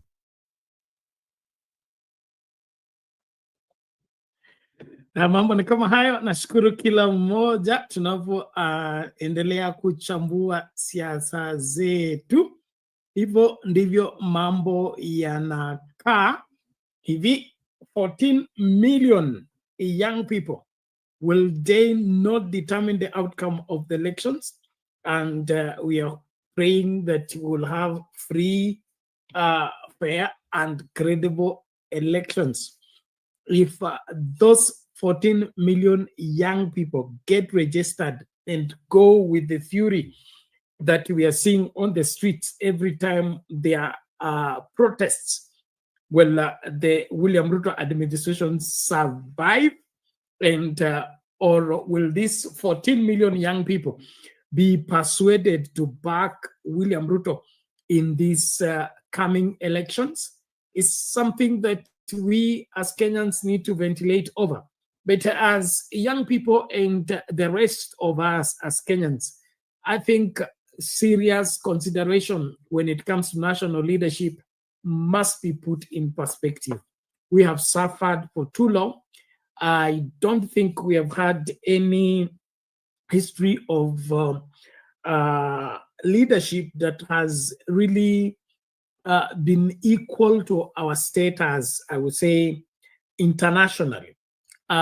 We have been a country that exterminates and eliminates the elites, the brains, the sharp guys that would threaten the status quo.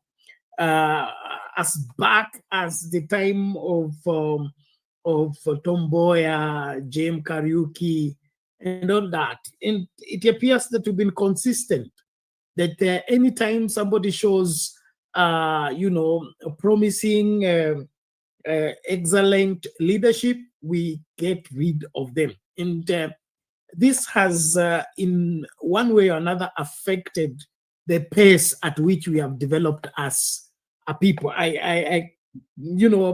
Being a history student, if we got a president like Tom Mboya in the 70s, or, and James Kariuki with his aspiration of whatever social democracy approach towards the country, and ended up having, even if we had to exchange after every 10 years, get a new person in office, and the new person in office was an exposed, competent, patriotic Kenyan, I don't think we'll be where we are as a country. And so our culture of exterminating all the people that challenge the status quo and appear to be having brains as opposed to the mediocre in leadership, this needs to end. And I pray that through this new awakening of the young people,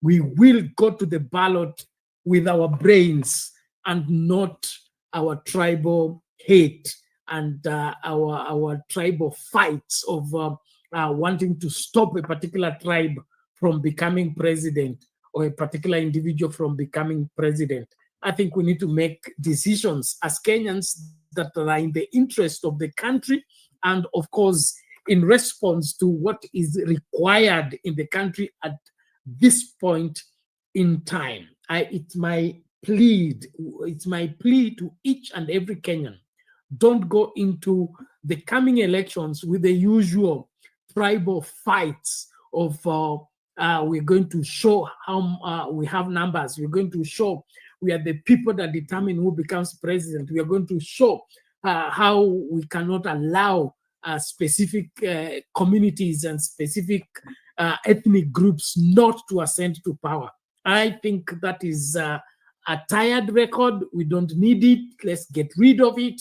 Let's go to decide for Kenya in the interest of Kenya and for the betterment of the future. You don't keep away the best of the best when the greatest whatever match is on, or greatest fight is on.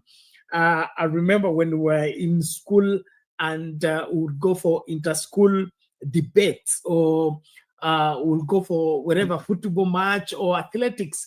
You don't get your weakest competitor on the pitch, especially when the competition is stiff.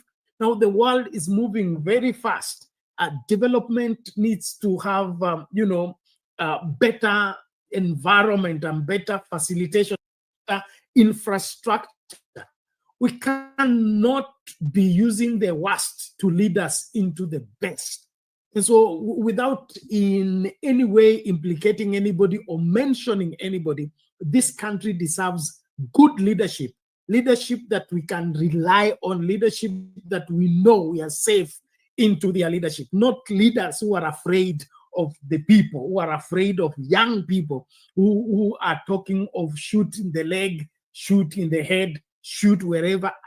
We can't be killing people when we are talking of leading the country. And so in my advice to you for free, don't go to the ballot to go and prove that Kikuyus are better than Luos, or Luos are better than Kambas, or Kambas are better than this. Let's forget all those tribal competition and get into deciding for Kenya in the best interest of Kenya, where every community in this country will be fully catered for into the national leadership. So our tribal competition must end, our ethnic competition must end, and let's put some brains into deciding who becomes the CEO of this great country. I appreciate everyone who is joining. Please, let's continue inviting each other as we participate. The poll question, today we are asking the same poll question on whether the Gen Z will be able to translate their street power into ballot power. Your yes or no response on YouTube. So far, 10 people have cast their vote. We are how many? 30 minutes into the show. 80% say yes, they will translate street power into ballot 2027 elections, and only 20% say no. So what is your take? Will the Gen Z determine the direction of the general elections? Do they have what it takes? Will this fury be sustained until the day for the ballot, or they will soon be bought over and then they fizzle out as it is normally done traditionally, where any community or any grouping of people that becomes a threat to the seat of power, there are some compromises that are introduced and eventually bring up a collapse of worthwhile cause. I pray this doesn't. But more than that, not the hate, not the bitterness. Let's decide for Kenya, in the interest of Kenya, for the future, and of course, for the posterity of our people. Asil 2 TV, not optimistic. Not so optimistic. Say Gen Z will determine nothing. Where are they? Are they not tribal? The easiest group for Ruto to manipulate. Okay? Asil 2 TV anasema hawa ni mboga kwa William Ruto.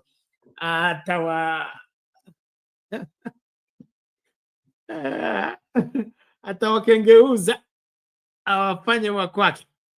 And we have seen that also. You remember there was that video we were playing of the young man who was talking about instead of Youth for Kano 92, he wants to begin Youth for Ruto 2027. So, Siltu TV, I share your fears and just pray that that is not the case. I think this country can do better if we only gave serious thought on the deciding leadership. And then, of course, there's also the aspect of a free hand into the determination of the outcome of elections. The interference, they already talking about rigging, and of course, the interference of the systems so that the outcome of the Kenyan people is not realized. Those are some of the things that no matter what we say, no matter how many we are, no matter how angry we are as young people, if the systems are not led to give us the required outcome, we may still end up with what we never voted for. And so the vigilance and the fight continues, and that's why I'm encouraging us. Let's give it a serious thought, and then, of course, more than that, let's be determined to see to it that we can improve this country by improving its leadership, and of course, sending away those that are not capable of being part of Kenya, or rather being part of making Kenya a better place for everyone, and not only a better place for everyone, but a better place for the future. We are lacking behind.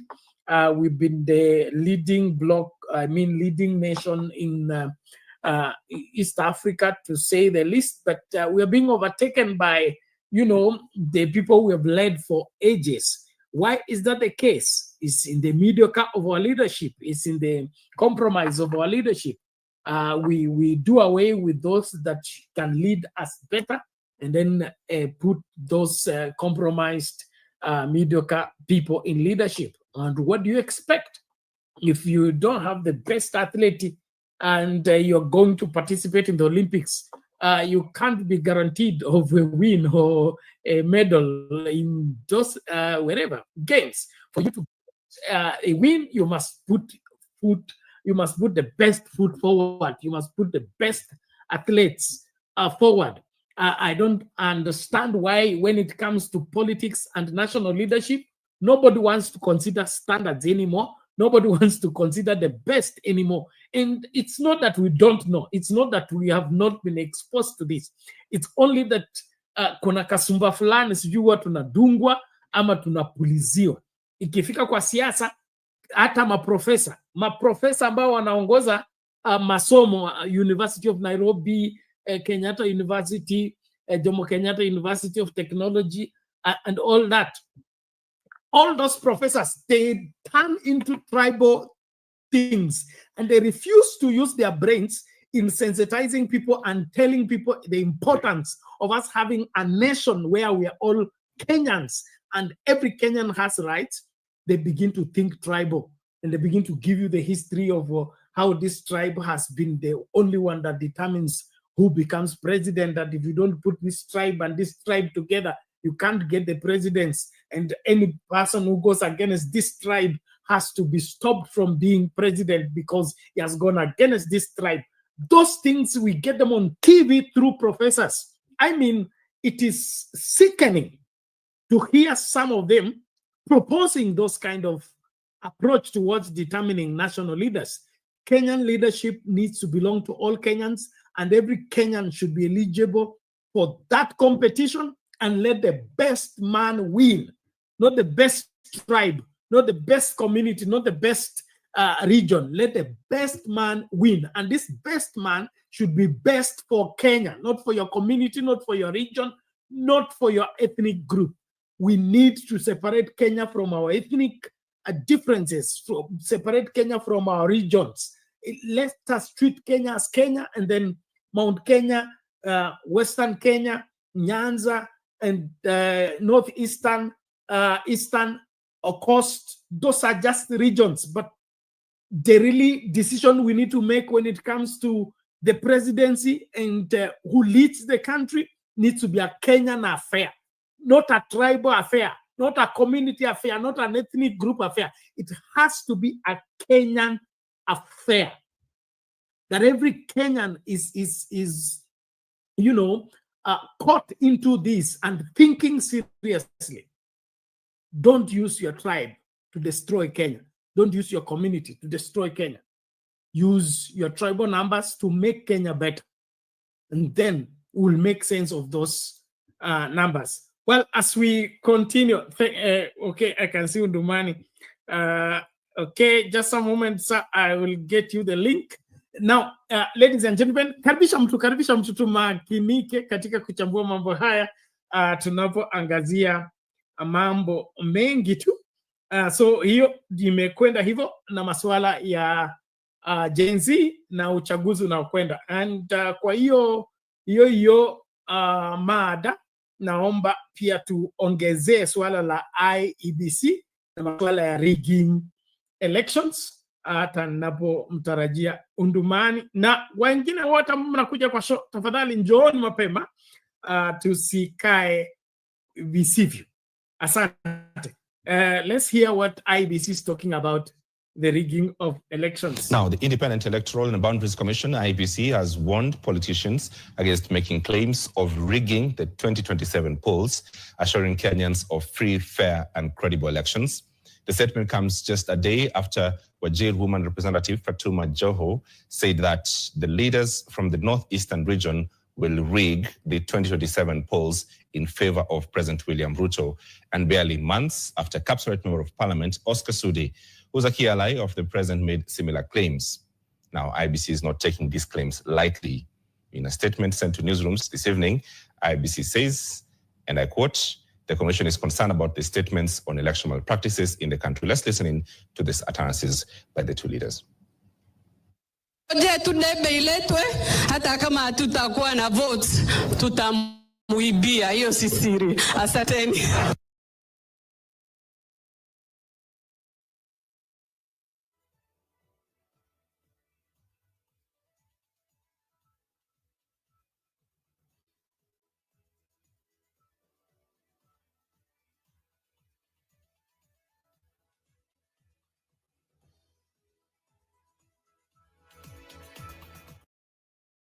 Now, the Independent Electoral and Boundaries Commission, IEBC, has warned politicians against making claims of rigging the 2027 polls, assuring Kenyans of free, fair, and credible elections. The statement comes just a day after Wajir woman representative Fatuma Joho said that the leaders from the northeastern region will rig the 2027 polls in favor of President William Ruto.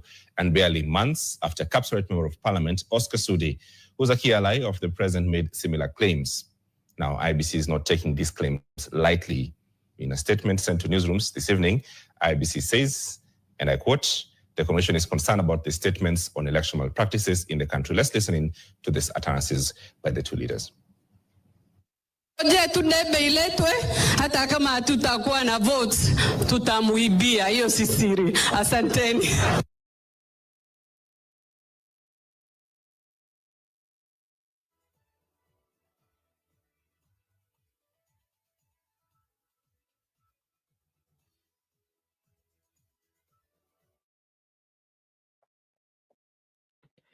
Okay, inaonekana kuna hitilafu na hiyo kanda, lakini na you get the point, eh?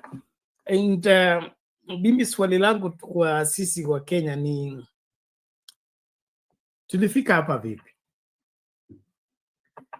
Unajua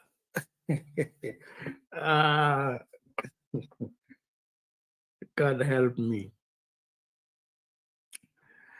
Wakati tulikuwa tunakuwa kama watoto, kuna vile masuala ya wazazi yalikuwa yanatunzwa, okay?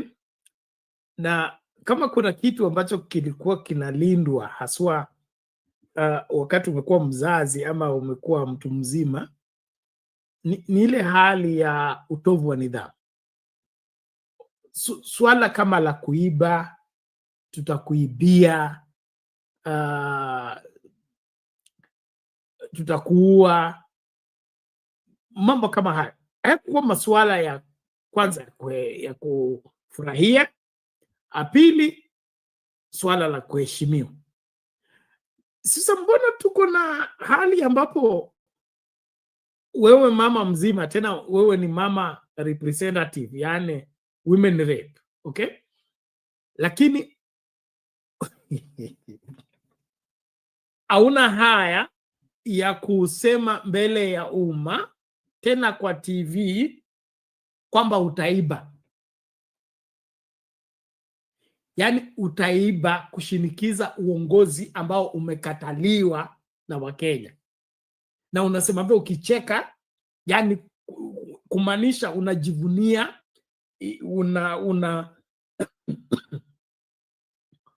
unafanya nini? You are happy that you are a thief, or you are happy that you are advocating for stealing. Now, I don't get it. Najua mtaniambia kwamba hapa sio church, siasa sio church. Lakini tulifika wapi? Kwa sababu mimi wakati nakuwa church hasikuwa nyingi vile zilivyo, na watu walikuwa wanaenda church ile ya dini.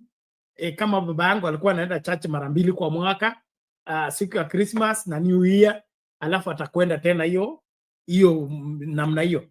Lakini hakuna siku baba alituambia maneno ya kuiba ama ataiba ama kufurahia kwamba fulani ni mwizi. Swala la mtu kuwa mwizi ama kuiba ilikuwa swala la aibu. Ilikuwa swala, hata kama ilijulikana kwamba kuna mtu ambaye ni mwizi kwa kijiji, mlikuwa mnaonywa chini chini tu, okay? Chunganeni kwa hiyo boma, msioe kwa hiyo boma, hawa ni wezi, hawa ni wauaji. Alikuwa swala la kufurahia. So mimi swali langu, tulianguka hivi lini mpaka sasa wamama ambao wanapaswa kulinda jamii, ambao wanapaswa kuongoza jamii na kuonyesha maadili yanayofaa, hao ndio wana sura nzuri lakini tabia mbaya, okay? Kusema kwa umma kwamba utaiba. Nasubiri wewe uje unaambie maoni yako kwa masuala haya. Kwangu mimi haya yanatisha sana. Kama hivi ndivyo tulivyo na hawa ndio viongozi wetu, basi nchi imeoza, nchi imeisha. Hakuna cha kujificha tena na kusema hii. Sasa kama hao ndio viongozi, hao ndio mnaita kwamba ndio representative wenu, na sio wezi tu, wezi wanayojivunia kuwa wezi. You know, this is bad. So kama watu ni wezi alafu wanajivunia kuwa wezi, na hao ndio mnawapatia kifungu cha Central Bank, hao ndio mnawapatia vifungu vya kulinda nchi, basi hakuna kitu tumefanya. Hakuna haja ya askari, hakuna haja ya umbwa kali, kwa sababu umepatia mwizi ufunguo, umepatia mwizi nchi. So let's think seriously. We cannot be proud of being thieves and then we want to claim to be leaders.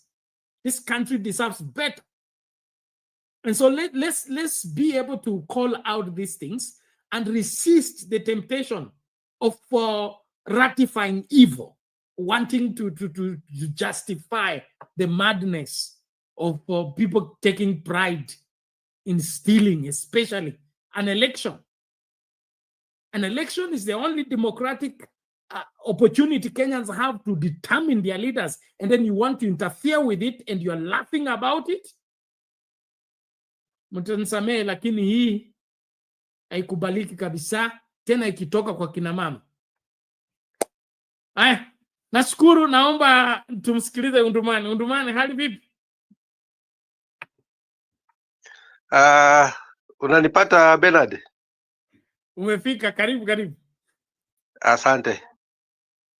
Bernard, wenye wanaongea hao ni girlfriend, Unajua girlfriend kuona kitu nyama inatoka kwa mdomo ya rafiki yake ni ngumu. Hii utawala ni ya girlfriend, Bernard. Hata wanawake walipewa tu viti kwa sababu ni girlfriend. Unaona hata wewe mwingine alikuwa alijaribu, kuna mbunge mmoja, senator mmoja huko anatoka upande wa Kisii. Alisema yeye alichaguliwa, akafikiria kwamba anachaguliwa, kumbe anachaguliwa ili ateremusha bendera, Bernard. Alisema hiyo maneno. Alichaguliwa, akafikiria anachaguliwa tu kuwa senator, Bernard. Lakini akasema ya kwamba aliambiwa ateremusha bendera, na akakataa kuteremusha bendera. Na akasema kama ni kuteremusha bendera, wache ikae. Na akakaa namna hiyo, na hako nje mpaka saa hii, Bernard. Na hao wenye wanaongea ni vikaragosi, hao ni magirlfriend. Ndio nikwambia Bernard ya kwamba hii wanawake wastahili kuongea mbele wanaume. Wakiwa na swali waulize mabwana yao nyumbani, na mabwana zao hawana. Wanakuja kupayuka kwa mikutano, Bernard. Na hao Bernard ndio wanaharibu nchi. Hii viongozi wanawake hatuna saa hii, Bernard.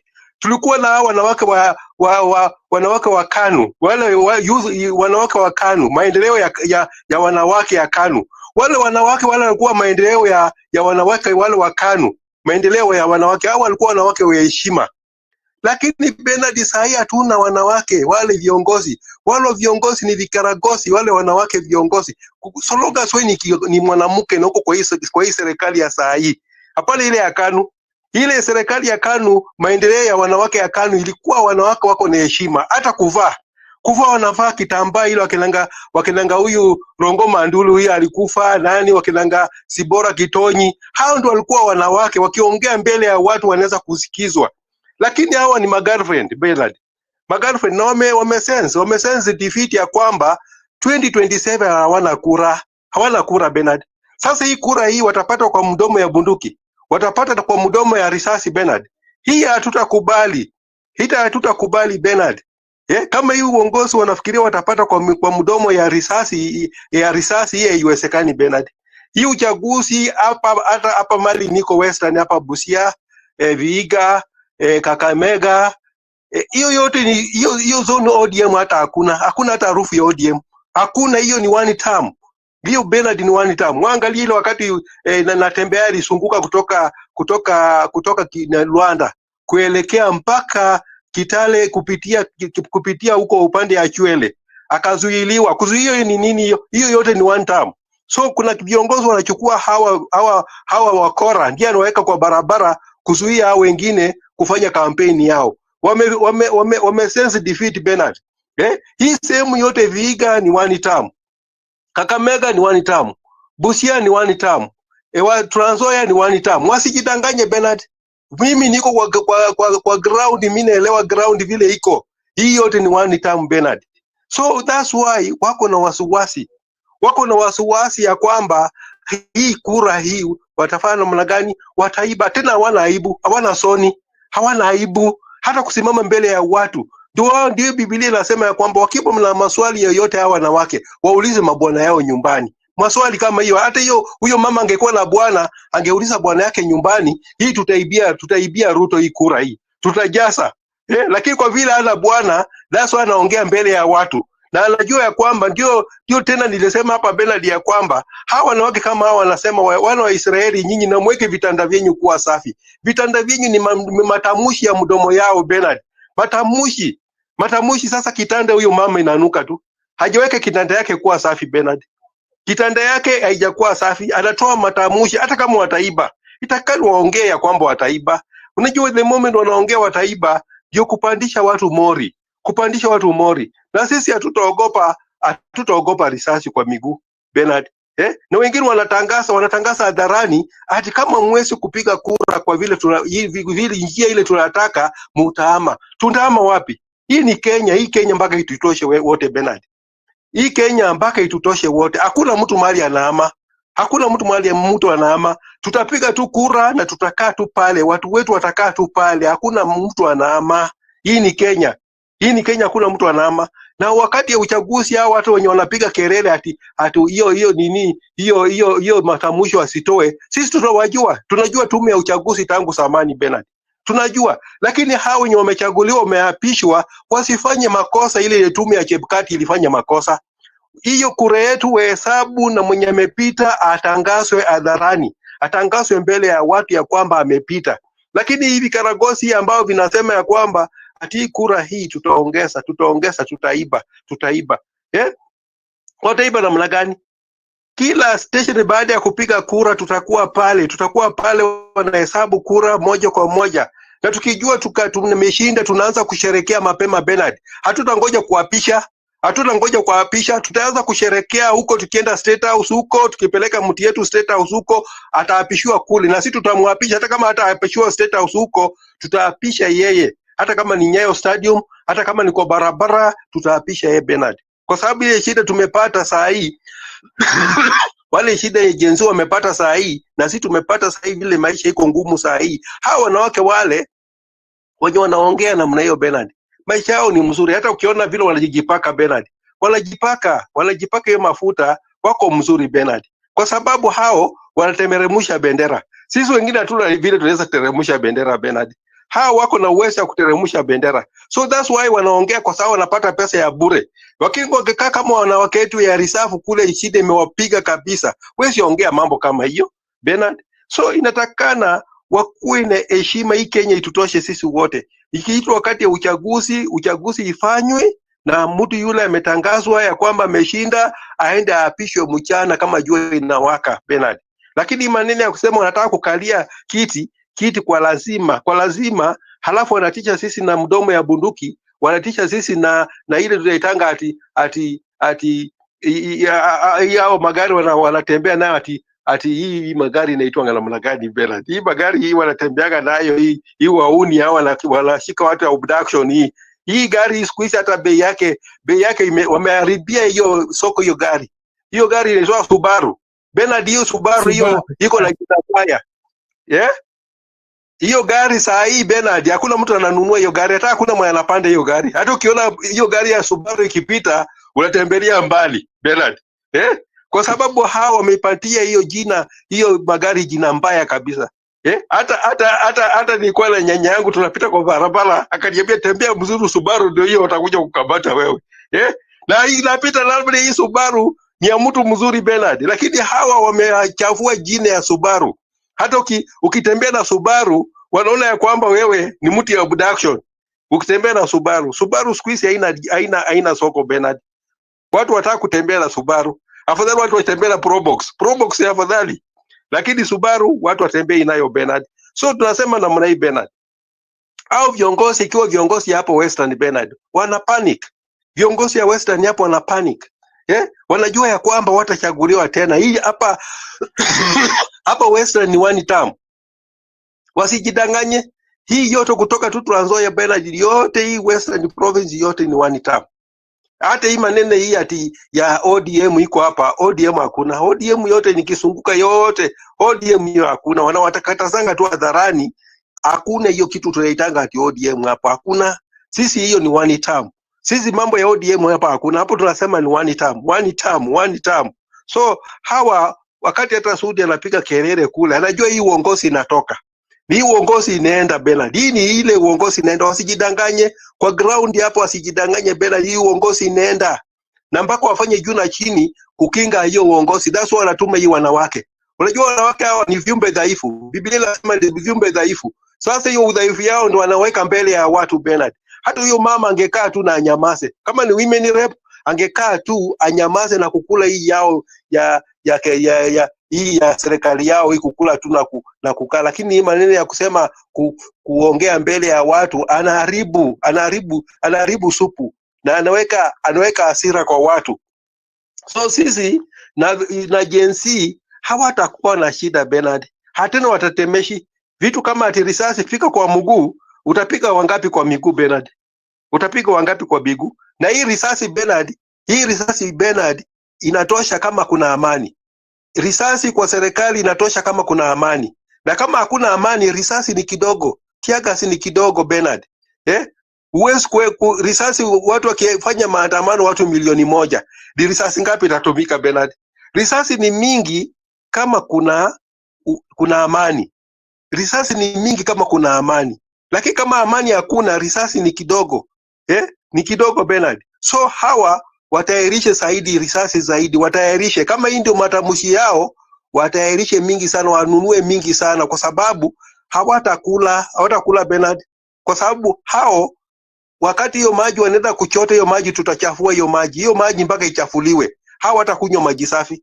Ukifika kwa mtoni, kama adui yako hajachota, unachota haraka na kuchafua ili adui yako akikuja apate hiyo maji ishachafuka Bernard. So wajua kwamba hii vitu wanakula kwa serikali, wanafanya ufisadi kwa serikali, haitakuwamo. Amani, hao ndio wanataka amani ili waendelee kukula, lakini sisi hatutaki sahi amani sahi hatutaki amani, tutataka baada ya 2027. Lakini kwa sahi hawa wakisema amani ilikuwa wakati since 1963 tumekuwa na amani, mpaka sahi bado tunanyanyaswa ya kwamba mweke nchi ikuwe na amani ili waendelee kukula Bernard. Tuweke nchi ikuwe na amani, waendelee kukula wakiendesha masubaru. Hii nchi wakati itaharibika, hata hii masubaru haitapita Bernard.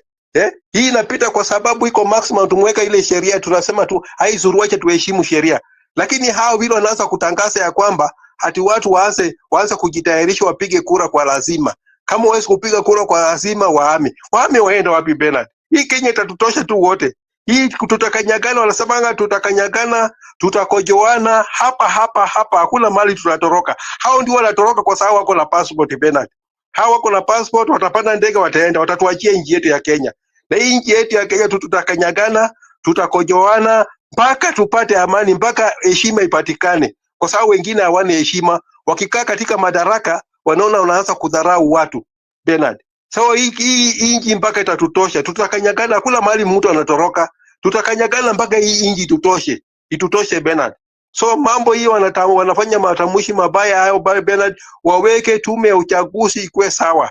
Ikiwa nchi tume ya uchaguzi iko sawa, tuwangoje katika debe sasa. Tuwangoje katika debe. Baada ya debe sasa, baada ya kura imehesabuliwa, ndio sasa hii Kenya itatutosha. Tutangangana hii Kenya itutoshe sisi wote hapo. Bernard. Nafikiria ni hayo tu Bernard. Okay, asante sana Ndumani. Tunashukuru. Mambo lazima yanyooke na haki itafutwe kwa kila Mkenya, na kiongozi yeyote awe wa dini awe wa siasa ambaye ameanza uchochezi na kutisha watu eti watahama wasipopiga kura kwa njia fulani, hao ndio watu ambao tunapaswa kuanza nao kwa kuwafurusha, kwa sababu hatuhitaji akili kama hizo katika uongozi. Uongozi unafaa kwa mtu ambaye ana akili timamu, mtu ambaye ana hekima, mtu ambaye ana utu. Hivyo ndio nilijifunza hii mambo yote katika wakati tunakuwa na jinsi uongozi unafanya. Hata kuwa mzee hakuwa kuwa equivalent na uongozi. Katika wazee walikuwa wanatafuta ile mzee mwenye hekima, yule mzee mwenye utu, yule mzee mwenye hana ubinafsi, huyo ndio wanapelekea kesi. Lakini hii tunachukua mtu akili punguani ama mtu akili ambaye imefetuka tayari, huyo ndio tunafanya anakuwa mbunge ama anakuwa women rep ama anakuwa MCA. Hii nchi lazima turekebishe, na tutaanza kurekebisha kwa kurekebisha uongozi. Kwa hivyo tuwe mstari wa mbele kuhakikisha kwamba tunasimama on the right side of history by insisting on what is right, what is valid, and what should be. And on that note, as we begin to wind up on the discussion on elections and the quality of leaders, let's look at siasa mitaani and how the young people are treating the aspect of shoot not to kill but to fracture the leg. And that's one of the most unfortunate statements that is given by the head of state, and it's not desirable at all. Let's just see how the young people are responding to the same, and of course determine the future. My prayer is, let us never as a country find ourselves where we are again, not by omission or by commission. When it comes to determining the leadership of this country, please, please, please, let's go for quality, not quantity. Let's go for what is deserving to the country, not what is available. If it's not there, let's look for it until we find it. That's what I grew up knowing. That kama tunaenda kucheza mpira na timu yetu haijakaa vizuri, ama kuna mchezaji ambaye anapaswa kuwa kwa timu na leo kuja shule, tulikuwa tunatumia njia yoyote mpaka mwalimu anakupatia inaitwa nini, sick sheet, utoke nje uende kutafuta fulani yako wapi. Hatuwezi kwenda kucheza bila yeye. Kwa nini? Is the best. Lakini ikifika kwa uongozi tunasema wale ambao wamejitokeza wamejitokeza wako kwa ballot, kwa hivyo we decide among them. No, let's look for quality. The best among us should be the ones leading us, not the worst among us. Let's listen to this. Mitandao ya kijamii wiki hii imefurika picha za akiliunde na video za kupinga kwa ucheshi ama kukejeli amri ya Rais William Ruto ya kuwapiga risasi miguuni waandamanaji wanaoleta fujo kwenye maandamano. Hali hii ya kutumia mitandao ya kisiasa imeshika kasi, haswa baada ya wimbi la Gen Z la kupinga mswada wa fedha wa mwaka 2024, na inaelekea moto huo hauzimiki hivi karibuni. Emmanuel To anaangazia haya kwenye taarifa ifuatayo. Mtu kama huyo apigwe risasi miguu, aende hospitali, akienda kotini. Risasi ya mguu. Wakati hawako barabarani kwenye maandamano, wako kwenye mitandao ya kijamii wakiandamana kidijitali. Wimbo huu wa risasi ya miguuni ukitamba na kusambaa wiki hii, haswa katika mtandao wa TikTok. Tembea kama umepigwa risasi kwa mguu. Hii ndio imekuwa hulka wa Kenya kwa zaidi ya mwaka mmoja sasa, mitandao ya kijamii kama vile X, TikTok na Facebook ikitumika haswa na vijana kupinga ama kukashifu semi na sera za serikali ya Rais William Ruto wanazoona kuwa za kukandamiza. Wasimuue, lakini wapige hii miguu ivunjike ndio aende kotini, aende hospitali akienda kotini. Video hii ya Rais William Ruto akiwaelekeza maafisa wa polisi kuwapiga risasi na kuwajeruhi miguuni waandamanaji wanaovuka mipaka ya maandamano ikiwasha moto mitandaoni. Picha ambazo zimeundwa kwa teknolojia ya akili unde ya AI zikiwaonyesha waandamanaji wakitembea kwa mikongojo ama hata kwa machela baada ya kupigwa risasi zikizagaa. Kwa mnaendesha gari hapa haina engine. Si picha tu, video sawia ziliundwa kuashiria na kukejeli amri hiyo, wengine wakionyesha watakavyojitokeza kwa uchaguzi mkuu wa mwaka 2027. Tembea kama umepigwa risasi kwa mguu. Baadhi ya vigogo wa upinzani akiwemo aliyekuwa naibu rais Rigathi Gachagua wakiweka picha hizo pia kwenye mitandao yao ya kijamii wakikashifu amri hiyo ya serikali ya kuwapiga risasi waandamanaji. Picha hizi za rais mstaafu hayati Mwai Kibaki pia zikichipuka, Wakenya wakijitia moyo kwamba pia wao watafaulu dhidi ya sera kali za serikali licha ya kujeruhiwa miguuni. Mabei ni ya jioni, crutches na bei. Video hizo pia ziliwafikia waigizaji wacheshi. Si leo. Wewe ni Gen Z? Mimi ni Gen Z. Kasi leo bado unahitaji. Ila hili si tukio la wakati mmoja tu. Tangu achukue mikoba ya uongozi takriban miaka mitatu iliyopita, Rais William Ruto amekumbana na makombora yanayozinduliwa mitandaoni akipachikwa majina ya lakabu si haba. Mukasongesha Takayo. Ndio hiyo mmepiga Kasongo. Ndio hiyo mmefikisha Sifia Chapo. Ucheshi na wanaharakati mitandaoni unaonekana unazidi kuwa silaha hatari mikononi mwa Wakenya, haswa taifa likipandisha nyuzi joto za kisiasa. Emmanuel Toro, runinga Citizen, Nairobi. Na sasa turejelee taarifa yetu kuhusu tume ya uchaguzi IB. Mambo ni kama hayo mitandaoni, mitaani na kila sehemu. Uongozi wa nchi hii una mambo kweli, na ni muhimu kila mmoja tuangazie masuala haya kisheria, kitamaduni na kiutu tu, katika kuhakikisha kwamba ikifika kwa kuchagua kiongozi wa nchi wa Kenya, tunapaswa kufikiria sana na tuangalie kwa kina, tuache kuangalia kwa surface. Mami, hali vipi leo? Poa, Penat. Karibu. Mimi ndio nimejifita. Yes. Naona mambo yanapamba moto kila ukucha. Kuanzia vile niliona women rep ameongea, mambo ya 1 million march inaendelea. Penat, kuna kitu moja sisi wa Kenya hatujafikiria sana. Tumekipata opposition, na wale watu wamekuwa kwa opposition, the real people, wale walienda opposition kwa sababu walikuwa na maana wakati hiyo ya kuingia opposition. Now Bernard, tunaanza sasa, this is the first time tunaweza ingia ama tunaweza enda election bila Raila Odinga, kama ata retire.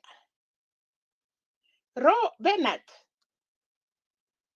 kuna mambo tofauti mbili nimewasa nikiangalia na naona wa Kenya hatujui. Kuna wale watu wako na Kenya at kwa roho, anajua kwa nini anapigania. Unajua ukipigania kitu Penat, wewe mwenyewe utaki kuangusha hiyo kitu kwa sababu you are killed. Mtu kama Raila, saa ile nchi inaenda kuanguka, anakumbuka yale mateso amepiga kutufikisha hapo. Anaserenta. Si mara moja, si mara mbili, si mara tatu, mara nne. And we have never learned another opposition figure coming. Bernard, kumekuja tangu hiyo, hata hii ya 92, tunaletewa mapicha ya Kibaki nini. Unaona vile walikuwa. Apart from Raila kusema Kibaki tosha, akakosana na kina Nyachai na wale grupu yake yote. That time, Moi Patu wangewin.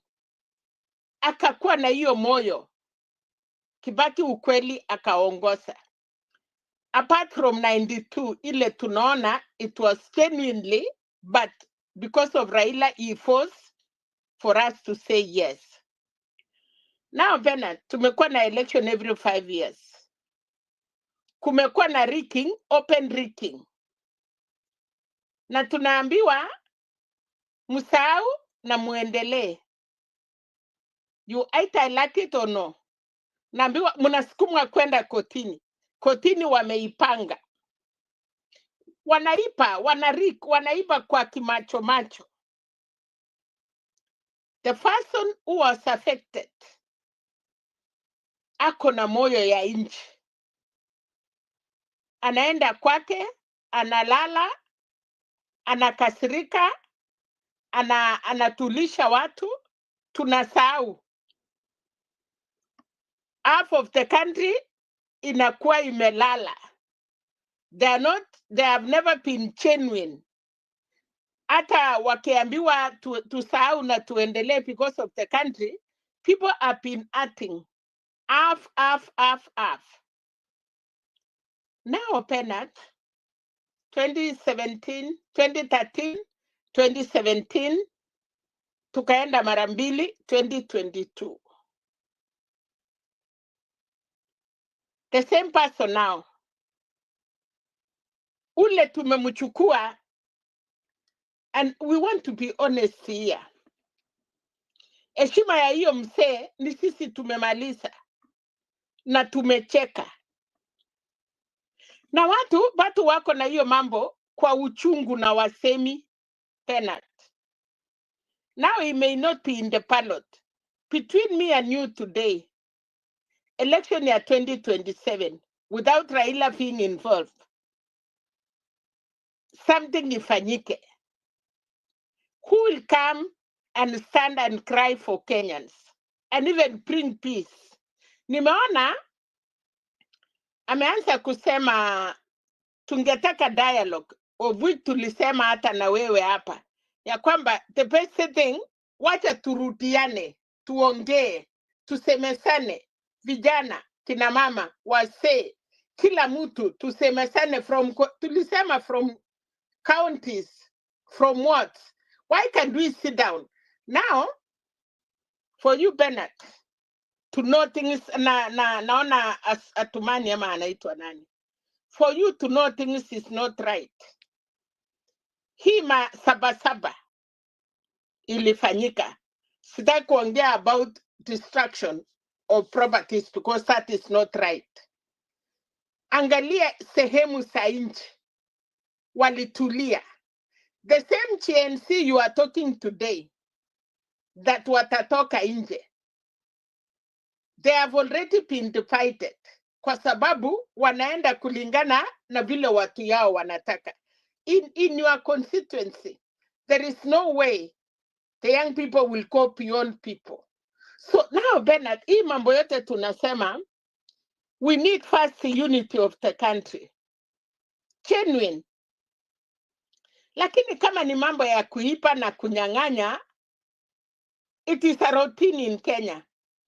And then you are told go to court. And then baada ya kotini, there.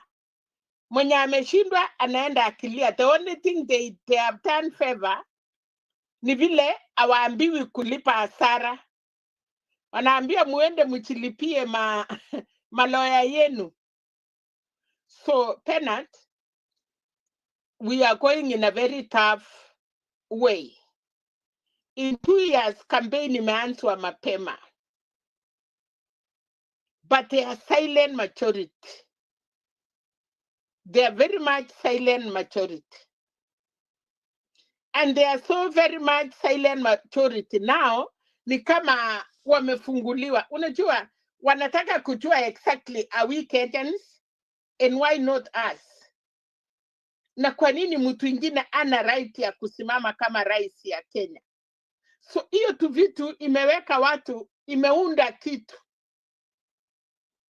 Hii kupika kifua penalty ndio inaleta shida. But now, the people we are talking about, the leadership that we have now, there has never been close to any of the cuties we are talking about. They were not in 2010 constitution, walipinga. They were not in referendum. They were not in so many other things. And all this fighting now, the TNC we are talking, the young people, the Cheruyot, the Ichungwa, the Osoros, the women reps. If you talk to me today, which are these other young people we are looking at, apart from the one we have from Parliament, from Senate, from county assemblies?